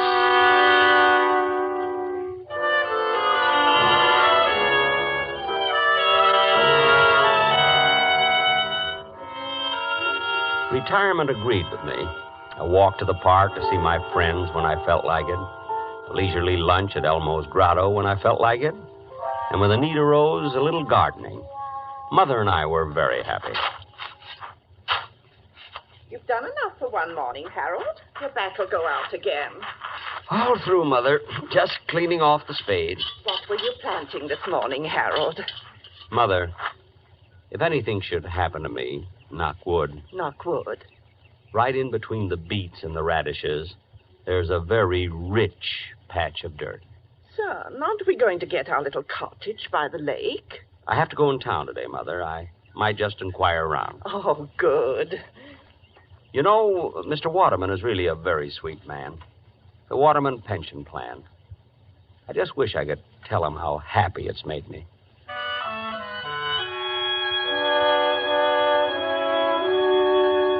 I hadn't told Mother, but Miss Prentice had called that morning. Mr. Cartwright wanted to see me that afternoon at the office, she said. And she asked how I was. What would have happened if I'd asked her to lunch? I almost did, too.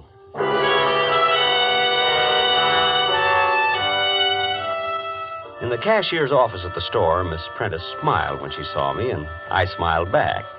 In fact, we struck up quite a conversation. Oh, Mr. Fenton, how are you? Fine. Just fine, Miss Prentice. Retirement agree with you? Yes, indeed. Fine. You notice we haven't filled your old job. No? Oh, yes, indeed. Haven't been able to find another man of your type.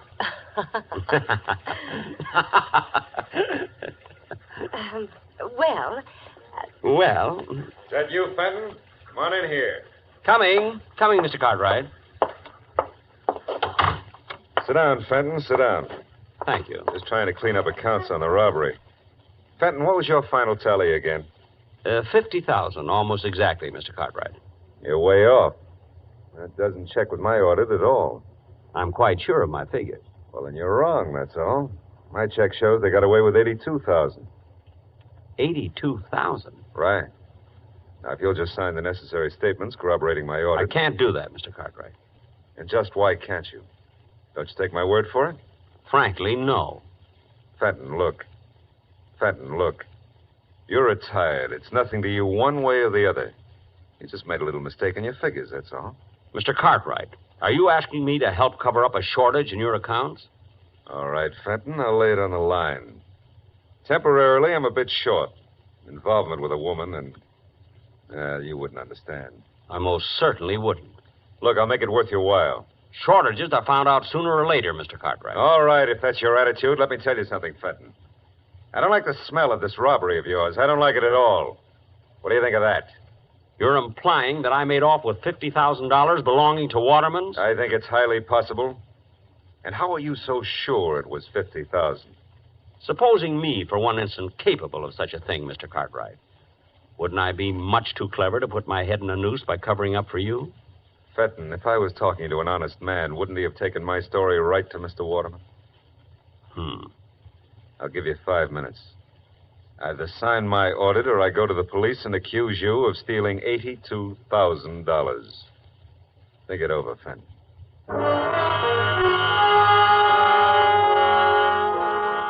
No question about it, Mr. Cartwright's dishonesty might be a bit awkward for me.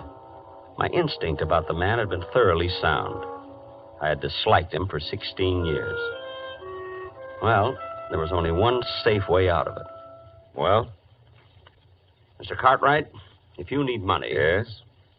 Why don't you rob the vault? Actually, it isn't hard at all. Well, how do I get away with the money? I'm sorry, I never reveal professional secrets. Well, then you'll have to help me, Fenton. Lock me in the vault and you get away with the money. Me? Sure.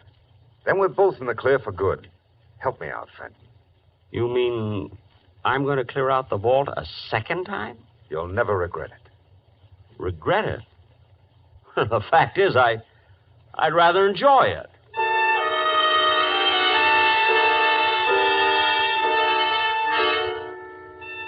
We settled on the following Friday. Friday nights, the store stayed open till 9, and they were having a big white sale that day. The money was already stacked on Mr. Cartwright's desk when I got there. It was a juicy haul. I didn't see Mr. Cartwright around, but... Hello, Mr. Fenton. Miss Prentice. But the money. I was listening when you and Mr. Cartwright made your plans, Mr. Fenton, and he caught me and forced me to help him. You understand, Harold. I mean, Mr. Fenton. Harold. Times like these draw people together quickly, don't you think? Oh, I do. I really do. Miss Prentice. Helen. Thank you. Helen. Miss Prentice. Mr. Cartwright mentioned a woman in his life. You're not the one? Harold, of course not. Excuse me. I just thought... You remember the office party last Christmas? Oh, that? Well, that was just because he was under the mistletoe. And if you'd been under it instead of Mr. Cartwright... Really? Well... Oh, Fenton, you're here. Good. Anybody see you come up? It doesn't matter, really, Mr. Cartwright. Might even be better that way. Then you and Miss Prentice can say that I left minutes before the bandits arrived. You're right, of course, Harold. Thank you. Are you ready, Mr. Cartwright? I brought some wrapping paper for the money. Even brought along a handle with care sticker. That's the Fenton touch, you know. Get on with it, will you? No need to be nervous. There. Neat? I spent 8 years in wrapping and mailing. All right. You know what to do with it, Helen. I know. Just a minute, Mr. Cartwright. I'm to take the money, remember? There's been a change, Fenton. We rewrote the script. You think that's wise? To fly in the face of my experience? Now, look, Fenton, we're not children. You lock us in the vault and take off with the money. You think we'd ever see you again?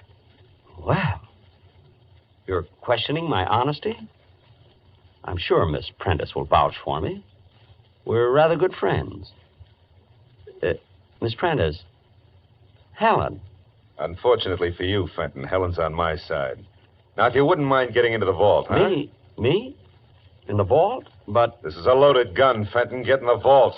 But... You came back for a second helping, that's all. The Confederate got away with the money, but I courageously slammed the vault door on you and went for help. But... Will they believe me? I imagine they'll find 50,000 somewhere around your house. They'll believe me. Helen. I see. I'm sorry, Harold. It's a nasty trick, but we're nasty people. You should have stuck to squirrels. Just one thing, Fenton. How did you ever get that 50,000 out of here the first time? How? Well, I didn't, Mr. Cartwright. You didn't? Then where is it? It's still in the vault. I don't believe it. Oh, it's quite cleverly hidden. It took me most of that night. I was locked in. Get in there and show me. I'm sorry, Mr. Cartwright. Get in there. No. I went through a lot for that money, Mr. Cartwright. 30 years. I just as soon you shot me. Helen, hold the gun on him. I'm going in and look. Well, don't be long. What if somebody should walk in? I'll be able to see if he's lying. Just watch him. You see anything? Not yet. I don't think it's possible that... Open the door so I can get some more light. Must be true. Crime changes people. I had never lied, yet I lied to Cartwright. I had never used violence, yet I got behind Helen and... Hey! I guess I'll go home. Mother will be wondering what's happened to me.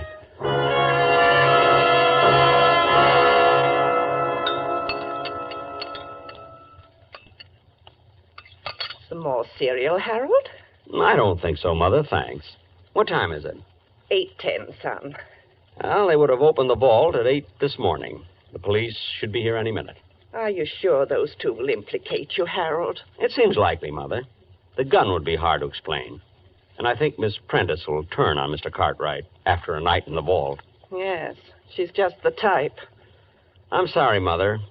I guess I just don't know much about women. It's all right, son. You think they'll be hard on you? Not very. I haven't spent any of the money. The insurance companies always look kindly on such cases. There they are. Harold, how long? 2 years, Mother. Maybe less. Maybe even 1. It's still a long time.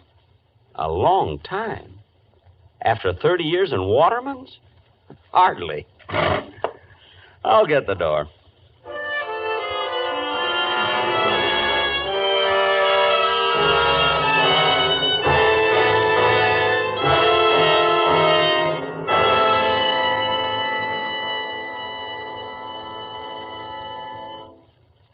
Suspense, presented by Autolite. Tonight's star, Mr. Jack Benny. This is Harlow Wilcox speaking for Autolite, world's largest independent manufacturer of automotive electrical equipment. Autolite is proud to serve the greatest names in the industry. They are members of the Autolite family, as are the 98,000 Autolite distributors and dealers in the United States and thousands more in Canada and throughout the world. Our family also includes the nearly 30,000 men and women in 28 great Autolite plants from coast to coast and in still other Autolite plants in many foreign countries, as well as the 18,000 people who have invested a portion of their savings in Autolite. Every Autolite product is backed by constant research and precision built to the highest standards of quality and performance. So remember, from bumper to tail light, you're always right with Autolite.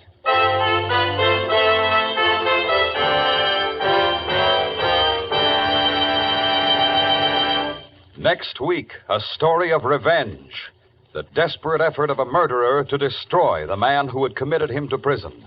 The story is called Concerto for Killer and Eyewitnesses. Our star, the director of Suspense, Mr. Elliot Lewis. That's next week on Suspense. Suspense is produced and directed by Elliot Lewis, with music composed by Lucian Morowick and conducted by Lud Gluskin. A Good and Faithful Servant was written for Suspense by Richard M. Powell.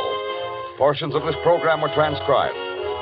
In tonight's cast, Norma Varden was heard as Mrs. Fenton, Doris Singleton as Helen, Gerald Moore as Mr. Cartwright, Joseph Kearns as Mr. Waterman, Hy Averback as Lieutenant Miller, and Charles Calvert as Mr. Wolfe. For the location of your nearest Autolite spark plug or Autolite battery dealer, or your nearest authorized Autolite service station, phone Western Union by number and ask for operator 25. Switch to Autolite. Good night. This is the CBS Radio Network.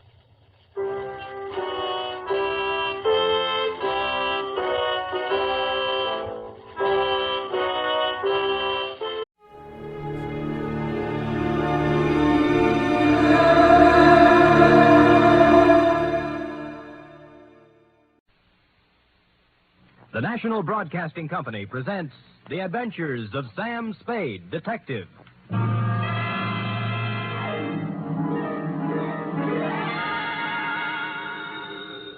Sam Spade Detective Agency. Me, sweetheart. How was your vacation, Sam? Who said it was a vacation? Well, I thought you said you were going skiing for a weekend. With me, F, it's always work. Do you know you can get killed on skis? If you say so, Sam. Yes. Most people just break their legs. Most people pick some easy little slope, the cowards. But I know a ski run up near a town called Lucerne that's sudden death. I know a ski run called the Backbreaker. Really? How dull. And one they named Suicide Drop. Effie, stop trying to top me. You just can't. This was the deadliest ski country ever seen. You just sit there while I do a Christiania swing down Market Street, a Geländer sprung up the stairs, and a telemark right through the door with a tale I took out of the deep freeze only last night. The Chateau McCloud caper.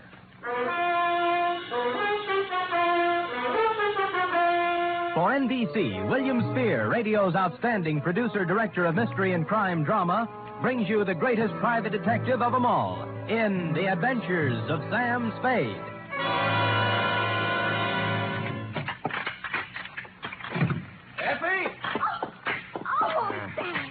Take off those skis. I just wanted to prove I could do it. I did a herringbone up the stairs. And those clothes. I'll just bet you've rented all those things, Sam. You were never in the snow country at all. So, you don't believe me, huh? Well, here, Doubting Effie, I brought you proof. And don't tell me I rented this. A snowball. Yes. Sam! A real snowball. Yes, I brought back 2 of them in a thermos box. Where's the other one? I threw it at a policeman. It was freezy, soaked with water and ice. Oh, Sam, you're wonderful. I can't believe that you had trouble this weekend. Oh, no? You cut that snowball open and you'll find a blood-stained bullet inside of it. And behind the bullet lies a tale. Ready? I'm always ready, Sam. Yes. Date, Phil at M2, Sierra County Sheriff's Office, Lucerne, California. From Samuel Spade, San Francisco, license number 137596. Subject, the Chateau McCloud caper. Dear Sheriff, you run a neat little county up there at Sierra, and I hate to be snide, but when my train steamed into the cold mountain air of your lovely little village of Lucerne, I knew the chill of death was afoot. It had to be. The place was too beautiful to last. The background hills were right out of the Alps. The snow from Grandma Moses and the rustic buildings that snuggled under the mantle of white were just too cute for words. It was abnormally perfect. Something had to give. What? You were the only young man who got off the train. Are you from McCloud? Well, I'm supposed to find a Chateau McCloud. Oh, what do you know? I got the right man on the first try. Good. Rufus sent me down to pick you up. You could pick me up almost any time. Well, that took a little chill off the day. Shall we go? Ooh, mush. Mush.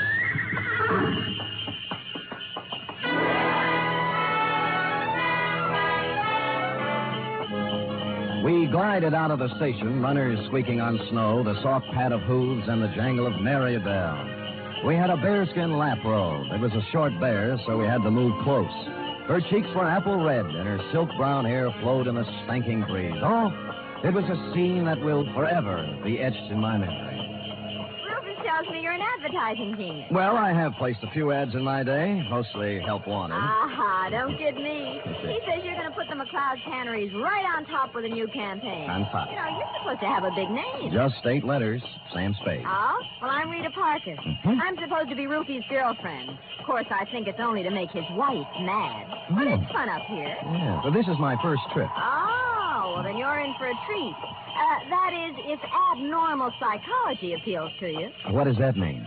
The McCloud guest register is always full of dynamite. Oh. For example, this Yeah. weekend reads thusly. Rufus McCloud with half of the money in the world trying to get the other half. Good. His wife, who has an interlocutory decree. Mrs. Interlocutor. Yeah, Cora. Yeah. Her boyfriend, Paul Endicott, gigolo type. Charlie Allison, co-worker and friend to Rufus. He's a food technician or something dull. So. And then there's Tozier Svenborg, ski instructor, who comes down like a wolf on the fold. And people like that. Yes, well, I'll never remember all the names. I'm in the ad game, you know. It's initials to me. I call people, RL, TS, NTG, and, you know. Well, the names don't mean a thing. Just remember this. Every 30 seconds, duck. I beg your pardon?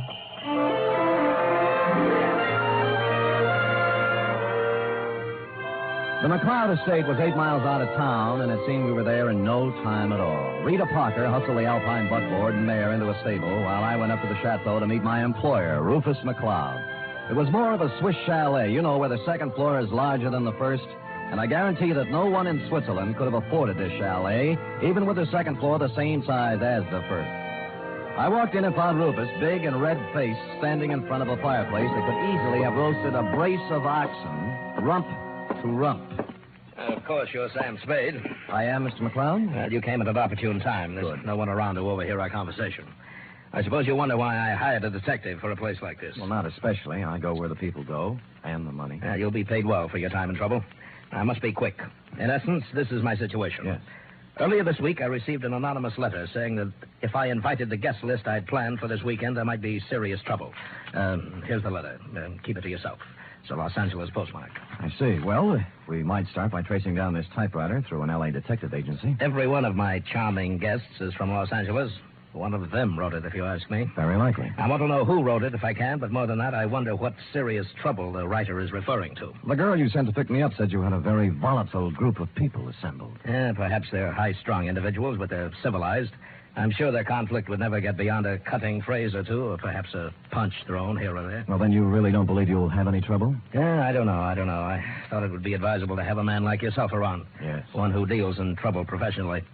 Perhaps if things do get out of line, you can help repair the damages or even prevent things from occurring. Well, I'll do my best, Mr. McCloud, but it's not easy to look for something when you don't know what you're looking for. Oh, here they come, Spade. Oh. Back from the ski runs. Oh. I told them you were handling an advertising campaign for my canneries.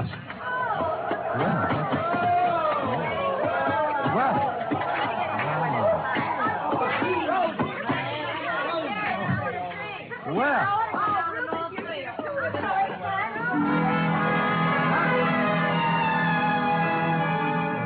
They came stamping in, pulling off gloves, unzipping parkas, and if it hadn't been for the grown-up dialogue, looking all the while like a group of carefree children, it was hard to believe that the chill of death was also in an even day. I couldn't keep my eyes off one of the particular members of the group, Mossberg ski boots, Chinese vermilion downhill pants, and a candy-striped parka, which she now pulled over her lovely head. The sweater she wore underneath was, I'm sure, designed for someone much smaller. A dachshund, perhaps? Is this the advertising man you've been telling me about, Rube? Oh, Mr. Samuel Spade, my half-wife, Cora. Half?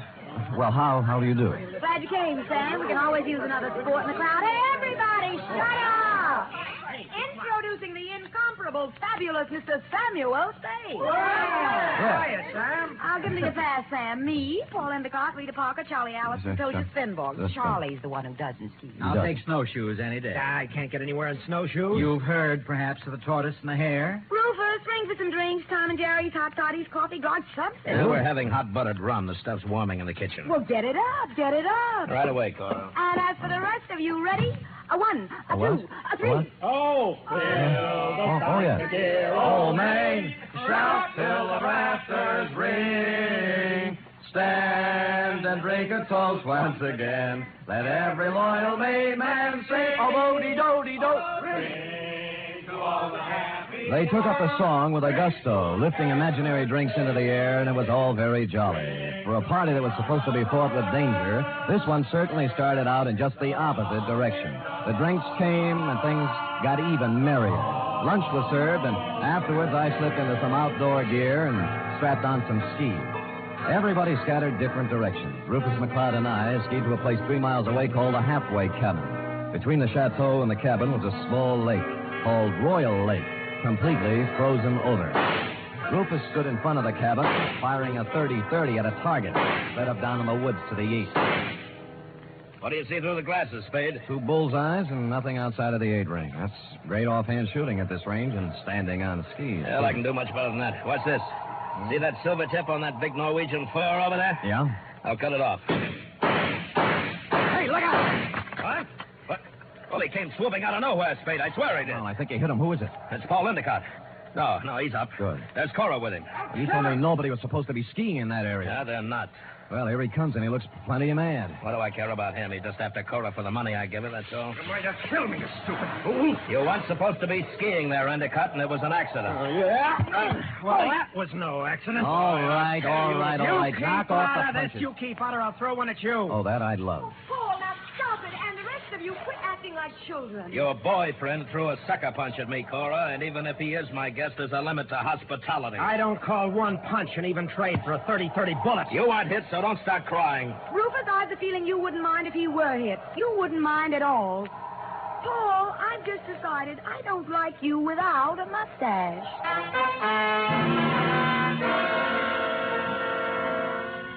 Well, from then on, everybody dropped the pretense, and you knew where you stood. And it was chilly, too.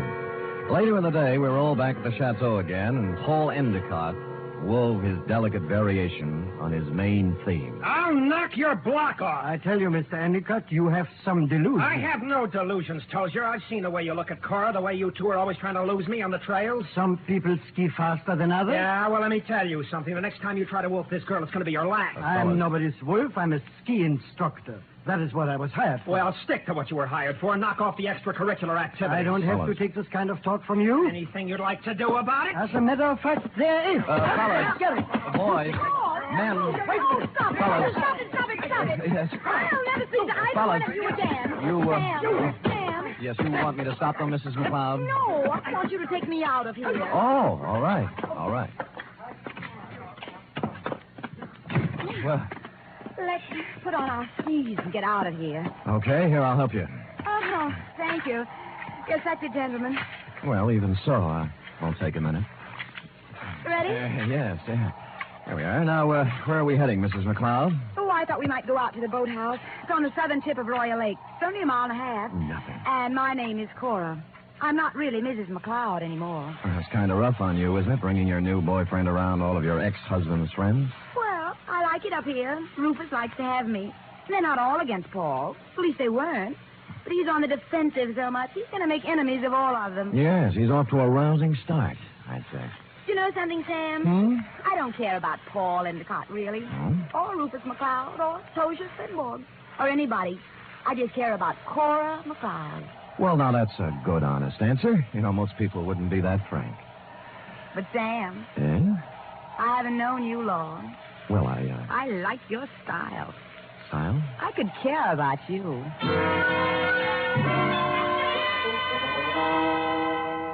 It broke my heart not to stop right there on the trail and kiss her because that's what she wanted me to do. So that's why I didn't do it. And I'll never turn down anything better. Well, next scene, a boathouse. And when we got there, it was not at all the way I thought. A food technician and close friend of Rufus McCloud was there, working on something that baffled me at first. It's a nice boat, Mr. Spade. That's what it is. Belongs to Rufus. Yeah, I don't think I've ever seen one up close before. I'd take you for a ride, but this one needs a lot of work before anybody could use it. I'm just puttering. What prompted you to come out here, Cora? Because Paul and Tozier Finborg got in a fight over me, and I got tired of the whole thing. Sam and I went out for some air. Oh. Well, glad you did. I was getting a bit lonesome.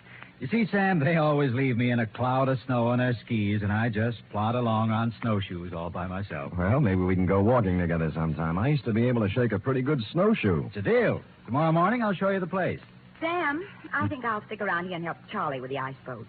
Oh. Unless you're crazy about ice boats, why don't you go back to the chateau?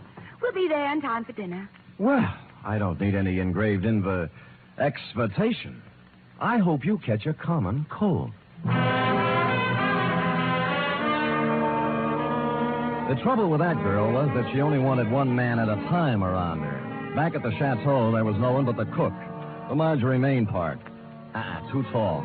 As supper time approached, Rufus came in, then Rita, then Cora, then Allison, and finally Tozier, in that order. And the order is important, because you see, nowhere in the list is the name of Paul Endicott. He didn't come in for supper, nor for the next 3 hours.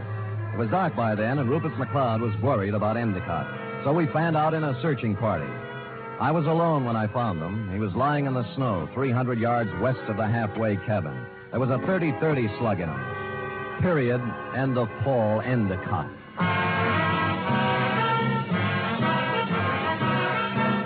You are listening to the weekly adventure of radio's most famous detective, Sam Spade.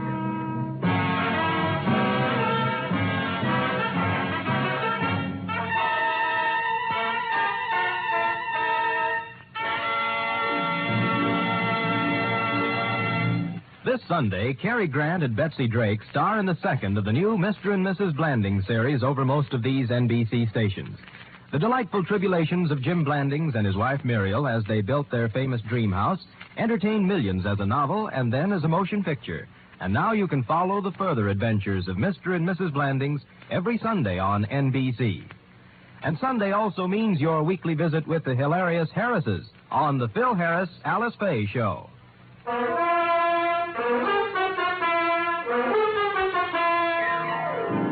And now back to the Chateau McCloud caper, tonight's adventure with Sam Spade.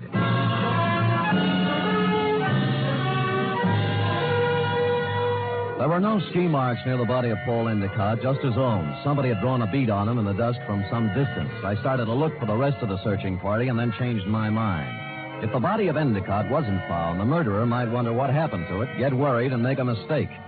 So I picked him up, carried him to a small cave I found, covered the entrance with snow, brushed over the ski marks, and went back to the chateau. One by one, they all showed up, discouraged. We can't give up. We have to keep looking. I know how you feel, Cora, darling. It's too dark. We'll try tomorrow. Oh, don't worry about him. Paul can take care of himself. How can he take care of himself, Miss Parker, if he got lost? Who said he got lost? I am assuming. I think we're all assuming too much. I'm sure that it's nothing to worry about. If I know Paul, he'll show up tomorrow with some tall tale to tell. What do you think, Mr. Spade? What does an advertising executive know? Cora, your manners. A sponsor might be listening. Oh. Well, I'm sorry, Sam. I'm upset. Okay.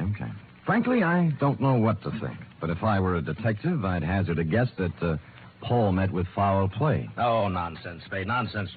Come on, everybody, let's have a drink and have some fun. Paul will be back, and even if he isn't, who really cares? Scotch for me. And I guess nobody cared. Rufus was a little more jolly than usual, and the drinks began to dispel the gloom. It was as if Paul Endicott never had existed. It began to get late, and the bizarre wake broke up. Everybody went to bed, including me. I lay there fully dressed, looking up at the beamed ceiling for an hour. About then, my doorknob turned, and the door slid open and shut. Someone moved quietly to my bed as I was sliding my .38 out of its holster. Me, Rita. Oh. Are you awake? Yeah, I wasn't even under the covers. Mind if I sit down here? Not a bit. Sam, Sam, I'm scared. I wish I could leave here. Oh, what's the matter? Paul's dead. I know he is. He didn't mean anything to me one way or the other, but I know he's dead. Anything to back up your feeling? I guess not. It's just something I'm sure of. Why'd you come to me? Because you're really a detective, and I know it. Oh, me? Oh, now, you handled a case for my father once. You just don't remember me. All right, I'm a detective. Rufus hired me because he expected trouble. Sam, I'll tell you something about Paul. Yeah? Cora didn't really like him. They were always fighting. She only cares about herself, so she said. Tell me, what kind of a car does Paul drive? It's a yellow convertible, but it's still in the garage. I checked. Any other cars missing? No, they're all there. Oh, and I found out something else. What? Before supper, there was a gun missing from Rufus's gun rack. It's back now. Mm-hmm. Anything else? That's all I know, Sam, except that Paul's dead. I know it. I wish I'd never come up here.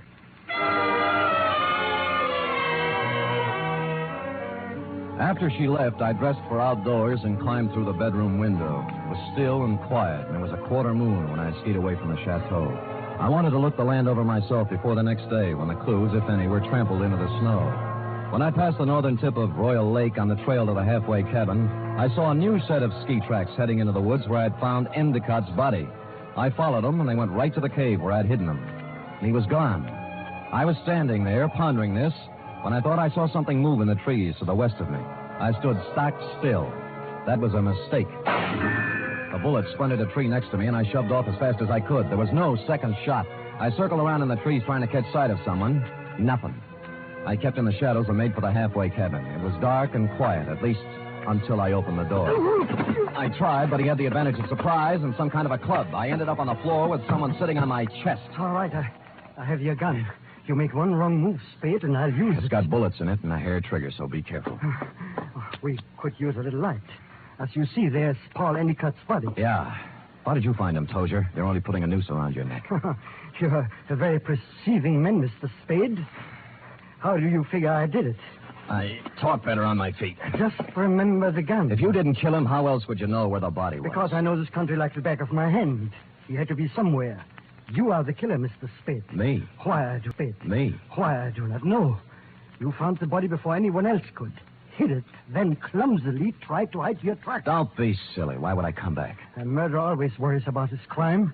Did he forget something? Was something left undone? It's a natural. It sounds good, except it isn't true. You couldn't pin it on me in a month of Sundays. But somebody might just tie it on to you.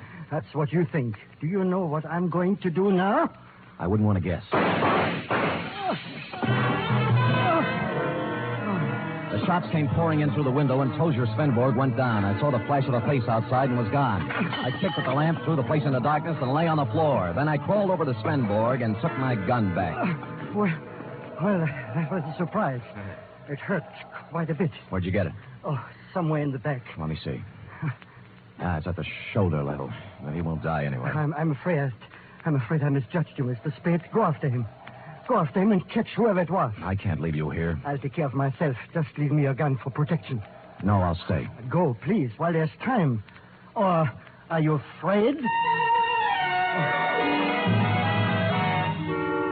I was, but I gave him my gun and left. Outside, there were many ski tracks, but a fresh set led left from the halfway cabin down. They went right to the edge of Royal Lake and then stopped. There were no marks of ski poles on the ice, so I followed the shoreline, looking for some kind of a clue. It wasn't until I reached the southern tip of Royal Lake that my effort was rewarded. Leading up from the ice were a set of footprints, then a set of ski marks. They led to the boathouse.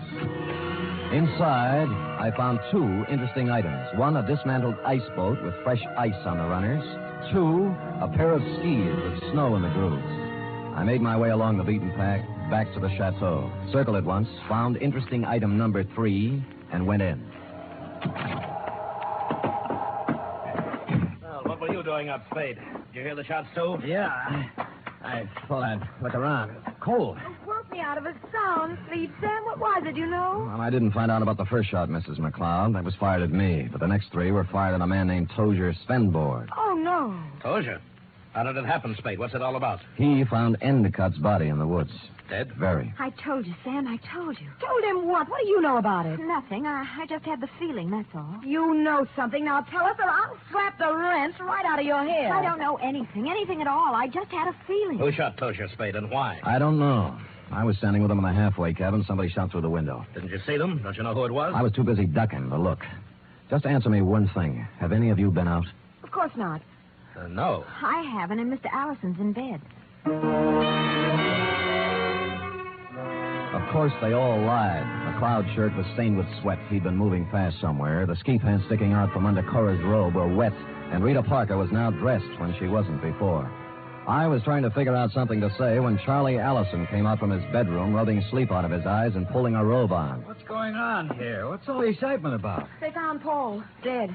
And somebody shot Tozier. No. Where is Tozier? In a halfway cabin. Well, let's get him to a doctor. I'll call one from town. Why don't you go up and get Tozier? I'll have a car ready and we'll take him right into the Lucerne Hospital. Wait a minute. What about the murderer? Who did the shooting? Nobody's getting out of my sight. It had to be one of us. Why, Cora? Oh, it wasn't just anybody. We're the only ones left walking. Why don't you ask Sam? He's the detective. Detective? Yes, I hired him because somebody sent me an anonymous letter saying there'd be trouble. You knew there was going to be trouble, Rufus. Somebody else knew. Then why did you let people come up here? What's the big Why did you do? Wait a minute. Spade, what did you find out? Well, if you'll all wait here a minute, I'll tell you. When I circled the chateau before I came in, I'd seen footprints leading to a window, not mine. That meant somebody else used the back way in and out, too. I wanted to find out whose window it was, and of course, while I was looking, I remember the apparently dismantled ice boat and the fact that a set of skis were in the boathouse. It took me about a minute to find the right room, but somebody knew it. All right, Spade, stand where you are. Allison, you might be a great food technician, but you're a lousy killer. Yeah, well, at least he didn't get her. Neither will you. I got him, Spade. All right, come on, stand up. Come on. You sap. Cora, huh? You think you could get her by killing somebody? Shut up, leave me alone. I'm sorry for you. Sorry for anyone that ever knew her. I'm sorry for myself. She loves me, you fool. She... What's the matter? I was sound asleep. We found our killer, Mrs. McCloud. Charlie? Yes, baby, Oh, Rufus, it's been a long day. I need a drink.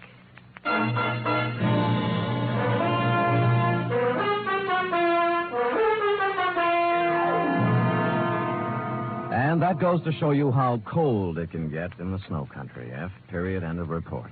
Sam, why would a man do anything like that?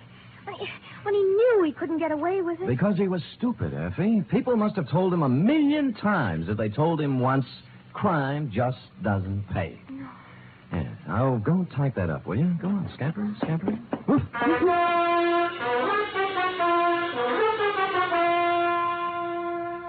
3 chimes mean good times on NBC. Here's news of 2 important musical events. This Saturday, Arturo Toscanini begins a new Saturday series of concerts with the NBC Symphony. And for his premiere, the celebrated maestro Toscanini will present a special hour-and-a-half performance of Verdi's Requiem. And beginning next Monday, you can hear the first in a new series by the Boston Pops Orchestra.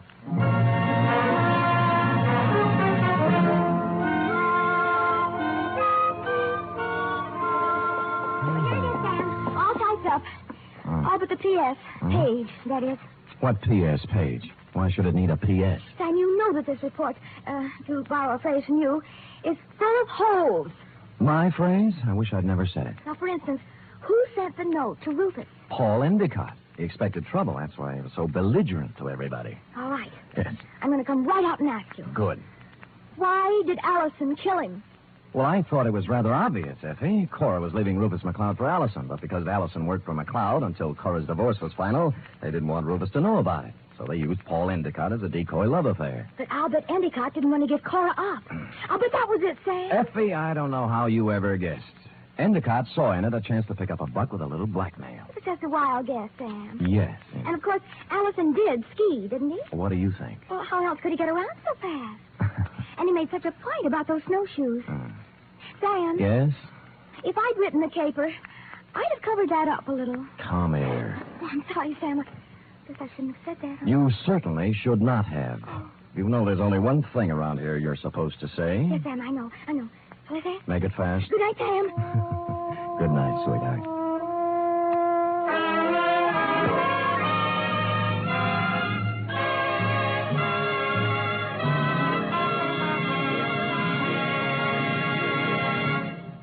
The Adventures of Sam Spade are produced, edited, and directed by William Spear. Sam Spade was played by Stephen Dunn. Lorene Tuttle is Effie.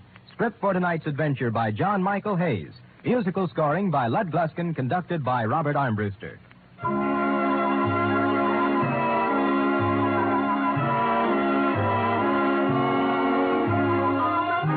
Join us again next week, same time, for another adventure with Sam Spade. Do you keep an appointment book? In 1950, 30,000 people kept an appointment they hadn't bargained for with infantile paralysis. And 4 out of 5 of these were helped with March of Dimes money. We must go on helping, yet we also must be prepared for what may come in this year. March of Dimes is your way of fighting infantile paralysis. Give all you can to your local March of Dimes headquarters. Join the 1951 March of Dimes today. The Magnificent Montague next, then it's Duffy's Tavern on NBC.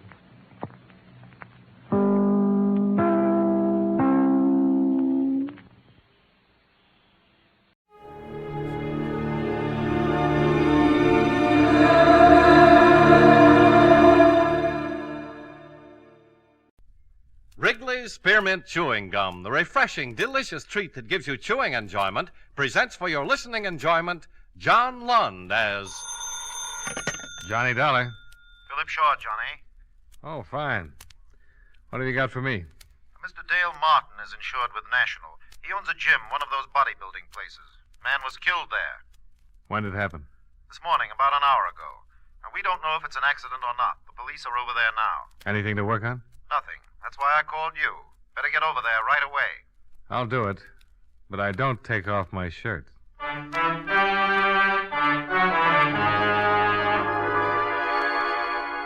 The makers of Wrigley's Spearmint Chewing Gum bring you John Lund in a transcribed adventure of the man with the action-packed expense account, America's fabulous freelance insurance investigator. Yours truly, Johnny Dollar.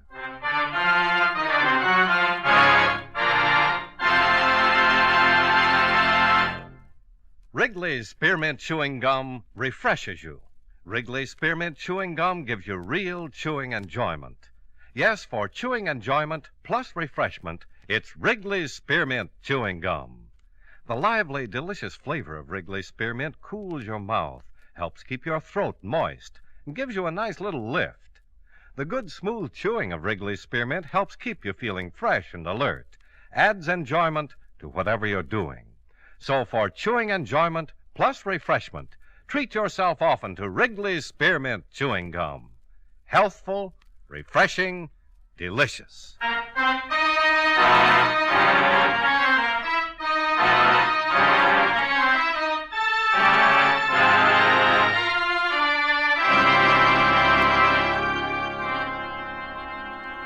Expense account submitted by Special Investigator Johnny Dollar to Home Office, National All-Risk Insurance Company, Hartford, Connecticut. The following is an accounting of expenditures during my investigation of the Blackmail matter. Expense account item 1, $1.40. Cab fare and tip for ride from my office to Martin's gym. After receiving what little information there was from you by phone, I arrived at 1215 at 1084 6th Avenue in the heart of downtown. On the second floor, I found Dale Martin, a very nervous Adonis, seated at a desk in his office.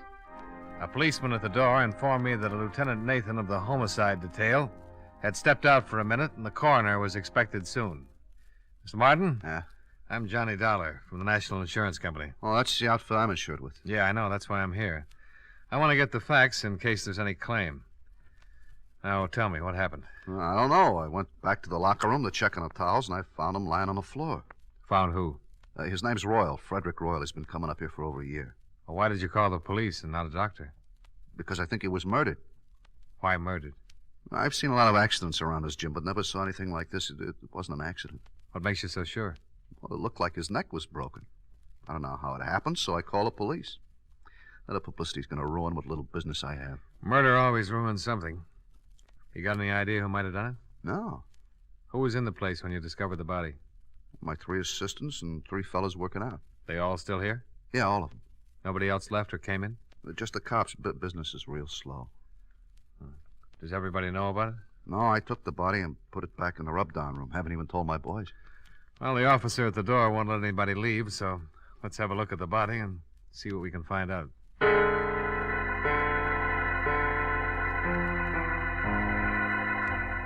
Martin left one of his boys to answer the phone, and everyone else was keeping busy wrestling with weights as he led me through the locker room. So one man was taking a shower. At the end of the room, he unlocked the door, and we walked in. The smell of rubbing alcohol was strong enough to give you a hangover. There were white curtains separating two rubbing tables. The first one was empty.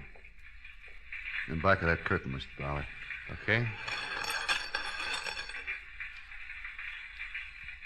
Not very pretty. Circus rubber man would need vulcanizing if he turned his head that far. Busted neck, all right. I wish the coroner would get in and take him away. It hurts me seeing his head hanging like that. Why don't you move it? Oh, no, sir, not me. I caught it good from the lieutenant for moving him in here. Well, don't worry about Mr. Royal.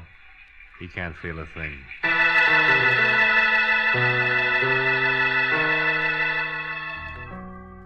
Lieutenant Nathan arrived with the coroner, and the latter confirmed our diagnosis.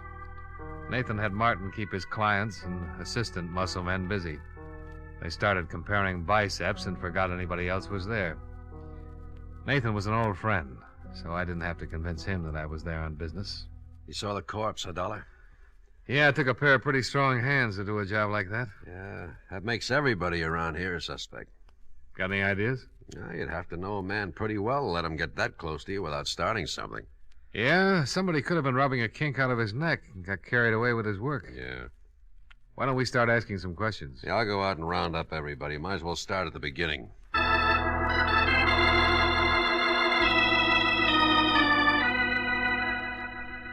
Nathan herded everyone together, and the questioning started. The men were very unhappy. This bad publicity that couldn't be helped. Mr. Robert Wells, songwriter, Mr. Michael Darling, car salesman, and the third and last, Mr. Patrick Mullins, jeweler.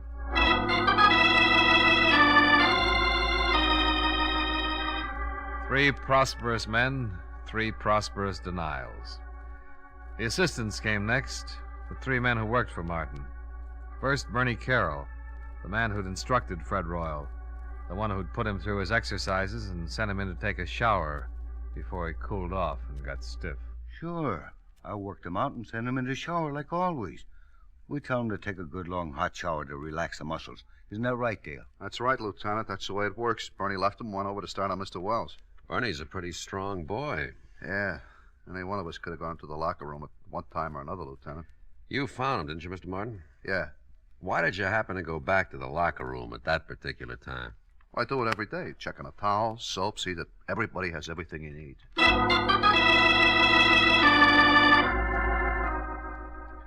Question after question, trying to nail down alibis, trying to make them stick or tear them apart. According to everybody so far, it was a big mystery. Next man, Jack Olson. Yeah, I went back by the locker room several times. Why? Well, there's an electric coffee maker on a table against the wall back there. I want to get some coffee. Mm-hmm. The other times? Well, once to look at the appointment board to see what's coming in, later to get some chalk for my hands. Chalk for your hands? Yeah. Keeps your hands from perspiring and making blisters, you know, when you're working with heavy weights. You're fairly new here, aren't you, Jack? 3 weeks. How'd you know that, Dollar? Well, the other boys all have heavy calluses. They don't use chalk. You know quite a bit about this weightlifting stuff, huh? Oh, sure. I used to lift candy bars when I was a kid. All right. Call in the last one. The last man, Johnny Morgan, and his story was no different than the others. Yes, he'd walked back past the locker room. No, he had not slipped in and popped Mr. Royal's neck while he was preparing to take his shower. The coroner removed the body, and all the rest went down to the precinct to sign formal statements. They were all released and sent home, pending further investigation. I hailed a cab and rode home with Dale Martin. Would you like some apple or carrot juice? Well, I'll try anything once. Good for you. Yeah, I figured that. You didn't kill him, did you, Martin? Don't be silly. He was the best customer I had. I wouldn't kill off my business.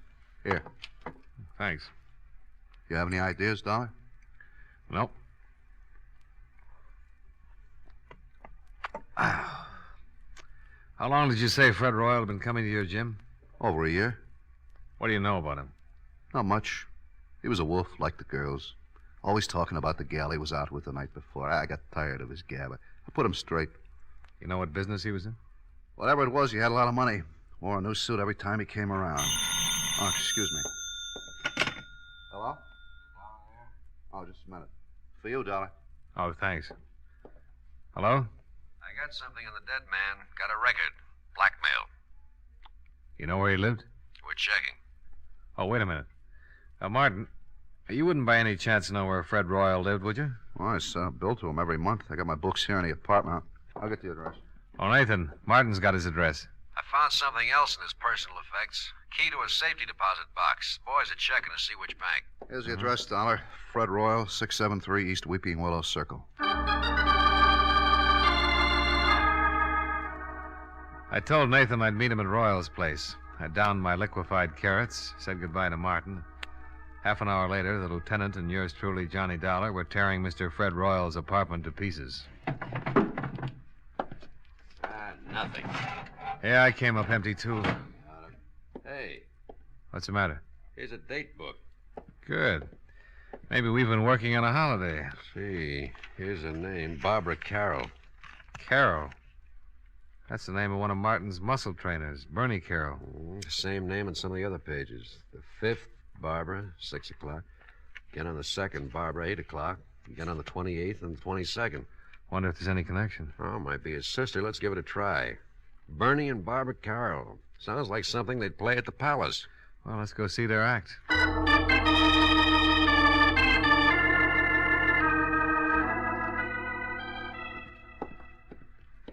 Here's the apartment. They live with that new fella. Jack Olson. Yeah, the quiet one. Police. Yes? I'm Lieutenant Nathan, Homicide. This is Johnny Dollar. How you do? How you do? We'd like to talk to you, Miss Carroll. Certainly, Lieutenant. Come in. Thank you. I was just making some lemonade. Would you like some? Yeah, thanks. It is pretty hot out. Maybe you'd like something stronger. No, thanks. The lieutenant's on duty. I guess you've heard about the accident. You like your lemonade sweet, Lieutenant? Medium, please. Here you are. Oh, thank you. Your brother didn't mention anything about your going out with Royal. He was probably protecting his little sister. The lieutenant found your name written in Royal's date book. I've been out with him 6 or 7 times. You know what his business was? He never discussed it. Did you ever meet any of his friends? No. Did he ever mention any of the other fellows at the gym? At the gym? I don't think so. Uh-huh. Jack Olson lives here, doesn't he? That's right. Whose picture is that on the piano? Oh, that's Jack's father. You don't have any idea why anyone would want to kill Royal, do you? No. How did Jack Olson happen to move in here with you and your brother? Bernie asked him to. When he went to work for Martin, he was living in a terrible place. One small room. I told Bernie he could move in here if he shared the rent. Uh-huh. How well did Olson know Royal? He'd seen him at the gym. Seen him here when he came to pick me up. Where's Olson now? Working, I think. Well, thanks, Miss Carroll. We'll be talking to you again. More lemonade? Later, maybe, Miss Carroll.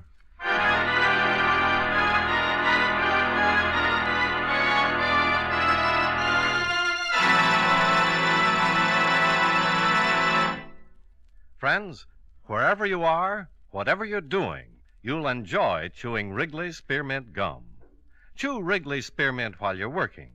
The lively, full-bodied flavor of Wrigley's Spearmint gives you a refreshing little lift. The smooth, pleasant chewing of Wrigley's Spearmint Gum helps keep you feeling relaxed and satisfied. Makes your job seem easier. Chew Wrigley's Spearmint Gum in your home, when you're out walking or driving, when you're enjoying sports and other activities. Wrigley's Spearmint Gum tastes good anytime, and the natural chewing aids digestion and helps keep your teeth bright and attractive. Yes, wherever you are, whatever you're doing, you'll enjoy chewing Wrigley's Spearmint Chewing Gum. Healthful, refreshing, delicious.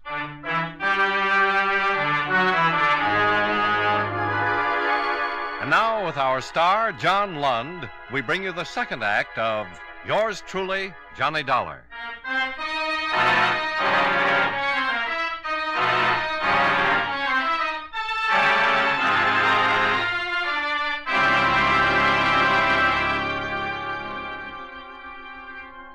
Three in the afternoon. Out of Barbara Carroll's cool apartment and down in the blistering street. The thermometer crowding 90, and the humidity sticking to us like a steaming blanket. I feel awful.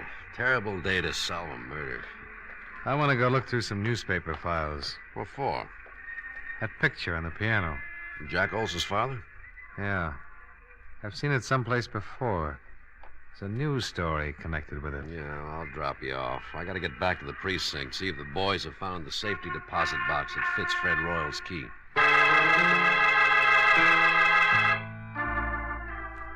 Nathan dropped me off at the newspaper, and I went down to the morgue to do some hunting.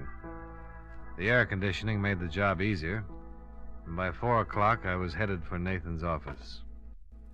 We found the bank and the safe deposit box. Oh? Anything turn up? Yeah. Royal was doing some pretty fancy blackmailing. Here's a bundle of evidence and a list of names. Mm-hmm. Well, I can understand why someone would pay to keep these out of circulation. Yeah. Lousy photography. What'd you find out? Here. Newspaper clipping. Oh, picture of Jack Olson's father. Same as the one on the piano. Prominent banker leaps to death. William Barrett. The boy's name is Olson. That's what he calls himself. William Barrett. Give me that list we got out of the deposit box. I've just been looking at it. William Barrett's name is on here, all right. Ooh. That article you've got on his suicide mentions that he left a son and a wife. Yeah. Well, let's go pick up Jack Olson, or Barrett, or whatever his name is. Well, it might not have meant a thing, but at least we had found one person who had a strong connection with Frederick Royal other than socially. The boy who called himself Jack Olson was the son of one William Barrett, deceased, and one of Fred Royal's blackmail victims. Barrett had jumped off a tall building, and according to the newspaper, he had left no reason for his actions. There was a possibility that Fred Royal's blackmail had driven him to it. And if that was so, his son would have had a very strong reason for wanting to break Mr. Fred Royal's neck. We climbed into a squad car and hurried back to Barbara Carroll's apartment, where Jack Olson lived as a boarder.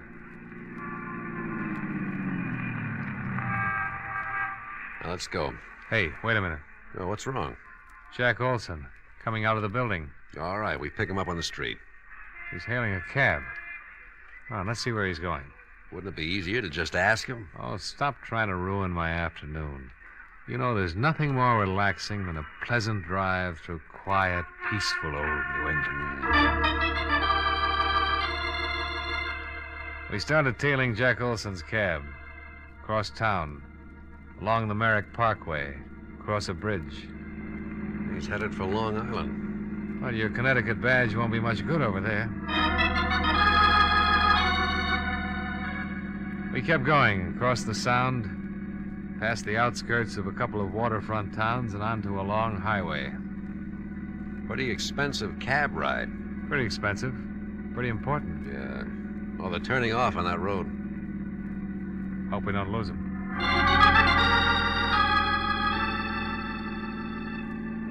We took the road to the right off the highway and spotted the cab up ahead, pulling into the entrance of a large white building. The sign over the tall iron gate read, Lakeview Sanitarium. We waited for him to go in.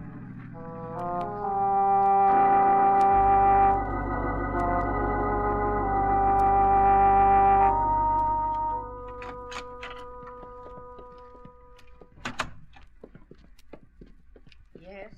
Is there something I can do for you? I'm looking for a man. Oh, any particular man? Oh, who's in charge of this place? Dr. Fedder. Well, run him out, please. I want to talk to him. Which one of you is the patient? Patient? Can't you tell? Look, just go get Dr. Fodder. Fedder. Oh, Fedder, okay. Go get him and tell him Lieutenant Nathan wants to talk to him. Lieutenant Nathan? Of the cavalry. Huh? Oh, well, I'll get him right away. Lieutenant. You think that's funny? Oh, well, I liked it. Let's see what kind of a reaction it gets out of Dr. Fedder. Cavalry. Nice thing to say in a place like this. Lieutenant Nathan? Yeah, that's right. I'm Dr. Fedder. Oh, this is Mr. Dolar. How do you do? How do you do? Now, are you related? No, but we've been friends a long, long time, haven't we, Nate? Yeah, I'm a police officer, Doctor. Oh. We've been following a man. He came in here a few minutes ago. Is that right? The lieutenant thinks he might be a killer. I can handle this, Dollar. Doctor, I'm with Central Division Homicide. This isn't my territory, but I'd appreciate it. Which one of you is the patient? Now, look, this is getting a little ridiculous. Here are my credentials. Oh. The man we want came in here a few minutes ago. Well, Mr. Barrett is the only one. And his real name is Barrett. Who's he seeing? His mother. What's wrong with his mother? Mrs. Barrett is seriously ill. Have anything to do with her husband's suicide? Everything to do with it. I doubt if Mrs. Barrett will ever recover. We went back out to the car and tried to put it all together. Jack's father had jumped off a roof. He was being blackmailed and couldn't take it. The shock of his suicide had driven Mrs. Barrett into a permanent breakdown. And Fred Royal had been responsible for the whole thing. Motive enough for Jack to get a job with Dale Martin so he could get his hands on Fred Royal's neck. Cavalry. Oh, stop groaning. Tell me what you think of my theory. We still need a confession. We'll get it. Mind if I make a pest of myself and ask how? Let's ride back to town and see Dale Martin.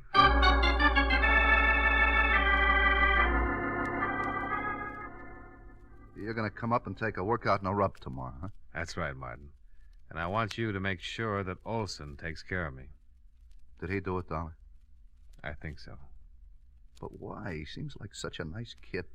He had a pretty good reason. But we need a confession, and Dollar has an idea how to get it. I want Olson working on me through the whole workout, especially when I get on the rubbing table.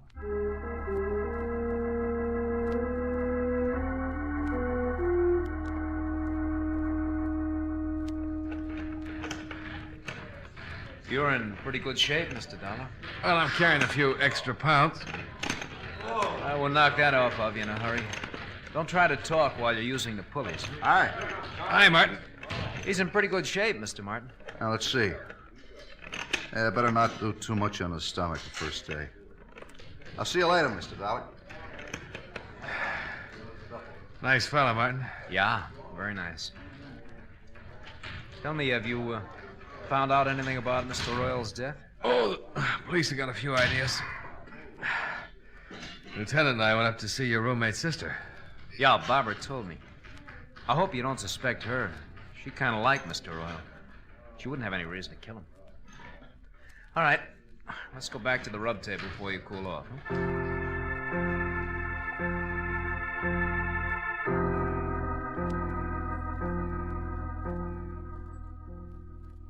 You don't mind going in there, do you? No. Why should I? Oh, some people are funny about rooms where there's been a dead person, you know? Well, it doesn't bother me, Mr. Dollar. Martin's got all his towels piled on the other table. I can move them if you like. Oh, no, it doesn't make any difference. Royal wasn't killed in here anyway. All right. Up on your back. Yeah. Give me a good brisk rub and let me relax for about 10 minutes. All right, slide down a little. Yeah.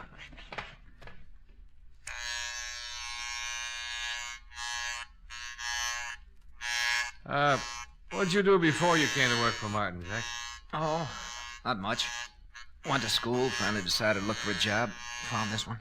You ever study this sort of thing? No, there's really not much to it.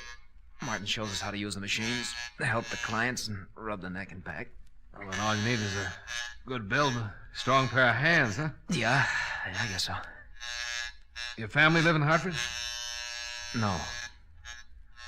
I noticed the picture of your father on Barbara's piano. Fine-looking man. He's dead now. Oh, sorry. So am I. Your mother still living? No. Oh! Oh, I'm sorry. Am I rubbing too hard? Oh, no, it's okay. Well, you certainly got the strength for the job. Yeah, I'll turn off the vibrator and just use my hand.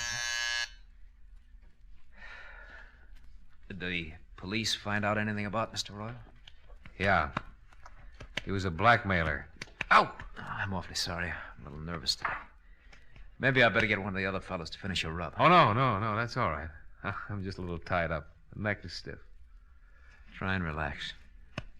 Guess I keep thinking about Royal and his broken neck. You think I might break yours, Mr. Dollar? Well, wouldn't be hard. If I was good and relaxed, you could snap it in a second. Yeah.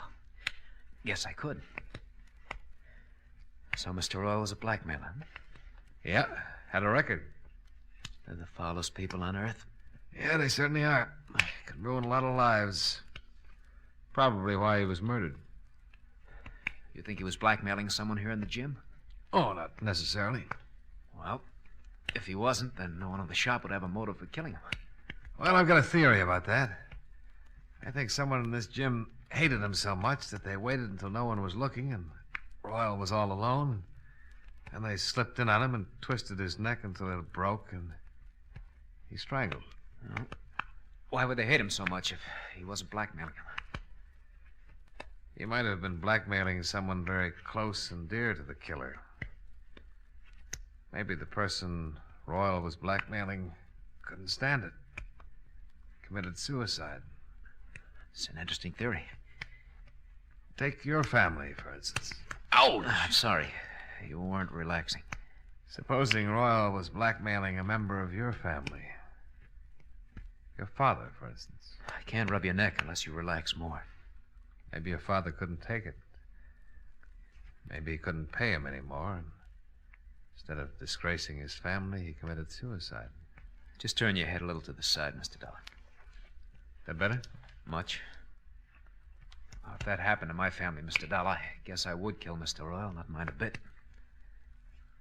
How does your father die, Jack? He jumped off a roof. Now, if you just turn your head a little more, I'll try to pop your vertebrae, huh? We followed you out to Long Island yesterday, Jack. I'm going to adjust your neck, Mr. Dollar. It's better if you relax so it won't hurt. Well, if you wanted to, you could pop it anyway. I couldn't stop you in time. No, I don't guess you could.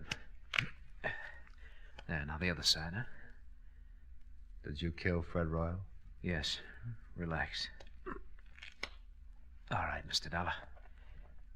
Let's go down to the police station. Lieutenant's outside with Martin.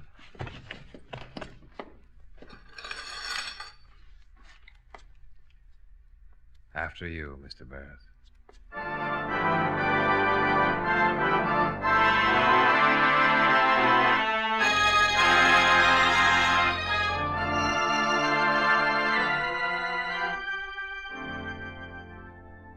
Nathan took Jack Barrett down to the station and got from him a signed confession. I went with Martin, and with every drink I saw another Barrett. So finally I gave it up and came up here to my office. Expense account, item 2, $4.53, 1/5 of very dry gin. Martin forgot his health and hygiene for a couple of hours and finished what I didn't drink. Item 3, $16.75. Cab fare for a ride up through the country, all by myself. Expense account total, $22.68. Yours truly, Johnny Dollar.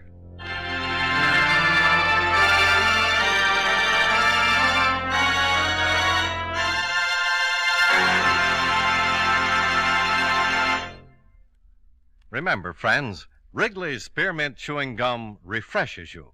Wrigley's Spearmint Chewing Gum gives you real chewing enjoyment. The lively, full-bodied flavor of Wrigley's Spearmint cools your mouth, freshens your taste, sweetens your breath.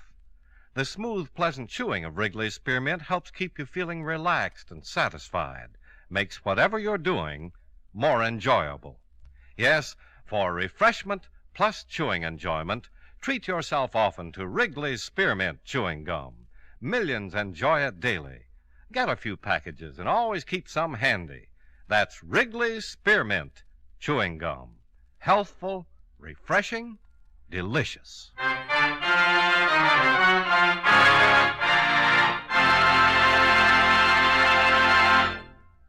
Yours truly, Johnny Dollar, brought to you by Wrigley's Spearmint Chewing Gum, stars John Lund in the title role and was written by Blake Edwards with music by Milton Charles.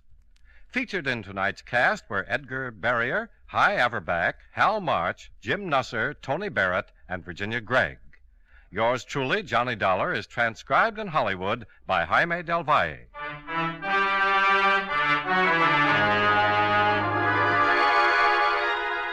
The makers of Wrigley's Spearmint Chewing Gum hope you enjoyed tonight's story of Johnny Dollar and that you're enjoying delicious Wrigley's Spearmint Gum every day.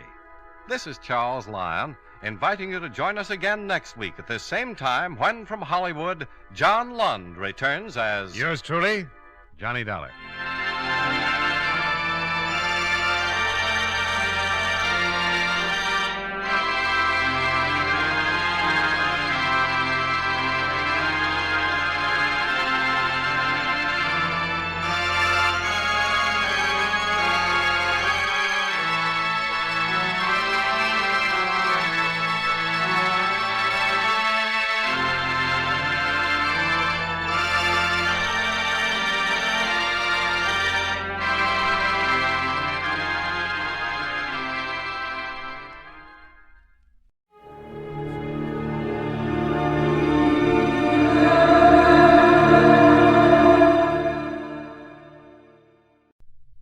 Wrigley's Spearmint Chewing Gum, the refreshing, delicious treat that gives you chewing enjoyment, presents for your listening enjoyment John Lund as...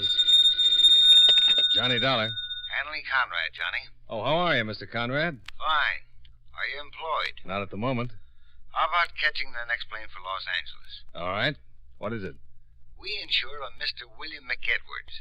His home burned down last night and he was killed in the fire. Who do I see? C.H. Anderson, Beverly Hills Chief of Police. All right, I'll call the airport and make a reservation.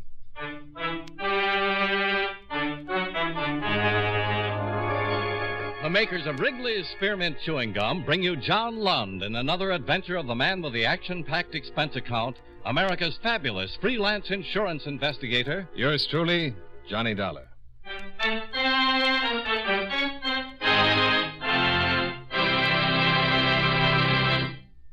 Friends, the makers of Wrigley's Spearmint Chewing Gum present these weekly adventures of Johnny Dollar because they know that millions of you enjoy Johnny Dollar. That's true of Wrigley's Spearmint Chewing Gum, too. It's enjoyed by millions, day in and day out.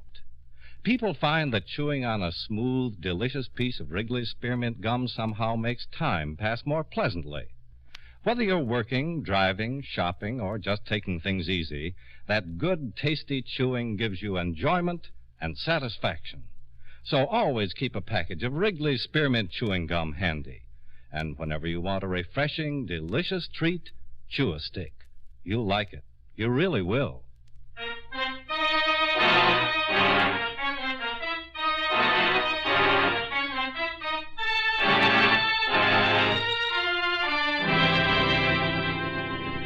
Expense account submitted by Special Investigator Johnny Dollar to Home Office, World Insurance and Indemnity Company, Hartford, Connecticut. The following is an accounting of expenditures during my investigation of the Amita Buddha matter.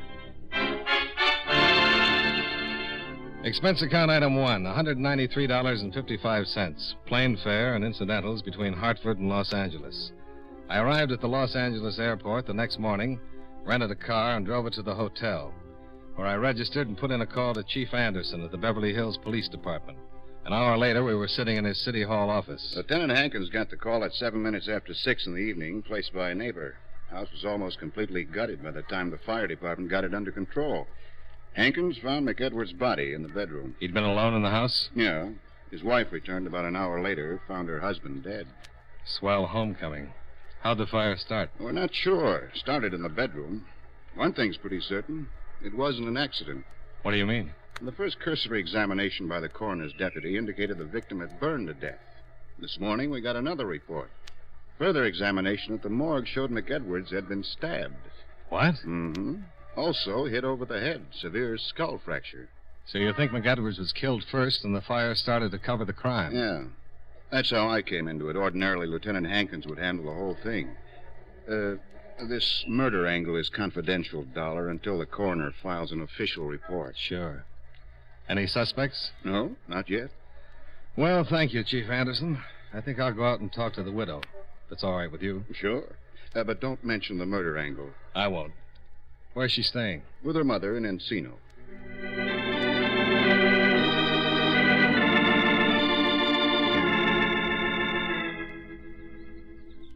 Yes? My name is Dollar, Johnny Dollar. I'd like to speak to your daughter, if I may. What's it about? The death of her husband. I'm a special investigator for the insurance company. Well, Mr. Dollar, my daughter's not feeling very well. I know it's difficult, Mrs. Rizzanelli, but if it's at all possible, I'd like to see her. Get it over with. Get it out of the way. Well, who is it, Mom? Oh, she's up. She was resting. Well, who is it? This is Mr. Dollar, honey. He's, Is it about Bill? Yes, it is. He's a special investigator, an insurance investigator. Well, come in. Thanks. I was lying down, Mr. Dollar. Oh, I'll be in the kitchen. Nice meeting you, Mr. Dollar. Nice meeting you, Mrs. Rizzanelli. Well, won't you sit down? Thank you. You're with the insurance company? Yes, World Insurance and Indemnity. How can I help? Just answer some questions. I'm sure you've had your fill of answering questions by now. It's all right. You returned about an hour after the fire. Is that correct? That's right. Where had you been? I'd driven to Pasadena. Bill, he had to work, so he couldn't go with me. A few days ago, Mr. McEdwards, that's Bill's father, returned from a location trip to Korea and gave us an antique, an old Chinese Buddha. We wanted to find out about it, so I took it to a friend of ours in Pasadena who collects Oriental art. A Buddha? Yes. Bill's dad found it in Korea and gave it to us as a sort of belated wedding gift. We'd only been married for 6 months. When did you leave for Pasadena? Oh, around 4 in the afternoon. I would have left sooner, but I had to clean house and fix Bill's lunch. I'm sorry, Mr. Dollar, but it's still a little hard to talk about it. Just a few more questions. I'm all right. Did anything unusual happen? Unusual? Well, anything your husband might have said before you left. Anything out of the ordinary that happened? I don't understand. Why do you think something unusual might have happened? Is there something I don't know about this, Mr. Dollar? No, it's nothing like that. I'm just checking everything. There was a fire. My husband lost his life. Are you considering that it might not have been an accident? I'm not considering anything. I'm just checking. This Buddha, where is it now? Charlie Wilkins, our friend in Pasadena, has it. He wasn't sure, but he thought that it might be very rare, and he asked me to leave it for a few days. Charles Wilkins. Yes. And your husband's father brought the Buddha back from Korea? Yes. Is Mr. McEdwards Sr. in the service? No, he's a production man for International Pictures. He was making a documentary film in Korea. I'd like to talk to him. I think he's at the studio now. He lives on Beverly Glen. Well, I'll try to reach him at the studio. Thank you very much for your time and patience. Certainly. Goodbye, Mr. Dollar.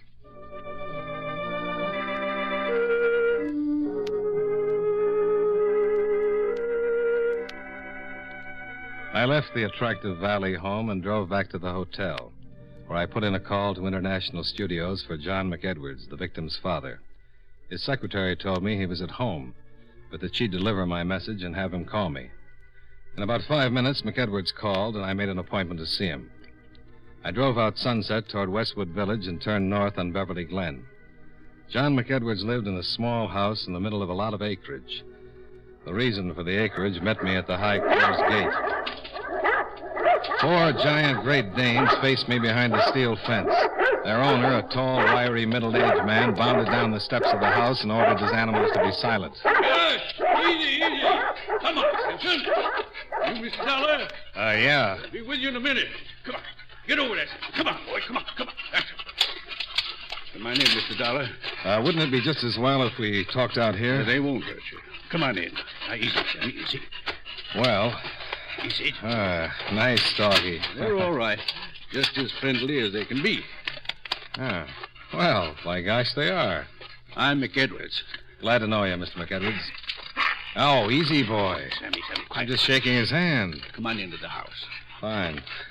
Sure hate to run into that pack if you weren't around. They wouldn't do anything unless maybe you tried to break in the house or something. There's an article in the paper not too long ago about some guy trying to break in a house.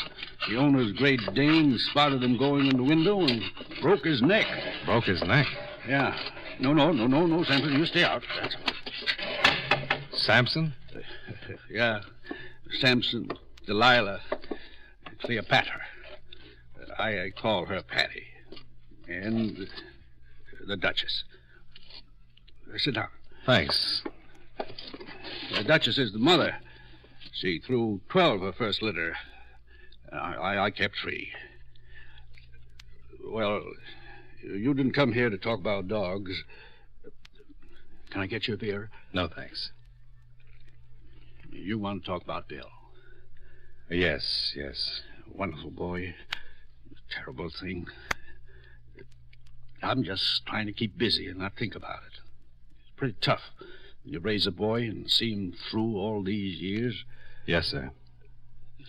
What do you want to talk about? How long were you in Korea, Mr. McEdwards? About 3 months. I understand you brought back an old Buddha. Yeah. Why? I saw your daughter-in-law, she told me. How's she taking it? Pretty well, I'd say. Yeah, what a wonderful girl. Never thought Bill would get married, but he sure picked the right one when he did. Yeah. Tough, isn't it? Only been married 6 months. Tough on Pat. Tell me something about this Buddha. Well, it was funny how I found it. I was helping build a dam. We had to block up a small stream and get the water to rise for a shot we needed. I was digging up some rocks a few yards away from the road, and I uncovered the old Buddha. It was in a box. Nice, neat hole. Your daughter-in-law said she took it to Charles Wilkins, that he thought it was very rare. Yeah. Why are you so interested in the Buddha, Mr. Dollar? Oh, just a casual interest. My company sent me out to investigate the fire, and when your daughter-in-law mentioned the Buddha, I got interested. Your company insured my son's life. That's right. You didn't know Bill, did you? No. Nice boy. Easygoing. Never thought about insurance or things like that until he met Pat. Then he settled down. Best thing that ever happened to him. Sure you won't have a beer, Mr. Dollar? Oh, no, really. Thanks, it's the same. Those darn dogs. There must be someone at the gate. Oh, it's Pat. Hi. Hi. Oh, now get back. Come on. Shove him back. Hi. Hello, honey. Hi, Dad. Oh. Hello, Mr. Dollar. Hello? Mr. Dollar, I just had a visit from Police Chief Anderson. He came just after you left. That's why you asked me all those questions. He told you. Yes, he did. What is it? Dad, the fire wasn't an accident. What? Well, Pat, what is it? What do you mean it wasn't an accident? Would you tell him, Mr. Dollar? If you'd like me to. What is it, Mr. Dollar? The fire wasn't an accident, Mr. McEdwards. Somebody deliberately? Bill was murdered. Oh, honey. Mr. Dollar. Yeah. But why? Mr. Dollar, do you think it had something to do with that Buddha? I don't know, Mrs. McEdwards. I'm trying to find out.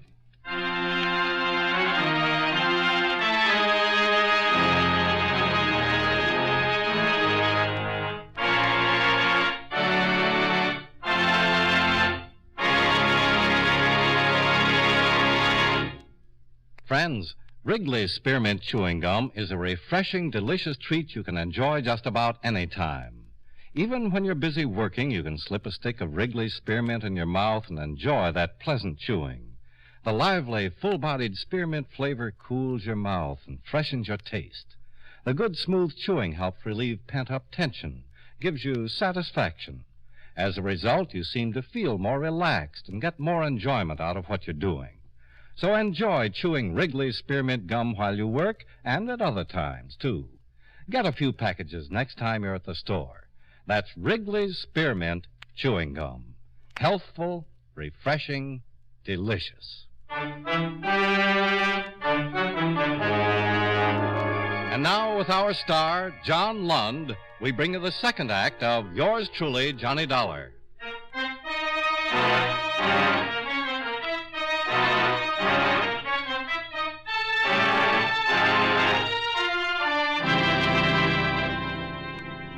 John McEdwards walked me down to the gate and through the Great Danes.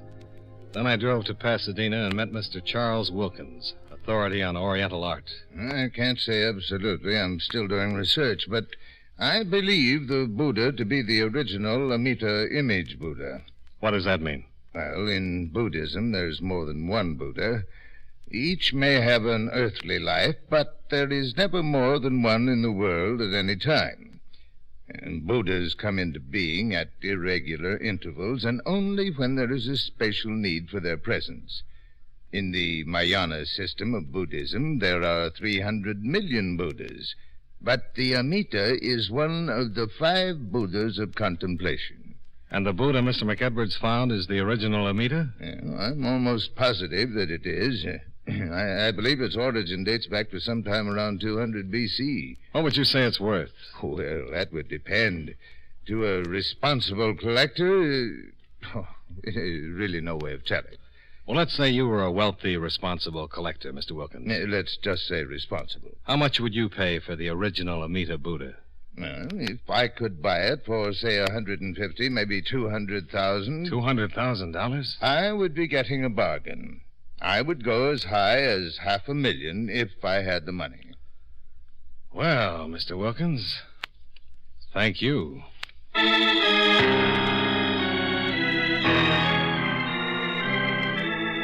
This thing is worth $500,000? That's what the man said. Well, now, that's what I call a motive. Yeah.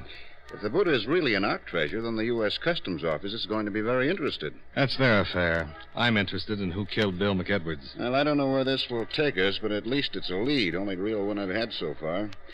We questioned all of the victim's associates, and from what we could find out, he didn't have an enemy in the world. No love rivals, no discarded girlfriends, no money troubles, nothing. But he had the Buddha. Yeah. Question is, who knew he had it, besides his wife and father? Well, how about the location troupe old man McEdwards was with in Korea? Mm-hmm. I'll check with the studio right away. Yeah. But it's not just somebody who knew he had it. It's somebody who knew the value of it. Somebody who's hep to Oriental art, huh? Maybe the guy who buried it. Why would anybody stash a prize like that in a hole in the ground? Well, for safekeeping, maybe. There's been a war in Korea. Yeah, well, thanks for telling me. But say it was the person who buried the thing.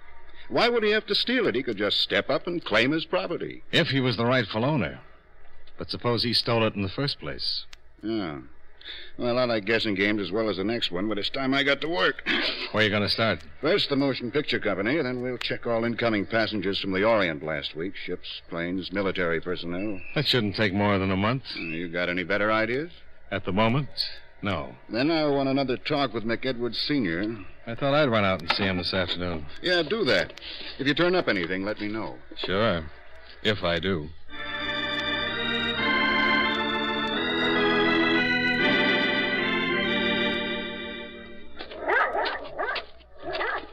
Come in, Miss Dollar. I was just finishing some dinner. Oh, I'm sorry. Oh, don't be silly. Come on in and have a cup of coffee with me. If you haven't had your dinner, I'll be glad to throw on a couple of chops. No, thanks. I don't get hungry early. Have a seat.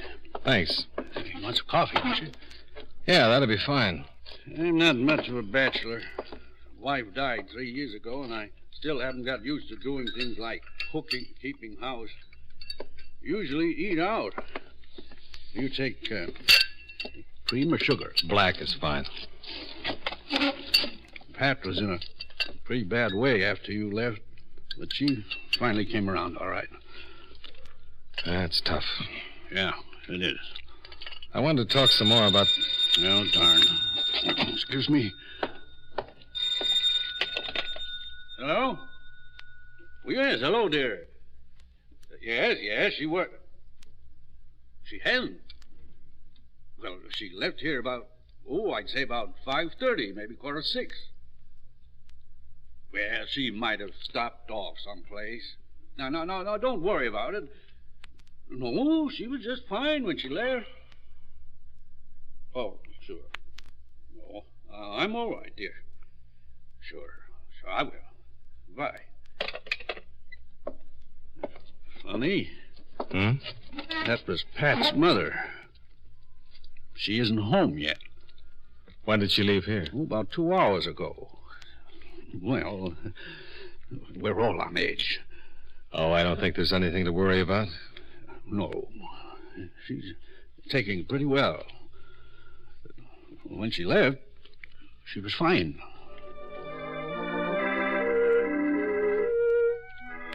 I talked with Mr. McEdwards for about another hour. He told me everything he could about the Buddha and his trip to Korea. He looked dead tired. His eyes were beginning to show the strain. I decided to say goodnight and forget the rest of the interrogation until the next morning, when the phone rang again. Hello? Eh? What? I'm sorry, I didn't...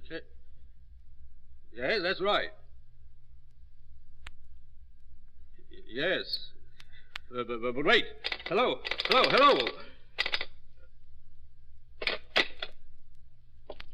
Something wrong?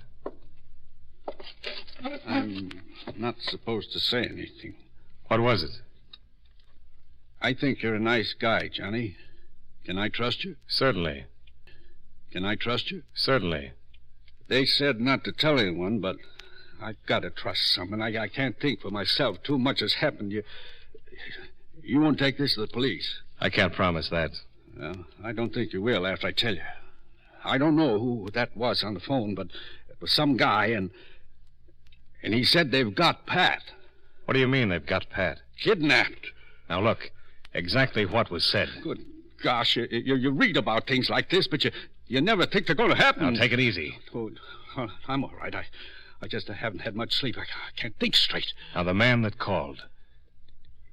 He said he had Pat, that she was all right for me not to say anything to anyone, or she'd get hurt. He said for me to get the Buddha. And that is it. They said to get it, and they'd see that Pat was returned home safely. What did they say to do with it? Just to get it. They'd contact me. What are you going to do? Get the Buddha. Wait a minute. Let me go. Well, they might be watching. They'd know I told you about the phone call. They won't do anything to Pat until they get the Buddha. I'll call Wilkins. He's probably in the book. Well, don't you think it'd be better if I went? Yeah, maybe it would. But I'm going to follow you. If anything happens, I want to be around. All right, let's go.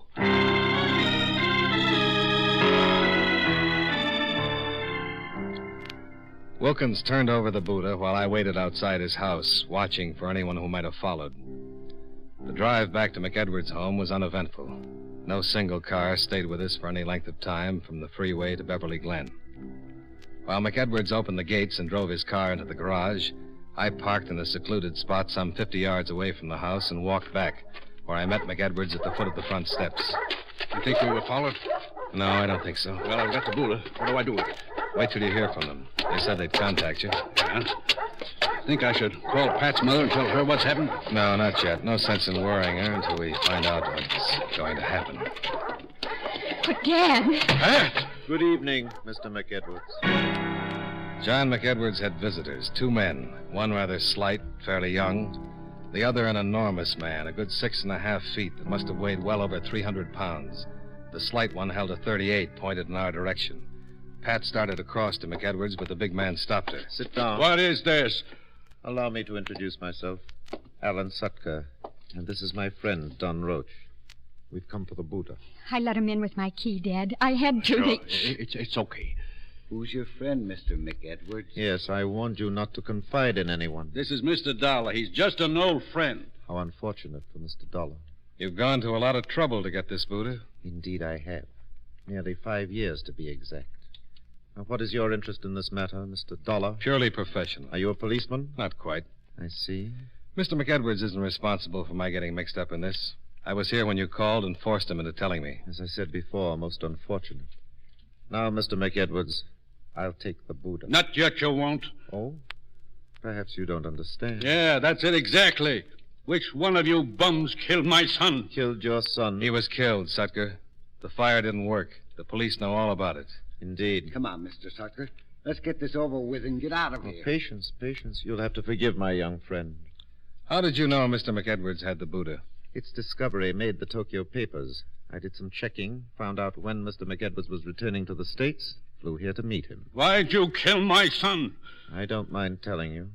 Under the circumstances, I cannot afford to let any of you live. Your son discovered Roach here in the act of burglarizing his home. He protested too much. Roach had to kill him. It wasn't premeditated. We assumed the Buddha was in the house, We knew that Mr. McEdwards here had delivered it to his son the night before. Why, you... Take it easy, take it Mr. easy. Dollar's right. Should you get out of hand, Roach will shoot you on the spot. Now, if you don't mind, I'll have that Buddha. Oh, Dad. Without hysterics, if you don't mind. Just one more question. How did you know about the Buddha? Mr. Dollar, I've known about that particular Amita Buddha for many, many years. Another man knew about it also. Unfortunately, he was the first to locate it. His name was Wu Sung, an Oriental collector. He discovered the Amita Buddha in a Tibetan temple shortly after World War II and stole it, then smuggled it out of Tibet and into Korea. I followed him, made him a handsome offer, but he refused to sell. He died under rather mysterious circumstances, but I didn't have the chance to leave Korea with the Buddha. The war. Very astute, yes. The communists suddenly attacked, and there was absolutely no way I could get the Buddha out of the country without someone discovering So it. you buried it? A few hundred yards from Wu Sung's home. I imagine the house has long since vanished from the face of the earth. I bided my time in Tokyo, waiting for hostilities to cease, but as fate will have it, Mr. McEdwards uncovered my prize. Mr. Sutka, you talk too much. I enjoy it, Roach. And after all, what good will the information be to our friends? Come on, let's get the Buddha. Yes. Now, Mr. McEdwards, you will either turn over the Buddha, or Roach will kill you immediately. Give it to him. Here. Thank you. Now, if you'll all lead the way down into the yard, we'll proceed to my car and take a short trip. Oh, Dad. It's all right, honey. Now, if you please. Beautiful animals, Mr. McEdwards. I'm glad they were penned up when we arrived. They could have caused no end of trouble. They still can! McEdwards had belted the big boy right in his enormous middle, and Roach stepped in and swung his gun. As McEdwards dropped, the dogs, penned in behind the tall fences, went crazy. Sampson, the big male, went over the 10-foot fence like it wasn't even there. Before I knew it, I was up to my elbows in Great Dane. Sammy, let him alone! Sammy, son, get back! Hey, Delilah, get back there! Are you all right? Yes, I'm all right. Mr. Dollar? Yeah. Why didn't they go after me? They knew you were helping. My face.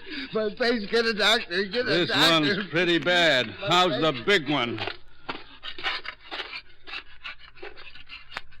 Huh. You were right about Danes. What do you mean? The one you were telling me about that broke the man's neck. The fat man ran into the same sort of situation. He's dead? He sure is. Well, that's the way it should be. Samson was my son's talk.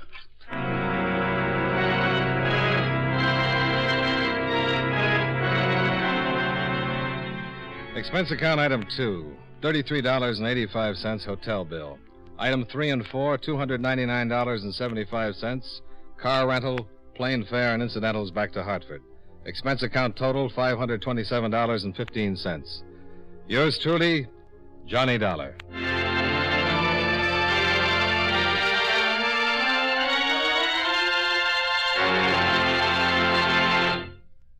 Remember, friends, Wrigley's Spearmint Chewing Gum is a refreshing, delicious treat you can enjoy just about any time. Chew a few sticks of Wrigley's Spearmint during the day and see how the good chewing helps you keep feeling fresh and alert. The lively, full-bodied flavor of Wrigley's Spearmint cools your mouth, freshens your taste, and sweetens your breath. The chewing itself gives you a nice little boost, helps you keep going at your best. Millions of people get real chewing enjoyment out of Wrigley's Spearmint Gum every day, and we know that you'll enjoy it, too. Get a few packages and always keep some handy. That's Wrigley's Spearmint Chewing Gum. Healthful, refreshing, delicious.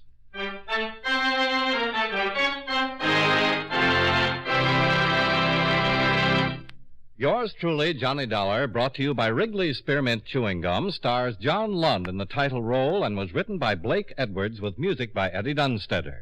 Featured in tonight's cast were James Nusser, John Stevenson, Jeanette Nolan, Sammy Hill, Bill James, Herb Butterfield, Robert Griffin, and Edgar Barrier. Yours truly, Johnny Dollar, is produced and directed by Jaime Del Valle. The makers of Wrigley's Spearmint Chewing Gum hope you enjoyed tonight's story of Johnny Dollar and that you're enjoying delicious Wrigley's Spearmint Gum every day. This is Charles Lyon, inviting you to join us again next week at this same time when from Hollywood, John Lund returns as... Yours truly, Johnny Dollar.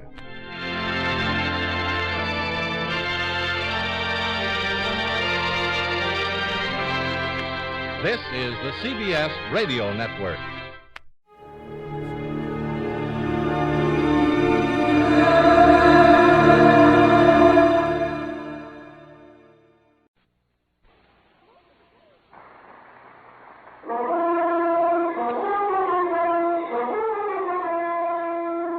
In response to requests representing millions of listening friends, the National Broadcasting Company is pleased indeed to bring you again The Adventures of Sam Spade, Detective.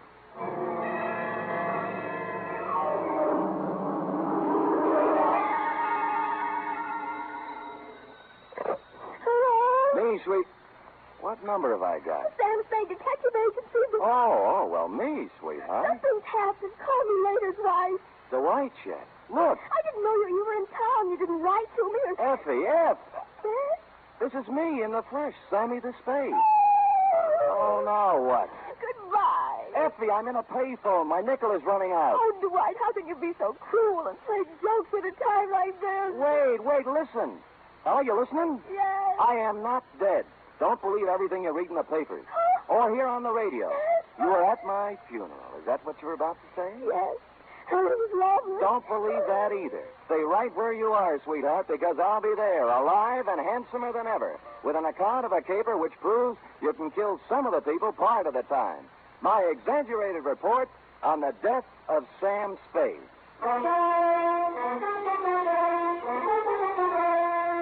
NBC welcomes back to the air a character who has captured the public imagination more completely than any other since the birth of Sherlock Holmes. William Spear, radio's outstanding producer-director of mystery and crime drama, brings you the greatest private detective of them all in The Adventures of Sam Spade.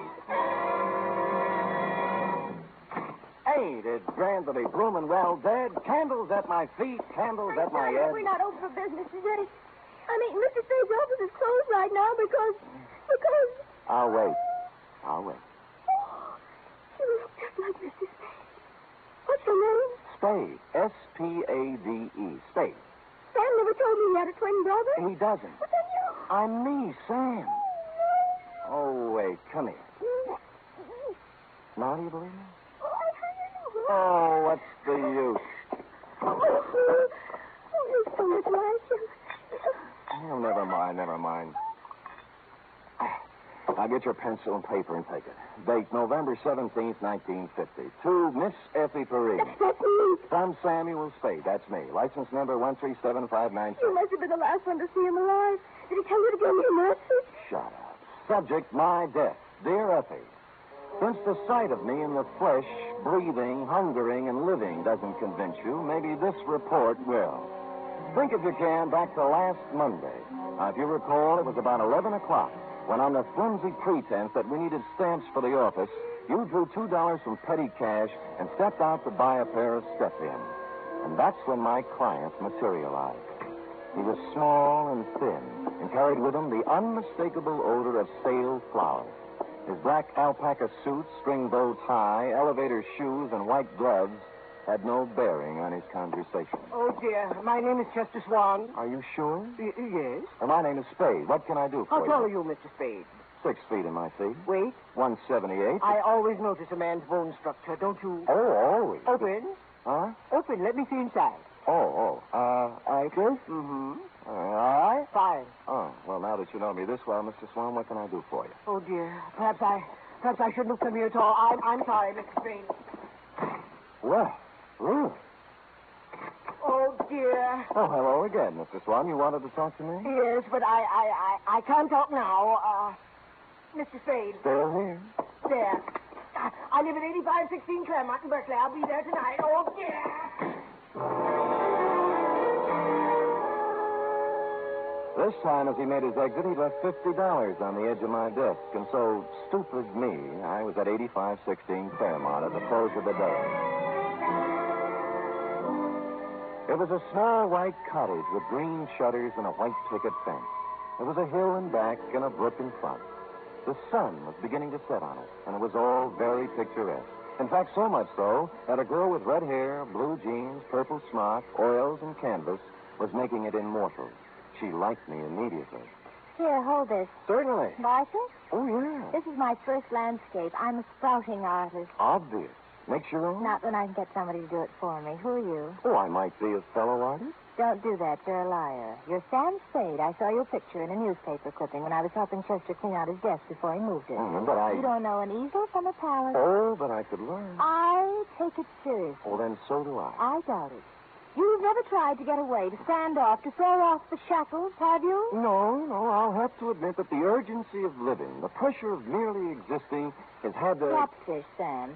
By the way, I'm Amy Goodrich. Catfish? The world is full of unhappy people who never try to get away from it all. Well, honest, Stop it? Well, I wanted to, really. Honestly, Sam, get away from everything. Leave, dissolve. I've dreamed of it. Never return. Cross my heart. Mm-hmm. What are you doing here? To see Mr. Swan. He isn't home yet. This house is a wonderful subject. Look, Sam, colorful, moderate, pleasant. Mm-hmm. That is until the sun stops shining. But picture it at night in the fog, crushed with barrenness, full of death, brooding. I'm trying to capture that, too.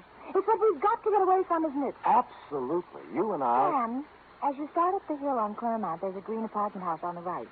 I'm in 420. Well, maybe we'll find a way out together. Maybe. I waved her a fond farewell and sat on the steps of my client's house until he showed up at 6:15.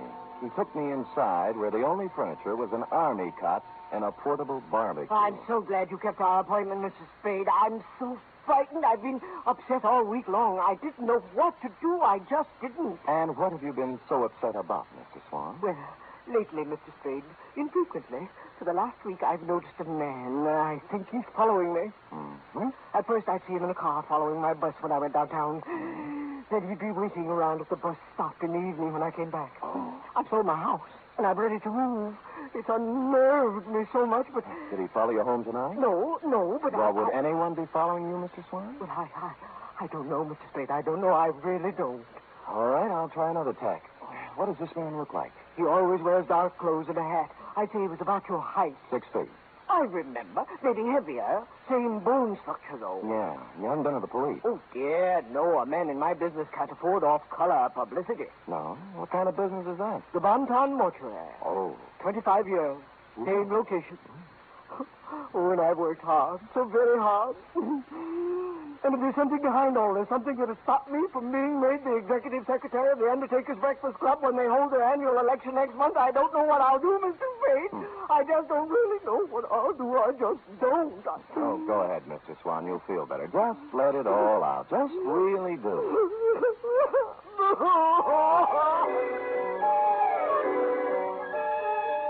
And he did. When he stopped crying, I instructed him to go about his daily habits as always and left, assuring him I'd get to the bottom of it all. I walked down to the corner ostentatiously, which is a neat trick well calculated to throw nefarious observers off the track and lull them into false security. And when the bus showed up 10 minutes later, I got on it, rode 3 blocks, walked back, and took a plant across the street. A clever ruse, as you see, to invite a showdown. 2 hours later, a man about my size in dark clothes appeared over the hill and crept stealthily to the front of my client's cottage. He had his eyes glued to the window when I walked up behind him. Hey, let go of me. Come on, you're going inside. Listen, I'm no peeping Tom. No, you're the bloodhound type. I'm inviting you in for a real sniff at Oh, your no, story. you don't. Well, all right, then. I'll go quietly. No, okay, that's better. Now, we'll just walk on. The kick he landed on me wasn't according to Queensberry. I couldn't move for 3 or 4 minutes, and by that time he disappeared. When I recovered my faculties, I reported the incident to my client, who cried himself to sleep. After I bolted him in for the night, I stopped on my way down the hill at apartment 420 in the little green apartment house. She was still wearing the blue jeans and the purple smock. And she still had the same idea. Come in, Sam. You said you were serious about getting away from it all, and a whole day has passed. It was that pressure of living. I'm here to apologize. You are not the girl. I'm sorry, Angel. I love to be fooled, Sam. You're forgiven. How's the painting coming? The one of Swan's cottage. Slow. Fog is always tough. Looks nice, though. How long you been on it? 3 weeks, all told. Well, then you've had a pretty good plan on the house, haven't you? Ever notice a tall, broad-shouldered guy in a dark suit casing the place? Tall, broad-shouldered. Pretty much like me. Could anybody be pretty much like you, Sam? No, you're right. Sam, is there something wrong? No. Well, then don't stand there doing nothing. Do something. Who, me?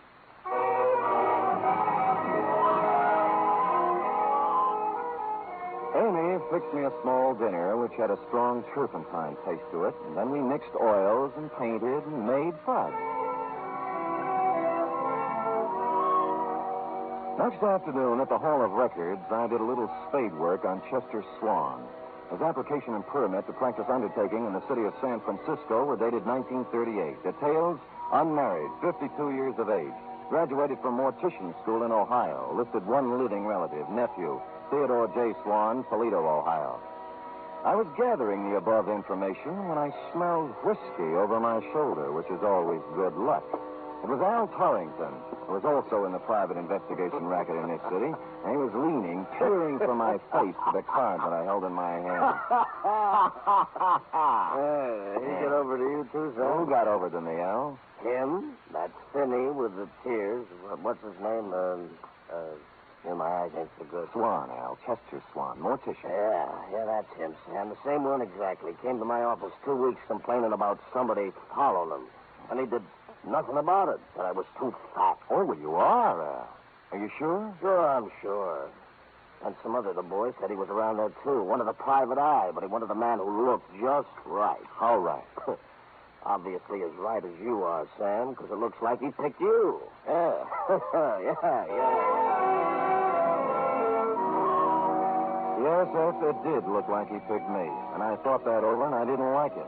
And I called my client at home to tell him he was fired, but he didn't give me a chance. Oh, dear, I'm so glad you called, Mr. Spade. I really am. I called for a reason, Mr. Swan. I'm resigning this case. Oh, dear, Mr. Spade, you can't do that. You really can't. I don't think you've been quite honest with me, Mr. Spade. Oh, dear. Tears will get you nowhere.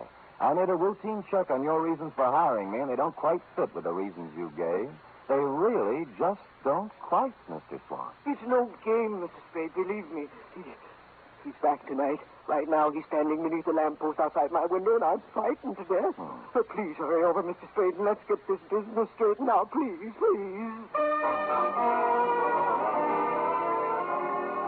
And stupid me, I went over. And I found that little white cottage on the hill looking grim and gaunt in the heavy fog. Amy's words about it being crushed with barrenness, full of brooding and death, came back to me. And Mr. Swan's frightened words about a mysterious man in dark clothes waiting beneath the streetlight also came back to me, particularly when I noted there was no streetlight near the house. However, there was a light somewhere in the rear of the house, and the front door was ajar. Mr. Swan! Mr. Swan, are you here? Oh, Mr. Swan, it's me, Sam Spade. Are you here? Mr. Spade? Is that you? Are you out there? Where are you? Things happened fast. I turned around to find the front door filled with a man in a dark suit. He had something in his hand, and it looked like a roll of cotton candy, but it felt different. It only startled me against the wall, but it made me forget where my arms were. Easy, Spade. Easy does it for you. Easy. He let me down to the floor gently. I could still see the lights somewhere in the back of the house, and I could hear him talking to me way off. Give me the needle. I can't watch. I'm going upstairs. The needle went somewhere in my left arm, but not before somebody pulled my coat off, and for no reason I could think of at the moment, also tried to pull my finger off. Well, I couldn't dwell on it. By that time, the stuff in my arm was going other places, and I was going with it, even though there was action all around me. That's all it do? No, stay away from me. Get out of here.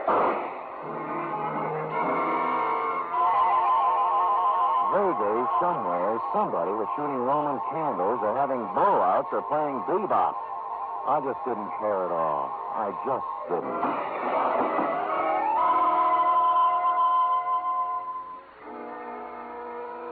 The first thing I saw was sunlight. It was the kind you see in a picture.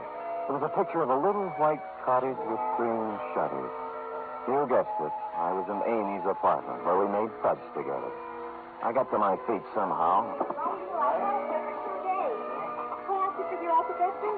I knew the best thing to do with me. There was a fire escape in a window. I got out there and I weaved against the wall. He's gone! He's gone! What do you mean he's gone? He couldn't have gotten away with that load he was carrying. I don't know. He was unconscious when I left. Well, don't just stand there. We've got to do something. There might be trouble. Now, let's get going. I didn't wait to find out what they were going to do. I made my way down the fire escape and started walking for the street, and that's when I noticed my shoes didn't fit me anymore. They weren't mine. Neither was the gray flannel suit with the label marked Kid Cheese. Neither was the blue shirt. While I was at it, the ring on my finger engraved Emerson High 1936 wasn't mine either. My new belt buckle had a big letter T on it, which is not my initial. It really isn't. And I didn't have any use for the eyeglasses in my coat pocket either.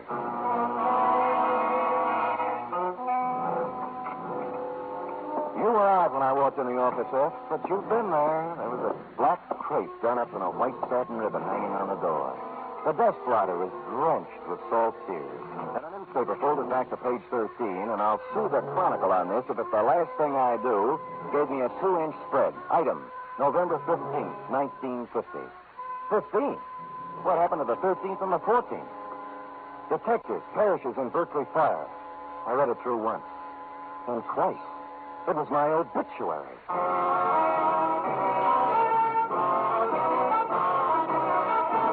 You are listening to the first in a new series of adventures involving radio's most famous detective, Sam Spade.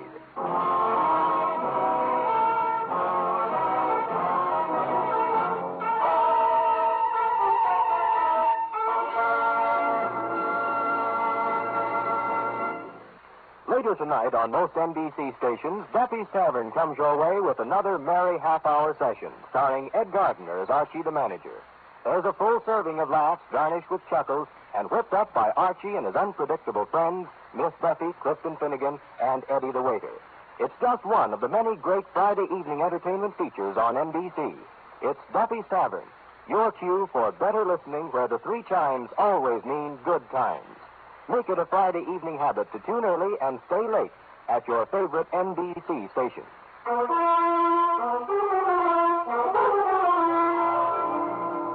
And now back to Caper Over My Dead Body, tonight's adventure with Sam Spade.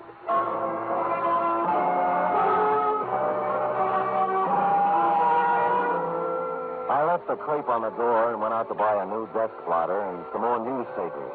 The Hobo News had the best story, which wasn't much. Samuel Spade, licensed private investigator, perished Wednesday night in a fire in a vacant house in Berkeley. His warm friends will feel regret at the passing of a man who was always kind to the poor. None of us ever asked Sam Spade for a handout without receiving a kind word and bon mot as he turned us down. This is nice, but I wanted more. Figured I was fairly safe to wander about unrecognized. My ill-fitting attire required for my unknown benefactor would be disguise enough when combined with my 2-day beard. Engine Company 16, Berkeley Division, had handled the fire, and half a block away was a grog shop called the Shamrock. I waited for a fireman to come in. Bartender. Bartender! What kind of a place are you running now? I've been here 5 minutes already. All right, shut up, Patty. You just arrived. Well, it seems like 5 minutes. A wee bit more there, if you don't mind. That's enough for you, Patty. You're still on duty. I am not. I'm off now. The chief said I could be off. It ain't every day I receive such a shock to my system. You received your shock 3 days ago. And I'm still shaking, man. Oh, the sight of him was terrible, terrible. Burnt as black as the good saint's beard. All twisted and horrible in death. He was probably dead drunk and didn't know what happened to him. And were you there fighting the flames and finding them like me? Oh, it was terrible, terrible, terrible. Terrible. It wasn't that bad, and you've had your limit. And who says so? I say so. Oh, you do you? And who are you? Your brother-in-law. Well, now. Well, maybe I can spot you one time. I never drink with strangers. What's your name? O'Doolin. Well, you heard the man. Go ahead, pour. Cheers. Yeah. Hey, fireman, you had a terrible experience 3 days ago. That I did, Mr. O'Dolan. That I did indeed. That I've heard it a dozen times. I'll be at the other end. 3 nights ago, Mr. O'Dolan, and we get a call to the house on Claremont is afire. Well, sir, when we get there, it's about all gone. Can't understand why it has been flamed so fast. Wood. It was the funeral pyre of a man who lived in sin. Huh? A detective fellow. Sam Spade, he was identified as. Oui. Oh, one moment, fireman. I've heard fine things about him. Some of those uppity police fellows from the Division of Homicide said he was a nice fellow. But some of the boys at the fire station and myself, well, we got our own ideas about that. What kind of ideas, Fatty, me boy? What kind of good can any man be accomplishing in an empty house late at night, I ask you, Mr. O'Dolan? He was done to a turn, he was, when I burst in the door with me axe. Saved Satan the trouble. Charge. Empty whiskey bombs scattered all about. Sin, O'Dolan, sin. He'd gone to sleep with a smoke and cigarette that set the whole place off. Vice rampant.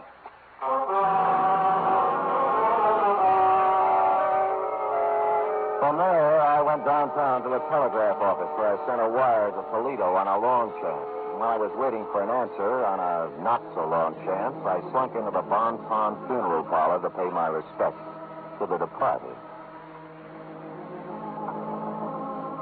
I stood in the back of that dimly lit chapel and scanned the scene. 3 of the boys from Homicide were there, blowing their noses. 2 chorus girls I thought had long since forgotten me were there in black, deep V-necks. My insurance man was there, looking awful worried. 1 Chronicle reporter with photographer, a shoeshine boy from our building, and the bailiff from the courthouse, just to mention a few I could make out. And you were there, Effie, up front near a closed casket. I made out a bowl of flowers from robbery detail. It said, "Goodbye, Stan." Maxie from the city morgue was the only one who looked at ease. All right. Does anyone wish to, you, miss? Many called him Sammy, but I called him Sam. And this is last papers.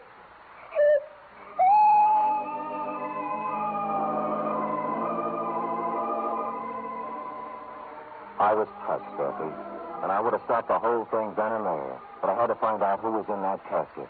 I reeled out the front door with tears in my eyes and slid around to the back door and into Chester Swan's private office. And there I made a phone call and got an answer to my telegram, which caused me to make another call to his bank. By that time, most of it was right in place. A search through his desk revealed nothing, and a safe standing in the corner the same. But then my answer walked right in the door. Oh, Sam, darling, I was so worried when I found you'd left there. I saw you at the funeral, and I thought you'd be here. And the guy was with you? Was he worried, too? Oh, dear, and that was Dr. Jesslyn. Sam, you'd been out for 2 days, and I didn't... Oh, Sam, you sweet. You got away from it all. You've escaped, darling. Yeah, they're burying me right now. I'm dead. It's so wonderful, Sam. Only one thing. Where do you fit? The caper. I was supposed to burn up in that fire, and what was left was supposed to look enough like Theodore J. Swan, class of 1936, Toledo, Ohio, to let beneficiary Chester Swan collect a nice pile of insurance money. Sam, what are you talking about? Who is Theodore J.? What did you say? Chester's only living relative. They're burying him right now. Somebody lost his caper. You want to tell me? Darling, I was at the house the night of the fire, working on my foggy picture. You didn't see me when you went in, and later on you didn't come out. And I went over. I was on the floor, and a man was bending over me. He changed clothes with you, Santa, and I screamed, and he pulled out a gun, and I hit him with a hoe. And I drug you out of the run. And then what happened? I put you in my car and took you home. I was going to phone the police, but I decided it was something you were working on, and I went back to the house, and it... And it was burning, and you knew the man you'd hit on the head was in there. Believe me, Sam, I didn't know the house was going to burn down. I wouldn't kill anybody, Sam. I only wanted to... You only wanted to help me, and you did right, Angel. Oh, Sam. That's all right. I'm your witness. You didn't start the fire. Somebody really started it? Chester. He thought it was me lying on the floor in there. The bank tells me he's about to go busted. He figured this one out with his nephew to scare up some insurance, though. I'm about the same size. Sam. Hold me. It's been horrible. This is the kind of thing I was trying to paint. Now I'm smack dab up against it, and I'm sick. I'm stricken. Easy. Sam, you're really dead. Squeeze our way out, Sam. Just leave now. Let it go the way it is. They all think you're dead. Oh, dear. Huh? But we know different, don't we, Mr. Spade? He was holding a Navy Colt revolver in front of him with both hands. I couldn't make up my mind to rush him and count on his bad aim or stand still and be a perfect target while I tried to talk him out of it. Either way, he was a crazy man with a gun. He was getting ready to use it. Sam, he's going to kill us. Quiet, Amy. Because my nephew was stupid enough to wear your watch and your suit when he exchanged clothes with you, I'm going to lose the Von Ton. And that puts you in quite a spot, doesn't it, Mr. Swan? Until a moment ago, yes, but now. Mr. Spade, the newspapers all say you're dead. The death certificate says the same thing. All of your friends are following your casket and my nephew's corpse to the cemetery at this very moment. Everybody expects you to be dead, Mr. Spade. Thanks to you, Mr. Swan. But now, nobody'd miss you if I killed you. I'd miss you, Sam. But I'd have to kill you, too. Oh. Did you notice you're still wearing Theodore's clothes, even his ring? Why, Mr. Spade, I could kill you and put you in a fire somewhere and collect my insurance on Theodore now, couldn't I? No. Why, that's a terrible thing to think. Huh? Oh, you're not reasoning properly, Chester. You really aren't. How would you explain Amy? You just said you'd have to kill her. And what about the coroner's office? You know how they are. But if I... And don't forget the medical examiner's got something to say, too. Not to mention the fact that you'd have to really burn me up to cover up the bullet hole. And furthermore, Chester, when you shoot me, if you happen to hit a rib and chip off some bone, they'd know I was shot before, and then homicide would be in on it. Oh, no, stop. Nothing works for me. I'm a failure. Oh, go ahead, Mr. Swan. Let it all out. We'll see you back.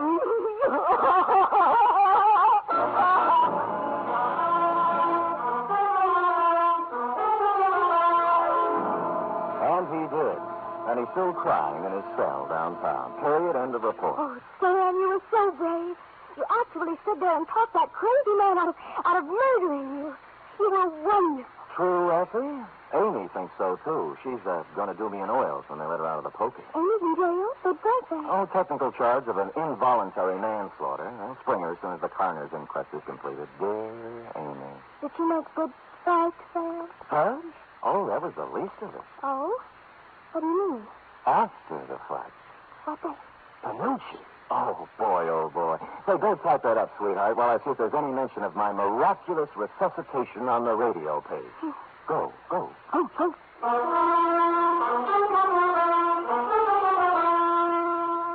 There certainly is a mention of Sam Spade on the radio page for Friday. Sam Spade is one more in the list of great shows to join up in NBC's Parade of the Stars. Have you heard The Big Show? This Sunday, The Big Show comes your way once again on NBC. Listen to just a few of the star names who will be appearing this week. Bob Hope, Jimmy Durante, Perry Como, Jose Ferrer, Mindy Carson, Eddie Cantor, Meredith Wilson and his orchestra, and many, many more. And, of course, your MC once again will be the lady who invented the snappy retort, Tallulah Bankhead. Yes, it's The Big Show. It's big in music, big in drama, and big in comedy. Be sure to hear The Big Show Sunday.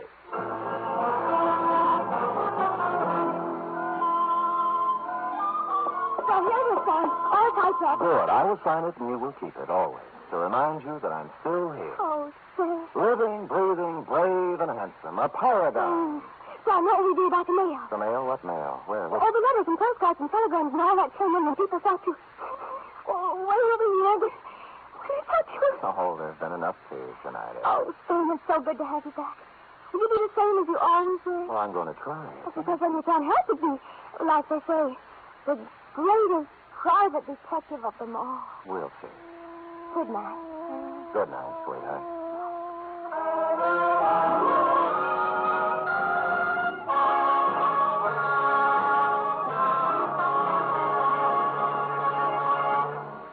The Adventures of Sam Spade are produced, edited, and directed by William Spear. Sam Spade was played by Stephen Dunn. Lorene Tuttle is Effie. Script for tonight's adventure by E. Jack Newman. Musical scoring by Lud Gluskin, conducted by Frank Wirth.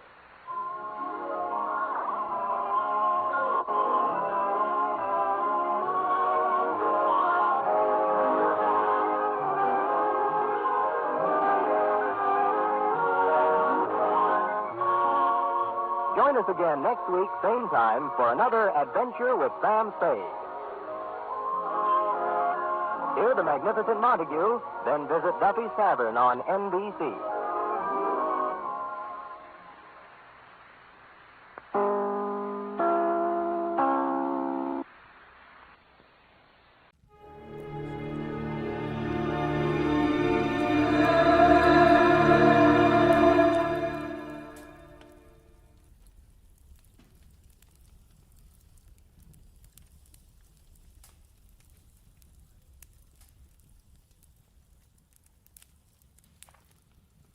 this and get it straight. Crime is a sucker's road, and those who travel it wind up in the gutter, the prison, or the grave. I didn't know it, but I was caught in a smokeout that led from a search for a lady in black, past murder at a highway inn, to gunfire at a warehouse, for a girl already dead in the morgue. From the pen of Raymond Chandler, outstanding author of crime fiction, comes his most famous character in The Adventures of Philip Marlowe.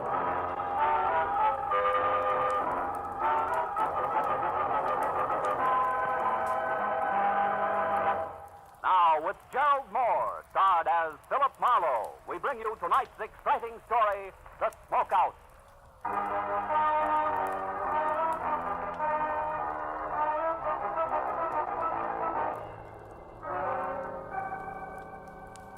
It never seems to fail. A sleepless night that leaves you with raw nerves and sandpaper eyelids is always followed by a day that never ends.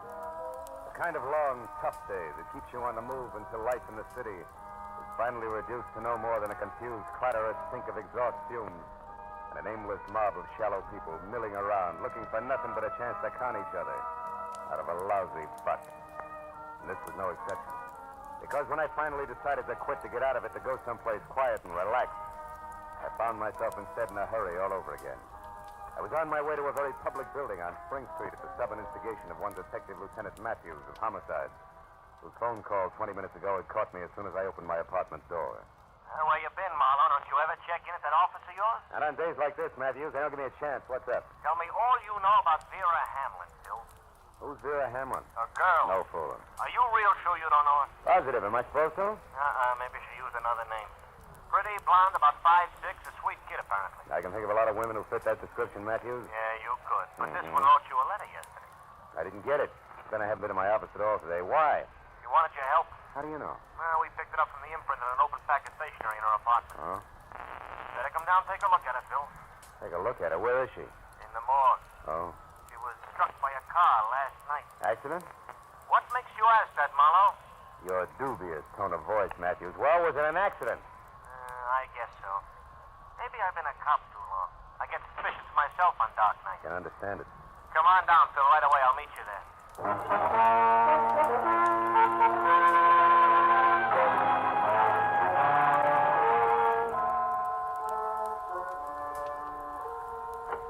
You better hold it a while. Oh, here he is now. Hello, Phil. Hi. Made good time. This is Mr. Connor, the morgue attendant. I'm certainly glad to know you, Mr. Marlowe. Is this your first visit? No, I've been here before, Connor. Well, Matthews, for what good you think this is going to do the police department? Let's see her and get it over with. All right, let's go, Connor. Certainly. Step this way, please, gentlemen. Follow me. Happy fella, isn't he? Well, civil sense. Here to the right. Now, let's see. Egram, Flanagan. Now, here we are. Hamlin, Vera. There. Well, Marlowe? Hmm. You know her, Marlowe? No. Okay, that's all. All right, Lieutenant Matthews. Come on, Phil. Let's get out of here. Yeah. Now, look, Matthews, I told you on the phone I didn't know. What'd you get me down here for? Because there are some angles on this death I don't like to look at. That letter to you is one of them. Got the letter? No, I read the whole thing in from the lab and that imprint they worked on. She was worried. She wanted you to investigate something for her. You were supposed to call her today. Know anything about her? Yeah, she came to L.A. about 6 months ago from Omaha. Mm-hmm. She worked for a guy named Brasso, who's a produce wholesaler, 77 Market Street. Lately, she was seeing a lot of him after office hours. What's wrong with that? Nothing. She was killed in front of Brasso's house at 2 a.m. as she was getting out of her car, and Brasso wasn't home at the time. Oh? He has a fair alibi, puts him out on Highway 101 north of Santa Monica when it happened. Excuse me, gentlemen. I'd better get the phone. Yeah, do that. What about the motives, Matthew? No motives. Well, then why are you so upset? Why was she so upset? What did she want you for? That's not enough for you to If I go had on. that one answered, I'd know where to go from there. I know, but you're pinning a murder rap on somebody. What do you mean murder rap? I'm not up to that. It's for you, Lieutenant. All right, thank you.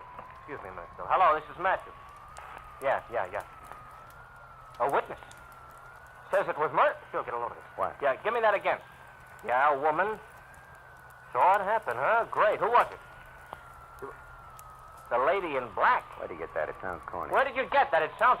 What? You mean there's a story about it out now in the L.A. Journal? Yeah, I'll be back there in 5 minutes. And listen, get a hold of the reporter who wrote that story and hang on to him. I want to talk to that wise punk. How do you like that? How do you like it? Yeah, Vera Hamlin murdered with an eyewitness to prove it. Only the police department is the last outfit in town to know. Come on, Phil. Where to this time? To buy a newspaper, find out what's going on.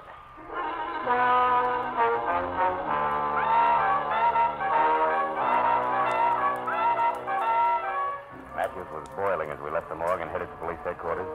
We made one stop on the way to pick up a copy of the Journal, which he read as I drove.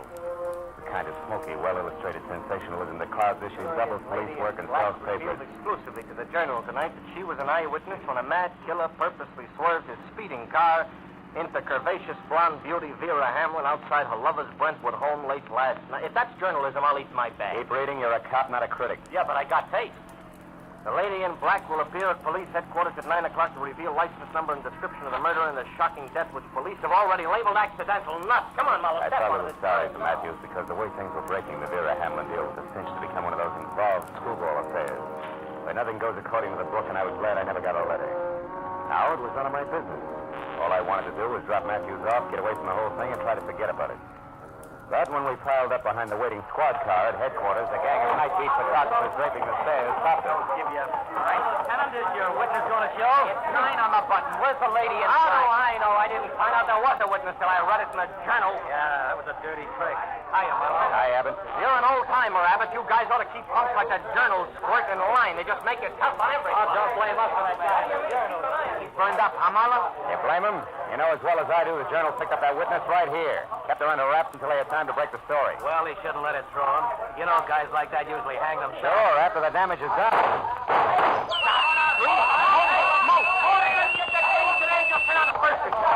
Now, I've had enough today, Matthews. Besides, nobody in City Hall signs my check. Good night.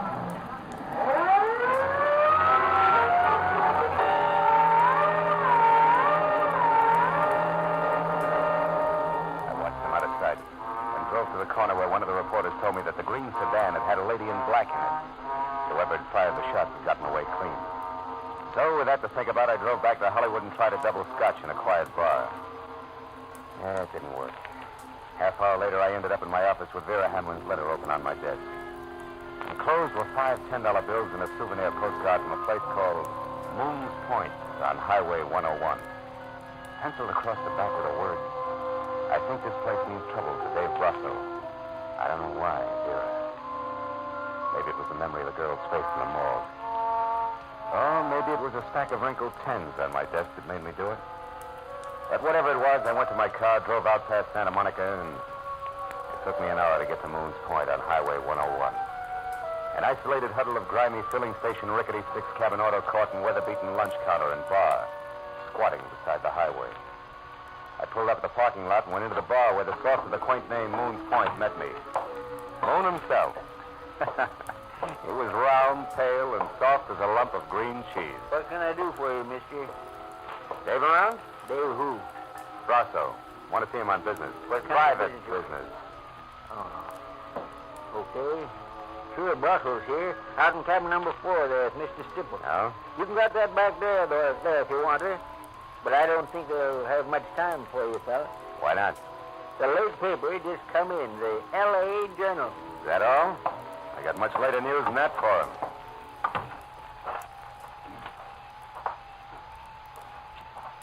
Hey, you. Who's there? Pull it down, will you? My name's Baggett. Agent sign asking for Dave Brasso.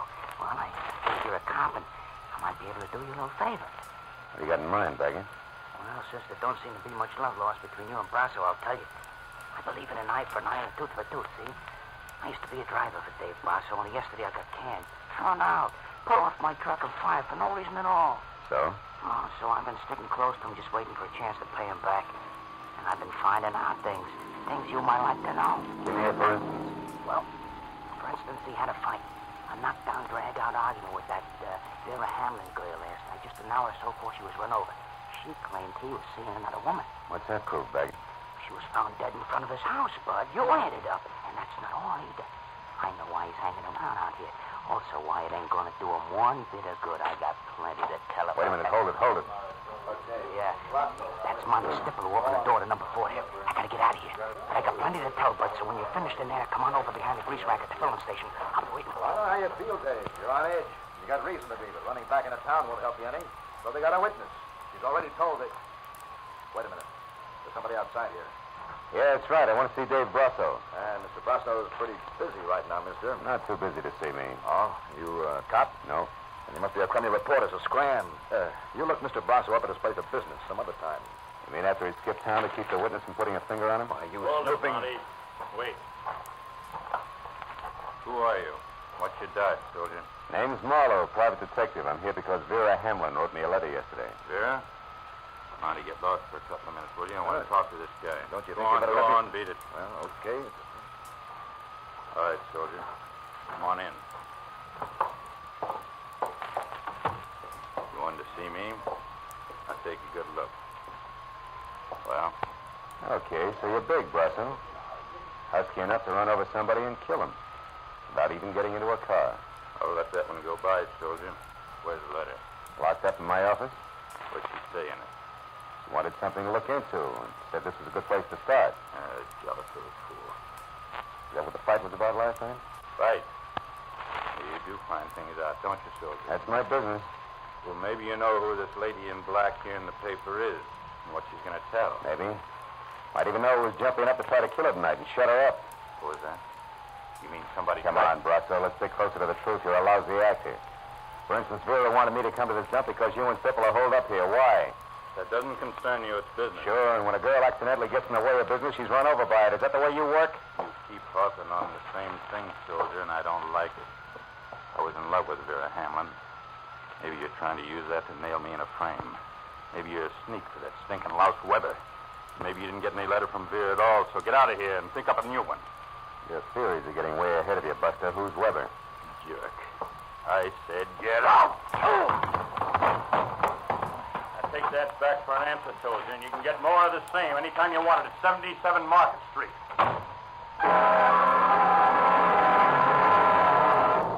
Brasso's hair trigger left with 200 pounds of shoulder behind it. Piled me out of the door and flat on my back in the gravel. Which tallied my interview with him at 0 with one minor exception. My spiteful informer, Baggett, had some basis intact for his story, so I dusted myself off and made for the rear of the deserted filling station where the grease rack stood. There was nobody around. I waited a few minutes for him, and then I skirted wide around the auto court and looked in at the scaly window at the bar. Stipple was there with his nose in a beer glass, but no Baggett. I circled the building quietly, found nothing but indignant spiders and dark corners, and decided to try the grease rack again. When the back door to the bar opened, and Moon came out with a flashlight and a pail of garbage. He was halfway to a rack of cans when he froze. Like a bird dog with one foot in the air. Holy mackerel. His flashlight stabbing at a man's hand, hanging out over the edge of a shallow ditch. Look there.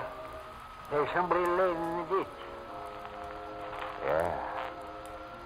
No wonder I couldn't find him. It's Baggett with a knife in his back.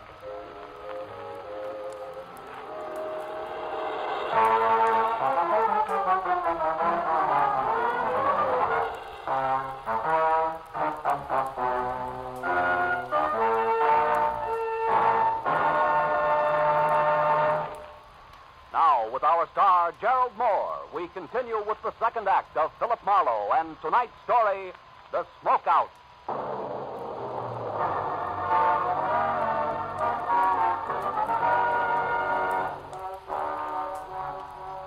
Even as death quietly hardened the hand at the edge of the ditch, the wheezing, pudgy turtle known as Moon was already worrying less about why murder was sprawled at his feet and more about what the violent slaying of the truck driver was going to do to his roadhouse business as usual.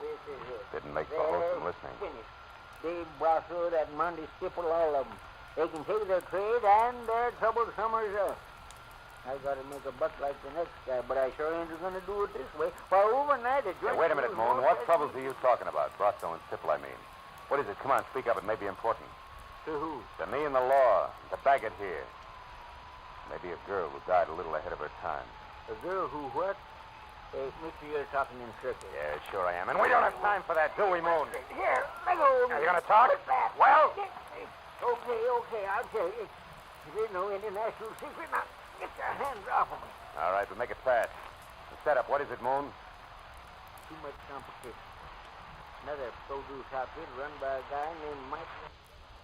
He's been picking Brasso's trucks off along US 101 every other night. Sometimes it's a well-planned accident, and sometimes just sloppy hijacking, but all earth is trouble. Trouble Brasso can't prove, is that it? Yeah. That's the reason for Monty Stipple and the meetings out here. Stipple's supposed to get the proof for Hey, wait a minute. Brasso. There's a guy going to the car next to mine. Oh, that's Brasso, Marlowe. And like I said, I've had enough. For my dough, it's time to call the cops. Good luck, sucker. Dave Brasso was out in front by no more than 30 seconds, so as I ran toward my car and the wall of dust, his tires had kicked up. I figured I had an even chance of catching up with him before he got back to Santa Monica and into heavy traffic. But I figured differently when I had one hand on the door of my car. I had to. Company said so. I'm holding a gun. Please don't move. She was standing someplace behind me, and when I did as told, she moved around in a wide, careful arc until we faced each other across a chunk of dark night. It revealed only two things. One, she was holding a gun, and two, there was no mistaking her. This was a lady in black. Those car keys there in your hand. Throw them here, please. Now, wait a minute. I'm sure we can talk. Please, let me have them. Okay. Now what? Now, whoever you are, you can look for these when I'm Hey, gone. listen. I don't want to be interfered with. Now, wait a minute. Oh, I get it. You're afraid something will jar the sale price you've set for Brasso, huh? Yep. What are you talking about? That ever-sinking routine known as blackmail. Or to be very specific, a mystery witness, you, the lady in black, who almost gets to the police to tag a killer. Almost so she could scare said killer into a generous frame of mind when next they meet.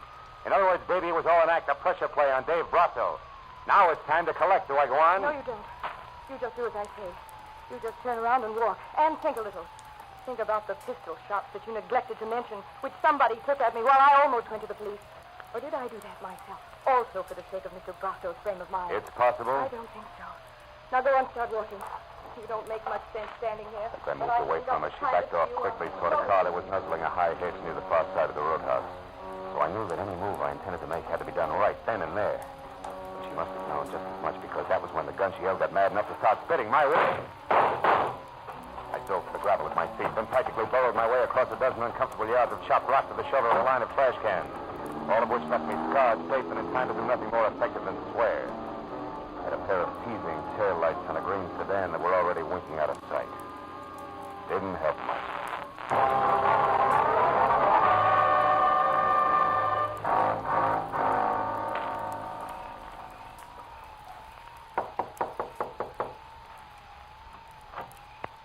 Well, what do you know? The private detective again.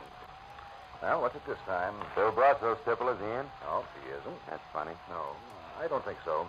I only think you're funny. The panic, Marlowe. Moon and I have been watching you comb that gravel out there searching for the key. We couldn't catch the chatter, but she certainly made you look stupid. And just so you don't go on looking that way, don't bother playing so wide-eyed about Brasso being in here either. You see, I know you know he isn't. It won't work, sonny boy. Maybe a little pressure will. I doubt it. I don't bend easy, Marlowe.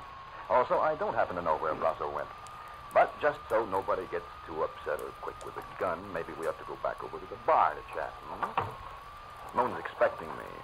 Besides, it's cozier there. It won't be. Once the cops start pouring in. Incidentally, it makes it your turn not to play dumb. I mean Ernie Baggett being very dead out in the back. Even Stevens, huh, Marlowe? Yeah. Okay. I know about Baggett.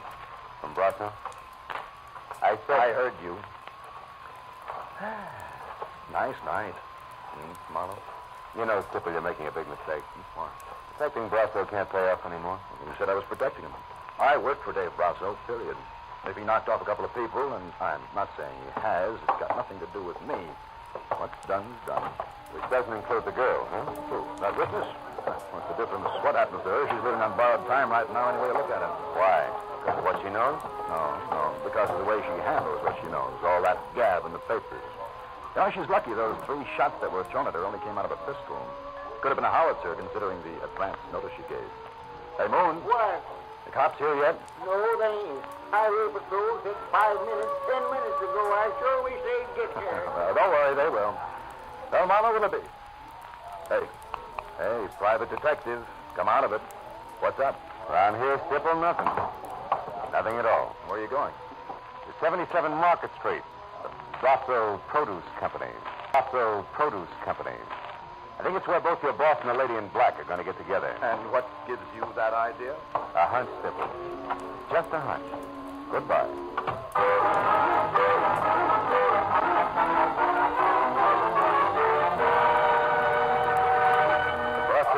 company was a half a block of corrugated metal warehouse crouched behind a wide loading ramp, which at 2 a.m. bustled with enough noisy, fresh vegetable business to turn night into day. And when I was out of my car, clear of the whirring electric hand cart, and picking my way in between platted lettuce crates toward a cage marked dispatcher, I kept wondering how a guy who built an outfit like this single-handed could have possibly made the mistake I figured was his. I stopped wondering when a face that had been stolen from a hawk pressed himself close to the inside of the cage and yelled at me. Well, what is it, mister? Talk up there. Billy, I'm busy here. Hey, please, take 31 out now. I want to see Dave Brasso. Oh, that isn't here. Dispatcher. Yes, 21 a bushel. Right. Brasso's not in his office, mister. I'm not sure where he is. I'm not sure. You a cop? No, private detective with expense account. Will 5 help? He just paid 10. Oh, let it ring. Come on, Buster, this counts. Here's 10. The lady in black? Yeah. Keep it down, will you? She stood around for maybe 20 minutes before she got talking to me. Not a bad-looking doll. All right. Now, where'd you send her? Come on, you got your 10 talk. Hang on just a minute. Where? The old shed in the back. Used to be a warehouse. They've got a real private office there. You'll probably catch up there if you run. I'll probably try. Thanks. The ex-warehouse turned out to be an ugly huddle of parched toddlers teetering at the edge of a deserted cobblestone alley, and quietly dying of old age. And except for a flicker of light from an open door deep inside, it was as dark and as quiet as the lining of a frock coat. Until I stepped in, and in front of a gun, it was no surprise. When I told you that I didn't want to be interfered with, I meant just that. Now, without shouting, who are you? For one thing, a private detective named Philip Marlowe. Another, a guy who's still working for Vera Hamlin. You were working for Vera? That's right, but not swinging in the dark. Which means what? That you never saw Vera Hamlin killed in the first place. And that all this lady in black razzle-dazzle strictly a smokeout. Vera was my sister, Marlowe. Her letters told me all about Dave Brasso, about what he meant to her, about the runaround she was getting from him. So you added that to a phony hit-and-run accident and decided to pose as a surprise witness. So that Dave Brasso would try to pick you off and reveal himself as your sister's killer, if you lived through it. Right. And now, Marlowe, Marlowe, quick, get back. Brasso just turned that light off in there. He's coming out, and I'm going to meet him. No, don't. Look, Listen. If you want to help stay where you are, keep quiet. Oh, brother. I'd better be right. She moved one slow step at a time toward the long, thin triangle of light the open warehouse door spilled across the sawdust flooring. I slid my .38 from shoulder holster to the right hand, and the hair on the back of my neck started to crawl. And suddenly there was nothing to do but wait. You can stop right there, Mr. Brasso. Huh? Who's there? Who are you? A girl named Hamlin, Mr. Brasso. Frances Hamlin. A girl who knows all about how my sister really is. It was only a sudden flash of light, but the room was taking it. It was a pistol raised and aimed at the back of Frances Hamlin's head. It was all the cue I needed. Drop it, Sybil! Don't shoot again! Don't shoot again! Marlowe, quickly, Brasso's get out. Yeah, but he's harmless, honey. He and Stipple aren't on the same team as far as your sister's concerned. Did you hear that, Brasso? Yeah, I heard you, Marlowe. Well, then Stipple killed my sister. Why, Marlowe? I don't know. He's the one to ask about that. All right. Why, Stipple? Dave, why did you do it? Dave, stay back. Why? I did it because she caught me at my place, caught me talking to Mike Weber. You worked for Weber for the guy who was wrecking our business? Yeah, oh, Dave, please, I didn't know what I was doing. She was going back to you to tell you what she saw. You lout. You be double-crossing her lout. Dave, that's enough. No, it isn't. Please, Dave. I've got something to finish.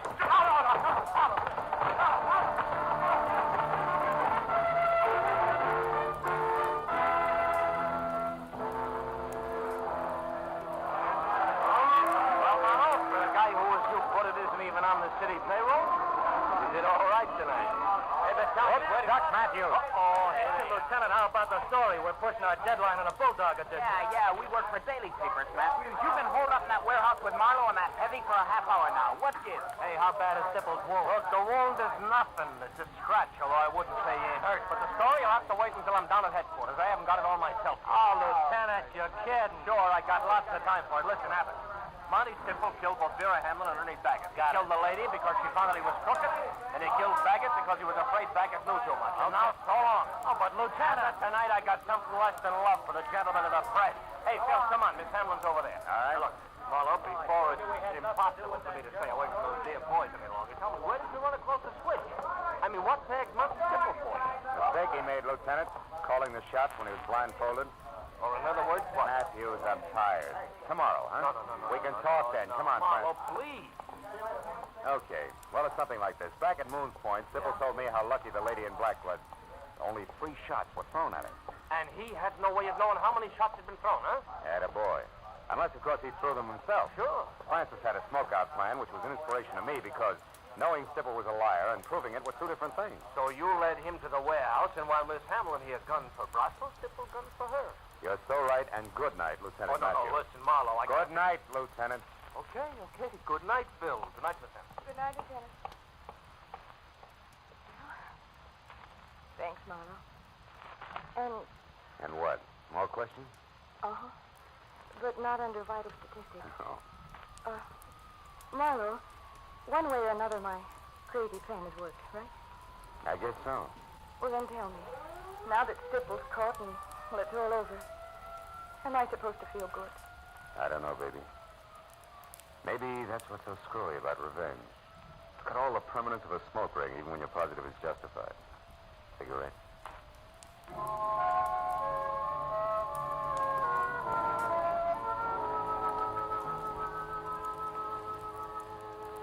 I'd been dog-tired when it started. Whipped.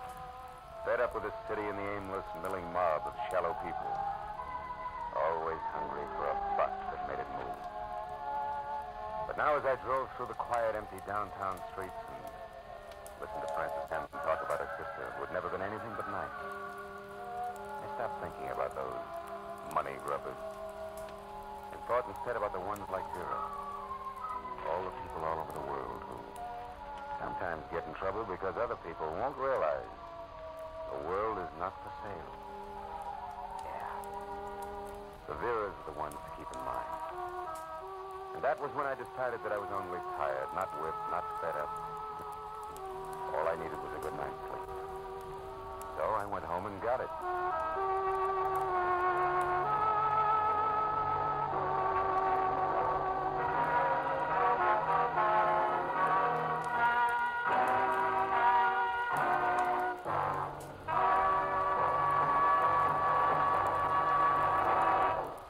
Adventures of Philip Marlowe, bringing you Raymond Chandler's most famous character, star Gerald Moore, and are produced and directed by Norman McDonald.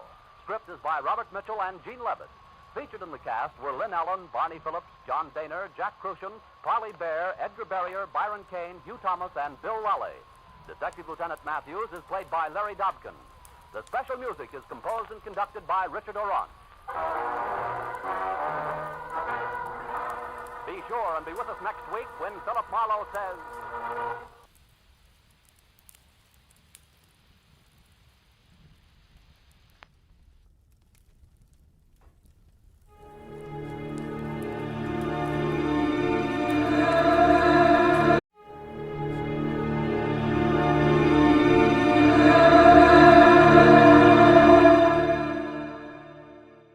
The National Broadcasting Company presents The Adventures of Sam Spade, Detective. Sam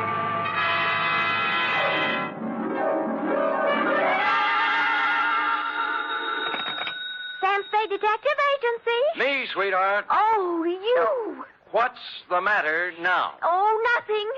You just up and leave and don't say where you're going, and I'm only your secretary, and I'm the last one to know about it, and everybody else in town knows more than I do, and I wasn't even Enough. Wait a minute.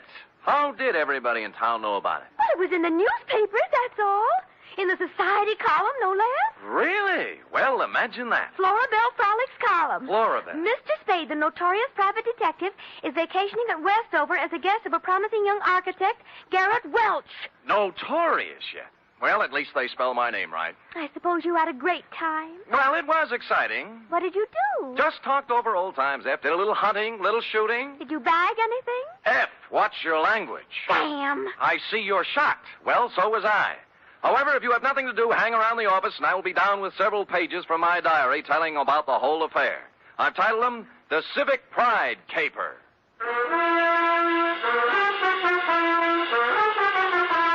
For NBC, William Spear, radio's outstanding producer-director of mystery and crime drama, brings you the greatest private detective of them all, starring Stephen Dunn in The Adventures of Sam Spade,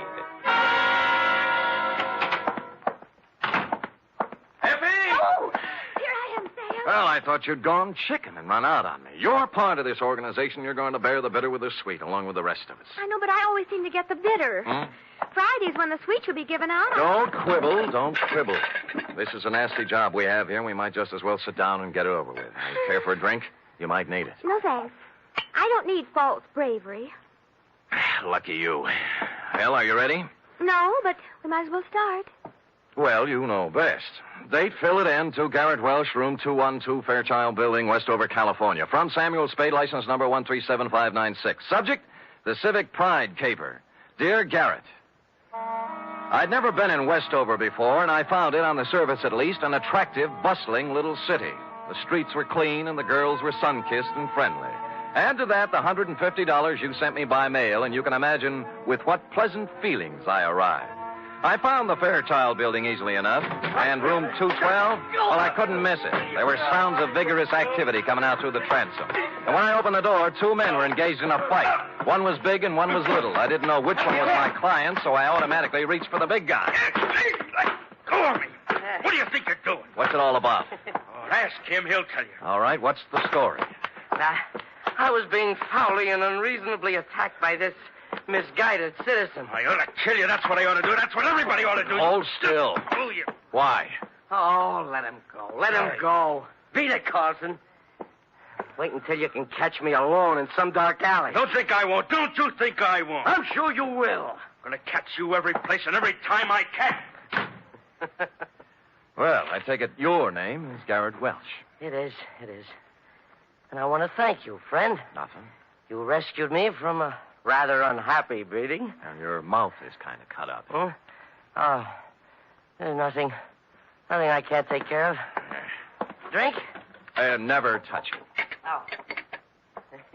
You might have noticed I've already had a few drinks today.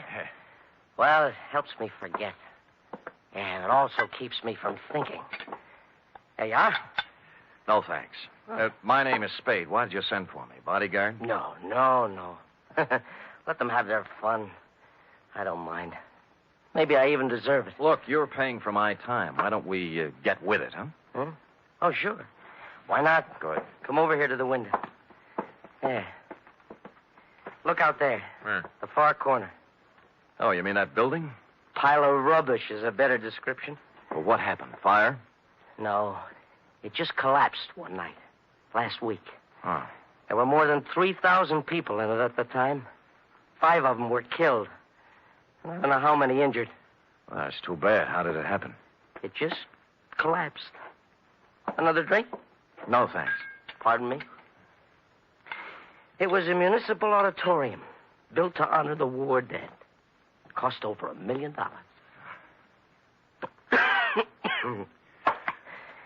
I was the architect. Oh. Yeah.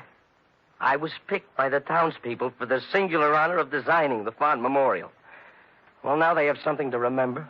What'd you do wrong? Nothing. Somebody cheated in the building of it. Somebody didn't follow my plans. I don't know who it is. I don't know who it was. Or just where to place the blame. So, you're a private investigator? What can you do? Get you some black coffee and ask you some questions.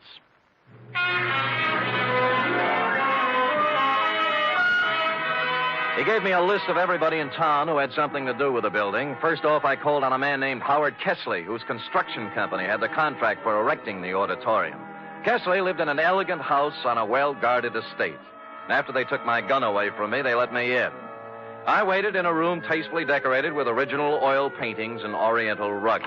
And eventually, a football hero-type man walked in. You from the insurance company? No, I'm a private detective, Sam Spade. Who are you working for? Garrett Welsh. Huh. That's a laugh. Funny? Well, what do you want? Look, you built that auditorium. Have you any idea why it fell down? Maybe it just got tired. I don't know. Aren't you interested? We're looking into it now. Who's we? My company engineers. That Garrett Welsh. An architect. We should have had somebody who knew what he was doing. Do you have any copies of the building specifications that I might look at? Sure, I got nothing to hide. You can go back and tell Garrett Welch that the best thing he can do is get out of town. Or somebody tries to knock him off and succeed. Yeah. Here. There's a copy of the plans. Look at it all you want. You'll find I did what I was supposed to do. I got my gun back from the guards and left with the building specifications tucked under my arm. They didn't mean a thing to me, of course. I'd only asked for them to see whether he'd refuse to show them. But out of curiosity, I unrolled them just for a look before dumping them into the ash can. And I noticed something. The last page was signed and approved by the city building inspector, a man named Albert Mitchell.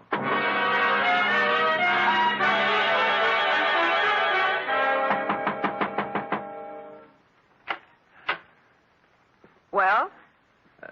Well, I don't usually receive callers at this hour, but you're a little better looking than the ordinary caller. Come in. She was slim and auburn-haired and wore an insolent smile that was interesting, and a clinging silk thing that was interesting. She looked me up and down, and she took so long at it. Okay, what is it? Magazines? The gas meter? Or did you just lose your way? I'd like to talk to Albert Mitchell. Oh, he's a dull conversationalist. You wouldn't have any fun. Well, I wasn't exactly looking for laughs, Mrs. You are Mrs. Mitchell? More or less. Right now, less. Soda or water? What? And your drink. Oh, thanks, but I took the pledge last Halloween. What did you want to talk to Al about? Well, what else? The auditorium that collapsed. Well, he stepped out for a while. Why don't we just make ourselves comfortable? You have a standard answer when I'm on duty. Thanks anyway. Duty? You a cop? I've never seen you around this town before. Private type investigator. Sam Spade. My name's Kitty. You don't have to worry about Al busting in on us. I don't think he'll be back this week. That's what I thought, you holding open house and all. What's the matter? The pressure get too heavy for him? Look, Sam, they had a hearing a couple of days ago. It was all decided. Nobody was to blame. I think Al went fishing or something. Where is he? How should I know? I'm only his wife. Well, you know what they say about a man who runs. Yeah, so why don't you stick around? You don't look like a coward to me. Well, when it comes to redheads, I really am. So long, Kitty. But... Oh, by the way, if Al does ever show up, tell him I took a room at the Embassy Hotel. I'd like him to call me. I won't tell him a thing.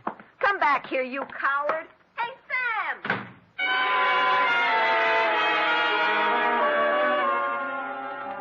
I went down to the wreckage of the auditorium. It was late, and the streets were quiet and deserted. I walked through the twisted shell of the building, striking matches and looking around.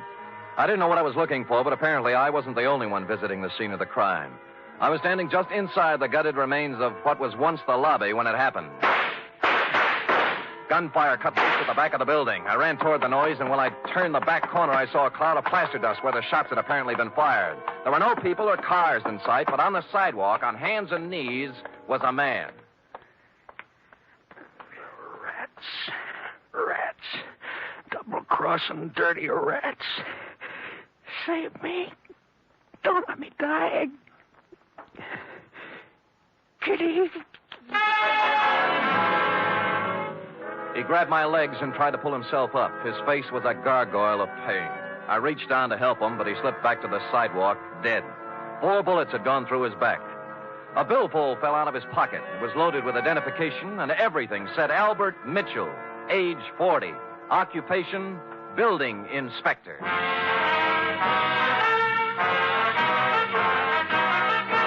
You are listening to the weekly adventure of radio's most famous detective, Sam Spade.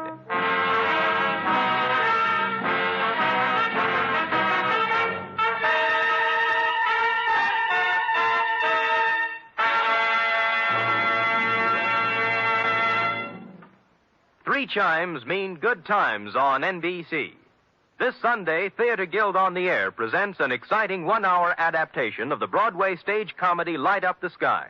Starring in this Theater Guild production are Joan Bennett, Sam Levine, and Thelma Ritter. And on Sunday, you're invited to another hour-and-a-half broadcast of The Big Show, starring Eddie Arnold, Jack Carson, Eddie Cantor, Olivia de Havilland, Martha Ray, Meredith Wilson, and many more. Your MC, of course, is the glamorous and unpredictable Tallulah.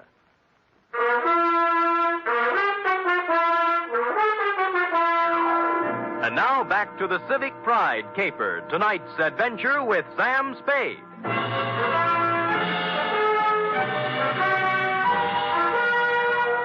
A good many other people had heard the sound of Albert Mitchell's assassination, and before long a crowd had gathered. Among them were several minions of the law. They took 2 people in tow, the dead Mitchell and the live Spade. The Westover Police Department had themselves a fine time over me. It seems I was hired out-of-town killer and therefore eligible to be questioned all night. They worked hard at it, but in the morning they had to admit defeat and release me. I think they only did it because they didn't want to pay for my breakfast. By then I was pretty mad, and at 10 o'clock I walked into the mayor's office and demanded an interview. I got it. The whole thing, Mr. Spade, was regrettable. But after all, you are a stranger here. And when a man is killed and someone happens to be in on the scene, questions have to be asked. Your Honor, I'll let it pass in the interests of law enforcement. Good. Our report on you from San Francisco gives you quite a reputation as an investigator. Do you have any theories that might help us in this murder of Mitchell? Well, I could hazard an expert guess that it's tied in with the building scandal, the auditorium collapse. By the way, what's being done officially to fix the blame for that? The city council held its investigation of the unfortunate affair last week, and as far as we can determine, no one is directly responsible. No one? Oh, come, Your Honor. Are you questioning our civic procedure? Oh, well, maybe you're right. Maybe we've been too easygoing. We're all neighbors here. Yes, I'm conducting an investigation for a client who certainly has a right to know what's going on insofar as a good many citizens seem to feel he's to blame. Oh, yes, Mr. Welch. Well, he's not to blame. No one is. You must pardon my abruptness, Mr. Spade, but the events of the past week have been a little more... Yes, I know. Tell me, Albert Mitchell, as building inspector, must have approved the building of the auditorium. Now, was he a reliable man? Yes. Wait a minute. You don't think... I think he was killed by somebody who wanted him to keep his mouth shut. Now, what about the contractor, Howard Kesley? Kesley? Born here. Brought up here. He's built about 1/3 of the structures in Westover. Every one of them, except the auditorium, is standing today. No, I don't think you can build up a case... I'm just examining the possibilities, Your Honor. You have to begin with the people who had something to gain from this thing. Where there's graft, there might be murder. Where are the purchase orders for the materials used in this building? That was the first question I asked. I was told they were destroyed with all the other useless paperwork that accumulated from the construction job. Oh, great. That certainly makes it convenient for somebody. Mr. Spade, I don't wish to... And I can't believe, as you apparently do, that this town's population is crooked and rotten. So if I come across any information that will help clear the good name of Garrett Welch, you can be sure that I'll be happy to bring it to your attention. Until then, I bid you good day, sir. I could understand Mayor Sullivan's desire to protect the fair name of his city, but I had to take a meaner view of at least one Westover citizen. I found out where Albert Mitchell did his banking, and misrepresenting myself as a collection agent, pried into his holdings. Let me see now, Mr. Humboldt. I really shouldn't give out this kind of information, but in your case, when you have a claim against the estate, I'd... Oh, yes, here it is. He has $300 in his account, that's all. What kind of deposits did he make? Oh, just paychecks mostly. He was a $7,500 a year man. Every Friday he deposited $150. Any deposits larger at any time? Oh, yes. 4 deposits of $5,000 each in the past year. Well, what do you know? As I recall Mr. Mitchell saying, there were payments from the estate he inherited. Yeah, thank you, Mr. Carter. You'll hear from my company soon, I'm sure. Yes. Oh, what was the name of your company again, for my records? Amalgamated Whistle. Oh, yes. Preferred. Oh, yes, of course. That inheritance gag was right out of the Kefauver investigation. An inheritance is paid in a lump sum, practically never in 4 payments of $5,000 each. I didn't know whether Mrs. Mitchell was receiving, but I decided to find out. When I knocked at her door, all was quiet inside, but a second after my knock, there was a burst of sorrow. When she came to the door, there were 2 rather impossible-sized tears flowing down her face. For widow's weed, she wore a black dress, tight, satin, and low cut. Oh, Mr. Spade, I'm in no mood for talking now. Oh, just for a moment. May I come in? I guess so. I'm really kind of alone and lost. What is it you want? I must apologize for intruding on your bereavement, Mrs. Mitchell. I'm not usually as callous. Oh, that's all right. But I'm not sure I can help you any. I'm so broken up. What is it, camphor? What? Whatever you used to make those tears. All right, so I can't really cry. I never have, but it's expected of me. Yeah, all right. In that case, I sympathize with you. What do you want? Kitty, your dear departed husband made $7,500 a year and deposited $20,000 in 8 months. Now, what about it? I don't know anything about his money. All I know is that the bank told me he had only $300 left. What'd he do with it? He spent it on other women. Oh, I see. So the artificial tears do make sense, I guess. No, you don't understand. It's not that simple. It's funny, Sam, because I really mean it. Oh, I know how stupid I look in these clothes. And I did use camphor on my eyes because I wanted to cry. I wanted to cry for all the good days and the good years Al and I had. But the bad years kept getting in between, and I couldn't do it. I like you better all the time, Kitty. I knew you were real pretty. Now it turns out you're pretty real. I really loved him, and he loved me. But we kicked it away because we both wanted more excitement than this town or his salary could give us. There was no place to go. We just didn't get along. He was out spending his money on other women, being a big shot. I can't blame him, though. I helped make him do it. What about the money? He got it for falsifying the auditorium inspection papers, didn't he? Well, he didn't get it for inventing television. Who paid him? Sam, don't ask me anymore. Well, you do know where the $20,000 came from, don't you, Kitty? Don't, Sam. I'm scared. You know what you ought to do? You ought to come back to San Francisco with me. Let me help you get a job there. You can make a fresh start. You're not kidding. I give you my word. I ought to have my head examined for trusting you, but I'm going to do it. Al got that money from the Central Cement Company for, quote, an advisory capacity, unquote. Mm-hmm. You know who owns the Central Cement Company? Howard Kessler? Warm, but not quite. His brother. Last night when Al showed up in town, he was gunning for trouble. Why? He said they were going to make a fall guy out of him, and that he wasn't going to take the blame for anybody. That's what he said. Uh-huh. But I think he ran out of money and wanted to make a touch in exchange for disappearing again, for good. And you think Kessler shot him or his brother? I can't think, and I don't know anything else. Now, do I get to San Francisco? I'll be back for you. All right, but make it fast. And don't leave me here, because if anything happens to me, Sam, it'll be on your conscience. She walked to the door with me and kissed me on the cheek, and it was nice. No more than that. It was nice. Next stop, the Central Cement Company offices. Statement of Howard Kessler's brother, Ralph. I'll explain it to you in simple terms. We supplied cement for a lot of buildings in this part of the country. When you want to build something, you submit a bid. When you want to know what kind of a bid to submit, you ask an expert. Mitchell was our expert, and we didn't expect him to work for nothing. You mean Mitchell tipped you off as to what other firms were bidding? Well, call it anything you want. It's done all the time. I found Garrett Welch, my architect client, slumped over his desk, much the worse for drink, and it took a good half hour with coffee and wet cloths to bring him around to something resembling normal. I was proud of that building, Mr. Spade. As proud once as I am ashamed of it now. I spent 4 years at a prominent American college and 2 years apprenticeship with a great architect to prepare myself to come back here and make this the most beautiful city in the West. Well, you must have watched them build it. What went wrong? That's the point. I wasn't here. They sent me to Chicago to study. And I bid for it. What they really wanted was for me to be out of the way. Who are they? The city council. Oh, why bother? Just tell me how much I owe you and we'll just forget it. Nobody's going to indict anybody for anything. Well, somebody's responsible for the building and for Mitchell's murder, and we'll find him. We? Yeah. If you'll lay off that bottle for a while and work with me, maybe we can do it. All right. All right. No more booze. I'll stop feeling sorry for myself and start getting mad. Hey, where you going? I'm going to start at the top. I'm going to try to get the mayor to help.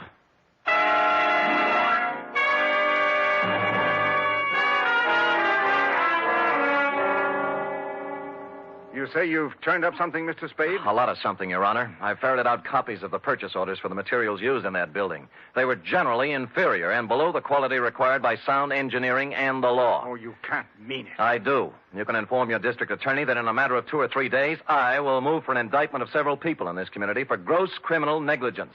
Now, I want to know whether or not I'll have your full cooperation. There's no question of that. I'll cooperate with you fully to prosecute Thank you, Your Honor, and good day. Just a minute. Yeah? About Howard Kessler. What about him? Do you still consider that he is subject to suspicion? The families of the 5 people who died in the ruins would think anybody who was concerned in the building project were subject to suspicion, Your Honor. Mr. Spade, you know about politics. Certain people contributed campaign funds and got me votes. Kesley? I've been in a difficult position. I've been weak, perhaps. Maybe I haven't wanted to look too closely at certain possibilities in this horrible affair. But I promise you I won't stop now. It doesn't matter what happens. My first duty is to the citizens of this town. Well said, Your Honor. Just tell the same thing to the other members of the city council. Tell them that if I kick the lid off this garbage can, it's going to make Westover smell pretty bad. You'll hear from me, Mr. Spade. I guarantee you.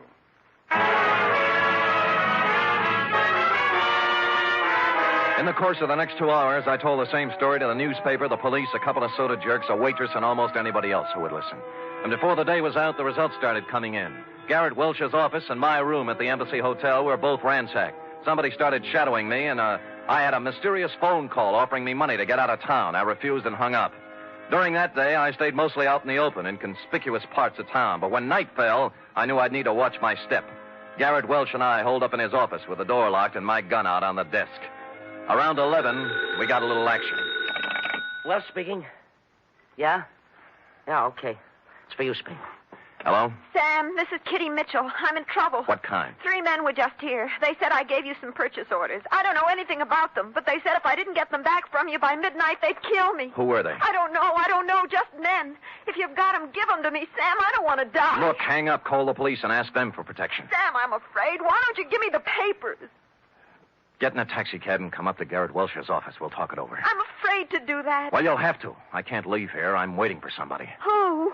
I'm not sure yet. Somebody threatened Mitchell's wife. She's coming up here. Well, I think we have enough to do taking care of ourselves.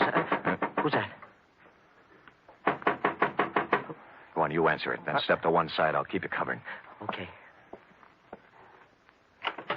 Don't make one wrong move. I'm not going to, Spade. I came here to talk. Kesley? Yes. Who's with you, Kesley? Nobody. I'm alone and unarmed. Come in. I'm watching you from behind, Kesley. I know it. I just came to talk. All right, talk.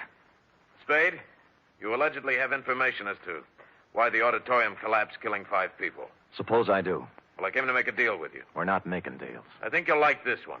I'll give you all the positive information you want for one thing. Namely? A 48-hour head start out of town. Why should we give you that? Because nobody, least of all myself, thought the building would collapse. It's true I used inferior materials, but I had to. What does that mean? There's a man in this town.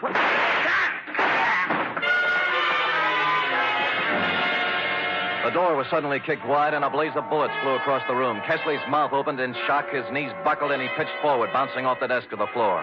A tall, silver-haired gentleman was behind the gun. I caught him shoulder high, spun him around. The gun fell out of his hand, and Welch and I were on him in a second. All right. I've done all I'm going to do. I'm hurt. I'm wounded. Well, Your Honor, you're better off than Kesley. Kesley didn't want to do it, but I had something on his brother and told him I'd send him to jail. We saved $100,000 on the cheap supplies we used in that building. Yeah, when I showed up, Kesley was afraid he was going to take the rap alone. He was afraid he'd end up like Albert Mitchell, right? Yes. I killed Mitchell. He wanted more money. You killed him, you... Kitty, don't put it down! She had come in while we were talking and picked up the gun Mayor Sullivan had dropped. Her one shot hit him in the chest. Then she let the gun slip through her fingers and just stood there. Then you know what? She cried. Real tears. Period. End of report. Sam, what an awful tragedy. It was indeed, F. Of course, in a few minutes, the place was full of police, and we turned her over. What do you think's going to happen to her, Sam? I'd rather not think about that, Effie. Now, how about typing it up?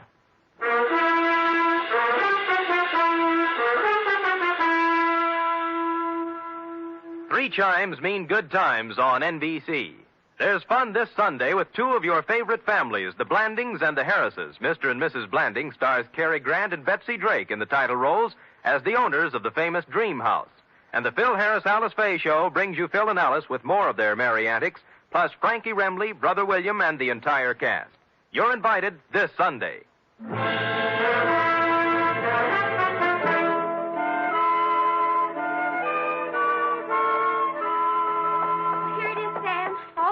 Well, I'll take your word for it. I'm not going to read it again.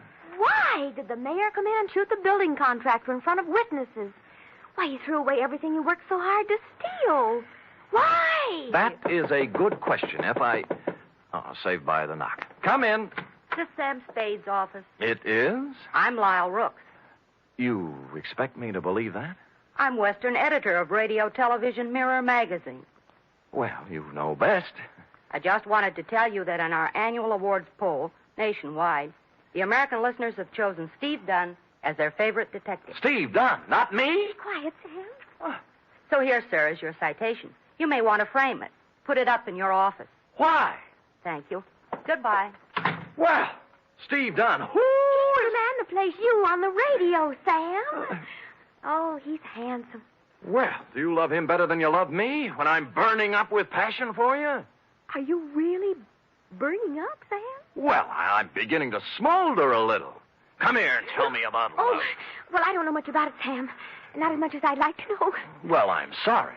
Sorry, I don't have a teacher's permit for the state of California. Good night, Sam.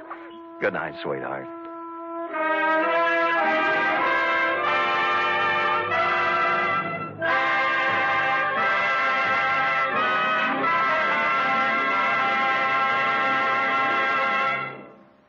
The Adventures of Sam Spade are produced, edited, and directed by William Spear. Sam Spade is played by Stephen Dunn. Lorene Tuttle is Effie. Also in the cast were Shirley Mitchell, Jack Crucian, Sidney Miller, Paul Freese, Herb Rawlinson, and Lou Merrill. Script for tonight's adventure by John Michael Hayes. Musical scoring by Lud Gluskin, conducted by Robert Armbruster.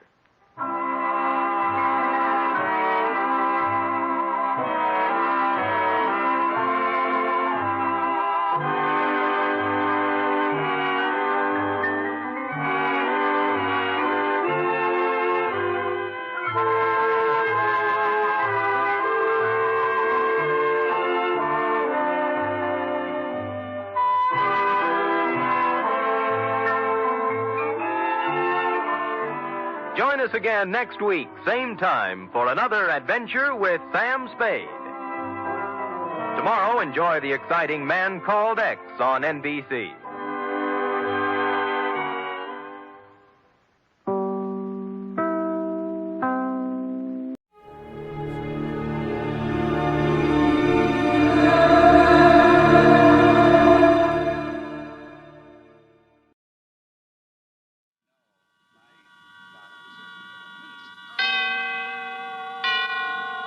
And now, tonight's presentation of radio's outstanding theater of thrills, Suspense.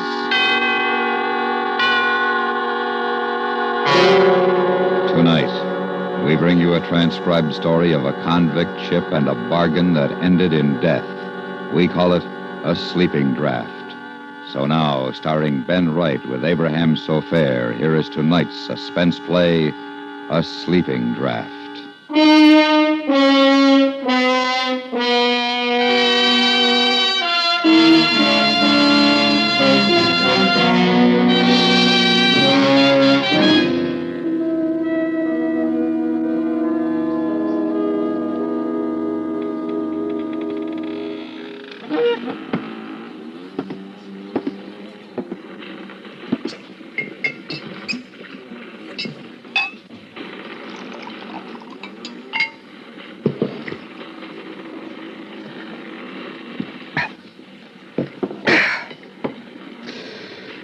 That helps. But it's like I say, you can't forget. You can never forget. It's at night that you think about it, with the water outside rushing past the hull. That's when you think, and it can never be the same. You can't trust anybody. Never. Not a soul. I can tell you. You just can't trust him. Not even yourself.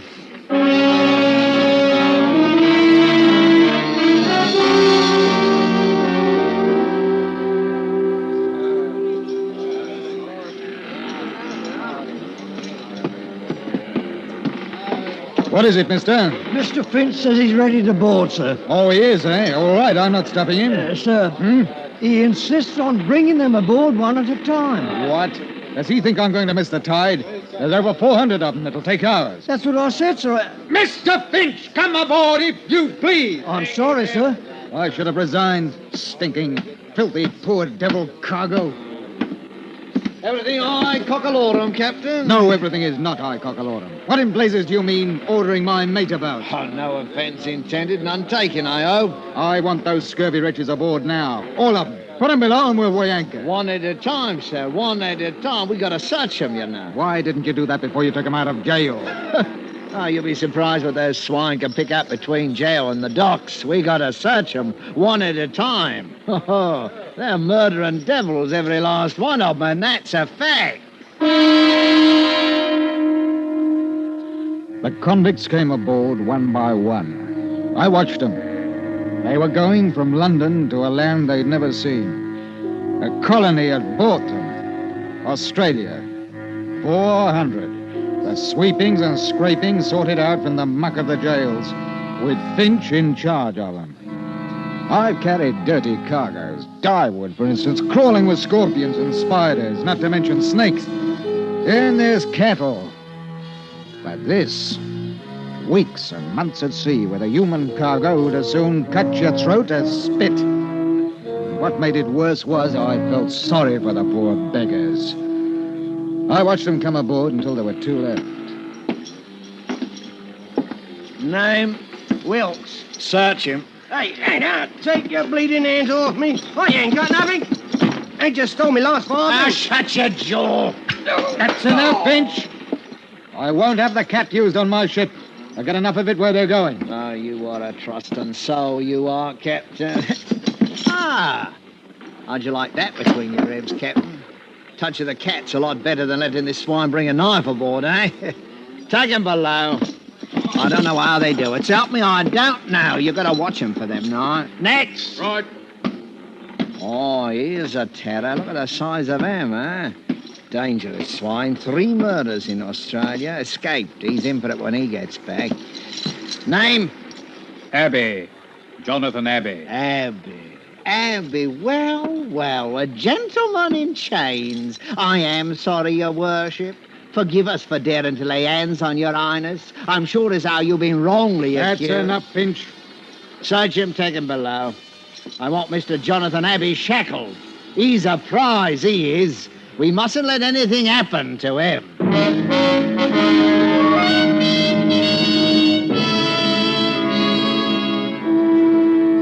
From the day we left London docks, I'd taken a violent dislike to Finch. He seemed to be happiest when he was laying about him with his cat on the convicts herded like sheep below decks. He kept him quiet enough, but one night I decided to have it out with him in the cabin. I made it strong, I can tell you, so that even he could understand what I meant. You all finished, Captain? All right. Now you hear me out. They're a bad lot. 400 of them. All bound for Australia. They don't want to go. You follow me? Now, there's that bloke, Abbey. Soon as we touch Sydney, the game's up for him. They'll hang him, sure. That doesn't mean that you have the right to make life even worse for him here. No. If I don't, what do you think we'll be? What would you do if you was down there? I'll tell you. You'd get hold of the ship, that's what you'd do, and it'd be easy. They're locked in. We've got a guard. You don't know them like I do. There's another thing. When I searched them, there was 1 to 5 sovereigns stowed away on every man, earned or stolen. That'll come to over £1,000 by my figures. They're entitled to that money. It's little enough to take to a wild country. It's truth. But there's them down there what'd slit the gullet of any man for a shilling. And you asked me to be dainty with them. Ha! That's the way he talked to me. And I can tell you that I didn't feel easy anymore. I did something I hadn't done for a long time. I broke out 2 pistols from ship's stores and kept them under my pillow.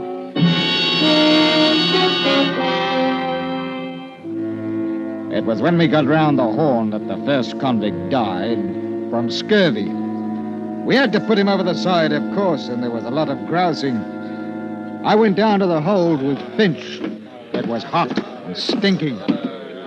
Now, you let me talk to him, Captain. I'll put it to rights. You tell him it couldn't be helped. Don't you mind. I'll tell him. Oi! Here comes old Bloody Pot. Hey, Finch! Did you steal the clothes off the poor beggar's back before you threw him in? Them! We ain't men, dearie. We're dogs, or haven't you heard? Why didn't you wait to bury poor old Smithy in the ground instead of chucking him in the sea? All right! All right. We got another 2 or 3 weeks before we reach land, and I'll make a bargain with you. The next one what dies, now that it's getting nice and hot, I'll just leave him down here. You can take care of him and mourn him till we get to Australia. How's that? £5 you don't keep him for 3 days. That's old Bloody Pot. Always a nose for business.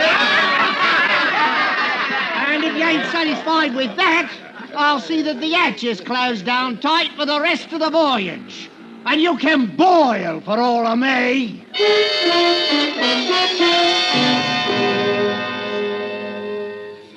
That seemed to settle it for a time. I began to see that in spite of Finch's hardness with him, the prisoners knew he was master and behaved themselves. That is, most of them did. But there were others. And that's what began the trouble. We were 2 days out of the Cook Islands when it happened. Yes? Captain, there's a man on deck. We brought him up from below. It's horrible. What happened? One of the convicts, sir. Oh? Fight? Yes, sir.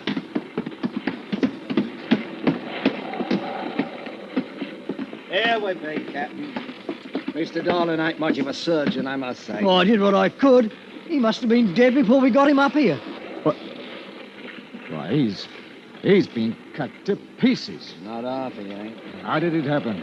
Well, I heard him shout and I went down into the hold, and there he was, propped up like against the bars with his arms through, holding them up. Poor devil. Oh, him? No, he's dead, he is. There's others in for it, though. What do you mean? How do you think he got cut up like that, eh? Knives, Captain, knives. But you searched them before they boarded. I did. In truth, I don't know how they done it. Small knives, Captain, small knives. We're getting close to Australia, that's what it is. Whoever's got them knives is after money.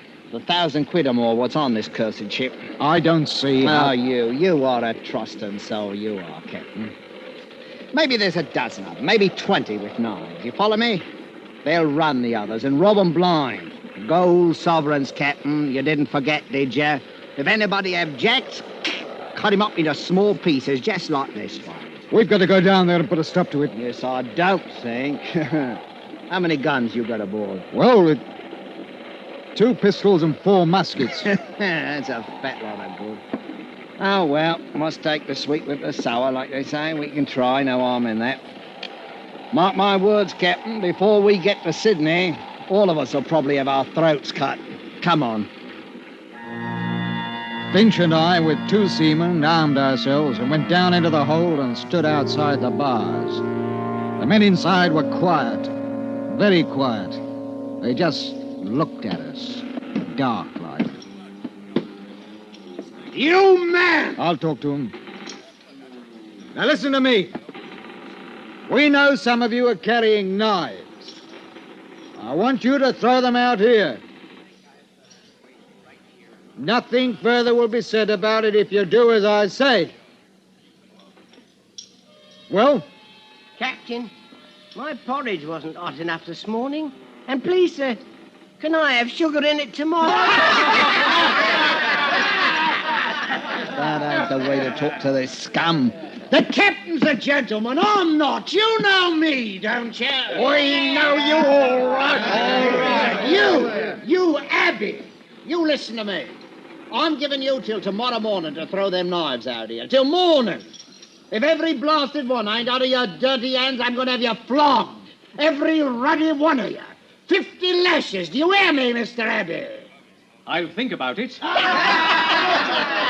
Till morning and then 50 lashes. You think about that, Mr. Abbey.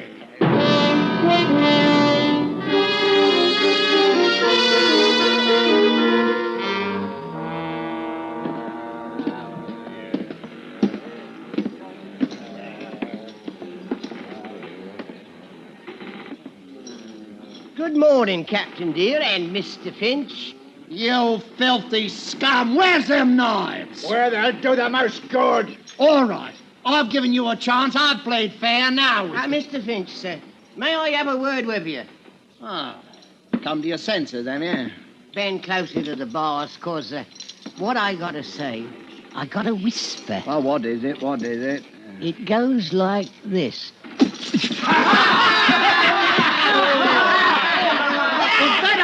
Hundred lashes, Wilkes. I'll take you first and handle the cat myself. Oh, no, sir. Why not take him first? He won't feel it like I will. The crowd of men parted suddenly, and from out of them was pushed what had once been a man. It fell against the bars, and then, no longer with the support of living arms, slid to the deck. We looked at him, Finch and me. His life had been worth a sovereign, maybe two. He hadn't either now. And the knives were still in the hold with them that had killed him.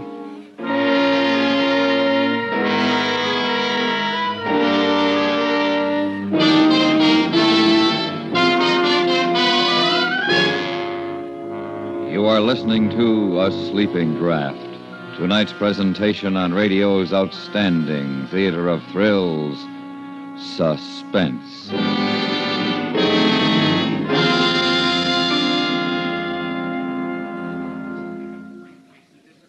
With omniscience as rare a faculty as it is, most listeners like to be sure that their sources of information are reliably accurate.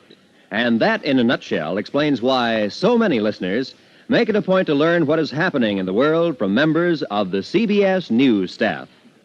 Keep tuned to CBS Radio throughout the day and evening, and you'll keep in the know on local, domestic, and international affairs. And now we bring back to our Hollywood soundstage Mr. Ben Wright and Mr. Abraham Sofair, starring in tonight's production, A Sleeping Draft, a tale well calculated to keep you in suspense.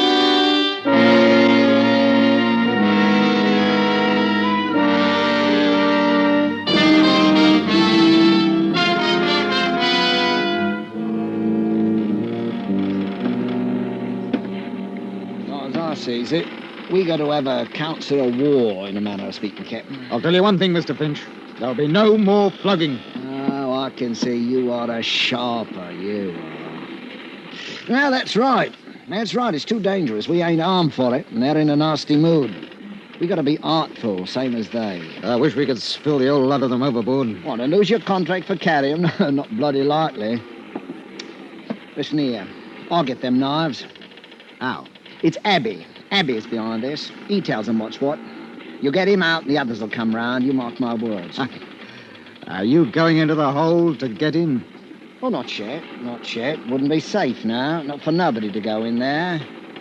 But in 4 or 5 days, Captain, after we cut off their water and food, seal the hatch, you see what happens. They die. Well, they'll die from the knives, then. Which do you want? They'll be begging you to take the ruddy knives in 3 days. And if they don't? We tell them to hand over Abby to us, that he's the one to blame for their misfortune. That'll do it. All right. If that's the only way, I'll give the order. Yeah, but not just yet, Captain. Not just yet. We'll let them sit down there and wonder, huh? Wonder what we're going to do about it. Some of them may get nervous. We'll let them wonder a bit.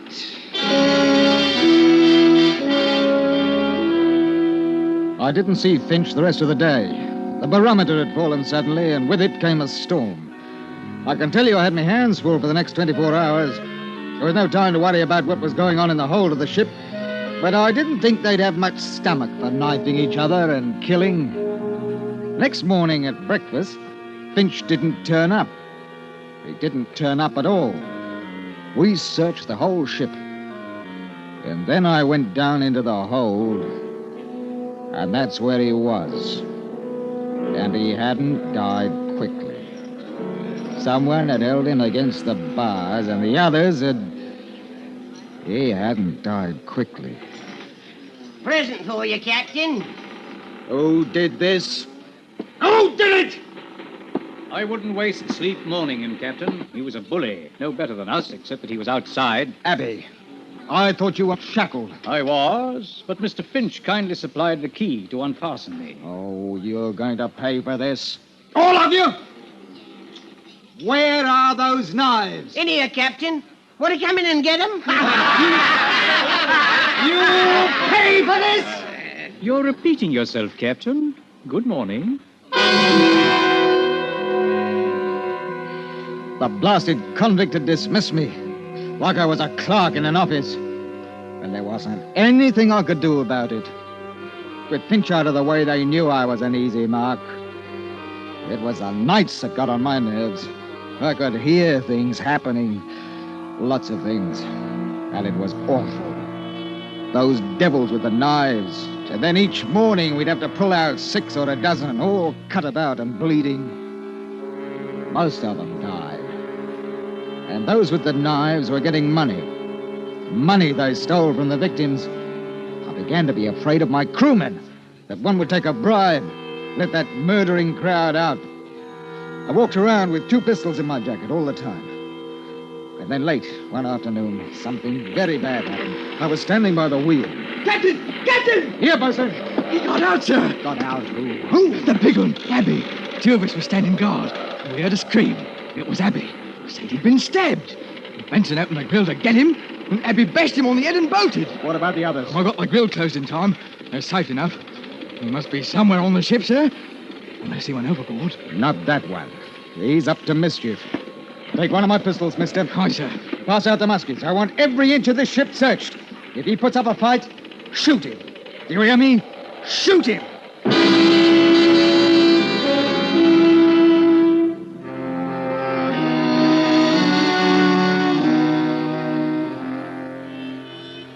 The night comes quickly in southern parts. Did you ever try to search a ship at night with lanterns? It's not easy. Too many shadows.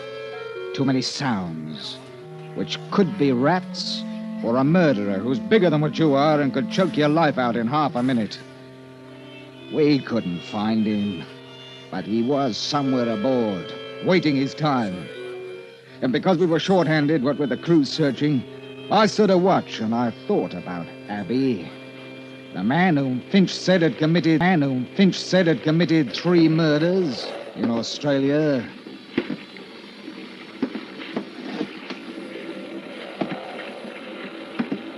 Don't turn around, Captain. It's only a little knife, but don't move. What do you want? Talk. I've nothing to say to the likes of you. That may be. But I have an offer to make you. You know what I'm in for when we reach Sydney. Finch told me. I've no pity for you. I'm not asking for pity. I've an offer to make. Huh? The men below are planning to take the ship. I don't think they've got a chance, but they'll be killing. Those that have got the knives have got the money, too. It's £1,200. I'm aware of that, mister. I can get the knives for you. Ah? All I want is a chance to get away before the ship docks. How do I know it isn't a trick? Turn around, Captain. Here, my knife. Will that convince you? You must have a pistol. You can shoot me if you want. What makes you think that you can get the knives away from me? I can. That's all you need to know. I couldn't help you openly, you know that. You were put aboard as a murderer. You're in my charge, and it's my job to turn you over to the police as soon as we arrive. Then? If you could get the knives, though, I might be able to give you a chance to clear out. That's all I want. A chance. All right. I must have a pistol. What? A pistol. You take me for a fool? No, it's the only way to get the knives. Yes, I'll give you this pistol and you shoot me down. Not likely. If I'd wanted to do that, Captain, I'd have cut your throat 2 minutes ago. Yes. But you're a murderer. I know. No, you can't have it. It's either them or your ship, and probably your life. Well? You talk like a gentleman, but suppose you want my pistol so that you can free them. You just have to trust me, as I trust you, to give me a chance to get away. Take it. Here. What about the guards below? They'll shoot. I'll take you down. I'll say I caught you. How do I get out again when I've got the knives? Send word that you want to see me. All right. Captain, I'm trusting you now. I want that chance to get away. We'll talk about that if you get the knives. I'll take you below now and come back tomorrow.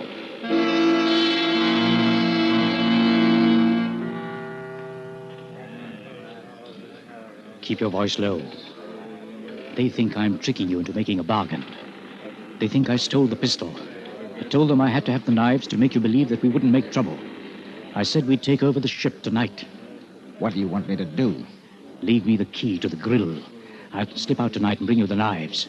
They'll want you to let them out, too. I won't. I'll lock it. How do I know you will? You don't. You'll have to trust me, won't you? Yes. Do they know about this plan? All except for the fact that I'm going to lock them in once I'm out. Now, give me the knives now. No, they'd know something was wrong. I'd never get out alive. Give me the key. All right. Here. Tonight.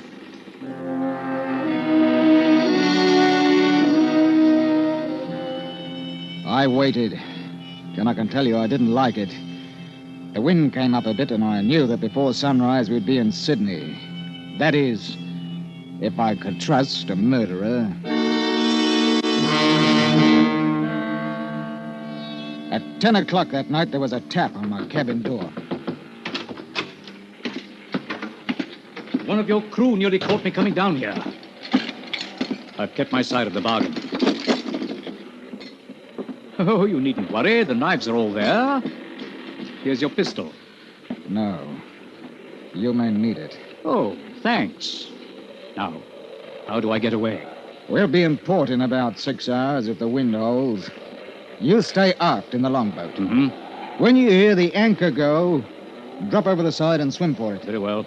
I'll try to anchor as close to land as possible before I take her in. If I can land without being seen, I've got some friends who'll hide me. Yes, well, I don't want to know about it. Just remember, when the anchor's let go, that's your signal. Thank you, Captain. I trust you. I'd like to shake hands with you. I took the hand of the murderer, and we shook hands like old friends. And then he was gone.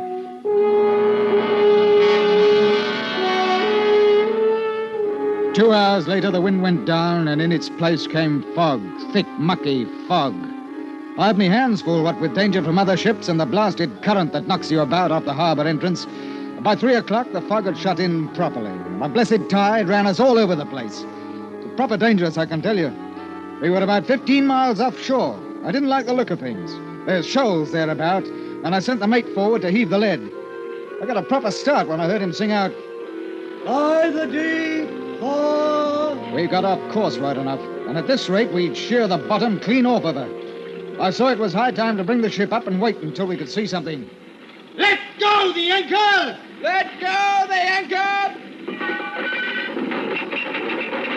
Give her 35 fathoms to the water's edge, bosun! Aye, sir! None too soon, sir.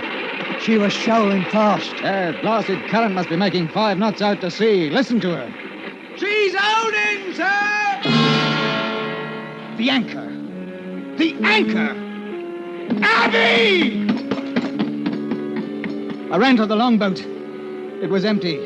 He'd heard the signal as the anchor paid out.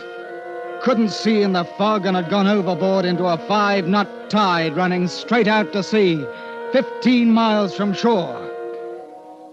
He trusted me.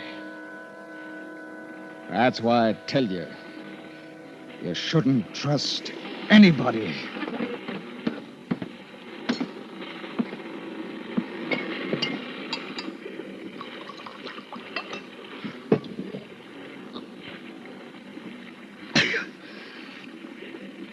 Sometimes it's hard sleeping at night.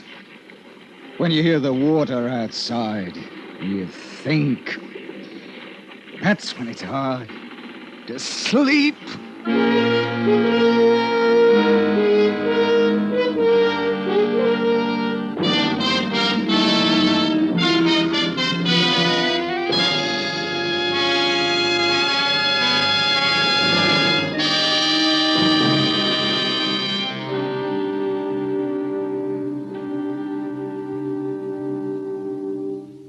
Suspense, in which Mr. Ben Wright starred with Mr. Abraham Sofair in tonight's presentation of A Sleeping Draft.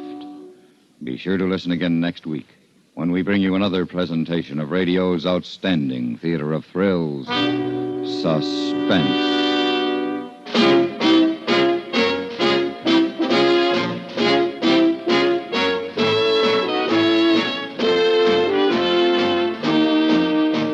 Suspense is transcribed in Hollywood by Anthony Ellis. Tonight's story was written by Weston Martyr and adapted for radio by Mr. Ellis. The music was composed by Rene Garrigank and conducted by Wilbur Hatch. Featured in the cast were Abraham Sofair, Eric Snowden, Hans Conried, Charlie Lung, Stan Jones, and Raymond Lawrence. Got money to burn? Well, neither has Uncle Sam. The nation cannot afford to let precious timber go up in smoke. As an American, you cannot afford to let a carelessly tossed cigarette start a forest fire that may cost millions of dollars and may even cost human life. Help keep our forest lands green and growing.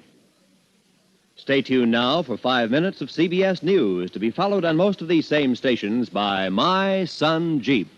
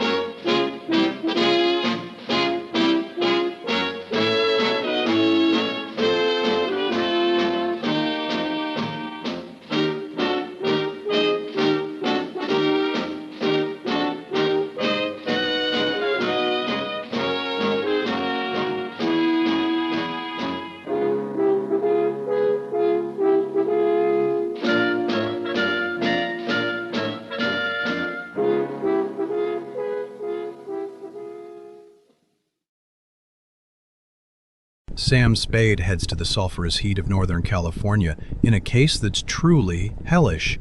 In a landscape of bubbling mud pots and hissing steam vents, a deadly double cross leaves one man dead and another on the run. The Betrayal in Bumpus Hell is a scorched earth mystery where the air is thick with poison gas and even thicker lies.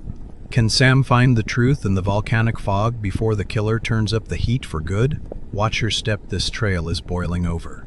And now a curiosity from the day this episode was broadcasted. It was April 10th, 1949. And these were the most important news on my Escape Gazette. The Berlin airlift sets a record. On this day, the Allied Easter Parade began, setting a staggering record by delivering nearly 13,000 tons of supplies to West Berlin in a single 24-hour period to break the Soviet blockade. Formation of NATO progresses. Following the signing of the North Atlantic Treaty just 6 days prior, diplomatic discussions dominated the headlines as nations began the formal process of ratifying the alliance to counter Soviet influence in Europe.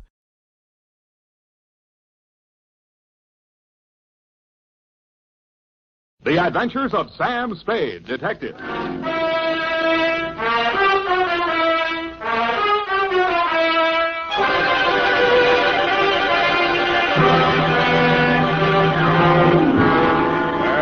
Date, fill it in. To Detective Lieutenant Dundee, Homicide Detail, San Francisco Police, from Samuel Spade, license number 127596. Subject, the Betrayal in Bumpus Hell. Red Gillis was a raw-boned poke from the border country. He was a stranger to Bumpus Hell, but he was no stranger to trouble. He jogged his Pinto down the narrow main street, not liking what he saw, and reined up in front of the sheriff's office. He dismounted and slapped the trail dust off his Levi's.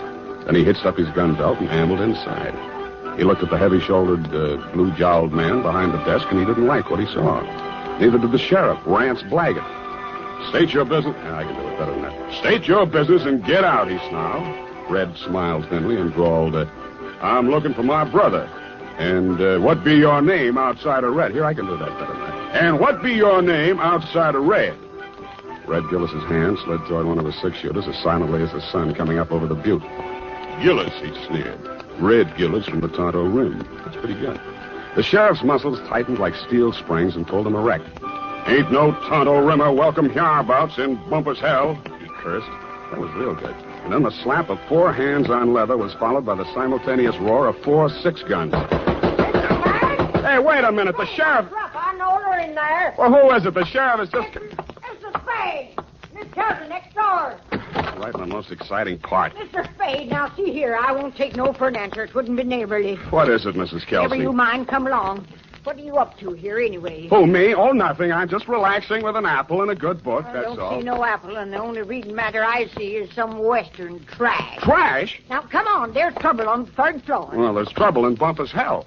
Don't you swear at me. I'm not... I know my duty, and I know your duty. Now, come on. Get moving. Ouch. Okay, let go my ear.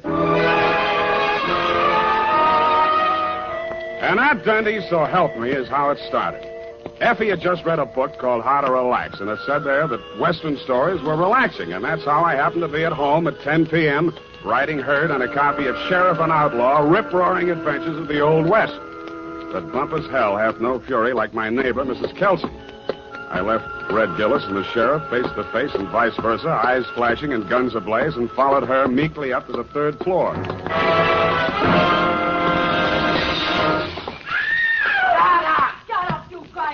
Up, you feet. Sorry to hear that. Been at it for 3 hours they have. Won't be a stick of furniture left in the room, less than there's top. You speak to them? Did I speak to them? You see this lump? No, here, under my transformation. Oh, well, why didn't you call a cop? Well, it wouldn't be neighborly. It's me that did. You see this lump? Yeah, you showed it to me. Put your wig back on. I'll see what I can do. And tell them about my lump. It's evident. Yeah, put it back.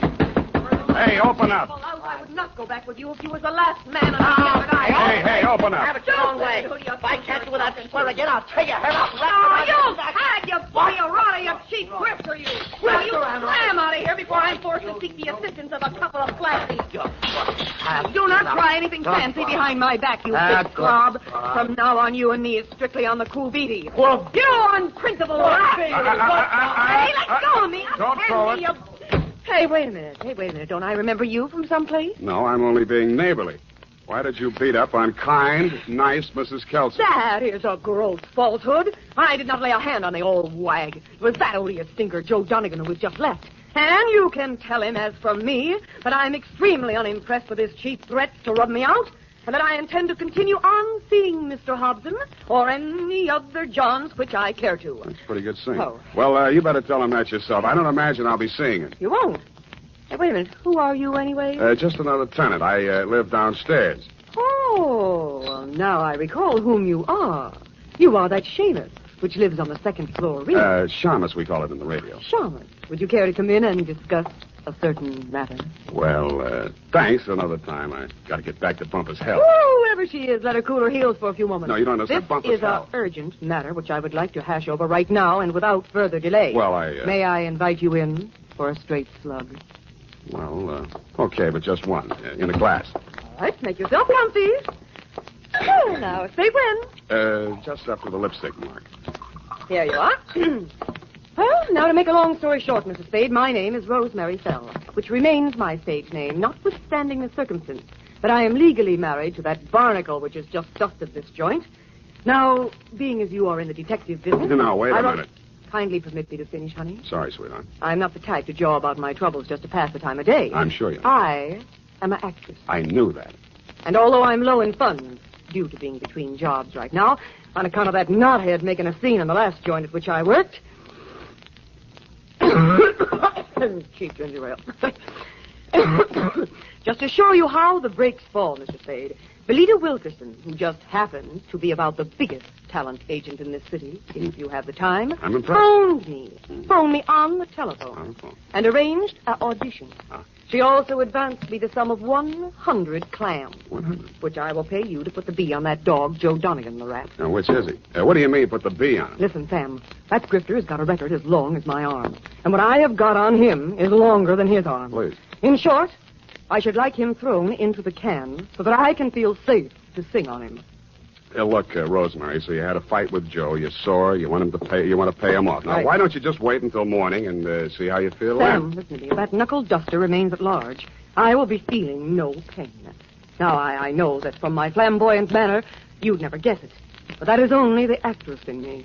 In actuality, that flea intends to do me in. Oh, now, come, Rosemary. What? You disagree? Well, now, really, Rosemary. Why, you big pain in the neck. Rosemary. Drinking my... Pour that back in the bottle.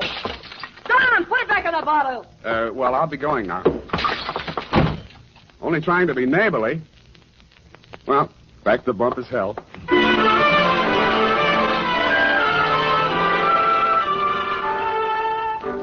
Rance Blaggett, the smoking Colt still gripped in his hairy fists, suddenly pitched forward like a fallen Joshua tree at Red Gillis's feet. Red leaned over with a thin smile playing at the corners of his mouth, not liking what he saw, and lifted the badge off of Blaggett's cowhide vest and pinned it on his own. Bumpus hell had a new sheriff. Hey. Then I heard it. It sounded like a man sneaking up a fire escape. I went over to the window, raised it, and looked up. I didn't like what I saw. An overcoated figure reached the third-floor landing and stood silhouetted against the lighted window of Rosemary's apartment. He was about the height and weight of that rat, Joe Donegan. By the time I'd rolled out the window onto the fire escape, his right hand had come out of his coat pocket. Donegan! Donegan, watch it!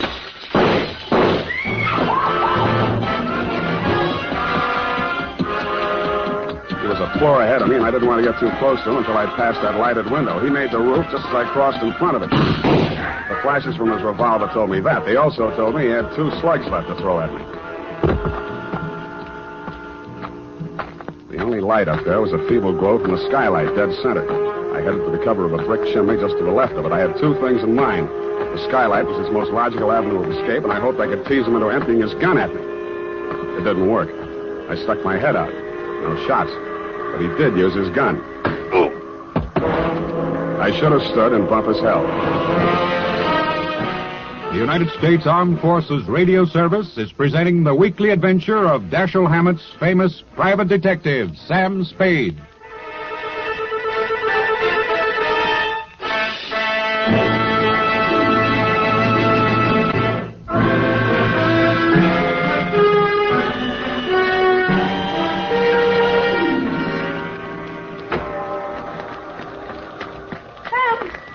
What did that rat do to you, the dog? Sam, speak to me. Here, come on. Send an Indian to Sutter's Mill. Tell the governor the sheriff of Bumpus hell is turning in his bag. Listen, honey, you got to pull yourself together. Now, come on. These delirious Trumans will get us no place now. Come on, Sam. Yeah, I guess you're right. Come on, now. Now, do not rush things, honey. That was quite a clip he gave you. Yeah, where were you? I was combing my hair out of the window. Yeah, and he was on the fire escape, not 4 feet away. Not a very good shot, is he? No, he isn't. Oh, Sam, look at your poor little head. Here, now, let me kiss it and make it well. Wild root. Yes, it gets me ahead socially and on the job. Oh, well, now, what next, Sam? Rosemary, I am going to the top now. My dander is up. Let's have a moment of silence while I put through a call to Lieutenant Thomas Dundee of Homicide.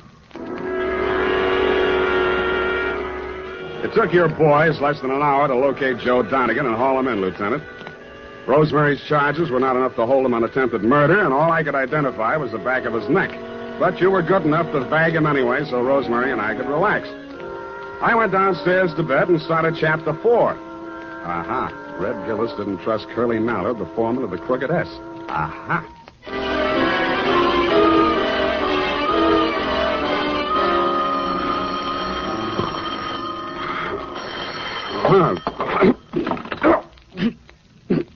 Unique Garage, Harry speaking. Sam, this is Dundee. Yeah, Dundee. What time is it? 8:30. In the morning? Yeah. Huh? Oh, yeah, it's daylight. See, about that, what was his name? Donegan? Anyway, that fellow that we booked last night on your say-so. Well, what about him?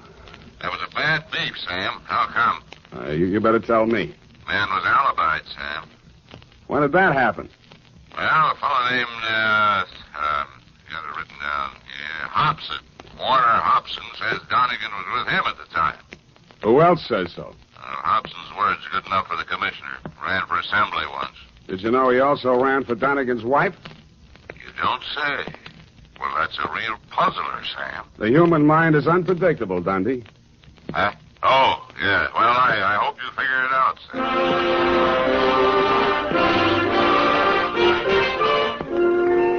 While I was shaving, I thought and thought.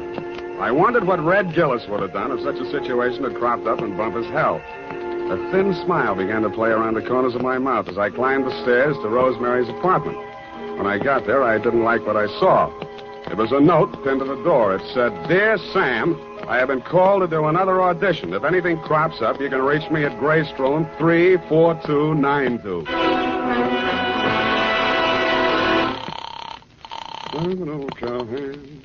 The Belita Wilkerson Talent Agency? I want to speak to Rosemary Fell. Hello? Yes, I'm still on the line. Who's calling, please? Sam Spade. I'm sorry, Mr. Spade. Miss Fell can't come to the phone. Who's in charge there? This is Miss Wilkerson speaking. Yeah, well, why can't she come to the phone? She's in the middle of her audition. Well, Is there any message? yeah. Tell her Donegan's out and it's Hobson's choice.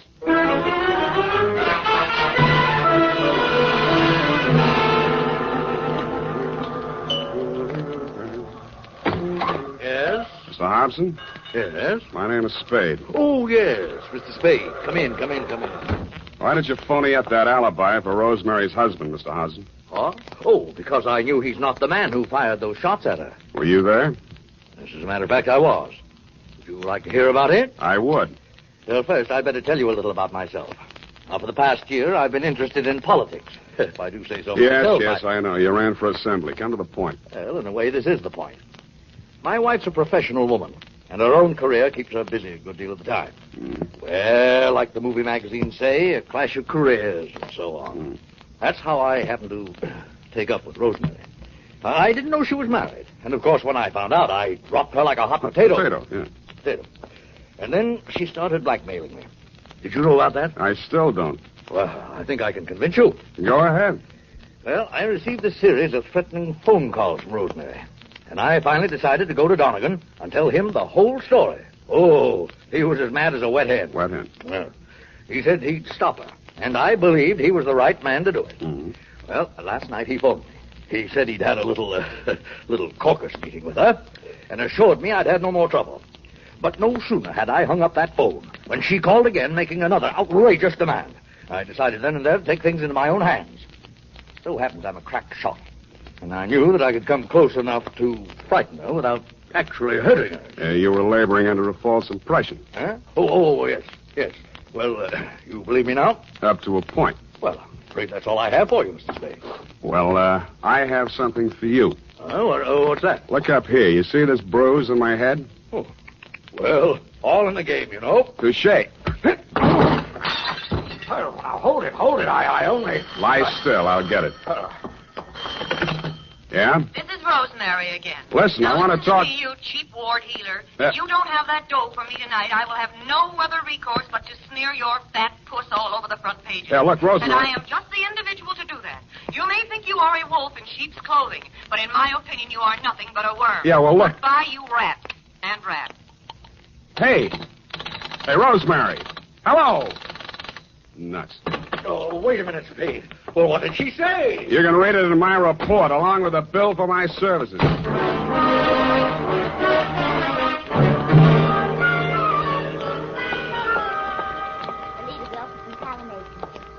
No, I'm so sorry she isn't in.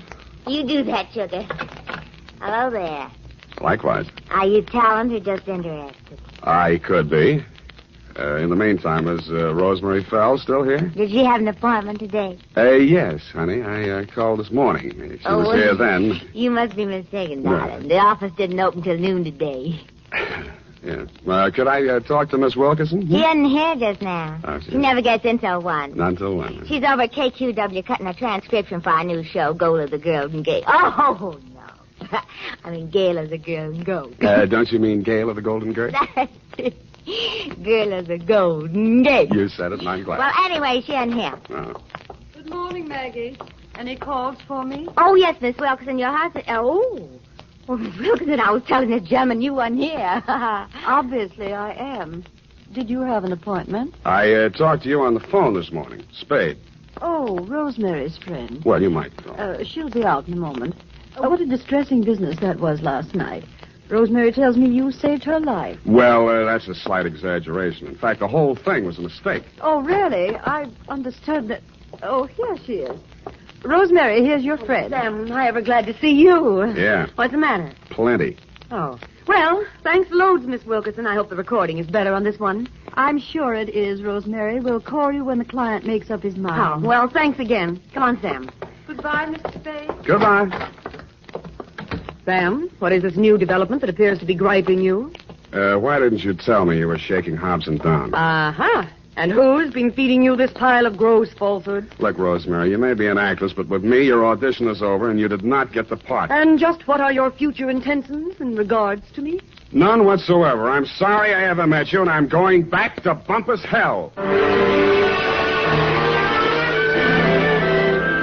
I went back to the office, swiveled my chair into a comfortable position, opened the February number of Sheriff and Outlaw to page 112, Betrayal in Bumpus Hell, Chapter 5, Stampede. It was disappointing. There was a lot of stuff about bawling cattle and dust clouds and Flo and Curly standing on top of a butte, not liking what they saw, when somebody yelled, Stampede. Red Gillis was riding ahead of the cattle, and his horse stepped into a chuck hole, and he sprained his ankle. Red or the horse, it didn't say which.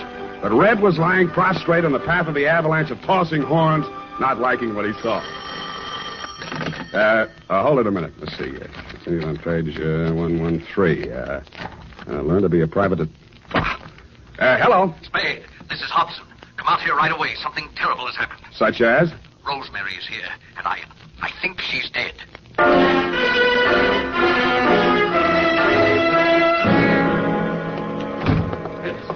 In here, Spade. Oh, I don't know how she got in. Oh, yes, I do remember I must have left the door unlocked. Where were you? Why, I just stepped out to get some cigarettes. Did you prove it? Why, no, I'm afraid not. I got halfway and found I didn't have any money and came back. You came back, walked through this room, went in the bedroom, and didn't see the body until you started back? Yes, the lights were off. I stumbled over it. This is the gun? Yes. She did it with my own gun. Oh, I never dreamed her love for me would drive her to self-destruction. Of course, the effort to blackmail me. It was a desperate move to get me back. Oh, I'll never forgive myself for driving that poor girl to this. Don't worry about that, Hobson. This isn't suicide. Murder? Oh, great heavens. What will Belita say? Belita? Yes, my wife. Belita Wilkerson? Professional name, you know. I was explaining to you before that... Oh, that's my wife now. What in the world will I tell her? Never mind, I'll get it. Hello? This is Rosemary for the last time. Who? And I'm just calling to tell you that you have stalled around too long. I have talked to your wife and told her the whole sordid pitch. Why she wants you back, I will never know. But I sold you cheap, and you weren't worth a cent more. I am a girl who does not like to do things halfway, but you were just too late. Goodbye, you fathead. Yeah, Rosemary, I guess we were all too late.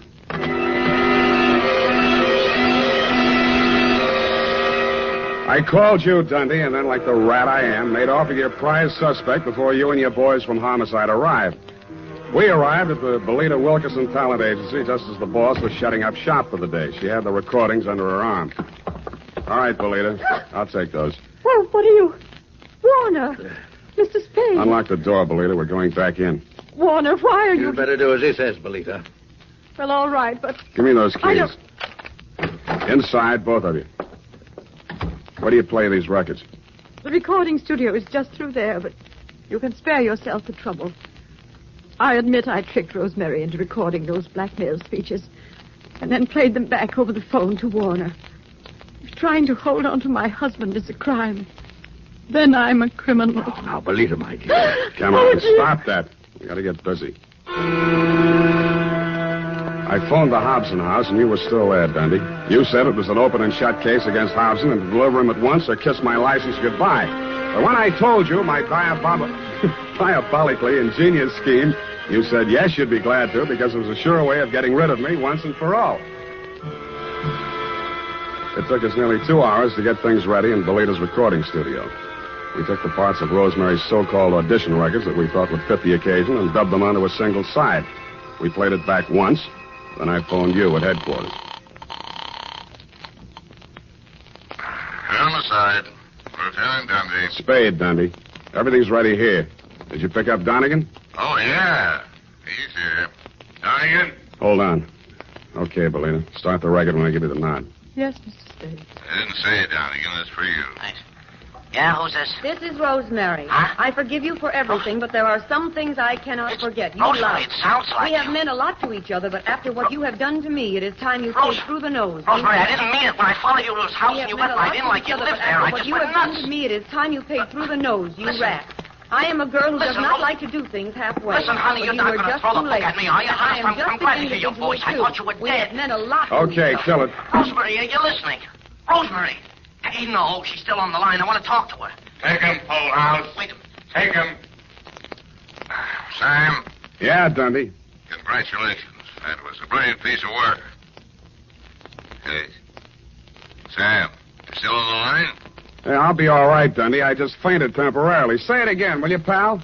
Yeah, as I was saying, congratulations on a brilliant piece of work. Well, But I have never in all my years on the force heard of such a wild, insane, illegal, unethical, and downright cruel method of extorting a confession. thank you, Dundee. I feel better already.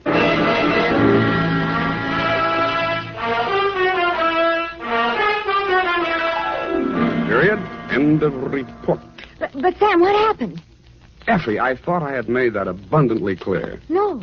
In order to discredit her husband's paramour, Belita gave her a come-on about an audition and had her play the part of a blackmailer reading lines from a script which she, Belita, had prepared, and thereupon proceeded to play said records over the telephone, well knowing that her husband would erroneously believe Rosemary to be a blackmailer in fact, and would drop her like a hot spud. No, Sam, no, I don't mean Don't that. interrupt. Oh.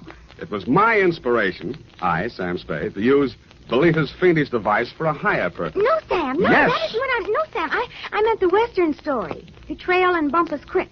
It is not Crick, Effie. You can't say H over the radio, Sam. Oh, yes, you can. Bumpus Hell is the post office designation of a hamlet right here in California. It is? Mm-hmm. Well, anyway, what happened? Did Red Gillis ever find his brother? I didn't quite finish, Ev. Go type that up, and I shall.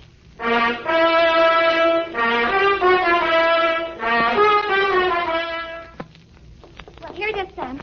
Oh, Sam, what's the matter? You don't look at all well. Can't be. It didn't happen. It's a misprint. That's what it is. What, Sam? What? Maybe the writer was tired. Oh, Sam, it's only a story. That's what you think. Well, did Red Gillis find his brother? I won't tell. Oh, no, Sam, now don't be childish. Oh, well, all right. Remember the sheriff he shot on page 1? What? Yeah, it turned out to be the new schoolmarm. Oh, how ornery. A woman, huh? Nice. Get off. Good night, sweetheart. This is the United States Armed Forces Radio Service, the voice of information and education.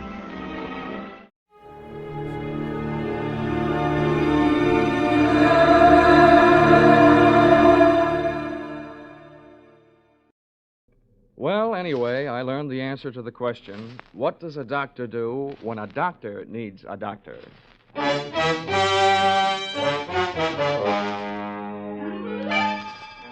This is another in the adventures of America's fabulous freelance insurance investigator, Johnny Dollar. At insurance investigation, Johnny Dollar is only an expert. At making out his expense account, he's an absolute genius.